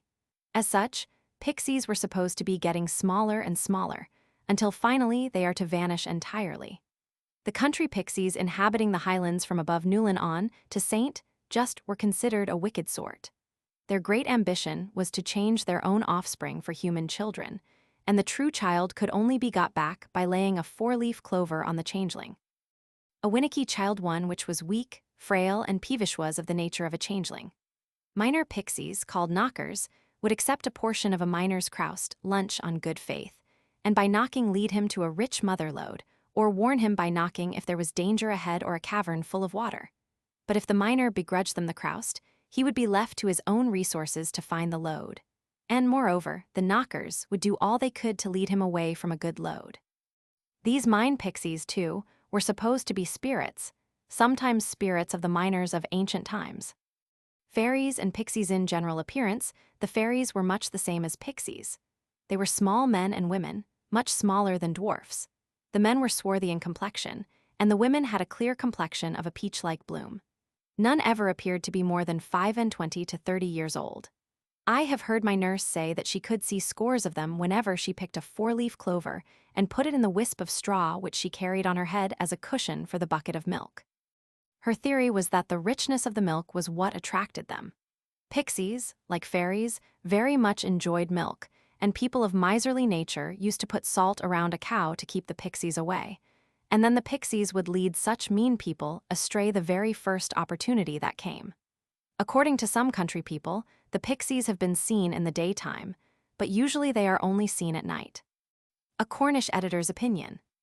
Mr. Herbert Thomas, editor of 4 Cornish papers, The Cornishman, The Cornish Telegraph, Post, and Evening Times, and a true Celt himself, has been deeply interested in the folklore of Cornwall, and has made excellent use of it in his poetry and other literary productions. So that his personal opinions, which follow as to the probable origin of the fairy belief, are for our study a very important contribution. Animistic origin of belief in pixies. I should say that the modern belief in pixies, or in fairies, arose from a very ancient Celtic or pre-Celtic belief in spirits. Just as among some savage tribes there is belief in gods and totems, here there was belief in little spirits, good and bad, who were able to help or to hinder man. Belief in the supernatural, in my opinion, is the root of it all. A Cornish folklorist's testimony. In Penzance, I had the privilege of also meeting Miss M.A. Courtney, the well-known folklorist, who quite agrees with me in believing that there is in Cornwall a widespread legend of the dead. And she cited a few special instances in illustration, as follows. Cornish legend of the dead. Here, amongst the fishermen and sailors, there is a belief that the dead in the sea will be heard calling if a drowning is about to occur. I know of a woman who went to a clergyman to have him exorcise her of the spirit of her dead sister, which she said appeared in the form of a bee. And I have heard of miners believing that white moths are spirits. Evidence from Newlyn. In Newlyn, Mrs. Jane Tregurtha gave the following important testimony. The little folk. The old people thoroughly believed in the little folk, and that they gambled all over the moors on moonlight nights. Some pixies would rain down blessings and others curses, and to remove the curses people would go to the wells blessed by the saints. Whenever anything went wrong in the kitchen at night, the pixies were blamed. After the 31st of October, the blackberries are not fit to eat, for the pixies have then been over them. Cf. The Parallel Irish Belief, p. 38. Fairy guardian of the Menantol. At the Menantol, there is supposed to be a guardian fairy or pixie who can make miraculous cures, and my mother knew of an actual case in which a changeling was put through the stone in order to get the real child back. It seems that evil pixies changed children, and that the pixie at the Menantol, being good, could, in opposition, undo their work. Exorcism. A spirit was put to rest on the green here in Newlyn. The parson prayed and fasted, and then commanded the spirit to dip dry the sea with a limpet shell containing no bottom, and the spirit is supposed to be still busy at this task. Piskies as apparitions. When I talked with her in her neat cottage at Newlyn, Miss Mary Ann Churgwin, who was born on St. Michael's Mount in 1825, told me this. The old people used to say the piskies were apparitions of the dead come back in the form of little people. but I can't remember anything more than this about them. An artist's testimony. One of the members of the Newlyn Art School was able to offer a few of his own impressions concerning the pixies of Devonshire, where he has frequently made sketches of pixies from descriptions given to him by peasants. Devonshire pixies throughout all the west of Devonshire, anywhere near the moorlands, the country people are much given to belief in pixies and ghosts. I think they expect to see them about the twilight hour, though I have not found anybody who has actually seen a pixie. The belief now is largely based on hearsay. Testimony from the historian of Mousehole. To Mr. Richard Harry, the historian of Mousehole, I am indebted for these remarks about the nature and present state of the belief in pixies as he observes it in that region. The pixie belief. The piskies, thought of as little people who appear on moonlight nights, are still somewhat believed in here. If interfered with too much, they are said to exhibit almost fiendish powers. In a certain sense, they are considered spiritual, but in another sense, they are much materialized in the conceptions of the people. Generally speaking, the belief in them has almost died out within the last 50 years. A seaman's testimony. Uncle Billy Pender, as our present witness is familiarly called, is one of the oldest natives of Mousehole, being 85 years old, and most of his life has been passed on the ocean, as a fisherman, seaman, and pilot. After having told me the usual things about piskies, fairies, spirits, ghosts, and the devil, Uncle Billy Pender was very soon talking about the dead.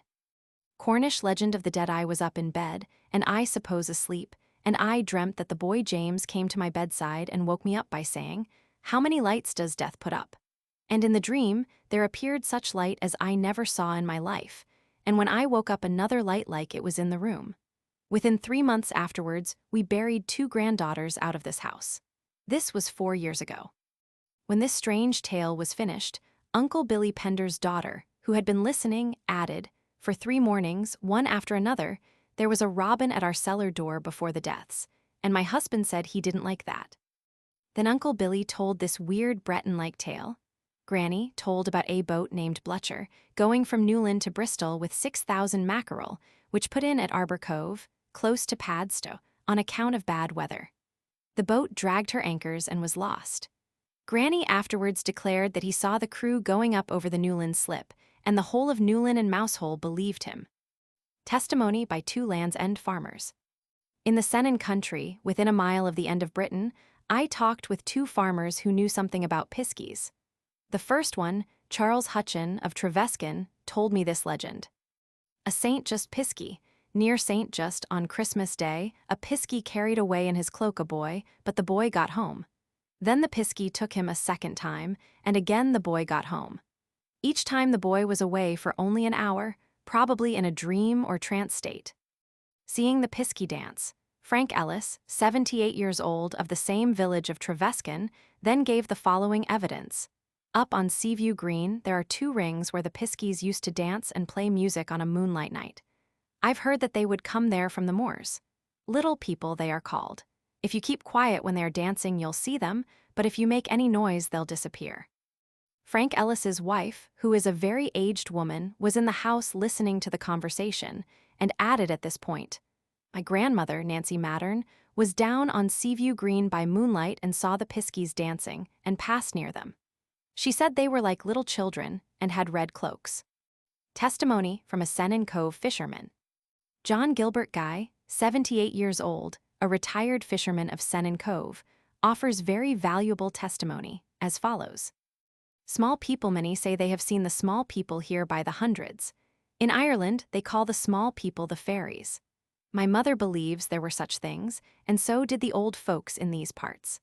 My grandmother used to put down a good furze fire for them on stormy nights, because, as she said, they are a sort of people wandering about the world with no home or habitation and ought to be given a little comfort. The most fear of them was that they might come at night and change a baby for one that was no good.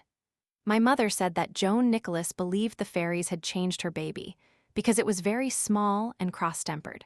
Up on the hill, you'll see a round ring with grass greener than anywhere else, and that is where the small people used to dance. Danger of seeing the little people. I heard that a woman set out water to wash her baby in, and that before she had used the water, the small people came and washed their babies in it.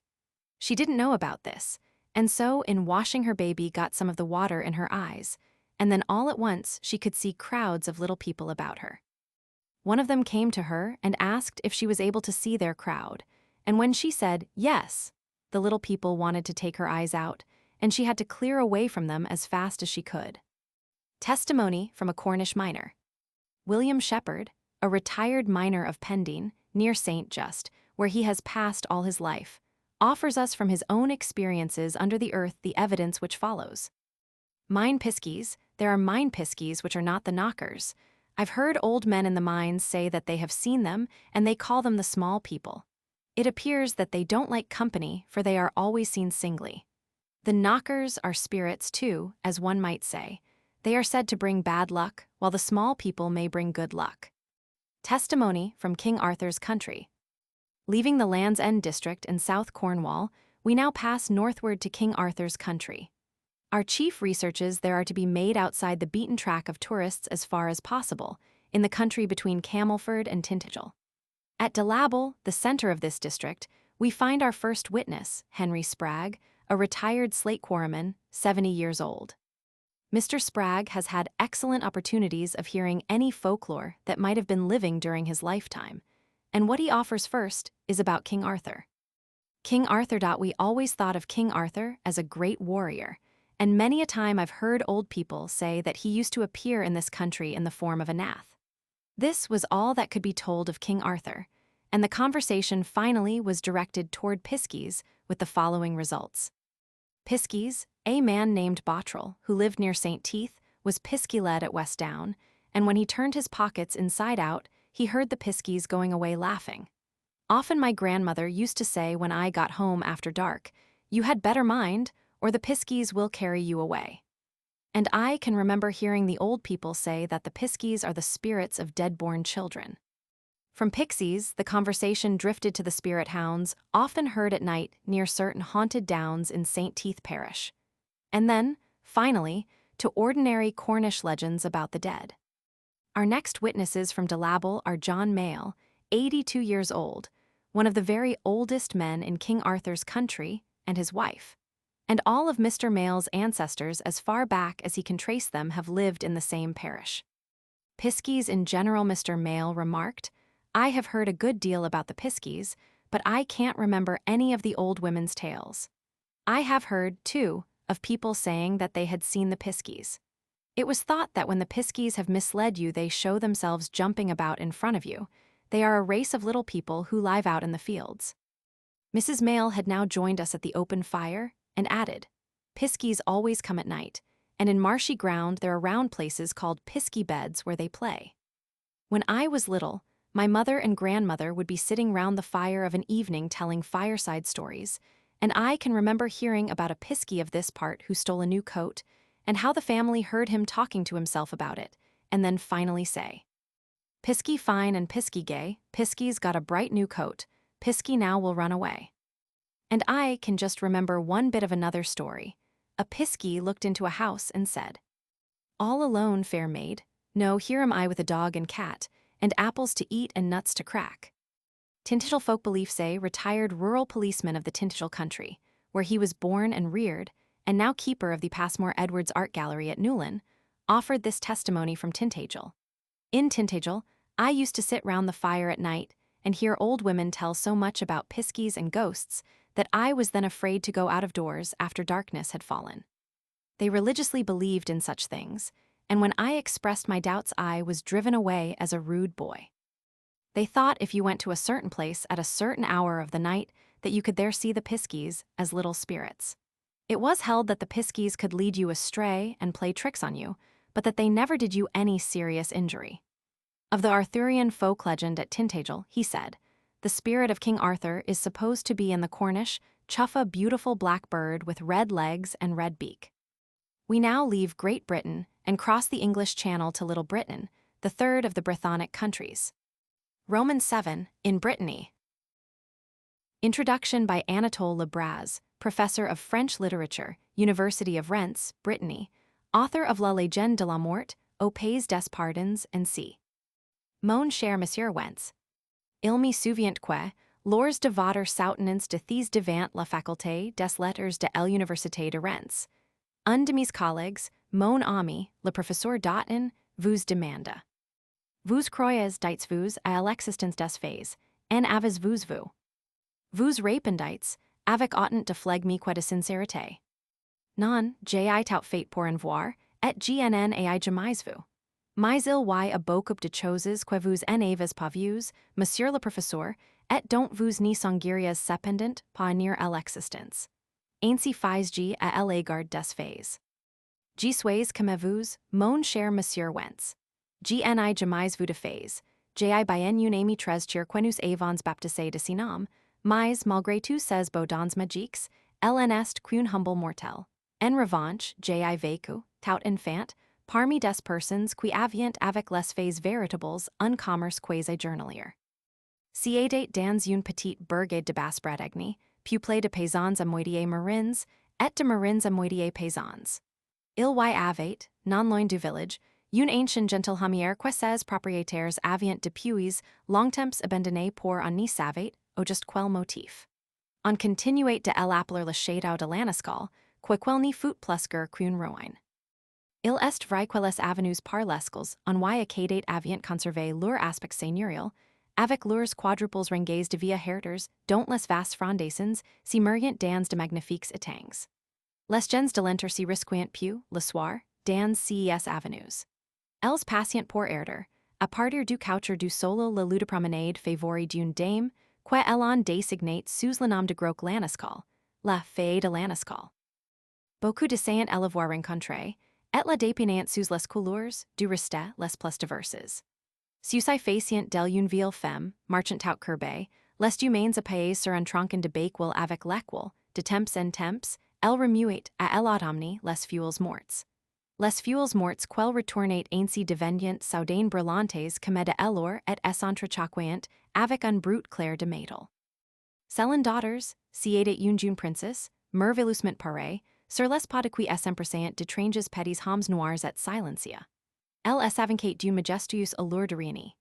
Parfois elle s'arrêtate devant un arbre, et l'arbre aussitôt s'inclinate comme pour recevoir ses ordres. Au bien elle jetate un regard sur l'eau d'un étang, et elle frissonnate jusqu'en ses profondeurs, comme agitée d'un mouvement de crainte, sous la puissance de son regard. On racontate sur elle, cette curieuse histoire.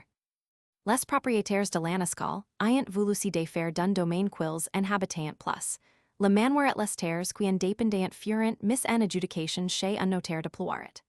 Au jour fixé pour les enchères nombre d'acteurs occurrent. Les prietant dégemontés très haut, et le domaine allait être adjugé, quand, un dernier appel du crieur, une voix féminine, très douce et très impérieuse tout ensemble, s'élevait dit. 1000 francs de plus. Il y eut grand rumeur dans la salle. Tout le monde chercha des la personne qui avait lancé cette journée, et qui n'y pouvait être qu'une femme. Mais il n'y s'y trouva pas une seule femme dans l'assistance. Le notaire demanda. Qui a parlé? De nouveau, la mère me voici fit entendre. Groc l'Anatole, répondit-elle. Si fut une débandade générale. Depuis lors, il n'y essayait jamais présenté de queror, et voilà pourquoi, répétant couramment, l'Anatole était toujours à vendre. Si je vous ai entretenu à plaisir de la fée de l'Anatole, mon cher monsieur Wentz, c'est quelle est la première qui a fait impression sur moi, dans mon enfance. Combien d'autres n'ai-je pas connu, par la suite, à travers les récits de mes compatriotes des Greaves, des Champs ou des Bois. La Bretagne est restée un royaume de furie. On n'a pu voyager à l'espace, d'une sans cotir la demeure de quelque, fait mâle ou femelle. Si jours derniers, comme j'ai accompli un pèlerinage d'automne à l'hallucinante forêt de Pimpont, tout hanté encore des grands souvenirs de la légende celtique, j'y croisais, sous les opulentes ombrages du Pastohu, une ramassus de bois morts, avec qui je n'y manquais pas, vous pensez bien, de lire conversation. Un des premiers noms que j'y prononçai fut naturellement celui de Vivienne. Vivienne, si récria la ville povis.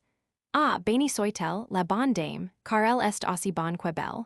Sans sa protection mon homme, qui travaille dans les coupes, serait tombé comme un loup, sous les fusils des gardes. Et elle s'y mit à me conter comme à quoi son mari, Untantanet braconnier commetus les boucherins de ces parages, essatant porter, you knew it, à la foot du chevreul, dans les environs de la batox plaints, avait été surprise and flagrant dalit par une tournée de gardes. Il voulut fuir, les gardes tyrant. Une balle à l'atteinte à la cuisse.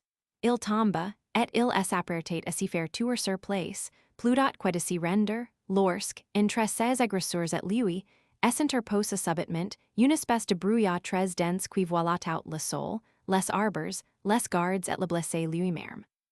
Et il entendait une voix sortie du brouillard, une voix légère comme un brute de fuels, murmurer à son oreille. Sauve-toi, mon fils.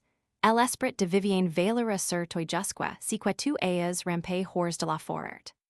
Tels furent les propres paroles de la fée, conclut la ramassus de bois mort. Et, dévotement, elle s'y signa, car la religius Britannicus les saves venir les fées, à l'égal des saints. J'ignore s'il faut rattacher les lutins au monde des fées, mais, si quiesti suer, c'est que cette charmante et malicius ingens a tauders pullulae dans notre pays. Jimmy Sways laissait dire quatre fois chaque mason avec la scene. Si edat quelque chose comme la petite de painate, tantot visible, tantot invisible, il précédait à tous les actes de la vie domestique. Mia encore, il y participate, et de la façon la plus efficace. À l'intérieur du logis, il aidait les servants, soufflait le feu dans el ladder, surveillait la cuisine de la nourriture pour les hommes ou pour les berts.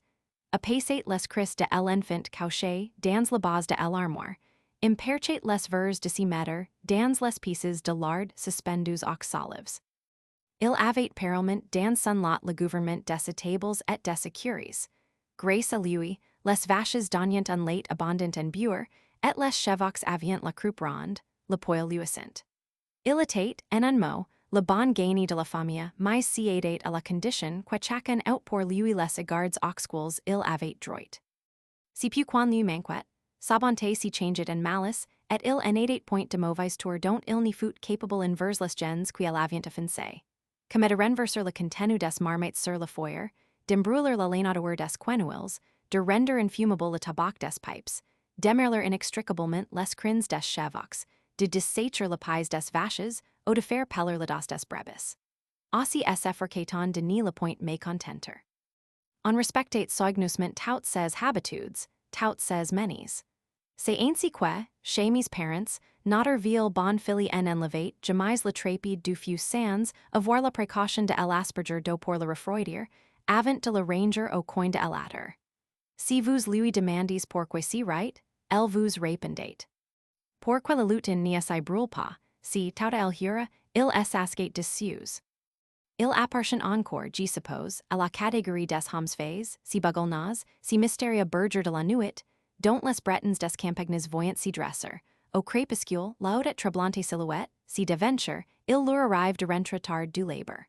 On n'a jamais pu me renseigner exactement sur le genre de troupeau quil facet pater, ni sur si quoi présageait sa rencontre. Le plus souvent, on la redoute.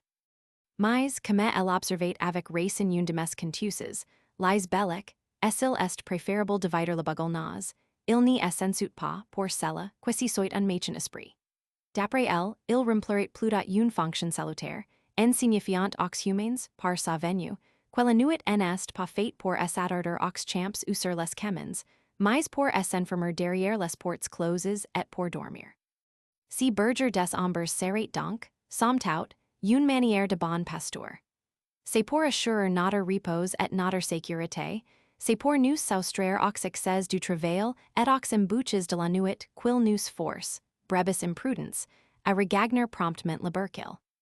Sans doubt ici un rôle tutélaire à peu près semblable qui, dans la croyance populaire, est dévolu à notre homme fait, plus spatialement affecté au rivage de la mer, comme elle indique son nom de Yananad. Il n'y a pas, sur tout le littoral maritime de la Bretagne au, comme on dit, dans tout l'armer, une seule région au l'existence de ces des grives, ni soit tenu pour un fait certain, dûment constaté indéniable. On lui prête des formes variables et des aspects différents. C'est tantôt un géant, tantôt un nain. Il porte tantôt un surrate de toile huilée, tantôt un large chapeau de foudre noire. Parfois, il s'appuie sur une rame et fait penser au personnage énigmatique, armé du même attribut, quolis doit suivre, dans LL.D. Mais, taugers, Sanheros marin don't la mission est de parcourir les plages, en pausant par intervalles de longues crises stridentes, propres à effrir les pertures qui si serient laissés surprendre dehors par les ténèbres de la nuit. Il n'y fait de mal quasi qui récalcitrant, encore ni les fraptil que dans leur interrert, pour les contraindre à si mettre à l'abri. Il est, avant tout, un avertisseur. Says Chris ni rappellant passionement aux loges les gens, adardes sur les grives. Ils signalant aussi le dangereux voisinage de la côte aux marins, qui sont en muret. Par la plainte à l'insuffisance du mugissement des sirens ou de la lumière des fers. Remarquons, à si propos, quan relève un trait analogue dans la légende des vieux saints armoricains, pour la plupart immigrés d'Irlande. Un de leurs exercices coutumiers consistait à déambuler de nuit le long des côtes où ils avaient établi leurs oratoires, en adjutant des clochettes de fer battu, dont les tintements étaient destinés, comme les cris de Yananod, à prévenir les navigateurs que la terre était proche. Je suis persuadé que le culte des saints, qui est la première et la plus fervente des dévotions bretons, conserve bien des traits d'une religion plus ancienne où la croyance aux fait jouer le principal rôle. Et il en va de même, j'en suis convaincu, pour ces mythes funéraires que j'ai recueillis sous le titre de la légende de la mort, chez les Bretons armoricains. A vrai dire, dans la conception bretonne, les morts n'y sont pas morts. Ils vivent d'une vie mystérieuse en marge de la vie réelle, mais leur monde restait, en définitive, tout merveille au nader et, sidat que la nuit tombe, sidat que les vivants proprement dits s'abandonnent à la mort momentanée du sommeil. Les soi-disant morts redeviennent les habitants de la terre quils n'ont jamais quitté. Ils reprennent leur place à leur foyer d'autrefois, ils vaquent à leurs anciens travaux, ils s'intéressent aux loges, aux champs, à la barque ils s'y comportent, en un mot, comme si pupil des hommes et des femmes faits qui forment jadis une espèce de humanité plus fine et plus délicate au milieu de la véritable humanité. J'aurais encore, mon cher Monsieur Wentz, bien d'autres types à évoquer, dans cet intermonde de la féerie bretonne qui, chez mes compatriots, ni s'y confondent ni avec Simon-Sai, ni avec l'autre, mais participe à la fois de tous les dieux, par un singulier mélange de natural et de surnaturel. J'en voulu NCS lignes rapides, que montre la richesse de la matière à laquelle vous avez, avec tant de conscience et de fervor, appliquez votre effort. Et maintenant, quelles phase vous soyez douces, mon cher ami. Elles n'y seront que justes en favorisant de tout leur tendresse legion, et brillant écrivain qui vient de restaurer leur culte en rénovant leur gloire. Rents C. Wonner, November 1910. My dear Mr. Wentz, I recollect that, at the time of your examination on your thesis before the Faculty of Letters of the University of Rents, one of my colleagues, my friend Professor Dotton, put to you this question. You believe, you assert in the existence of fairies. Have you seen any? You answered, with equal coolness and candor. No, I have made every effort to do so, and I have never seen any. But there are many things which you, sir, have not seen, and of which, nevertheless, you would not think of denying the existence. That is my attitude toward fairies. I am like you, my dear Mr. Wentz. I have never seen fairies. It is true that I have a very dear lady friend whom we have christened by that name, but, in spite of all her fair supernatural gifts, she is only a humble mortal. On the other hand, I lived, when a mere child, among people who had almost daily intercourse with real fairies. That was in a little township in Lower Brittany, inhabited by peasants who were half sailors, and by sailors who were half peasants. There was, not far from the village, an ancient manor house long abandoned by its owners, for what reason was not known exactly. It continued to be called the Château of Laniscall, though it was hardly more than a ruin. It is true that the avenues by which one approached it had retained their feudal aspect, with their fourfold rows of ancient beeches whose huge masses of foliage were reflected in splendid pools. The people of the neighborhood seldom ventured into these avenues in the evening.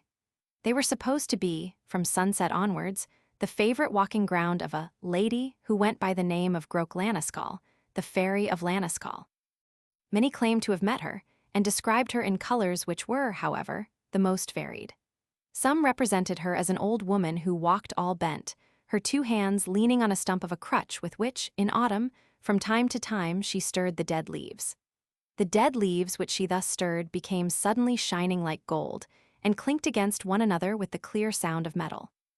According to others, it was a young princess, marvelously adorned, after whom there hurried curious little black silent men. She advanced with a majestic and queenly bearing. Sometimes she stopped in front of a tree, and the tree at once bent down as if to receive her commands. Or again, she would cast a look on the water of a pool, and the pool trembled to its very depths, as though stirred by an access of fear beneath the potency of her look. The following strange story was told about her. The owners of Laniscall, having desired to get rid of an estate which they no longer occupied, the manor and lands attached to it were put up to auction by a notary of Ploret. On the day fixed for the bidding, a number of purchasers presented themselves.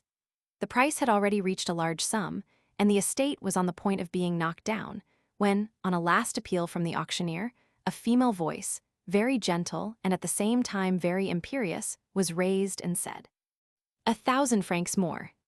A great commotion arose in the hall.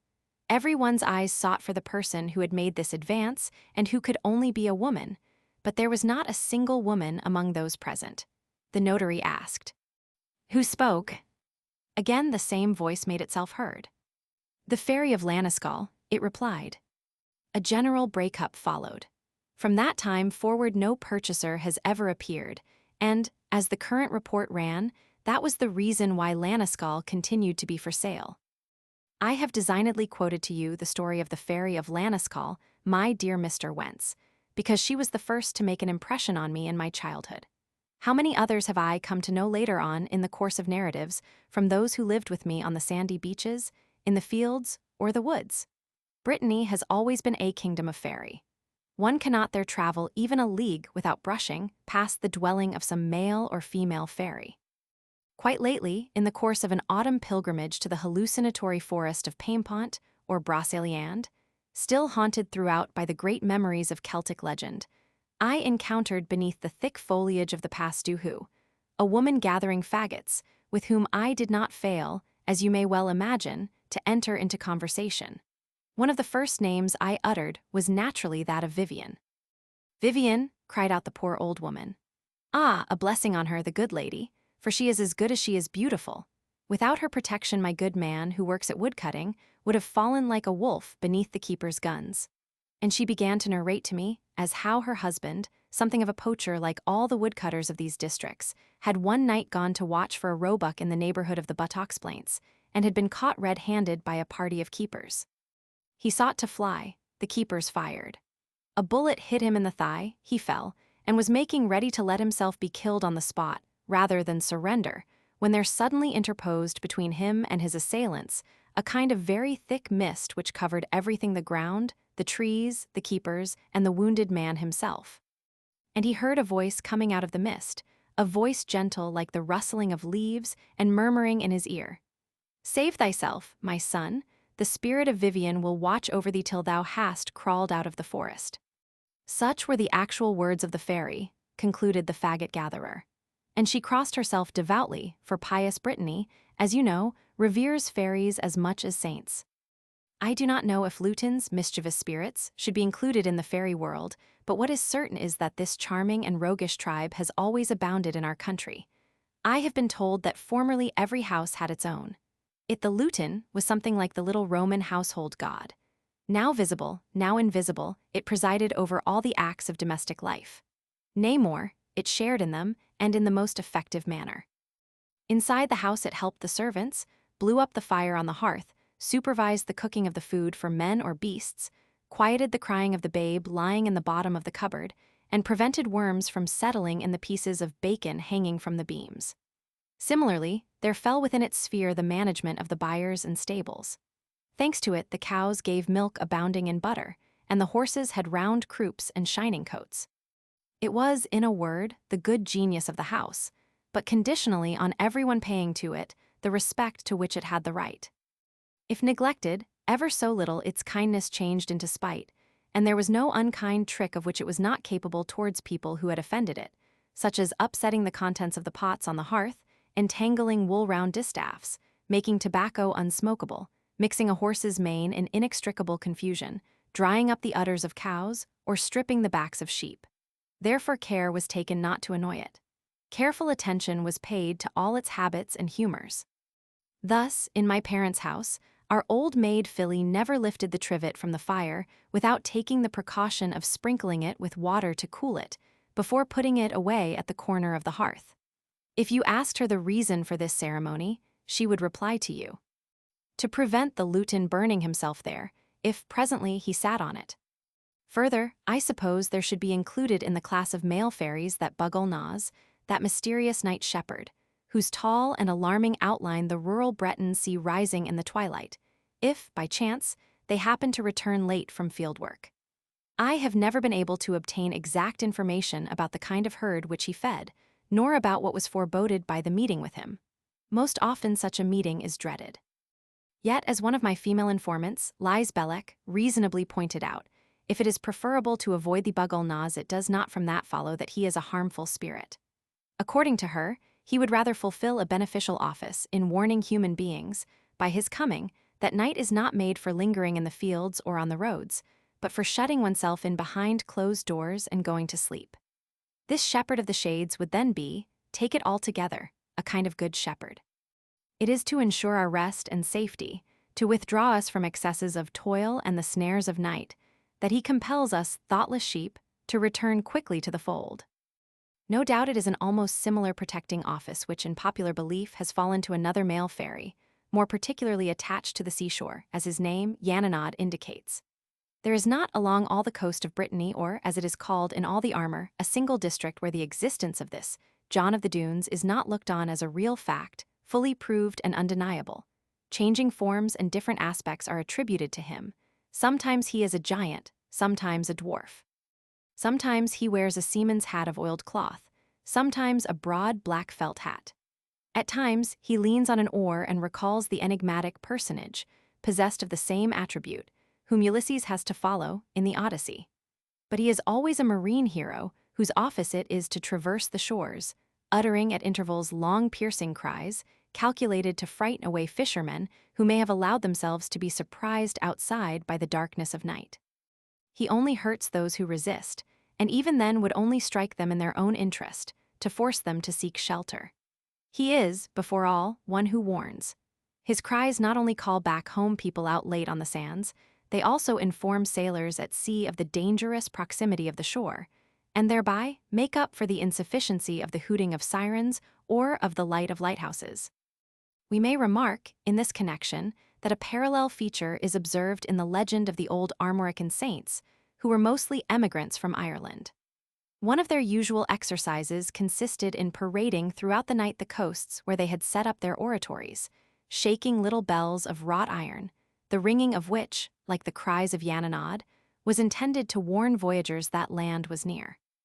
I am persuaded that the worship of saints, which is the first and most fervent of Breton religious observances, preserves many of the features of a more ancient religion in which a belief in fairies held the chief place. The same, I feel sure, applies to those death myths which I have collected under the name of the legend of the dead among the Armorican Bretons. In truth, in the Breton mind, the dead are not dead. They live a mysterious life on the edge of real life, but their world remains fully mingled with ours, and as soon as night falls, as soon as the living, properly so called, give themselves up to the temporary sleep of death, the so-called dead again become the inhabitants of the earth which they have never left. They resume their place at their former hearth, devote themselves to their old work, take an interest in the home, the fields, the boat. They behave, in a word, like the race of male and female fairies, which once formed a more refined and delicate species of humanity in the midst of ordinary humanity. I might, my dear Mr. Wentz, evoke many other types from this intermediate world of Breton fairy, which, in my countrymen's mind, is not identical with this world nor with the other, but shares at once in both, through a curious mixture of the natural and supernatural. I have only intended in these hasty lines to show the wealth of material to which you have with so much conscientiousness and ardor devoted your efforts. And now may the fairies be propitious to you, my dear friend. They will do nothing but justice in favoring with all their goodwill the young and brilliant writer who has but now revived their cult by renewing their glory. Rents, November 1, 1910. Breton fairies or fays. In Lower Brittany, which is the genuinely Celtic part of Armorica, instead of finding a widespread folk belief in fairies of the kind existing in Wales, Ireland, and Scotland, we find a widespread folk belief in the existence of the dead, and to a less extent in that of the Corrigan tribes.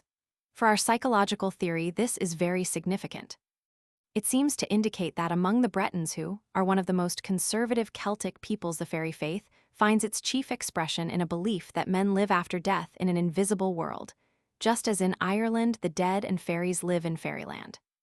This opinion was first suggested to me by Professor Anatole BRAZ, author of La Légende de la Mort, and by Professor Georges Dotton, both of the University of Rennes.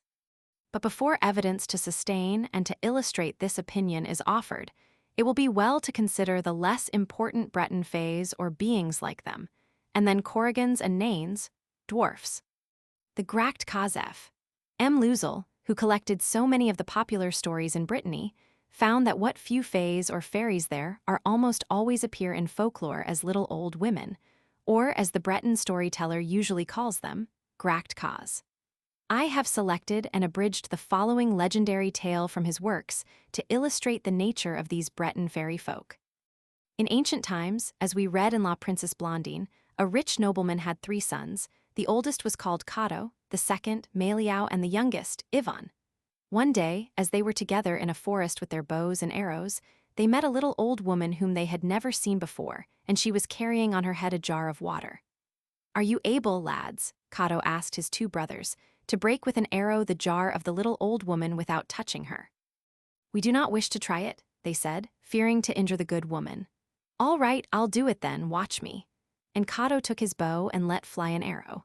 The arrow went straight to its mark and split the jar without touching the little old woman, but the water wet her to the skin, and in anger she said to the skillful archer, "You have failed, Cato, and I will be revenged on you for this.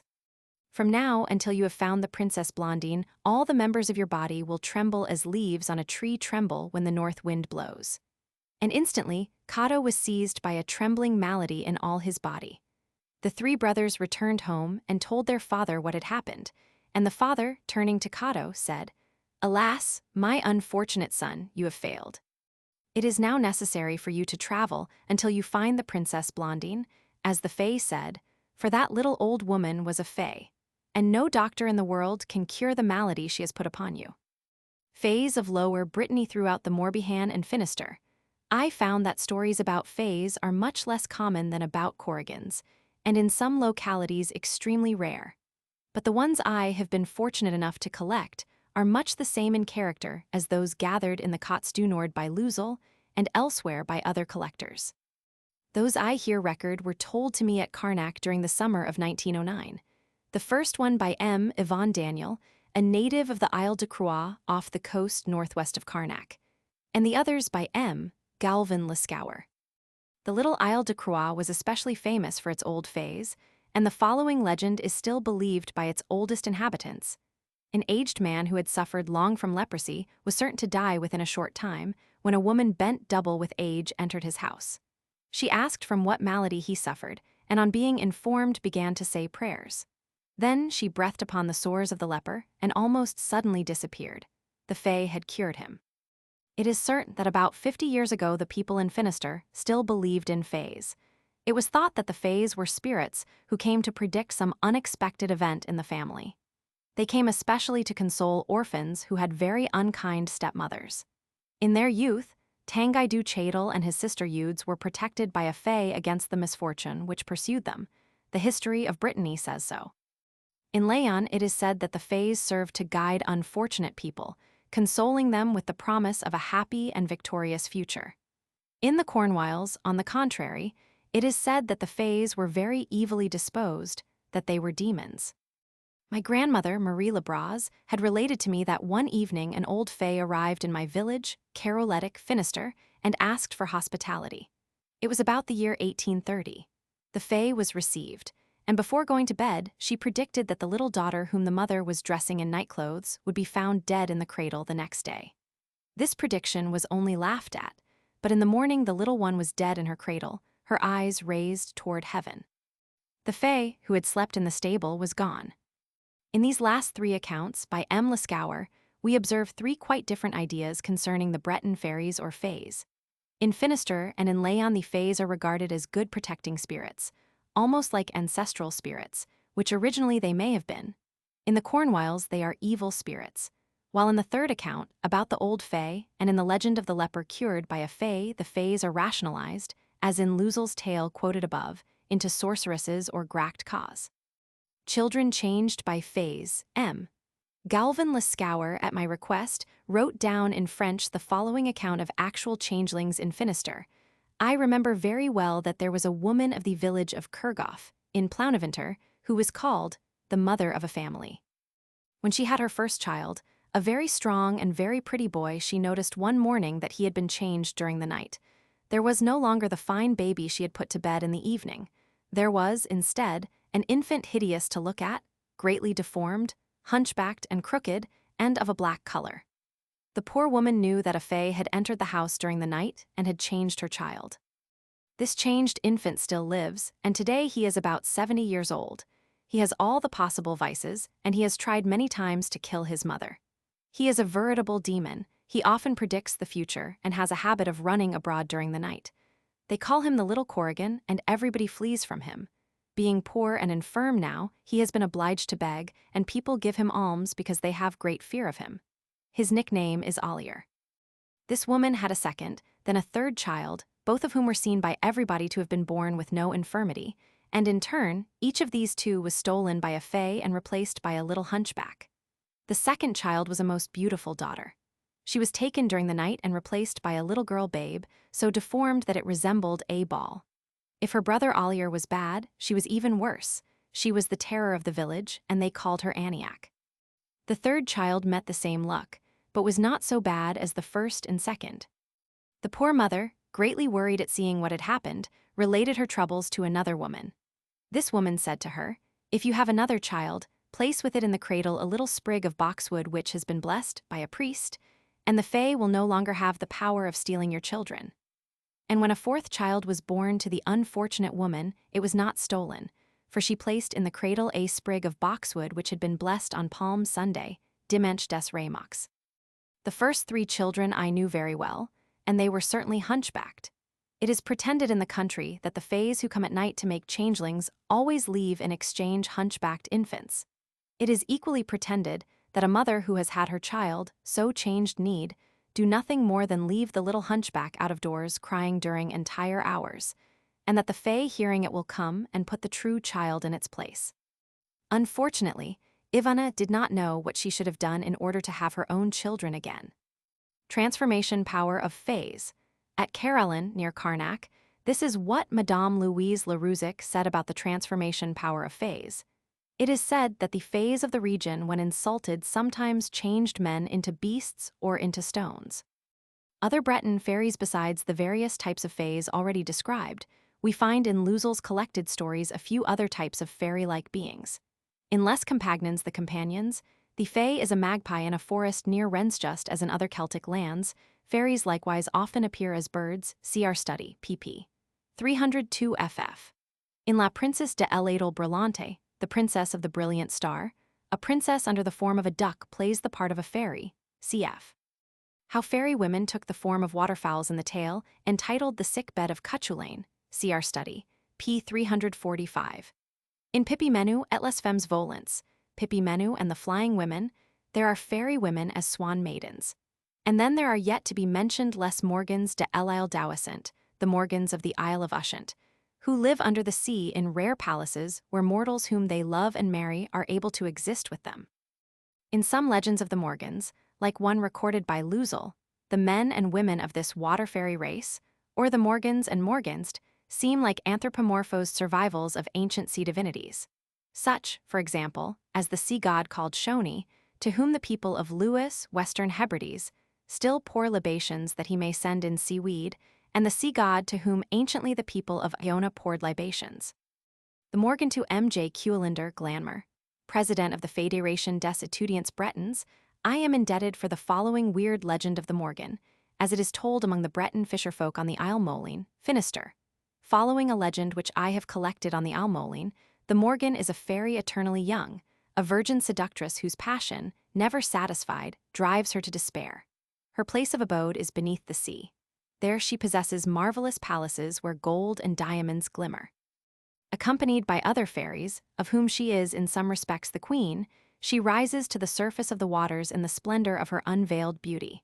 By day she slumbers amid the coolness of grottos, and woe to him who troubles her sleep. By night she lets herself be lulled by the waves in the neighborhood of the rocks. The sea foam crystallizes at her touch into precious stones, of whiteness as dazzling as that of her body. By moonlight she moans as she combs her fair hair with a comb of fine gold, and she sings in a harmonious voice a plaintive melody whose charm is irresistible. The sailor who listens to it feels himself drawn toward her, without power to break the charm which drags him onward to his destruction. The bark is broken upon the reefs. The man is in the sea, and the Morgan utters a cry of joy.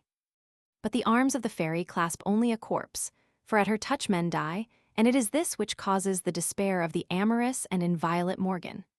She being pagan, it suffices to have been touched by her in order to suffer the saddest fate which can be reserved to a Christian. The unfortunate one whom she had clasped is condemned to wander forever in the trough of the waters, his eyes wide open, the mark of baptism effaced from his forehead. Never will his poor remains know the sweetness of reposing in holy ground. Never will he have a tomb where his kindred might come to pray and to weep.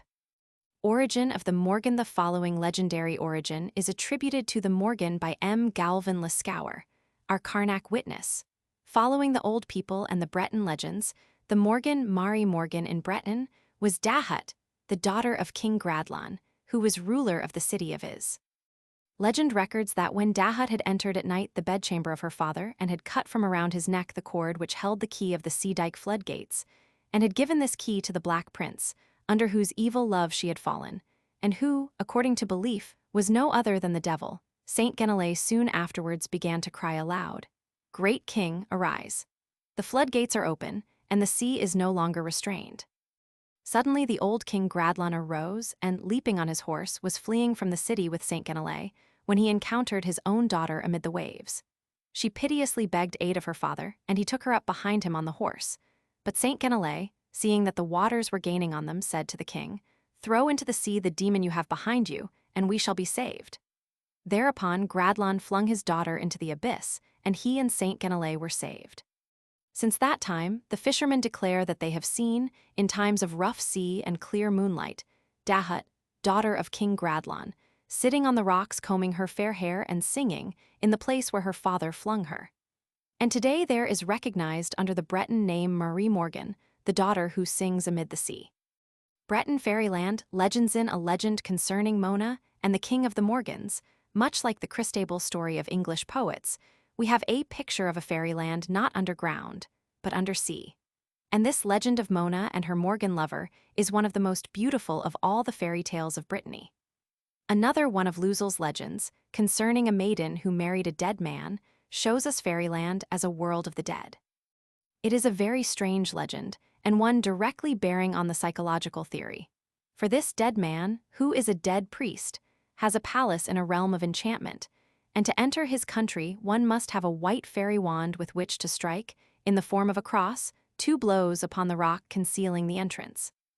M. Paul Sabelot records from Upper Brittany, a tradition that beneath the sea waves there one can see a subterranean world, containing fields and villages and beautiful castles.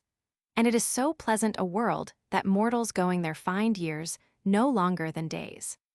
Fairies of Upper Brittany, principally in Upper Brittany, M. Sabelot found rich folklore concerning fays, though some of his material is drawn from peasants and fishermen who are not so purely Celtic as those in Lower Brittany, and he very concisely summarizes the various names they're given to the fairy folk as follows. They are generally called fays, fairies, sometimes fairts, fates, a name nearer than fays to the Latin fata, fairt, femme, and fairt, maz, are both used, and from fairt is probably derived fato or fatad, which is the name borne by the fathers, the husbands, or the children of the fays Saint Cast. Near Saint Briac, Elayatvillein, they are sometimes called fions. This term, which is applied to both sexes, seems also to designate the mischievous lutin sprites. Round the Manet and the cantons of Colonnay and of Moncontour, They are called Marget la Fée, or Ma Camire, my godmother Marget, or even the bonne femme, good woman Marget. On the coast they are often enough called by the name of bonnes dames, good ladies, or of nos bonnes mères les fées, our good mothers the fairies. Usually they are spoken of with a certain respect. As the same authority suggests, probably the most characteristic fays in Upper Brittany are the fées des Hools, fairies of the billows, and traditions say that they lived in natural caverns or grottos in the sea cliffs. They form a distinct class of sea fairies unknown elsewhere in France or Europe. M. Sabelot regards them as sea divinities greatly rationalized. Associated with them are the Fions, a race of dwarfs having swords no bigger than pins. A pretty legend about magic buckwheat cakes, which in different forms is widespread throughout all Brittany, is told of these little cave-dwelling fairies. Like the larger fays, the Fions kept cattle, and one day a black cow belonging to the Fions of Pontoxhamnes ate the buckwheat in the field of a woman of that neighborhood. The woman went to the Fions to complain, and in reply to her a voice said, "Hold your tongue, you will be paid for your buckwheat." Thereupon the Fions gave the woman a cupful of buckwheat and promised her that it would never diminish so long as none should be given away.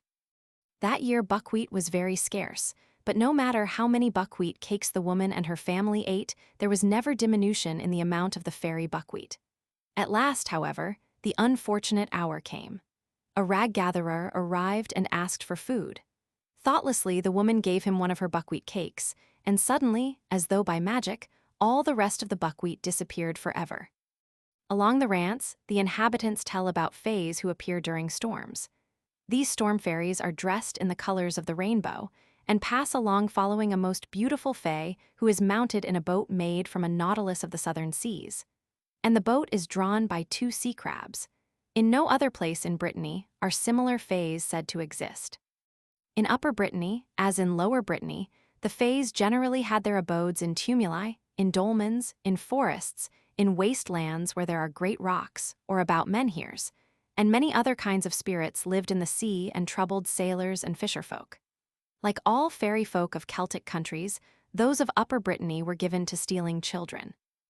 Thus, at Dinard not long ago, there was a woman more than 30 years old who was no bigger than a girl of 10, and it was said she was a fairy changeling.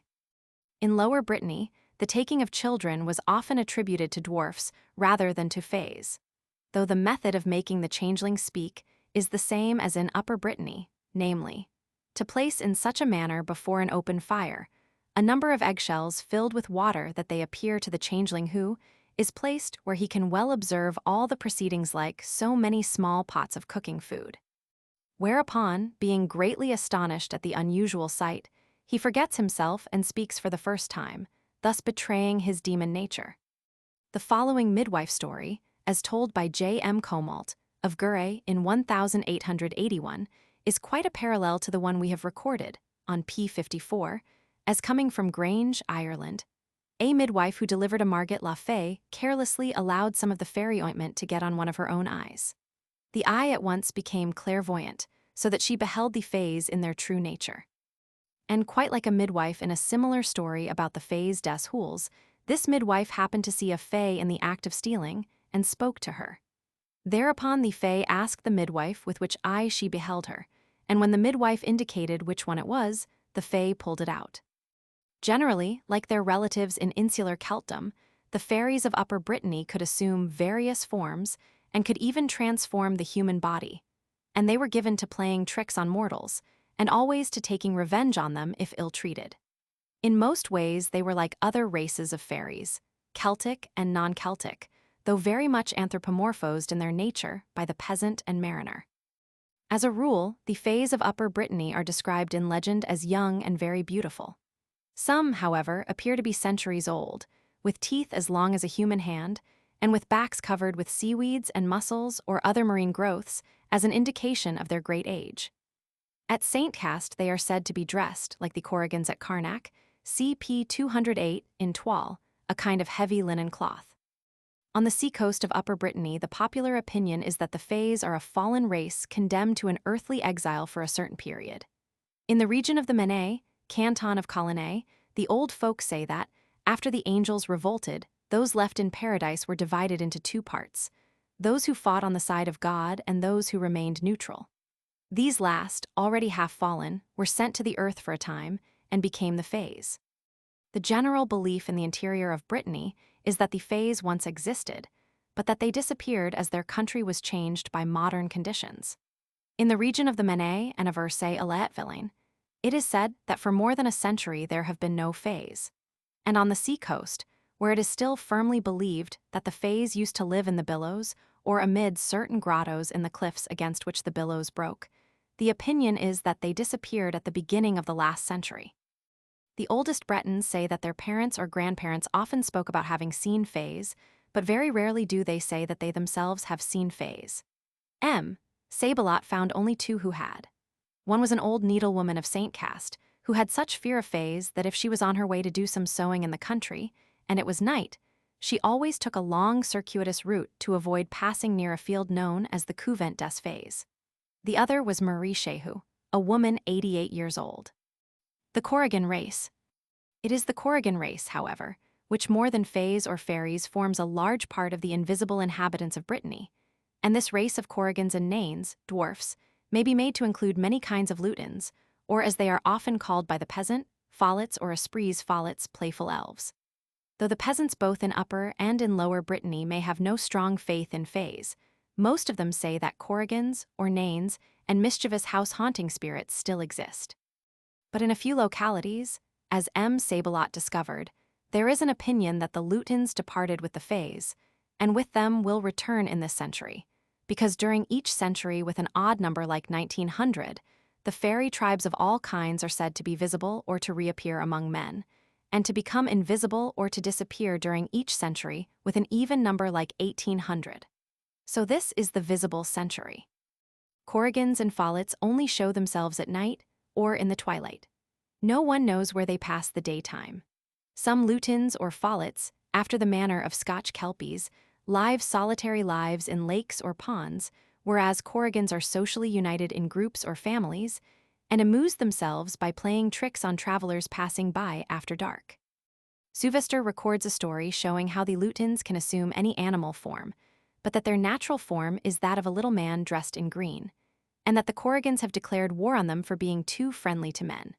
From what follows about lutins, by M. Galvin Lascauer, they show affinity with pucks and such shape-shifting hobgoblins as are found in Wales. The lutins were little dwarfs who generally appeared at crossroads to attack belated travelers. And it is related in Breton legends that these lutins sometimes transformed themselves into black horses or into goats, and whoever then had the misfortune to encounter them sometimes found his life in danger, and was always seized with great terror. But generally, what the Breton peasant tells about Corrigans he is apt to tell at another time about lutins. And both tribes of beings, so far as they can be distinguished, are the same as the elfish people's pixies in Cornwall, Robin Goodfellows in England, goblins in Wales, or brownies in Scotland. Both Corrigans and lutins are supposed to guard hidden treasure. Some trouble horses at night. Some, like their English cousins, may help in the housework after all the family are asleep. Some cause nightmare. Some carry a torch like a Welsh death candle. Some trouble men and women like obsessing spirits, and nearly all of them are mischievous. In an article in the Revue des Traditions Populaires, v.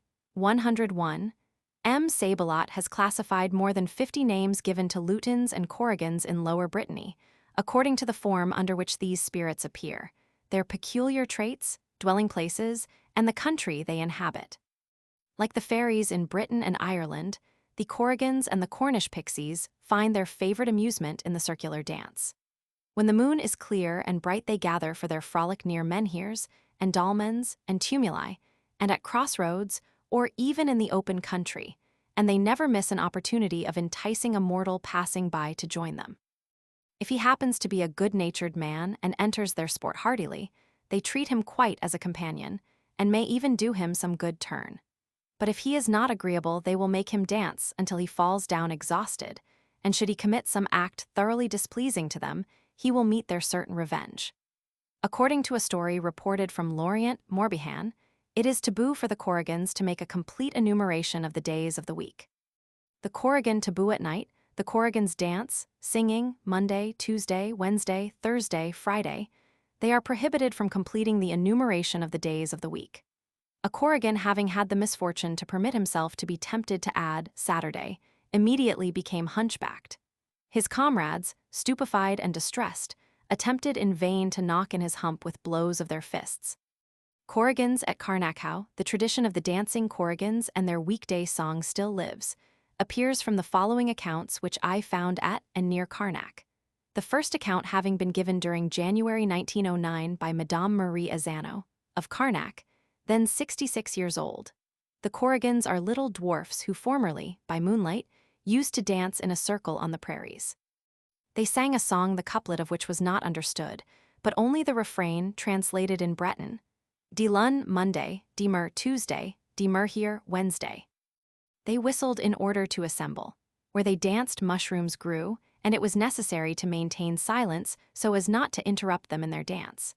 They were often very brutal towards a man who fell under their power, and if they had a grudge against him, they would make him submit to the greatest tortures.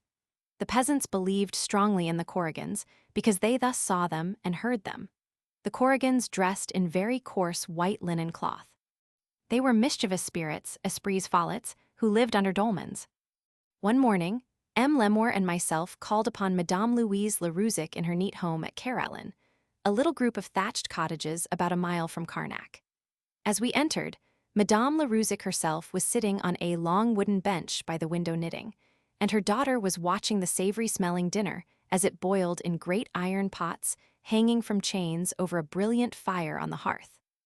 Large gleaming brass basins were ranged on a shelf above the broad open chimney place wherein the fire burned, and massive bedsteads carved after the Breton style stood on the stone floor. When many things had been talked about, our conversation turned to Corrigans, and then the good woman of the house told us these tales. Corrigans at church. In former times, a young girl having taken the keys of the church, presumably at Carnac, and having entered it, found the Corrigans about to dance, and the Corrigans were singing Lundy, Mardy, Monday, Tuesday. On seeing the young girl, they stopped, surrounded her, and invited her to dance with them. She accepted, and in singing, added to their song Mercredi, Wednesday. In amazement, the Corrigans cried joyfully, "She has added something to our song. What shall we give her as recompense?" And they gave her a bracelet. A friend of hers, meeting her, asked where the fine bracelet came from, and the young girl told what had happened. The second girl hurried to the church and found the Corrigans still dancing the ronde.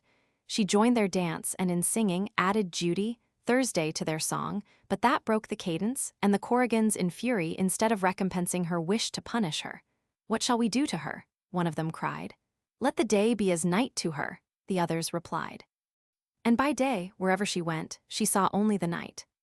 The Corrigans Sabbath where my grandfather lived, continued Madame Larouzic. There was a young girl who went to the Sabbath of the Corrigans, and when she returned and was asked where she had been, said, "I have traveled over water, wood, and hedges." And she related all she had seen and heard. Then one night afterwards, the Corrigans came into the house, beat her, and dragged her from bed.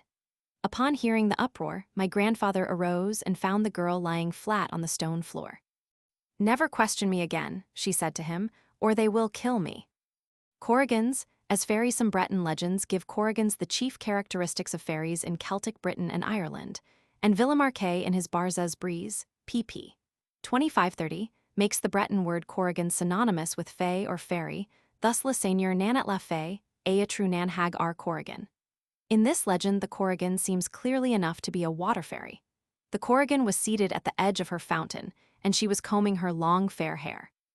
But unlike most water fairies, the fée lives in a grotto, which, according to Villemarqué, is one of those ancient monuments called in Breton dolmen or Tr Corrigan. In French, table de piers or grotte aux fées, like the famous one near Reims.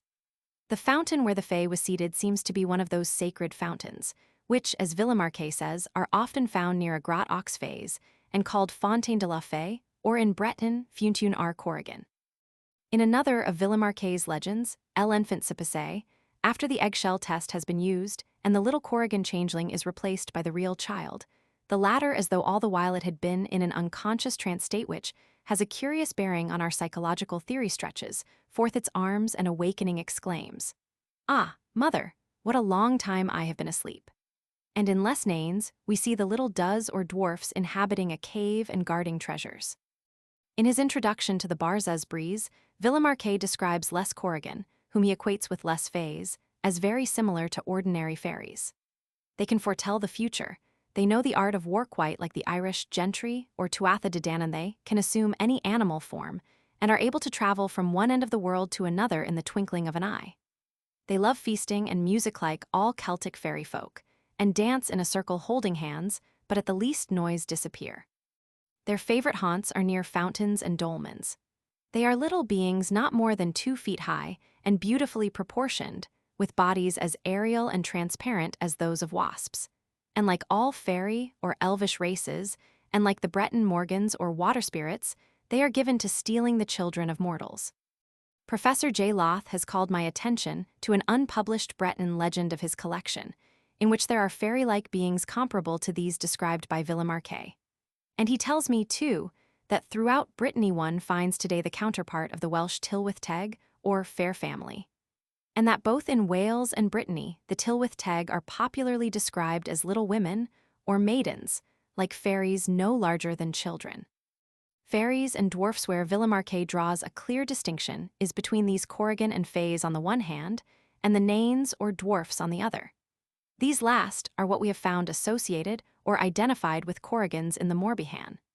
Villemarqué describes the Nains as a hideous race of beings with dark or even black hairy bodies, with voices like old men and with little sparkling black eyes. They are fond of playing tricks on mortals who fall into their power, and are given to singing in a circular dance the weekday song.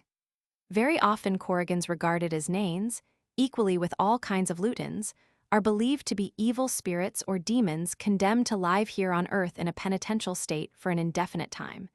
And sometimes they seem not much different from what Irish Celts, when talking of fairies, call fallen angels. Lenain de Curhuiton, translated from Breton by Professor J. Loth, in part illustrates this. Upon seeing water boiling in a number of eggshells ranged before an open fire, a Palpagan changeling is so greatly astonished that he unwittingly speaks for the first time and says, "Here I am almost 100 years old, and never such a thing have I yet seen. Ah, son of Satan." Then cries out the mother, as she comes from her place of hiding and beats the Palpagan, who thus, by means of the eggshell test, has been tricked into revealing his demon nature. In a parallel story, reported by Villemarqué in his BRAZ, p. 33n, a Nain changeling is equally astonished to see a similar row of eggshells boiling before an open fire like so many pots of food, and gives himself away through the following remark: "I have seen the acorn before the oak. I have seen the egg before the white chicken. I have never seen the equal to this." Nature of the Corrigans. As to the general ideas about the Corrigans, M. Lascauer says, formerly the Corrigans were the terror of the country folk, especially in Finisterre, in the Morbihan, and throughout the Cots du Nord. They were believed to be souls in pain condemned to wander at night in waste lands and marshes. Sometimes they were seen as dwarfs, and often they were not seen at all, but were heard in houses making an infernal noise. Unlike the Lavandières de Nuits, phantom washerwomen of the night, they were heard only in summer, never in winter. The Breton legend of the dead. We come now to the Breton legend of the dead, common generally to all parts of Armorica, though probably even more widespread in Lower Brittany than in Upper Brittany. And this we call the Armorican fairy faith. Even where the peasants have no faith in fays or fairies, and where their faith in Corrigans is weak or almost gone, there is a strong conviction among them that the souls of the dead can show themselves to the living, a vigorous belief in apparitions, phantom funerals, and various death warnings. As Professor Anatole BRAZ has so well said in his introduction to La Légende de la Mort, the whole conscience of these people is fundamentally directed toward that which concerns death. And the ideas which they form of it, in spite of the strong Christian imprint which they have received, do not seem much different from those which we have pointed out among their pagan ancestors. For them, as for the primitive Celts, death is less a change of condition than a journey, a departure for another world. And thus it seems that this most popular of the Breton folk beliefs is genuinely Celtic and extremely ancient. As Renan has said, the Celtic people are a race mysterious, having knowledge of the future and the secret of death. And whereas in Ireland unusual happenings or strange accidents and death are attributed to fairy interference, in Brittany they are attributed to the influence of the dead. The Breton Celt makes no distinction between the living and the dead. All alike inhabit this world, the one being visible, the other invisible. Though seers can at all times behold the dead, on November Eve, La Toussaint, and on Christmas Eve they are most numerous and most easily seen, and no peasant would think of questioning their existence. In Ireland and Scotland, the country folk fear to speak of fairies save through an euphemism, and the Bretons speak of the dead indirectly, and even then with fear and trembling. The following legend, which I found at Carnac, will serve to illustrate both the profundity of the belief in the power of the dead over the living in Lower Brittany, and how deeply the people can be stirred by the predictions of one who can see the dead. And the legend is quite typical of those so common in Armorica. Foretelling deaths formerly, there was a woman whom spirits impelled to rise from her bed. It made no difference at what hour of the night, in order to behold funerals in the future. She predicted who should die, who should carry the corpse, who the cross, and who should follow the cordage. Her predictions frightened everyone and made her such a terror to the country that the mayor had threatened to take legal proceedings against her if she continued her practice. But she was compelled to tell the things which the spirits showed her. It is about 10 years since this woman died in the hospital at RHÄS. Testimony of a Breton seeress. There lives in the little hamlet of Cornwall, less than a mile from Carnac, a Breton seeress, a woman who since 8 years of age has been privileged to behold the world invisible and its inhabitants, quite like the woman who died at RHÄS. She is Madame Eugénie Laporte, now 42 years old, and what she tells of things seen in this invisible world which surrounds her might easily be taken for Irish legends about fairies. Knowing very little French, because she is thoroughly Breton, Madame Laporte described her visions in her own native tongue, and her eldest daughter acted as interpreter. I had known the good woman since the previous winter, and so we were able to converse familiarly. And as I sat in her own little cottage, in company with her husband and daughters, and with M. Lemore, who acted as recording secretary, this is what she said in her clear, earnest manner in answer to my questions. We believe that the spirits of our ancestors surround us and live with us. One day on a road from Carnac, I encountered a woman of Kerguelen who had been dead 8 days. I asked her to move to one side so that I could pass, and she vanished. This was 11 o'clock in the morning. I saw her at another time in the marsh of Brino. I spoke, but she did not reply. On the route from Plouharnel near Carnac, I saw in the daytime the funeral of a woman who did not die until 15 days afterwards. I recognized perfectly all the people who took part in it, but the person with me saw nothing. Another time, near 3 o'clock in the afternoon, and 8 days before her death, I saw upon the same route the funeral of a woman who was drowned. And I have seen a phantom horse going to the Sabbath, and as if forced along against its will, for it reared and pawed the earth. When Pierre Ruzic of Cornwall died, I saw a light of all colors between heaven and earth, the very night of his death. I have seen a woman asleep whose spirit must have been free, for I saw it hovering outside her body. She was not awakened for fear that the spirit would not find its body again. In answer to my question as to how long these various visions usually lasted, Madame Laporte said, they lasted about a quarter of an hour, or less, and all of them disappeared instantaneously. As Madame Laporte now seemed unable to recall more of her visions, I finally asked her what she thought about Corrigans, and she replied, I believe they exist as some special kind of spirits, though I have never seen any. Proof that the dead exist. This is what M. Jean Cowton, an old Breton, told me at Carnac. I am only an old peasant, without instruction, without any education, but let me tell you what I think concerning the dead. Following my own idea, I believe that after death the soul always exists and travels among us. I repeat to you that I have belief that the dead are seen. I am now going to prove this to you in the following story. One winter evening I was returning home from a funeral. I had as companion a kinswoman of the man just buried. We took the train and soon alighted in the station of Plouharnel.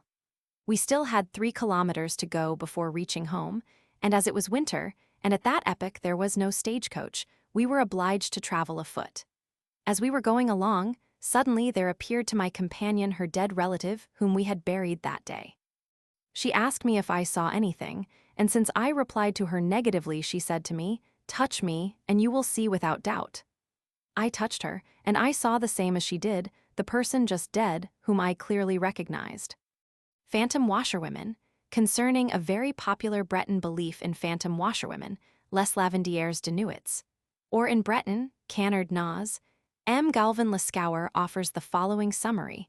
The lavandières de nuits were heard less often than the corrigans, but were much more feared. It was usually towards midnight that they were heard beating their linen in front of different washing places, always some way from the villages. According to the old folk of the past generation, when the phantom washerwomen would ask a certain passerby to help them to wring sheets, he could not refuse, under pain of being stopped and wrung like a sheet himself. And it was necessary for those who aided in wringing the sheets to turn in the same direction as the washerwomen, for if by misfortune the assistant turned in an opposite direction, he had his arms wrung in an instant. It is believed that these phantom washerwomen are women condemned to wash their mortuary sheets during whole centuries, but that when they find some mortal to wring in an opposite direction, they are delivered. Breton animistic beliefsem. Zila Ruzic, a Breton Celt who has spent most of his life studying the archaeology and folklore of the Morbihan, and who is at present keeper of the Milne Museum at Carnac, summarizes for us the state of popular beliefs as he finds them existing in the Carnac country now. There are few traditions concerning the fays in the region of Carnac. But the belief in spirits, good and bad which, seems to me to be the same as the belief in fays is general and profound, as well as the belief in the incarnation of spirits. And I am convinced that these beliefs are the reminiscences of ancient Celtic beliefs held by the Druids and conserved by Christianity. In Finisterre, as purely Breton as the Morbihan, I found the legend of the dead just as widespread, and the belief in spirits and the apparitional return of the dead quite as profound, but nothing worth recording concerning fairies. The stories which follow were told to me by M. Pierre Vichon, a pure Breton Celt, born at Lescoff, near the Point du Raz, Finisterre, in 1842. Peter is a genuine old sea dog, having made the tour of the globe, and yet he has not lost the innate faith of his ancient ancestors in a world invisible. For though he says he cannot believe all that the people in his part of Finisterre tell about spirits and ghosts, he must have a belief that the dead as spirits exist and influence the living, because of his own personal experience, one of the most remarkable of its kind. Peter speaks Breton, French, and English fluently, and since he had an opportunity for the first time in 17 months of using English, he told me these stories in my own native language. Pierre Vichon's strange experience. Some 40 years ago, a strange thing happened in my life. A relative of mine had taken service in the Austrian army, for by profession he was a soldier, though at first he had begun to study for the priesthood. During the progress of the war, had no news from him, and then one day, while I was on the deck of a Norwegian ship just off Dover, England, my fellow sailors heard a noise as though of a gun being discharged and the whir of a shot. At the same moment, I fell down on the deck as though mortally wounded and lay in an unconscious state for 2 hours. When the news came, it was ascertained that at the very moment I fell and the gun report was heard, my relative in Austria had been shot in the head and fell down dead. And he had been seen to throw his hands up to his head to grasp it just as I did. An apparition of the dead-eye had another relative who died in a hospital near Christiania, Norway, and on the day he died a sister of mine, then a little girl, saw his spirit appear here in Lescoff, and she easily recognized it, but none of her girl companions with her at the time saw the spirit. After a few days, we had the news of the death, and the time of it and the time of my sister's seeing the spirit coincided exactly. In all the peninsula of which the famous and dangerous Point du Raz is the terminus, similar stories are current. And among the fisher folk with whom I lived on the strange and historic Isle de Seine, the legend of the dead is even more common. The dead and fairies compared without setting down here in detail numerous other death legends which we have collected, we may now note how much the same are the powers and nature of the dead and spirits in Brittany, and the power and nature of the fairy races in Celtic Britain and Ireland. Thus the Breton dead strike down the living just as fairies are said to do. The Ankou, who is a king of the dead, and his subjects, like a fairy king and fairies, have their own particular paths or roads over which they travel in great sacred processions. And exactly as fairies, the hosts of the dead are in possession of the earth on November Eve, and the living are expected to prepare a feast and entertainment for them of curded milk, hot pancakes, and cider, served on the family table covered with a fresh white tablecloth, and to supply music. The Breton dead come to enjoy this hospitality of their friends, and as they take their places at the table, the stools are heard to move, and sometimes the plates. And the musicians who help to entertain them think that at times they feel the cold breath of the invisible visitors. Concerning this same Feast of the Dead, La Toussaint, Villemarqué in his Barzaz Brise, p. 507, records that in many parts of Brittany libations of milk are poured over or near ancestral tombs just, as in Ireland and Scotland libations of milk are poured to fairies. And the people of Armorica at other times than November Eve remember the dead very appropriately, as in Ireland the Irish remember fairies. The Breton peasant thinks of the dead as frequently as the Irishman thinks of fairies. One day, while I was walking toward Carnac, there was told to me in the most ordinary manner a story about a dead man who used to be seen going along the very road I was on. He quite often went to the church in Carnac seeking prayers for his soul. And almost every man or woman one meets in rural Lower Brittany can tell many similar stories. If a mortal should happen to meet one of the dead in Brittany and be induced to eat food which the dead sometimes offer, he will never be able to return among the living, for the effect would be the same as eating fairy food. Like ghosts and fairies in Ireland, Scotland, and Wales, in Brittany, the dead guard hidden treasure. It is after sunset that the dead have most power to strike down the living, and to take them just as fairies do. A natural phenomenon, a malady, a death, or a tempest may be the work of a spirit in Brittany, and in Ireland the work of a fairy.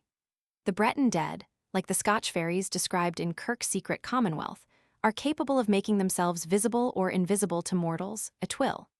Their bodies, for they have bodies, are material, being composed of matter in a state unknown to us, and the bodies of demons, as described by the ancients, are made of congealed air. The dead in Brittany have forms more slender and smaller in stature than those of the living, and herein we find one of the factors which supporters of the pygmy theory would emphasize, but it is thoroughly psychical. Old Breton farmers after death return to their farms as though come from fairyland, and sometimes they even take a turn at the ploughing. As in Ireland, so in Brittany, the day belongs to the living, and the night, when a mortal is safer indoors than out, to spirits and the dead. The Bretons take great care not to counterfeit the dead nor to speak slightingly of them, for like fairies, they know all that is done by mortals, and can hear all that is said about them, and can take revenge. Just as in the case of all fairies and goblins, the dead disappear at first cock-crow. The world of the dead, like the land of fairy or the other world, may be underground, in the air, in a hill or mountain like a fairy palace, under a river or sea, and even on an island out amid the ocean. As other Celts do against evil spirits and fairies, the Breton peasants use magic against evil souls of the dead, and the priests use exorcisms. The Breton realm of the dead, equally with the Irish fairyland, is an invisible world peopled by other kinds of spirits besides disembodied mortals and fairies. The dead haunt houses just as Robin Goodfellows and brownies, or pixies and goblins, generally do. The dead are fond of frequenting crossroads, and so are all sorts of fairies. In Brittany, one must always guard against the evil dead, in Cornwall against pixies, in other Celtic lands against different kinds of fairies. In Ireland and Scotland, there is the banshee, in Wales the death candle, in Brittany the ancu or king of the dead, to foretell a death. And as the banshee wails before the ancestral mansion, so the ancu sounds its doleful cry before the door of the one it calls. There seems not to be a family in the Carnac region of the Morbihan without some tradition of a warning coming before the death of one of its members. In Ireland, only certain families have a banshee, but in Brittany all families. Professor BRAZ has devoted a large part of his work on La Légende de la Mort to these Breton death warnings or interscenes. They may be shades of the dead under many aspects, ghostly hands, or ghosts of inanimate objects. They may come by the fall of objects without known cause, by a magpie resting on a roof just as in Ireland, by the crowing of cocks and the howling of dogs at night. They may be death candles or torches, dreams, peculiar bodily sensations, images in water, phantom funerals, and death chariots or death coaches as in Wales. The Bretons may be said to have a death faith, whereas the other Celts have a fairy faith, and both are a real folk religion innate in the Celtic nature, and thus quite as influential as Christianity. Should Christianity in some way suddenly be swept away from the Celt, he would still be religious, for it is his nature to be so. And as Professor BRAZ has suggested to me, Carnac, with its strange monuments of an unknown people and time, and wrapped in its air of mystery and silence, is a veritable land of the dead. I, too, have felt that there are strange, vague, indefinable influences at work at Carnac at all times of the day and night, very similar to those which I have felt in the most fairy-haunted regions of Ireland. We might say that all of Brittany is a land of the dead, and ancient Carnac its center, just as Ireland is fairyland, with its center at ancient Tara. Conclusion. We can very appropriately conclude our inquiry about Brittany with a very beautiful description of a village in Lower Brittany, written down in French for our special use by the Breton poet M. Lescauer of Carnac, and here translated. M. Lescauer draws the whole picture from life and from his own intimate experience.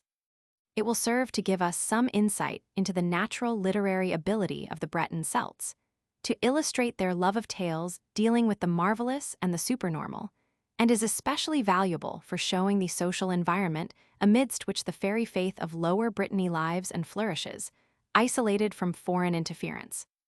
A village in Lower Brittany. The wind was blowing from the east, and in the intermittent moonlight, the roof of the thatched cottage already gleamed with a thin covering of snow which had fallen since sunset.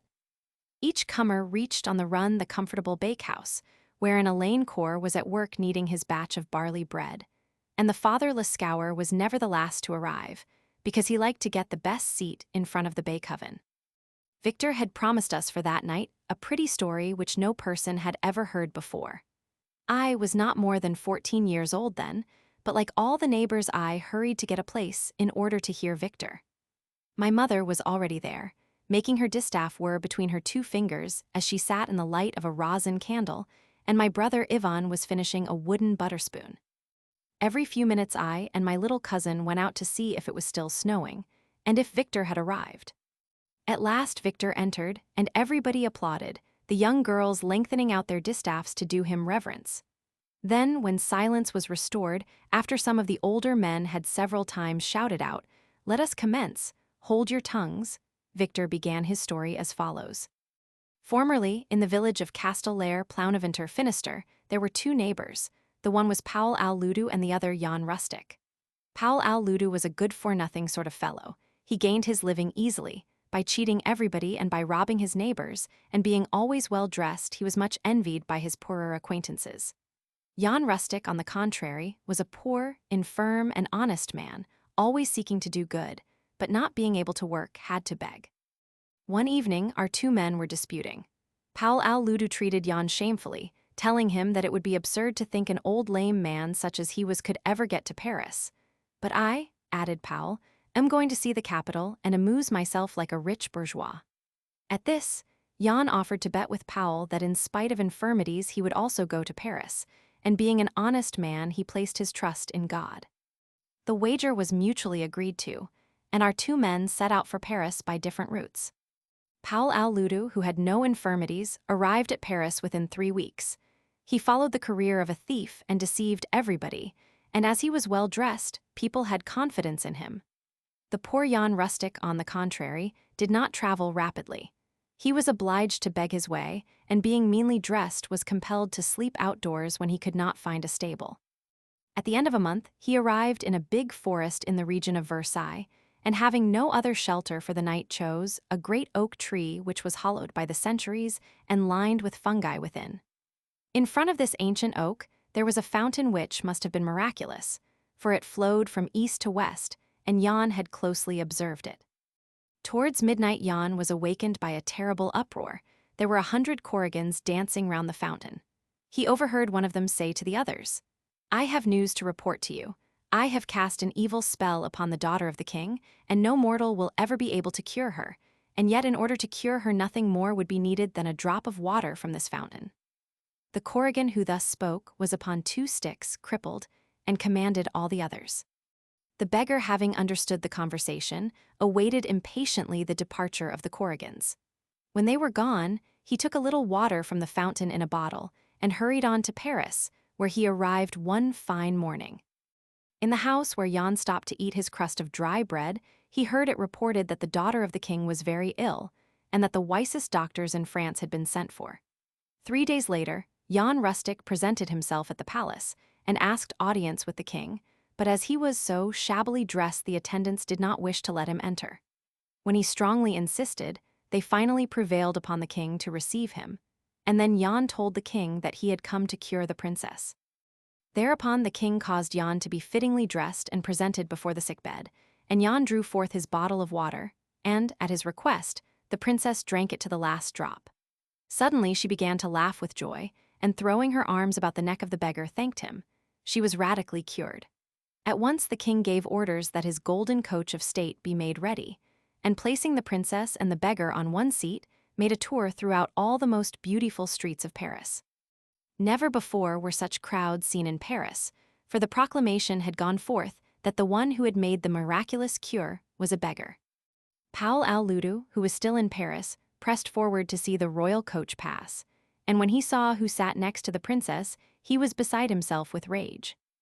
But before the day was over, he discovered Jan in the great hotel of the city, and asked him how it was that he had been able to effect the cure. And Jan replied to his old rival that it was with the water of a miraculous fountain, and relating everything which had passed, explained to him in what place the hollow oak and the fountain were to be found. Paul did not wait even that night, but set off at once to find the miraculous fountain. When he finally found it, the hour was almost midnight, and so he hid himself in the hollow of the oak, hoping to overhear some mysterious revelation. Midnight had hardly come when a frightful uproar commenced. This time the crippled Corrigan chief was swearing like a demon, and he cried to the others, "The daughter of the king has been cured by a beggar. He must have overheard us by hiding in the hollow of that deedy old oak. Quick, let fire be put in it, for it has brought us misfortune."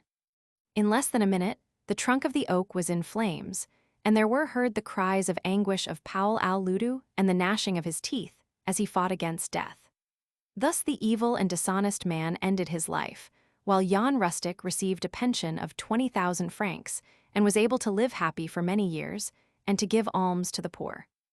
Here M. Lascauer ends his narrative, leaving the reader to imagine the enthusiastic applause and fond embraces bestowed upon Victor for this most marvelous story, by the happy gathering of country folk in that cozy warm bakehouse in Lower Brittany, while without the cold east wind of winter was whirling into every nook and corner the falling flakes of snow. The evidence from Ireland, Scotland, Isle of Man, Wales, Cornwall, and Brittany, which the living Celtic fairy faith offers, has now been heard. And, as was stated at the beginning of the inquiry, apparently most of it can only be interpreted as belonging to a worldwide doctrine of souls. But before this decision can be arrived at safely, all the evidence should be carefully estimated according to anthropological and psychological methods. And this we shall proceed to do in the following chapter, before passing to Section 2 of our study. Sect 1 on 1. The Living Fairy Faith.